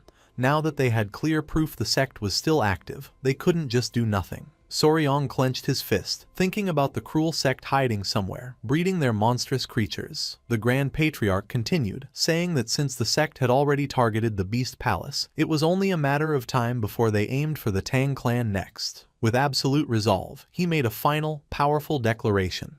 Before the 5 Venom sect had a chance to find them, they would strike first and destroy them. In the guest hall of the Southern Beast Palace, preparations were underway for the Tang clan's departure. Soryong was busy packing clay pots and boxes onto a cart. Before they could investigate the 5 Venom sect, they first had to transport all the venomous creatures they had captured back to the Tang clan. While working, Soryong asked a clan member about the flying heavenly divine serpent. Gupai explained that the creature was being cared for separately. He told Soryong they couldn't send it to the clan yet, as the poor creature had refused to eat for days and was just huddled sadly in a corner. Worried, Soryong decided he should go check on it. As he walked, he thought about how shocking the experience must have been for the once proud serpent. After all, it had lost 120 years of its power, only to see it eaten by another creature right before its eyes. He glanced at his newly evolved and cheerful pet Nova, then pictured the sad, shrunken divine serpent, and couldn't help but feel a lot of sympathy for it. Soryong, with the huge Nova floating behind him, entered the room where the small divine serpent was being kept in a wooden cage. He approached it gently and asked if it was all right, but the serpent only responded with a furious hiss, its body glowing with an angry red aura. Trying to calm it, Soryong explained that he had never meant to hurt it. He told the little creature that he only wanted to capture it because it was so impressive and beautiful, but its fierce nature had forced his hand. He suggested that instead of being angry, it should think about its new situation. He pointed out that now that it was small and weak, it would be in danger from other beasts if it returned home alone. He then made an offer. Instead of going back, it could come with them. He tried to make the offer sound better by telling it about all the other friends it would have, like his lizards, a spider named Yohwa, and his other centipedes. As he spoke, Nova flew excitedly around the room. The serpent, however, remained silent and unimpressed. Suddenly, the silence was broken by a loud rumbling sound. Soryong was startled for a moment before realizing it was the serpent's stomach growling from hunger. He smiled, realizing that after days without food, the creature must be starving. He pulled a fire carp from a bag and offered it, telling the serpent to eat and think about his offer. To his surprise, the proud serpent turned its head away with another angry hiss, refusing the food. Soryong was left wondering what he could do to get through to the stubborn creature. Just then, the serpent's eyes widened as it noticed something behind Soryong. It was the massive, intimidating form of Nova, glaring down at it with menacing eyes. The divine serpent let out a terrified hiss, its anger instantly turning to fear. Completely panicked, the little serpent immediately grabbed the fire carp and began to eat it hungrily. Soryong, unaware of Nova's silent threat, was just happy to see it finally eating, thinking it must have been very hungry. Nova, having achieved its goal, returned to its small, cute form and happily chirped. In a courtyard at the Beast Palace, Lady Huaying walked by with the small creatures Myra and Grace on her shoulders. Just then, Soryong came out of the building, with the huge, evolved Nova floating behind him. Lady Huaying asked what had happened with the divine serpent. Soryong happily reported that the creature had finally started to eat, so she didn't need to worry. He then turned to Myra and Grace on Lady Huaying's shoulders. With a playful grin, he told the girls to be patient. He promised that once the divine serpent recovered, their papa would ask it to share more of its internal core with them, which made the two creatures chirp excitedly. Although he felt a little bad for the serpent, Soryong had a brief, funny daydream of himself as a modern father. He mentally apologized to the divine serpent, asking it to endure a little more for his family's peace. Just then, the Grand Patriarch called out to Soryong from across the courtyard. The elder approached and announced that all preparations for their investigation into the Five Venoms sect were complete. He declared that with everything ready, they could now begin the search. The Grand Patriarch asked if Soryong was sure he was ready, pointing out that he had recently woken up from a half-month-long coma. Soryong just smiled and assured him that he was fine. With a determined look, Soryong explained why he wanted to go. He declared that as the adopted son of the Southern Beast Palace and the son-in-law of the Tang clan, any enemy of both houses was his own enemy. He insisted that he could not miss such an important mission. The Grand Patriarch chuckled, feeling proud of his grandson's loyalty. However, he also knew Soryong had another reason. The investigation was also a perfect opportunity to search for other rare and powerful venomous creatures. With the decision made, the Grand Patriarch laid out the plan. He announced that the next morning, they would all head to Mount Manhwa, the last place the Five Venoms sect was seen, to search for clues. He was confident they would still be able to find traces of the sect there. He clenched his fist with a determined look. Finally, with a powerful voice, he declared that the time had come to settle the 100-year-old debt they owed the evil sect. A few days later, the search began. High above the peaks of Mount Manhwa, Soryong rode on the back of his massive flying centipede, Nova. By the second day, their search had found nothing. Soryong realized that finding any exact traces after 100 years was proving to be very difficult. The old records from the Beast Palace were not specific, only stating that the sect had been exterminated on Mount Manhwa. Even after searching the entire mountain from the air on Nova, he had found nothing.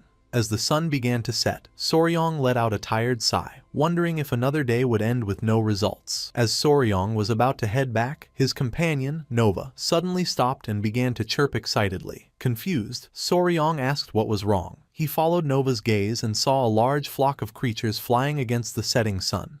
He realized they were bats. Seeing Nova's curiosity, he explained that it was a bat, a type of flying rat, and guessed it was the first time his companion had seen one. With the sun going down, Soryong decided it was time to return to camp. He landed and met up with his foster father, Manhwa, who asked if he had found anything. Soryong reported that his search was unsuccessful. The only thing he had seen was a flock of bats flying north. The seemingly small detail had a big effect on Manhwa. His eyes widened and he declared urgently that they needed to head north at once. A startled Soryong asked why. Manhwa explained that if many bats were flying in a flock, it meant they were heading to a large cave. This cave, he reasoned, could be the hidden location of the Five Venoms sect. With this crucial lead, Manhwa ordered Soryong to guide them in the direction the bats had flown, promising that the warriors would follow him. Soryong immediately agreed. The entire group set off, following the northern mountain range, after walking for several hours through a jungle that grew thicker and harder to pass through.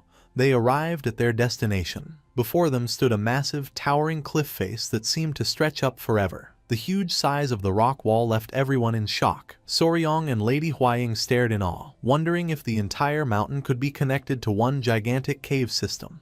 Their quiet awe was broken when the Grand Patriarch suddenly called out to Manhwa, his voice filled with excitement. He pointed to a spot on the cliff, announcing that he had found something. Embedded in the stone was a large, reddish, hand-shaped carving, a clear sign that this place was not natural. Manhwa examined the reddish handprint and read an old inscription on the stones, which said that the Five Venoms sect was sealed there forever. He confidently announced that they had found the right place. The Grand Patriarch identified the handprint as the Divine Red Carp Palm, a powerful martial art used by a Tang clan ancestor. This surprised Soryong, who had thought his clan focused only on poisons and hidden weapons. Manhwa noted that the main entrance was blocked by large stones. He suggested they look for another path before trying to move the heavy rocks. Just as he said this, a huge swarm of bats suddenly flew out of the cliff, startling the group. Soryong and Manhwa looked up, watching the bats fly towards an opening high above them. Soryong pointed out that there was a large opening at the top of the cave. The two elders looked at each other, realizing that 100 years was more than enough time for a new entrance to form.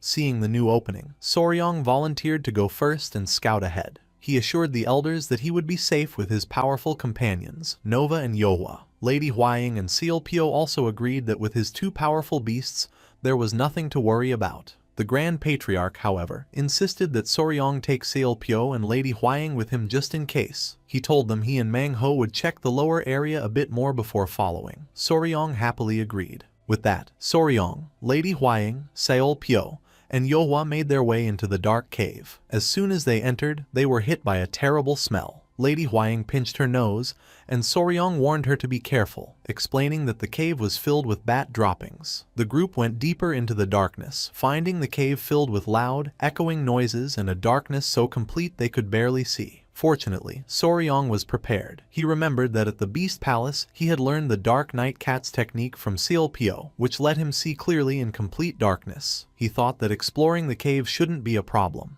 However, he soon realized the darkness wasn't the biggest issue. The real problem was the bats. As they moved into a massive cavern, they saw an unbelievable sight. The cave was filled with thousands of bats, all with glowing, menacing red eyes. Soryong admitted to himself that while he loved all creatures, bats were one of the few that he naturally tried to avoid. Faced with a seemingly endless sea of bats, Soryong and his companions were left wondering how they could possibly get through such a dangerous situation.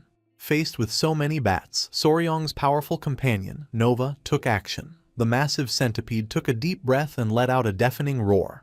An immense wave of pure, red killing intent exploded from its body, rushing through the cavern. The effect was immediate. The thousands of bats were instantly overwhelmed by the powerful aura, their eyes swirling as they fainted. They began to rain down from the ceiling, completely unconscious. Sealpio was amazed, saying it was just as she'd expect from one of the 10 deadly venoms. Soryong, however, was thrilled. The incredible display of power reminded him of the Conqueror's Haki from comics of his past life. He rushed to Nova and praised her, petting her and telling her what an amazing daughter she was. The display of power sparked a sense of rivalry. On Lady Huaying's shoulders, Myra and Grace also began to glow with a red aura, wanting to show they could release their killing intent too. Soryong was overcome with emotion. With tears of fatherly pride, he declared that all of his daughters were incredible. As he was celebrating, Sealpio suddenly noticed something in the now cleared path ahead. She called out to Soryong, telling him to look. His gaze followed hers, and in the distance, he saw a faint, glowing red light deep within the cave. As the group approached, they discovered the source of the light, a massive, ominous-looking stone door, glowing with a faint red energy. The ground around the door was covered with countless human skulls and skeletons. They realized the massive swarm of bats had been completely hiding the gruesome sight. Soryong concluded that this had to be the final battleground of the 5 Venom sect from 100 years ago. His attention was then drawn to something in the center of the clearing, just before the door. He walked closer and was completely shocked by what he saw. There, on a stone altar, were carvings of 5 venomous creatures: a lizard, a snake, a scorpion, a toad, and a centipede, all arranged around a single glowing red orb that pulsed with a sinister energy. Standing in the cavern filled with bones, the group stared at the stone altar. Lady Huaying recognized the 5 carved creatures, a centipede, a snake, a scorpion, a lizard, and a toad, and identified them as the symbol of the 5 Venom sect. Just then, Sealpio noticed something carved on a stone tablet nearby. She moved closer to read the chilling message aloud. It was a promise of revenge, declaring that while the sect was hiding for now, their defeat would one day be avenged, and that the 5 Venom sect would never forget. The ominous promise made Soryong a bit uneasy. He figured this had to be the sect's main fortress from 100 years ago. The thought made him excited, as it meant there might still be valuable records inside. However, they first had to figure out how to open the massive sealed stone door. Soryong decided it was best to wait for his grandfather and Manhwa to arrive, as the 2 elders might know how to handle such a complex lock. Lady Huaying agreed. The group found places to sit among the skeletons and waited. As they sat in silence, the mood grew awkward. Feeling the need to lighten things up, Soryong decided to make a joke. He called out to them and, with a mischievous tone, explained that doors with beads like the one on the altar often had a hidden mechanism. He dramatically pointed at the altar, confidently saying that if someone pressed the central orb, the door might open. His expert analysis left both girls amazed, their eyes sparkling with excitement. Soryong silently laughed to himself, remembering a similar puzzle from an escape room game he had played in his past life. He thought it was impossible that a real fortress would have a lock as simple as a video game. However, while he was lost in his thoughts, the 2 girls, taking his joke seriously, eagerly went to the stone altar to test his theory. Taking Soryong's joke seriously, Seol Pyo and Lady Hwaying went to the stone altar and pressed the glowing red orb. When nothing happened, they turned back to Soryong with disappointed looks. He just laughed awkwardly, trying to say he didn't really expect it to work. Not wanting to let the joke die, Soryong walked over to the altar himself. He continued the gag, suggesting that maybe it needed a special spell or had to be filled with a person's internal energy. To show them, he casually placed his own hand on the central orb. To his complete surprise, the moment his hand touched it, the orb and the entire altar lit up with a bright white light. A deep rumbling sound echoed through the cavern as the massive stone door in front of them began to grind open. Soryong could only stare in shock as the ancient lock revealed a deep, spiraling passage leading down into the darkness. Seol Pyo and Lady Hwaying were just as stunned. They exclaimed that the door had actually opened and praised Soryong, calling him incredible. Seol Pyo admitted she thought he was only joking, but he had solved the puzzle in an instant. Soryong, however, was still trying to understand what had just happened, completely confused that his silly joke had actually worked. He looked down at his hand, remembering the flash of light when he touched the orb. A sudden realization hit him. The unique energy from his 5 Venoms divine returning technique must have been the key that unlocked the ancient door. He could feel a faint wind blowing from the new passage, suggesting it was a very long and deep tunnel. Soryong nervously asked if they should go inside. Lady Hwaying, however, was filled with excitement. She remarked on how incredible the lock was, saying that even her own Tang clan would be impressed. She eagerly suggested they take a look inside. Soryong noted to himself that Lady Hwaying seemed to have a surprising interest in mechanics. Caught up in the excitement, Soryong's hesitation disappeared. He agreed they should explore a little, feeling a thrill as the mission started to feel like a treasure hunt. Before going in, he wisely decided to leave a note on the stone tablet at the entrance, letting his grandfather and Mying Ho know they had gone inside. With the message left, Soryong declared it was time to enter the 100-year-old base of the 5 Venoms sect. Lady Hwaying lit a lantern to guide them, and the group cautiously stepped into the dark, mysterious passage, ready to uncover the secrets that had been sealed away for a century. The moment the group stepped into the dark passage, a loud grinding sound echoed behind them. Soryong turned in horror just in time to see the massive stone door slam shut, sealing them inside. Seol Pyo exclaimed that they were trapped. Lady Hwaying, holding the lantern, noted that it was fortunate Soryong had left a note for the elders. Seol Pyo guessed the door was designed to close automatically as a safety measure. Deciding they had to move forward, Soryong guessed that some members of the 5 Venoms sect must have used this passage to escape 100 years ago. The group continued down the long, dark tunnel, which eventually opened up into a truly enormous, breathtakingly large cavern. As they stepped into the massive space, everyone was left in awe. Lady Hwaying wondered if the cavern had been a training ground in the past. Seol Pyo, however, noticed something else. The cavern walls were dotted with the entrances to many smaller caves. Her sharp eyes then spotted what looked like writing on the wall of one of the caves. She asked Lady Hwaying to bring the lantern closer. As the light hit the wall, Soryong's eyes widened in shock. Lady Hwaying immediately recognized the text. She announced with disbelief that it was the final, missing chapter of the 5 Venoms divine returning technique, the very martial art Soryong had been practicing. Seol Pyo asked him what it said. Lady Hwaying began to read the text aloud, and her voice grew heavy with horror. The writing described the final, gruesome step needed to fully master the technique. It said that once a student reached the 11th level, they had to cut off the heads of the 5 venomous creatures they had raised and then drink their blood. The reveal was accompanied by a sinister image of a masked figure doing the horrific ritual. The cruel requirement left both Soryong and Hwaying completely shocked and disgusted.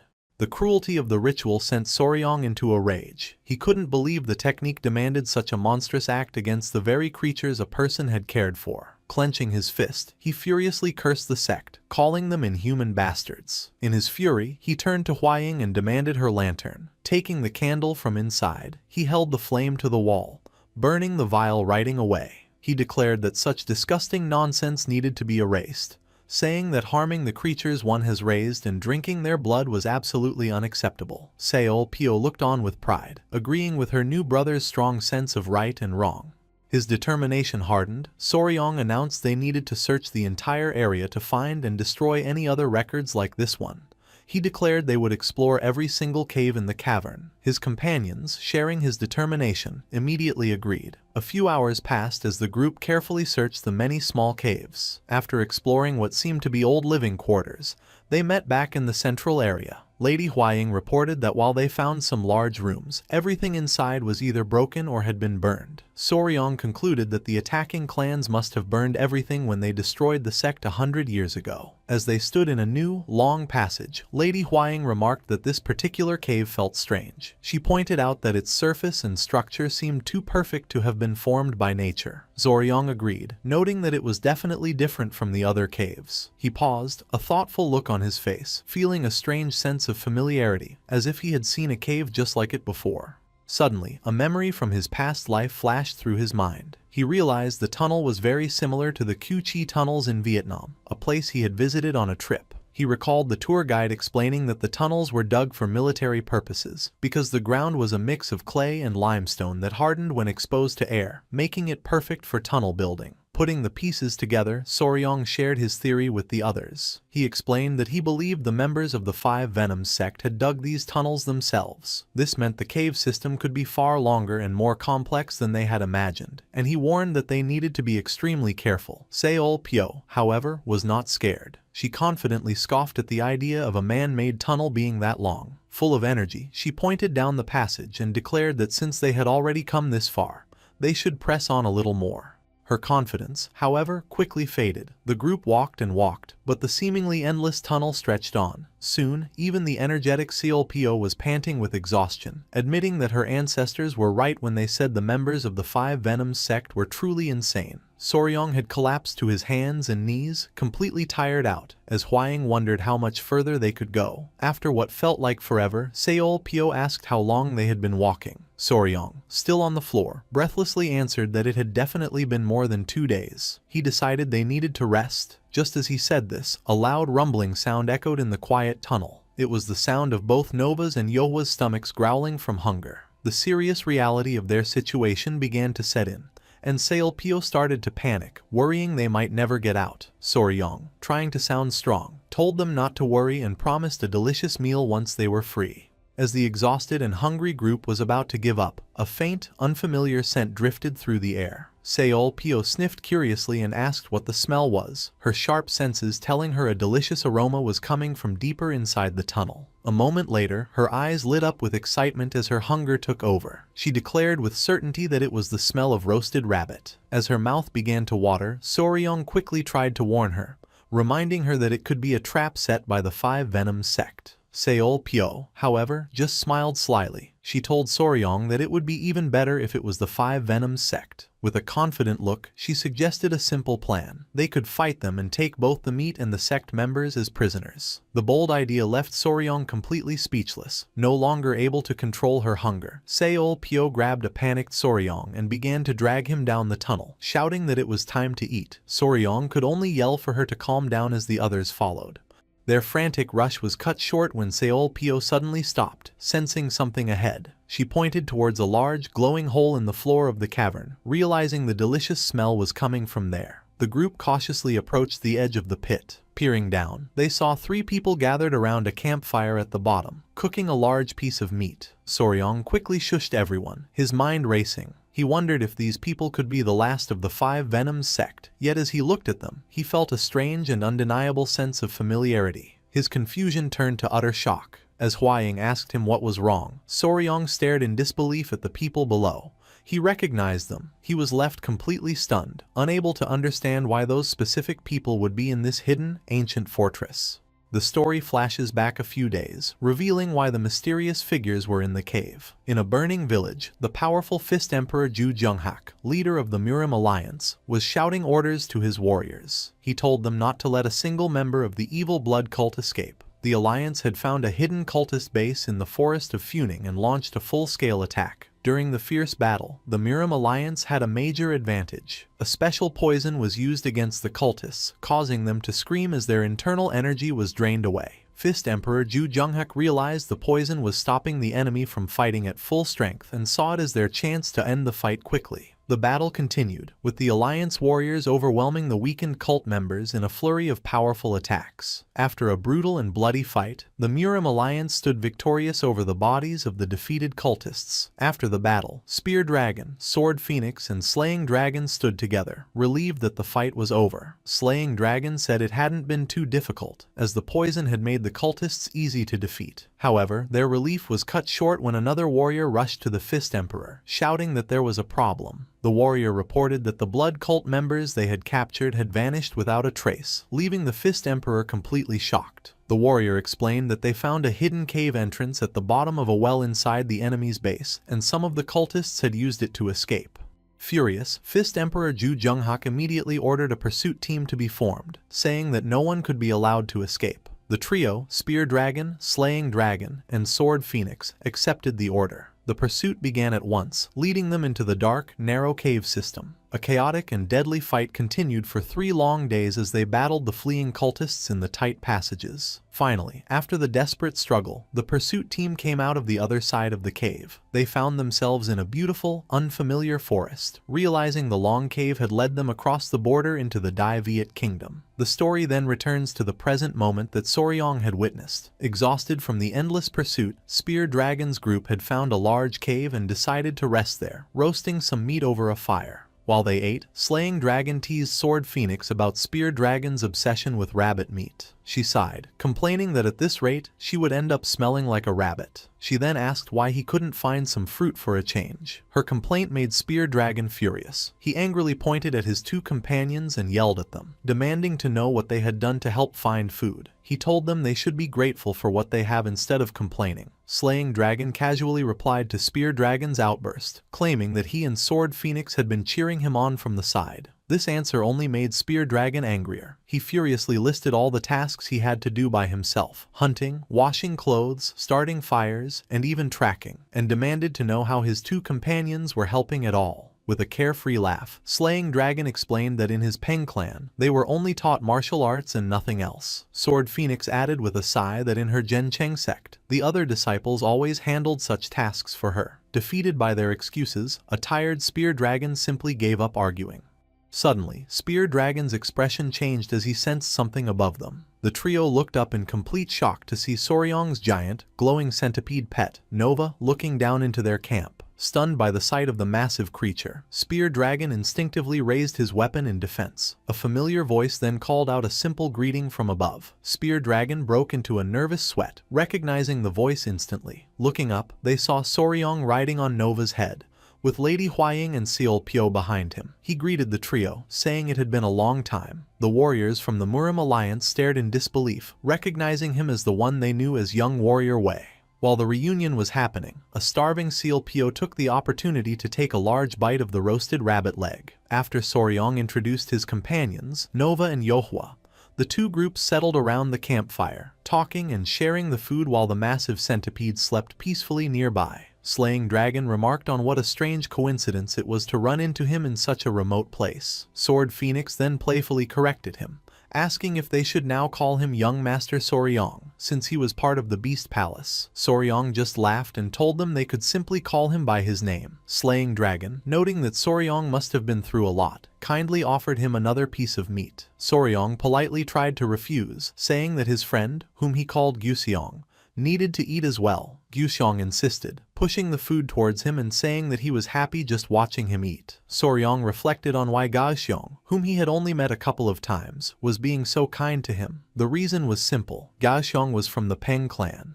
He was the older brother of Yongyong, the young girl Soryong had saved from danger in the past. When Guseong learned that Soryong had saved his sister, he decided to consider himself Soryong's older brother out of gratitude. As Soryong ate, he thought to himself that while Guseong had a calm appearance, he definitely had the same intense personality as his father, the Peng clan patriarch. As they sat around the fire, Sword Phoenix asked Soryong if his grandfather, the Divine Lord of Myriad Venoms, and the Lord of the Beast Palace would be coming soon. Soryong confidently explained that he had left a message at the entrance and had also been unspooling Yohwa's spider silk as a trail for them to follow, so they should arrive quickly. However, Lady Huaying pointed out that it was strange, as they should have arrived a long time ago. Soryong realized she was right, remembering that 2 days had already passed since they entered the cave. He asked Yohua if she could feel any vibrations on her web, but she shook her head, indicating that no one had touched the silk trail. Soryong grew concerned, thinking that enough time had passed for the main group to catch up. The fact that Yohua couldn't feel anything on her web made him wonder if his grandfather and Mying Ho had even managed to enter the passage. Seol Pyo added that the elders should have caught up to them long before they even reached the end of the cave. She wondered if maybe they hadn't seen the note Soryong left. A sudden realization struck Soryong. He explained that he believed the problem was the door's mechanism. He recalled how the door only opened when he channeled his specific internal energy into the altar. Based on the inscription about the 5 venoms returning technique, he concluded that the lock was designed to only open for someone with an energy signature related to the 5 venoms. Lady Huaying questioned this, reminding him that the Grand Patriarch also knew the technique. Soryong agreed, but explained that his grandfather's internal energy wasn't fundamentally based on that technique in the same way his was, so it likely wouldn't be enough to activate the door. With the elders unable to follow them, Seol Pyo asked Soryong what their next move should be, return to Mount Nanyo or head back to the Beast Palace. Soryong was unsure what to do. Knowing they couldn't wait there forever, he had an idea.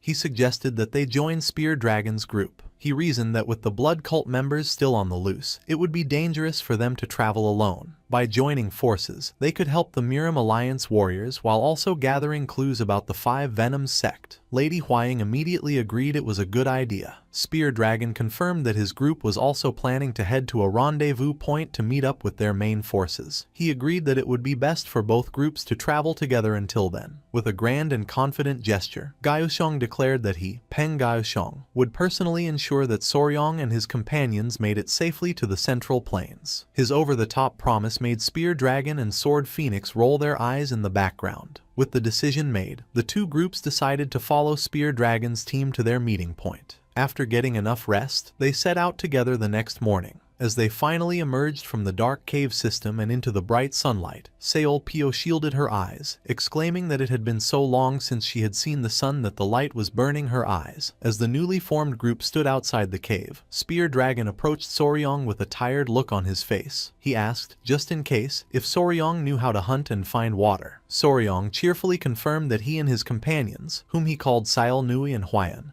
were very capable. Relieved, Spear Dragon leaned in and whispered his request for help, complaining that his own companions didn't know how to do anything, forcing him to do all the work by himself. Soryong agreed to help. He immediately turned to Yohua and asked if she could find some food nearby. With an excited chirp, Yohua vanished into the forest in a blur. Before Soryong and Spear Dragon could even react, she reappeared almost instantly, carrying a large deer wrapped tightly in her silk web. They could only stare in amazement at her incredible speed. Seol Pyo was impressed, remarking that Yohua had caught a very large one. Without wasting a moment, Seol Pyo took charge of the catch. She explained that the innards would spoil quickly, so they needed to clean, roast, and cure the meat right away so they could carry it with them. A nearby girl agreed, calling her Seol Uni. Spear Dragon was completely shocked, asking in disbelief if Seol Pyo not only knew how to hunt, but also how to cure meat. She simply replied that it was obvious knowledge for anyone who lives in the jungle. She then offered another piece of survival advice, warning him not to drink water directly from rivers, as a dead animal upstream could contaminate it and cause stomach problems. Spear Dragon was amazed by her practical wisdom. Watching his sister impress everyone, Soryong was filled with pride. He laughed to himself, thinking that in modern times, Seol Pyo would have been a very popular survival vlogger. Later, a nervous Spear Dragon approached Soryong again, asking if he could ask him a question. Trembling slightly and blushing, he shyly asked the important question. Did Seol Pyo have a boyfriend? The question left Soryong completely stunned. Spear Dragon was lost in a daydream, thinking about how intelligent and beautiful Seol Pyo was. Suddenly, he clutched his chest as if in pain, overwhelmed by his sudden feelings. Soryong watched in shock as the warrior was overcome with emotion. A wave of hearts and flowers surrounded Spear Dragon as he was completely consumed by his infatuation. Soryong could only stare in utter disbelief, wondering how this guy could have fallen in love so quickly. After their encounter, the group began their long journey, walking for 12 hours toward the meeting point. At one point, Seol Pyo stopped and let out a special whistle. A surprised Soryong asked his sister what she was doing. She explained she was trying to call any nearby beasts to send a message to the Beast Palace. Unfortunately, she found none in the area, likely because they were too far from Yunnan, and decided to try again later. Spear Dragon, however, was amazed by her ability. He rushed over to her, saying how incredible it was that she could call beasts with just a sound, praising the power of the Beast Palace. Watching his love-struck behavior, Sword Phoenix sighed and teased him, reminding him that not long ago, he was talking about fighting for the poisonous flower. Spear Dragon frantically tried to defend himself, but Sword Phoenix just kicked him in frustration while Slaying Dragon laughed. Soryong watched with an awkward smile, amused by Spear Dragon falling for his sister. He briefly wondered if that would make the warrior his brother-in-law. He decided to ask his sister's opinion and whispered to her, asking what she thought about Spear Dragon liking her. Seol Pyo immediately turned and, with a playful wink, said she hated that type of man and preferred men like Soryong. The unexpected compliment made Soryong panic inside. Seol Pyo quickly assured him she was just joking. She then added her own thought, saying she believed Sword Phoenix was the one who actually liked Spear Dragon. The scene cut back to Spear Dragon still trying to convince a skeptical Sword Phoenix that he was being sincere. Lady Huaying, hearing the conversation, said she had been thinking the same thing. She admitted she had also been trying to keep her distance from Spear Dragon because she could sense Sword Phoenix liked him. The two women looked over at the clueless pair, and Sword Phoenix grumbled about how dense Spear Dragon was. Soryong was shocked by the revelation, having no idea about the complicated relationship. He wondered if this was what people called feminine intuition. Seol Pyo chuckled and added that if she had to choose, she actually preferred men like Gyuseong. A stunned Soryong questioned her choice. She explained with a laugh that Gyuseong had a strong body but a delicate face, comparing him to an adorable panda bear. The comparison left Soryong speechless. Seol Pyo then turned to her brother and asked if that wasn't a surprise. Standing beside a whispering Lady Huaying, a flustered Soryong could only agree with his fiancée. With the light-hearted conversation over, the group continued their journey. As they walked through the dense forest of Yunnan, a strange pink wind began to blow, carrying petals. After a long walk that lasted until sunset, the group continued on. Finally, Gyuseong announced they were almost there. He pointed to a hill, explaining that an abandoned cave on it was the Murim Alliance's meeting point. Soryong noticed he couldn't sense anyone in the area. Spear Dragon explained this was likely on purpose to avoid being found by the blood cult, suggesting their allies were probably hiding nearby. As they got closer, Seol Pyo gave Soryong a serious order. She instructed him to signal Nova, who was flying high above, not to come down until called. A confused Soryong asked why. She explained that even if the meeting point was safe, there was a chance that information could have been leaked to the blood cult. It was a simple precaution. Soryong argued it might be better if they all went together, as Nova's presence could scare off enemies. Seol Pyo wisely replied that there was no need to show all of their strength at once. She then gave him a key piece of advice for surviving in the world of Murim, counseling him to always hide about 30% of his true power. Soryong understood and accepted her lesson.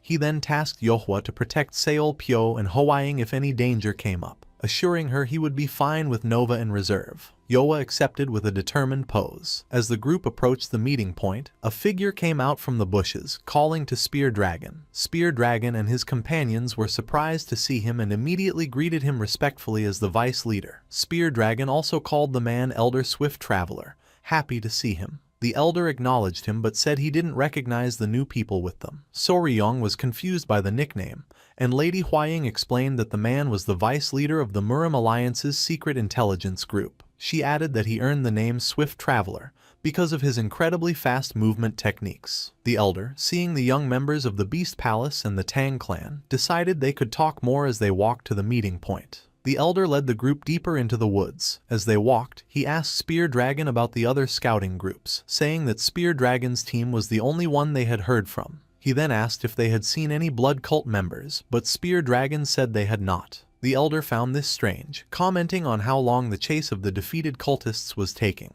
Soryong also felt something was wrong, noticing a strange silence in the area. He thought to himself that the blood cult must be watching them from somewhere. Suddenly, the swift traveler's eyes widened in shock as he sensed danger. He instantly drew two short baton-like weapons. A confused Soryong asked what was happening, but the elder's sharp gaze was fixed on something in the distance. He spotted movement and immediately identified it as an attack from the blood cult. An army of masked, black-clad cultists charged out from the trees. The elder quickly saw they were completely surrounded. He concluded grimly that the enemy had found their location and ambushed them. Soryong was in disbelief, saying it was impossible as he hadn't sensed anyone. The elder swift traveler grimly concluded that the ambush must have started the moment Soryong's group arrived, meaning they were led into a trap. Reacting quickly, the elder turned to Sword Phoenix and handed her a large scroll. He ordered her to deliver it to the Alliance leader, explaining it was a map with the estimated location of the Blood Cult's hideout. Confused, Sword Phoenix asked why she was chosen. He declared that he and his men would stay behind to fight and buy time. He insisted that the younger generation was the future of the Murim and they could not be allowed to die there, ordering them to leave immediately. Sword Phoenix hesitated, but Spear Dragon placed a firm hand on her shoulder, accepting the elder's command. He signaled everyone it was time to go and promised the old warrior they would meet again at the Murim Alliance. The elder gave a slight, confident smile and then turned to face the enemy. With a powerful voice, he rallied his men, exhorting them to prepare to spill blood as he led the charge. As the elder and his men held the line, the younger group turned to escape. Gyusheng urged everyone to hurry, shouting for them to stay together and follow him. Soryong and Lady Huaying nodded in agreement. They followed Gyusheng south. The plan was smart. The blood cult likely thought they would run north toward Yunnan. By heading south instead, they were going where the enemy was least prepared. However, as they ran, their path was suddenly blocked. The group stopped in shock, finding a new enemy waiting for them. A large, muscular man chuckled, realizing the ambush in the north was just a distraction. He stood with a menacing look, surrounded by his own group of cultists. He was the formidable Grand Master Jufeng Xiao of the Blood Demon Unit. With a sinister smile, he said it was worth waiting for them in the south. His eyes then fell on the three young women, and he commented with a creepy grin that it seemed he was going to have a very good time. Grand Master Jufeng Xiao let out a cruel laugh, sneering at the group not to expect help. He revealed the grim fate of the other 9 Murim Alliance groups, explaining they had all been captured and were likely being tortured. Soryong and Seal Pyo were horrified. With a wicked grin, Jufeng Xiao ordered his men to kill all the men and capture the women alive. Following their master's command, the blood cult members charged forward. Spear Dragon and Slaying Dragon immediately drew their weapons, preparing to fight. Just as the battle was about to begin, a voice called out, demanding they wait. It was Soryong. He stepped forward with a determined look, announcing that he would handle the situation himself. His allies were shocked, with Spear Dragon and Gyusheng trying to stop him, questioning how he could possibly stop so many enemies on his own. Soryong simply replied that it wouldn't be a problem. He then revealed the reason for his confidence. He had his companion, Nova. As he spoke, his massive, evolved flying centipede came down from the moonlit sky, its presence immediately stopping the charging cultists. The enemy warriors could only stare up in confusion and fear at the giant creature. Watching from the side, Seal Pyo immediately recognized the powerful connection between her brother and his beast. Soryong stood calmly as Nova hovered above him, crackling with immense power. His eyes glowed green, in sync with his companion. He called out his pet's name and with a shared, menacing look, he gave a single, deadly command, for Nova to finish them all. With Nova hovering in the sky, Soryong gave the command to sweep all the enemies away. The sight of the giant creature and its powerful aura was enough to make the charging cultists freeze in their tracks, terrified. Their leader, Jufeng Xiao, was furious at their cowardice. He screamed at his men not to panic because it was just a giant centipede. As he was yelling, however, he noticed something strange in the air. He looked up in surprise as a light drizzle began to fall. The rain was a deadly poison mist from Nova. The moment it touched Jufeng Xiao's skin, it began to burn him, and he could only stare in horror as the giant centipede glared down at him. A moment later, the battlefield was filled with the pained screams of the blood cult members. The poison rain fell on them all, causing their bodies to melt and dissolve in a horrible display. Even the powerful Grand Master Jufeng Xiao was not safe. He let out a final, horrified scream as his own body melted away from the strong venom. Lady Huaying stared in shock at the horrifying scene, realizing that Nova had created a literal poison rain. She confirmed this was the power of the flying centipede, the king of all centipedes. It could fly overhead and scatter a mist of death on its enemies. In an instant, the battle was over. The entire enemy force had been wiped out, their bodies reduced to bubbling puddles. The Murim Alliance warriors could only stare at the terrifying power that had been used. Soryong himself was shocked, noting he had never seen a poison like this. He was amazed that it could melt people completely while leaving their clothes and weapons untouched.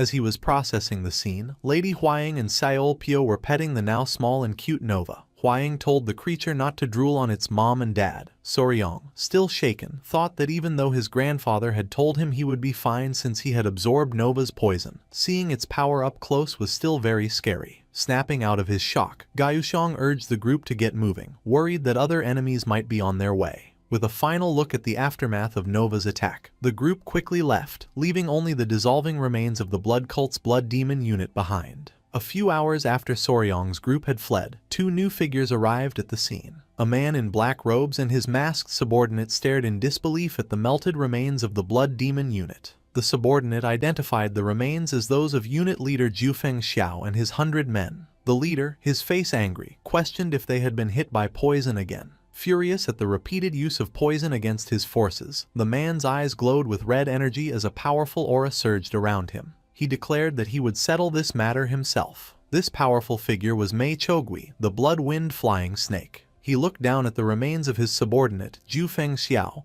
and was furious. He knew Jufeng Xiao was one of the top 5 unit leaders in the entire blood cult, yet he had been defeated so easily. Clenching his fist, Mei Chogui couldn't believe they had lost so many men just to capture a few young warriors. He wondered what had happened to the allies who were supposed to show up, questioning if they were breaking their promise. Just as he voiced his frustration, a mysterious woman with her hair in twin buns appeared behind him. Startled, Mei Chogui turned, wondering when she had arrived. The woman calmly told him there was no need to be anxious, assuring him that they always keep their promises. Unlike some people, she added with a sly smile. Mei Chogui recalled the history of their alliance. The woman's group was one they met near the border after the blood cult had retreated from the Central Plains. He remembered they were enemies at first, but once the blood cult learned this group also wanted to conquer the Central Plains, they offered an alliance. The name of this mysterious group was the 5 Venoms Lords, and they claimed to be descendants of the infamous 5 Venoms sect. The woman from the 5 Venoms Lords told Mei Chogui that while she didn't know why he had called for them, it was convenient as they had planned to stop by anyway. She then showed him a small white bottle, presenting it as the antidote he had asked for. Mei Chogui snatched the bottle, shocked she had already made it. The woman correctly identified the poison that had affected him and taunted him, pointing out that his martial arts had many weaknesses. As he held the antidote, Mei Chogui thought about the reputation of the 5 Venoms sect, knowing their knowledge of poisons was said to rival the legendary Tong clan. Trusting her, he then asked if she could identify the poison that had killed his men.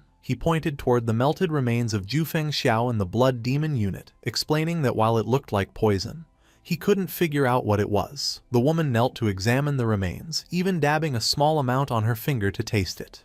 The moment she tasted it, her eyes widened in shock. She recognized the strong venom immediately, exclaiming that it was the work of a 1 Venom Lord. She noted that while the creature was not fully grown, there was no doubt about its identity. A small, interested smile appeared on her face. Mei Chogui asked how long ago the group had left, and she replied that they shouldn't be far. With a confident smirk, the woman declared that it seemed the heavens were on their side. She then summoned her own forces, a group of toad-like humanoid warriors called the Toad Unit, who came out from the shadows. She gave them a clear order: chase down the group immediately and do not lose them. The group continued their escape, running for 2 full days without rest. Gaiuseong, leading the way, checked on Soryong to make sure he was alright. Soryong found that despite the long run, he felt surprisingly fine, guessing that Nova's evolution had also helped his own internal energy. Their goal was in sight when Gusheng pointed ahead to the Langkang River, announcing that once they crossed it, they would be safe in the Central Plains. Seeing the flat land ahead, Spear Dragon urged everyone to push through and cross the river before dawn.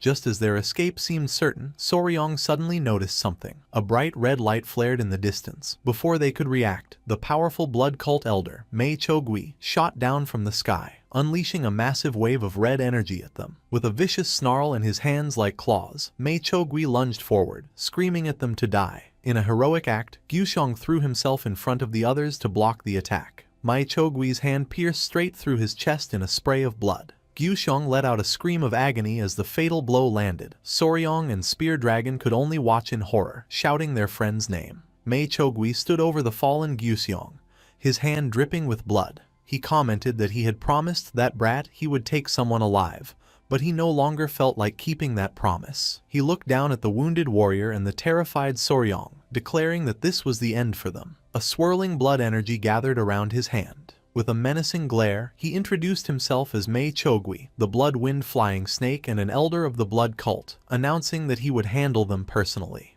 Over the fallen slaying dragon, blood cult elder Mei Chogui gathered a swirling red energy in his hands. Soryong and Spear Dragon stared in shock, realizing they faced a powerful elder from the blood cult. Mei Chogui sneered, impressed they had gotten this far, but declared with a vicious glare that their escape was over. Enraged at seeing his friend fall, Spear Dragon was the first to react, stomping the ground to gather his energy and launching a furious attack at Mei Chogui. As the two warriors clashed, Soryong desperately asked his giant centipede, Nova, if she could use her poison rain again. The massive creature, however, only made a weak, tired sound, exhausted from the last battle. Realizing their best weapon was unusable, Sayol Pyo grimly stated they had no choice but to face the elder head-on. Lady Huang then told Soryong that she, Sayol Pyo, and Sword Phoenix would handle the fight. She instructed him to care for the wounded slaying dragon, and he immediately agreed. Mei Chogui watched with a cruel smile, intrigued by the promising young talents,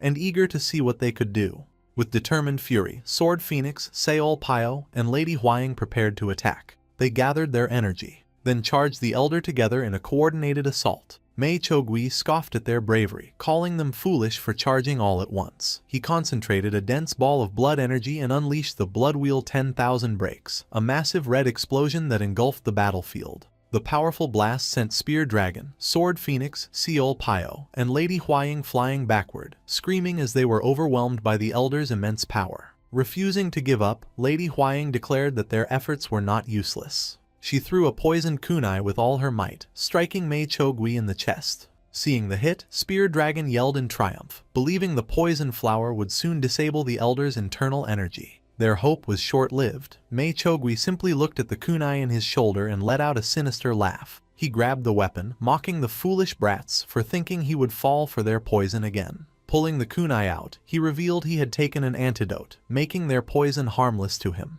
The revelation of an antidote left Lady Huang and Spear Dragon completely shocked and terrified. Even Soryong was stunned by this unexpected turn. Surrounded by a red aura, Mei Chogui promised to show them a level of pain that would make them beg for death. But as he prepared to attack, his smug expression contorted in pain. Black blood poured from his mouth as he clutched his face in agony. Horrified, he stumbled backward, exclaiming that his own blood was not obeying him. He panicked, wondering if this could be the effect of a different poison. He cried out, asking why he suddenly couldn't use his internal energy despite the antidote. As Mei Chogui reeled from the mysterious poison, Soryong knelt beside the unconscious slaying dragon. He then stood and faced the enraged elder, taunting him about the antidote. With a confident smirk, he declared that the heavens were on their side. Furious and confused, Mei Chogui demanded to know how this was possible. Soryong just smiled. He revealed the simple but brilliant truth. The poison Lady Huang used was not the one the antidote was made for. Soryong's plan had started several hours earlier when the group was traveling. Spear Dragon had suddenly panicked, holding up an empty bottle.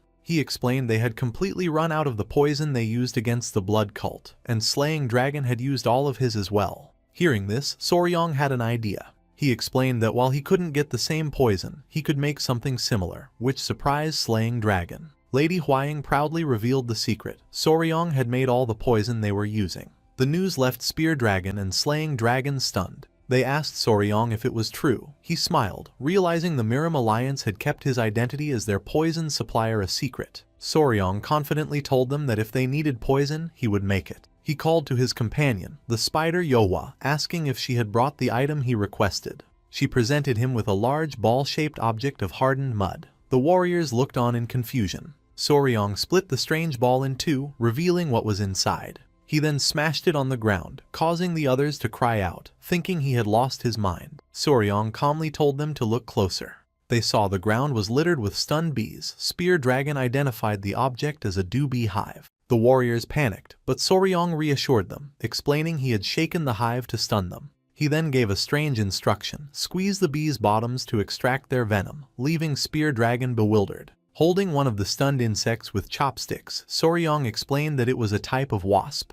He recalled finding a large wasp nest and giving it to Yohwa, deciding it would be a perfect source for a new poison. Back in the present, Soryong explained the science behind his plan. Wasp venom contains enzymes that destroy blood cells, similar to the snake poison the blood cult's antidote was for. While not identical, their core function was the same, which is why the antidote failed. He told the stunned Meicho guy that while his improvised poison was not as potent, it was enough to disrupt his internal energy. Furious at being outsmarted by a boy, Meicho Gui roared that he would kill him. Seeing their enemy weakened, Spear Dragon and Sword Phoenix saw their chance.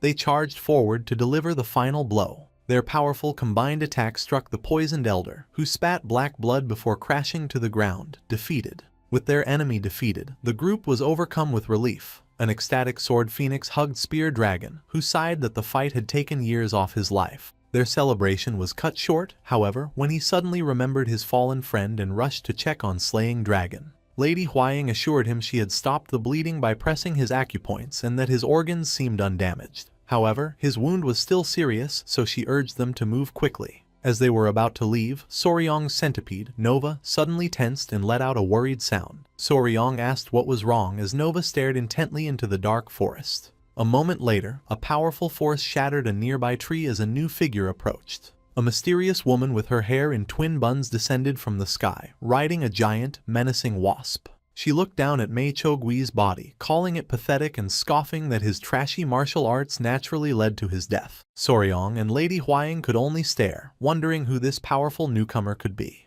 The woman looked down at the group, remarking she would have to reconsider her alliance with the blood cult if their techniques were so easily defeated by poison. In a cold tone, she gave an order to her giant wasp, calling it Flower. She commanded it to capture Soryong and his companions. The giant wasp instantly unleashed a powerful sonic attack toward the group. The blast hit them with incredible force, causing Seol Pyo and Sword Phoenix to scream as they clutched their ears in pain. As the sonic attack continued, Lady Huaying clutched her head, crying out that she recognized the giant bee. She shouted a warning to protect their ears with internal energy, as the sound could disrupt their qi and blood flow, leaving them unable to move. From her perch, the woman smiled, confirming it was the legendary Strange Cry Tiger Wasp, one of the 10 deadly venoms. Soryong was stunned to be facing another of these feared creatures. But he was not alone. His own companion, the centipede Nova, rose to the challenge. The two legendary beasts, both of the 10 deadly venoms, faced off in the air. The woman was impressed. She noted Soryong must be a poison master to have tamed such a creature and asked who he was. Before he could answer, she dismissed the question, saying his identity didn't matter. She then focused her gaze on a wary Soryong. With a chilling, possessive smile, she made a shocking declaration. From that moment on, he belonged to her.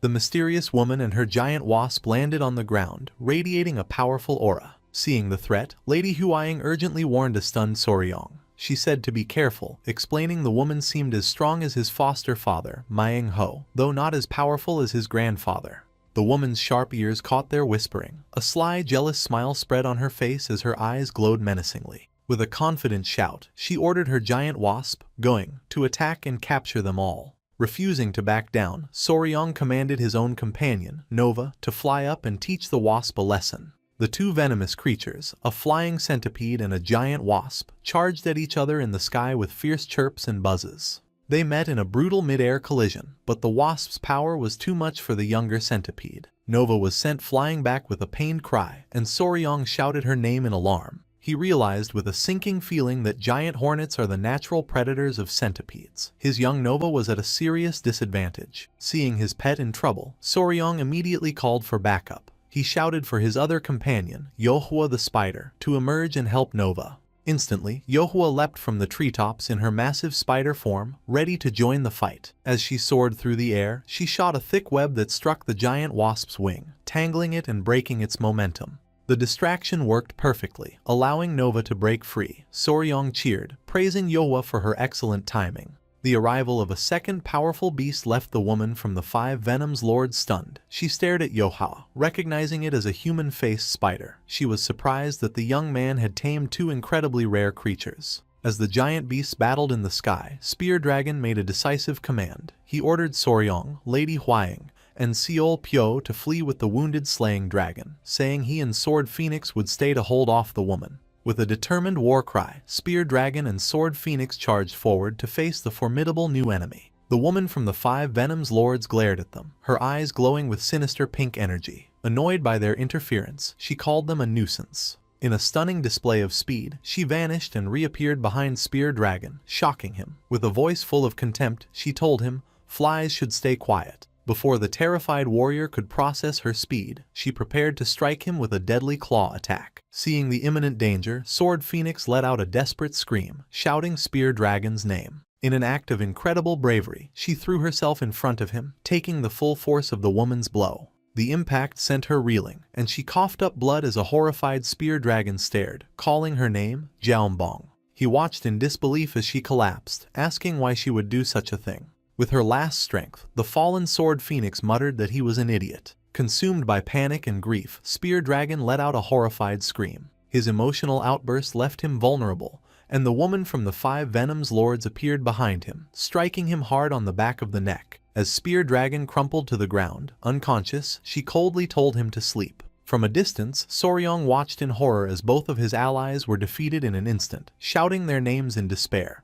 With all resistance crushed, the woman turned her menacing attention to him. With a possessive smile, she extended a hand, telling him to stop struggling and come to her. Soryong was stunned by the woman's possessive declaration, but he did not face her alone. Instantly, Lady Huaying and Seal Pio stepped before him with fierce determination. Lady Huaying angrily demanded how the woman dared speak to her fiancé that way, while Seal Pio declared she would never hand over her little brother.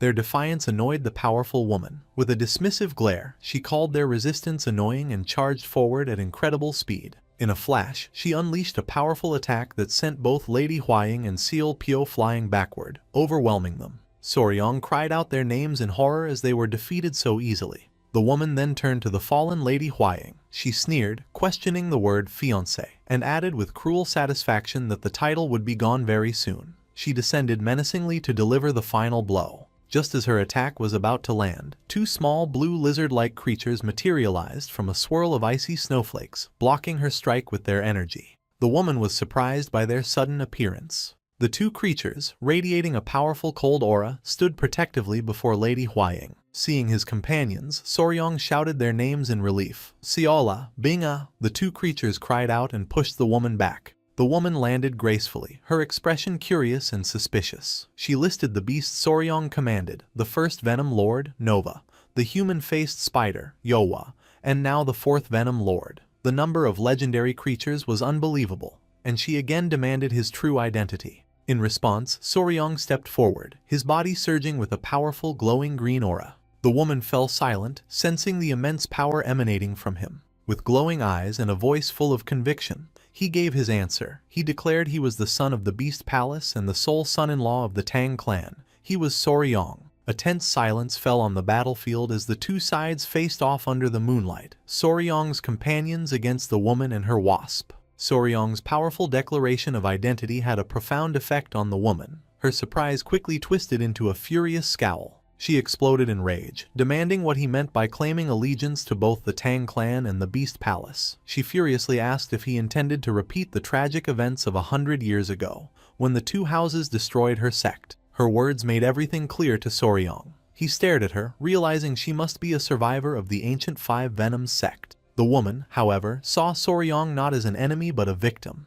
She called him pitiful and declared another reason to make him hers. She vowed to save him from the dirty clutches of the Tang clan and the Beast Palace. Soryong clenched his fist in anger, shouting that her words were nonsense. He immediately ordered his 2 small blue companions to attack. Seola and Binga leaped forward, their bodies glowing with icy energy, preparing to strike the woman with their powerful tails.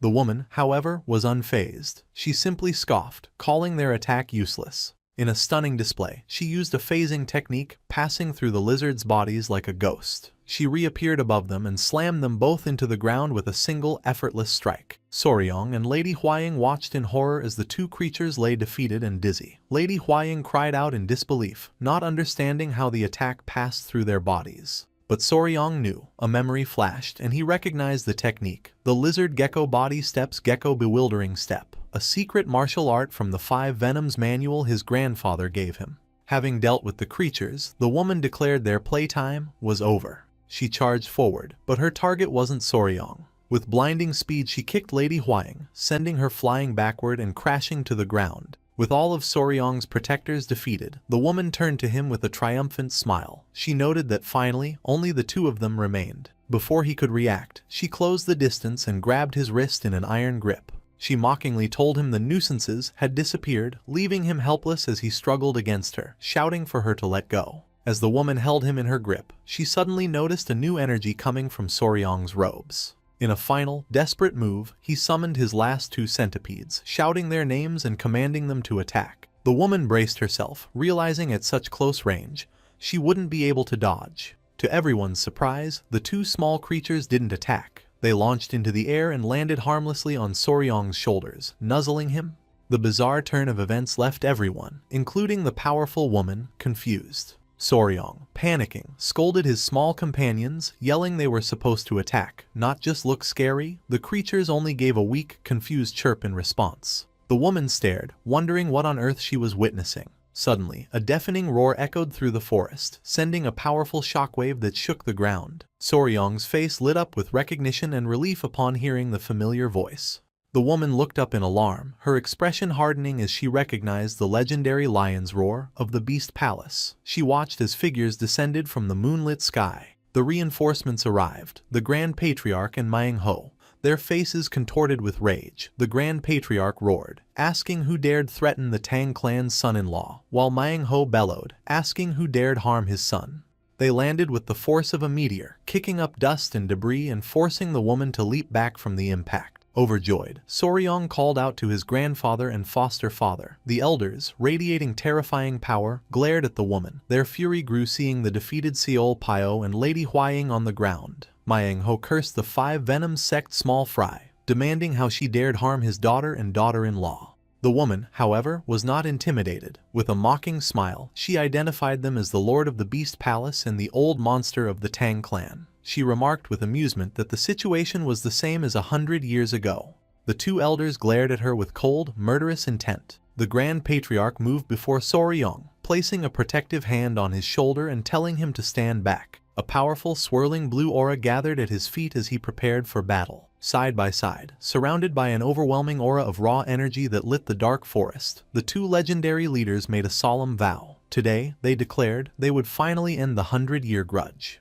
As the two elders, the Grand Patriarch and Manhwa, prepared for battle with immense auras, the woman from the Five Venom sect watched with a strange expression. She seemed confused, wondering aloud where her Toad squadron was. Dismissively, Manhwa asked if she meant the masked fighters, smirking that the little bastards weren't even a proper warm-up. The woman laughed nervously, realizing the true power of the men she faced. They were monsters, and she knew she couldn't fight them both at once. Outmatched, she decided to retreat. She called her giant wasp, Gong, which descended from its battle with Nova. She announced her departure but first looked back at Soryong. She told him not to be disappointed, promising she would return for him. Enraged, Manhwa roared for her to stay, but the Grand Patriarch stopped him, reminding him their priority was treating the wounded. Seizing the moment, the woman mounted her wasp. With a sinister smile, she introduced herself as Oh Cheong-yu and chillingly promised Soryong she would one day make him hers. With a final command, she flew into the night, leaving a stunned Soryong to whisper her name.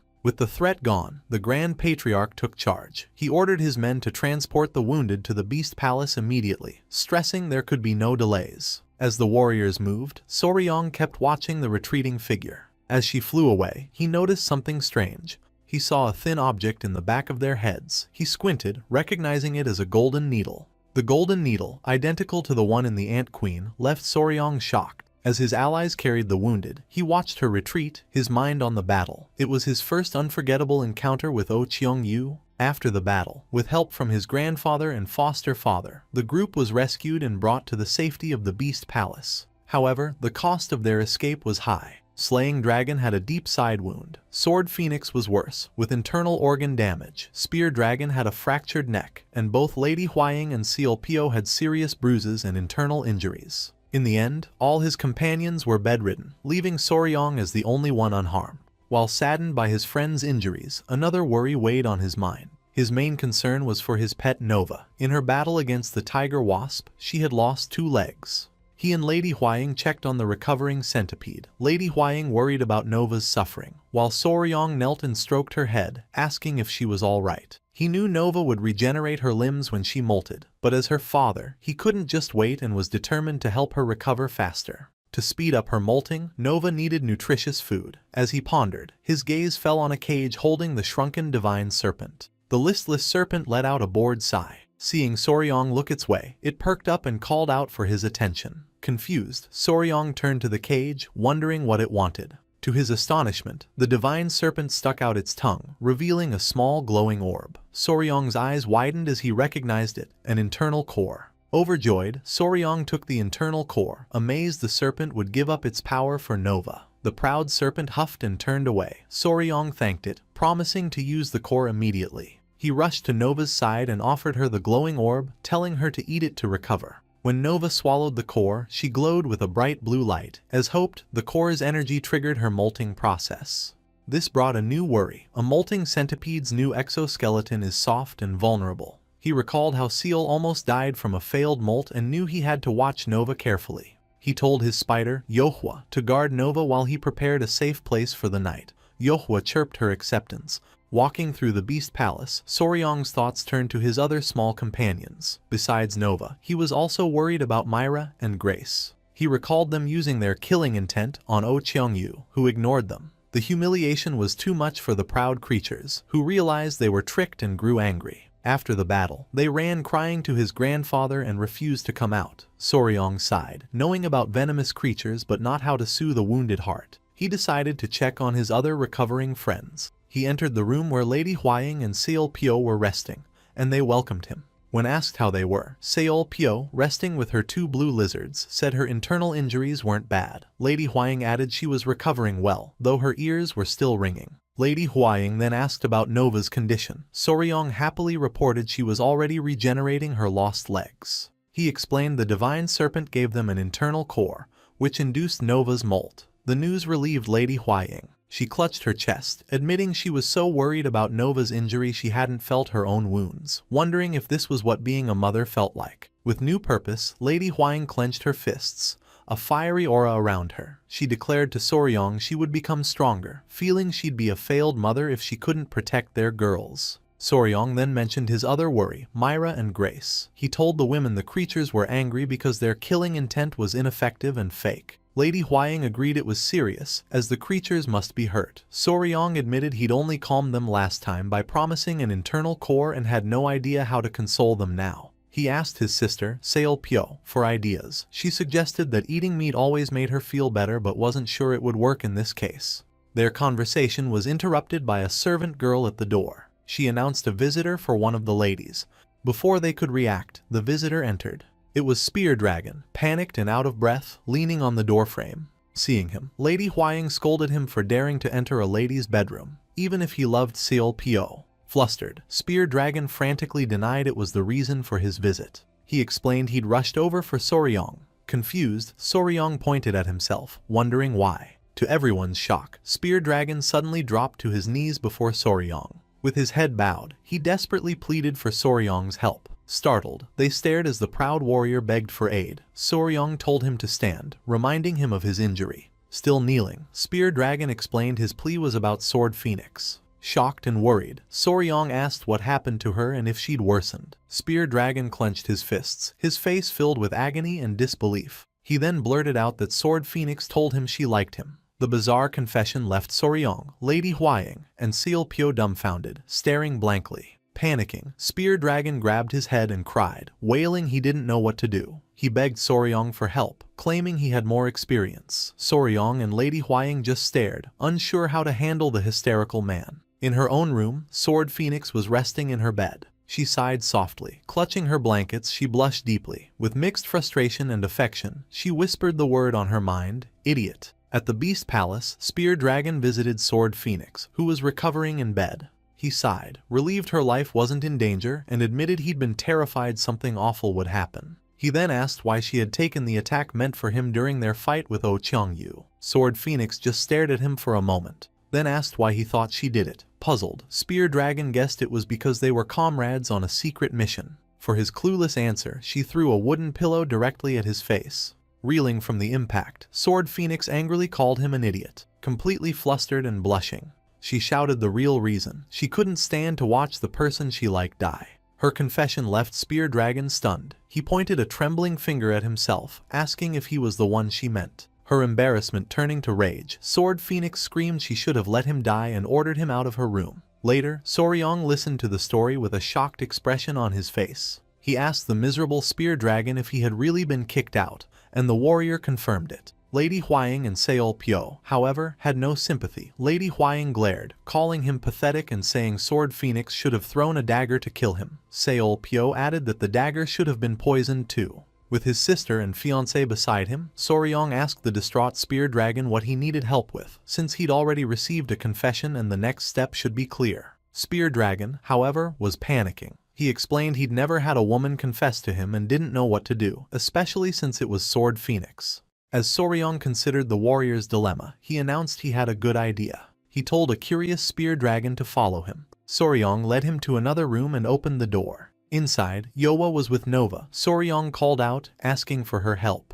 With a mischievous grin, Soryong put his arm around the confused spear dragon and told Yohwa that she might not like it, but he needed her to take some of the uncle's yang energy. He explained his plan. Yohwa could transform into the woman a man finds most beautiful after absorbing his yang energy. If she absorbed Spear Dragon's energy by sucking his finger, they'd see who he truly liked. As Spear Dragon held out his finger, Yohwa absorbed his energy. He watched in surprise as a golden light swirled around her, and she transformed into a blushing, smiling Sword Phoenix. Soryong noted, as expected, she turned into Sword Phoenix, proving Spear Dragon liked her back. The revelation left Spear Dragon shocked, unable to believe it reflected his own true heart. Soryong nudged his friend, telling him he should respond to her confession quickly. The advice snapped Spear Dragon out of his stupor. He gratefully thanked Soryong and ran out, yelling Sword Phoenix's name. Watching him go, Soryong chuckled, noting this was the third time he had saved Spear Dragon. A moment later, however, he panicked, realizing he had other, more serious problems. After sorting out his friend's love life, Soryong's attention returned to his companions. He looked at his pet, Nova, sleeping peacefully after molting, then decided to see his grandfather and get his other two creatures, Myra and Grace. As he turned to leave, he noticed something large on the floor behind Yohwa, who had reverted to her true form. It was the huge, empty husk Nova shed after molting. Soryong realized that since Nova had grown so much, the exoskeleton she left behind was massive. He suddenly remembered Seol Pyo's comment about how eating good meat made her feel better. The thought sparked a mischievous idea, and he grinned widely. He excitedly picked up the large, nutrient-rich husk. He knew an insect's molted shell is packed with protein, calcium, and other minerals. Creatures usually eat their own husk to regain energy lost during the process. However, Soryong reasoned that since a powerful core induced Nova's molting, she was already full of energy and didn't need her husk. This led him to a brilliant conclusion. If the husk held leftover energy from the core, he could feed it to his other pets, Myra and Grace, to help them recover and grow. With his plan set, he called Yohwa and asked her to cut the husk into small bite-sized pieces. Meanwhile, in the Grand Patriarch's room, things were less calm. Soryong's other pets, Myra and Grace, were causing chaos. The Grand Patriarch yelled as the two creatures knocked over and broke his prized inkstone. He furiously ordered the two brats to stay still, but they just chirped and ran around. Exasperated, the old man threatened that if they continued, he would send them back to Soryong. Soryong peeked into his grandfather's room, amused that the powerful elder was suffering because of his two tiny pets. He announced his arrival, and the Grand Patriarch expressed his relief, saying Soryong's timing was perfect and he should take the chaotic creatures away. The old man complained the two wouldn't stay still and that looking after them was more exhausting than martial arts training. Soryong just laughed awkwardly. He then noticed Myra and Grace glaring from behind his grandfather's leg, still sulking about their earlier humiliation. Realizing he needed to cheer them up, Soryong said he brought a special snack, like the internal core he had promised them.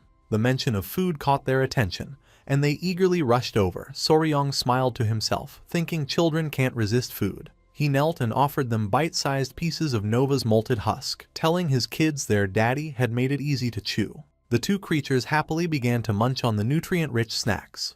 With his pets calm, Soryong told them there was more in his room and scooped them up. He thanked his grandfather for looking after them. The Grand Patriarch watched them go, fondly telling the little rascals to listen to their daddy. As Soryong walked down the hall with his companions on his shoulders, he was pleased they were eating so well. He wondered if the husk's energy might cause them to molt soon, like Nova. His thoughts were interrupted when a couple called out to him. He turned and saw Spear Dragon and Sword Phoenix standing together, looking like a new couple. They greeted him warmly, explaining they had been waiting. Soryong asked Sword Phoenix if she was well enough to be walking around. Smiling happily, she assured him she was feeling much better, thanks to his help. She explained she and Spear Dragon came to thank him, playfully adding she heard he'd knocked some sense into the blushing warrior beside her. Spear Dragon earnestly said they would never forget his kindness, but Soryong waved it off, saying he only helped confirm feelings that were already there. His attention returned to Myra and Grace. He pointed to Nova's large husk on the floor and told his pets to look at all the snacks he had for them. Spear Dragon asked what the strange object was, as the little creature's eyes glowed with excitement. Soryong explained it was Nova's husk and he was feeding it to them, hoping it held some of the core's energy. He set the two creatures down and told them to wait, promising their daddy would prepare more food for them quickly. Myra chirped happily, but Grace just glared, still sulking. Soryong tried to cheer her up, promising her a piece soon if she would wait.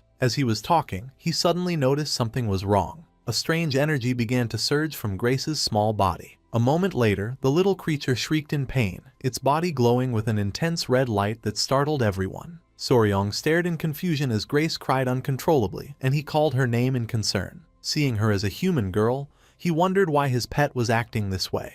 The room stared in shock as Grace wailed on the floor, enveloped in a faint red aura. A bewildered Spear Dragon asked why Grace was acting this way, but Soryong could only stammer that he didn't know. He guessed the little creature was hurt and angry about something. While the men remained confused, Sword Phoenix watched with a thoughtful expression. She turned to Soryong, telling him he was less sensitive than she thought. She explained that as a girl, Grace saw Nova's husk as a hand-me-down, not a gift, so her frustration was natural. Sword Phoenix recalled her own childhood, where having many older sisters meant always wearing old clothes and longing for something new. The explanation struck Soryong hard. He realized with horror that Grace must think he was favoring Nova by giving her a mere hand-me-down. When he wondered why Myra wasn't upset, Sword Phoenix noted that the easygoing creature was simply happy to have a treat. Overwhelmed by the emotional complexity, Soryong sighed, realizing that raising a daughter was a difficult task. Soryong knelt to console Grace, telling her not to be difficult. He explained the snack was full of energy and he just wanted her to be as great as her sister, Nova. His words only made it worse. Grace turned away from the food, pouting furiously, and ignored Soryong's attempts to coax her into eating. Instead of eating, Grace burst into tears again and, to everyone's shock, ran out of the room. Sword Phoenix voiced her concern while Soryong stared in disbelief, unsure what to do now that Grace had fled. Confused by his daughter's complex emotions, Soryong was left speechless. A crying Grace fled into the courtyard of the Beast Palace. Shortly after, Lady Huaying found and comforted the now calm but still sad-looking Grace. She explained to the others that Grace had run to her feeling displaced and full of repressed emotions. When she asked about Soryong, Spear Dragon explained he had frozen in shock. With a smile, Lady Huaying decided to console Grace herself, realizing Soryong wasn't equipped to handle it. She wisely noted that fights between a father and daughter often have no easy cure. Desperate for a solution, Soryong devised a last-ditch plan. He went to the shrunken divine serpent and awkwardly asked if it could spare another internal core. The serpent responded with a furious roar and a blast of energy, forcing Soryong to immediately apologize and retract his question. Dejected, Soryong explained to the serpent that he only asked out of desperation over Grace's anger. The unimpressed serpent simply huffed and polished the bars of its cage. Looking at the caged creature, Soryong felt a pang of empathy. The serpent, having lost its core twice, had more right to be angry than Grace. He realized it might be better-natured than he'd thought. This new perspective prompted him to ask if the serpent had reached a decision about his offer to join them, adding that he had grown quite fond of it. He acknowledged their bad start, promised to treat it well, and formally asked it to join their family. To his surprise, after a long sigh, the serpent nodded in agreement. Overjoyed, Soryong celebrated and promised they would all get along. Knowing a new family member couldn't be caged, he gently lifted the small serpent out. With Yohua, Nova, and a calm Grace watching, Soryong happily welcomed his newest companion into their care. Holding the creature, he realized it needed a proper name, as Flying Heavenly Divine Serpent was too much. Since its title was related to the sky, he decided its name must include Cheon, sky. He then wondered about its gender, thinking Ilcheon would be a good name for a boy. Unable to name it without knowing its gender, Soryong impulsively lifted the serpent by its tail for a look, much to its blushing embarrassment. The response was immediate and violent. The enraged serpent roared and smacked Soryong across the face with its tail, sending him flying. The attack startled Lady Huaying and Soryong's other pets. As Soryong lay on the ground, the serpent loomed over him, glowing red with fury and roaring. Seeing the creature's teary-eyed, blushing face, Soryong finally understood and asked in stunned realization, "You're a girl?" He scrambled to his knees and apologized profusely, explaining he had been sure it was a boy. To make it up to her, he declared that as a girl, she deserved a much prettier name. Noting her beautiful emerald-colored mane, he suggested the name Yondu, the Hanja for that color, and asked what she thought. The serpent paused, and Soryong hopefully took its silence as approval. He happily announced her name was now Yondu. The newly named serpent hissed softly and blushed as Soryong gently petted her. Soryong then remembered his plan to include Jaeon and started to combine them, but stopped, finding Cheon Yondu a bit of a mouthful. He decided to stick with the full name anyway, reasoning that children with strange names live long lives. Thus, the serpent was officially named Cheon Yondu. The next day, a meeting was held at the Beast Palace. Slaying Dragon apologized to the Grand Patriarch for the trouble, but he dismissed it, saying it was his duty as an ally. With Spear Dragon's group injured, Soryong, Seol Pyo, and Lady Hwying were tasked with delivering the Elders' information to the Murim Alliance. They also had to report the Blood Cult's new alliance with the Five Venoms sect, an antidote for the tiger-striped snake's venom, and the identity of their enemy, Oh Cheong-yu. The forces aligned against them were growing. Seeing an opportunity, they decided the Beast Palace would formally join the Murim Alliance, with Seol Pyo accompanying the group to represent her clan. With the plan settled, Soryong's group prepared to leave. They said goodbye to Myung Ho and the others staying behind. Soryong sent his regards to Slaying Dragon, and Myung Ho wished them a safe journey. Soryong, Lady Hwying, Seol Pyo, and the Grand Patriarch then departed from the Beast Palace. Their mission was twofold: prepare for the inevitable war with the Blood Cult and create a new poison to counter the growing threat. Before heading to the Murim Alliance, they decided to first stop at the Tang clan's home. Soryong and his companions soon arrived at their destination. Seol Pyo gazed in awe at the massive, sprawling estate of the Sichuan Tang clan. Soryong noted that for his sister from the Yunnan jungles, this was like seeing a city for the first time. Seol Pyo marveled that the entire mountain belonged to the clan. The Grand Patriarch welcomed Seol Pyo, telling her to consider their home hers after the hospitality they received. She thanked him for his kindness. Their pleasant arrival was cut short when Lady Hwying gasped in shock. She panicked, calling out to Soryong that something terrible had happened. She frantically explained that Grace, who was with her just a moment ago, had vanished. Soryong and his grandfather looked around, confused as to where the little creature could have gone. A horrifying thought then struck Soryong. With dawning dread, he wondered if his upset daughter had run away from home. His fear was confirmed as an angry Grace was seen fleeing into the wilderness alone,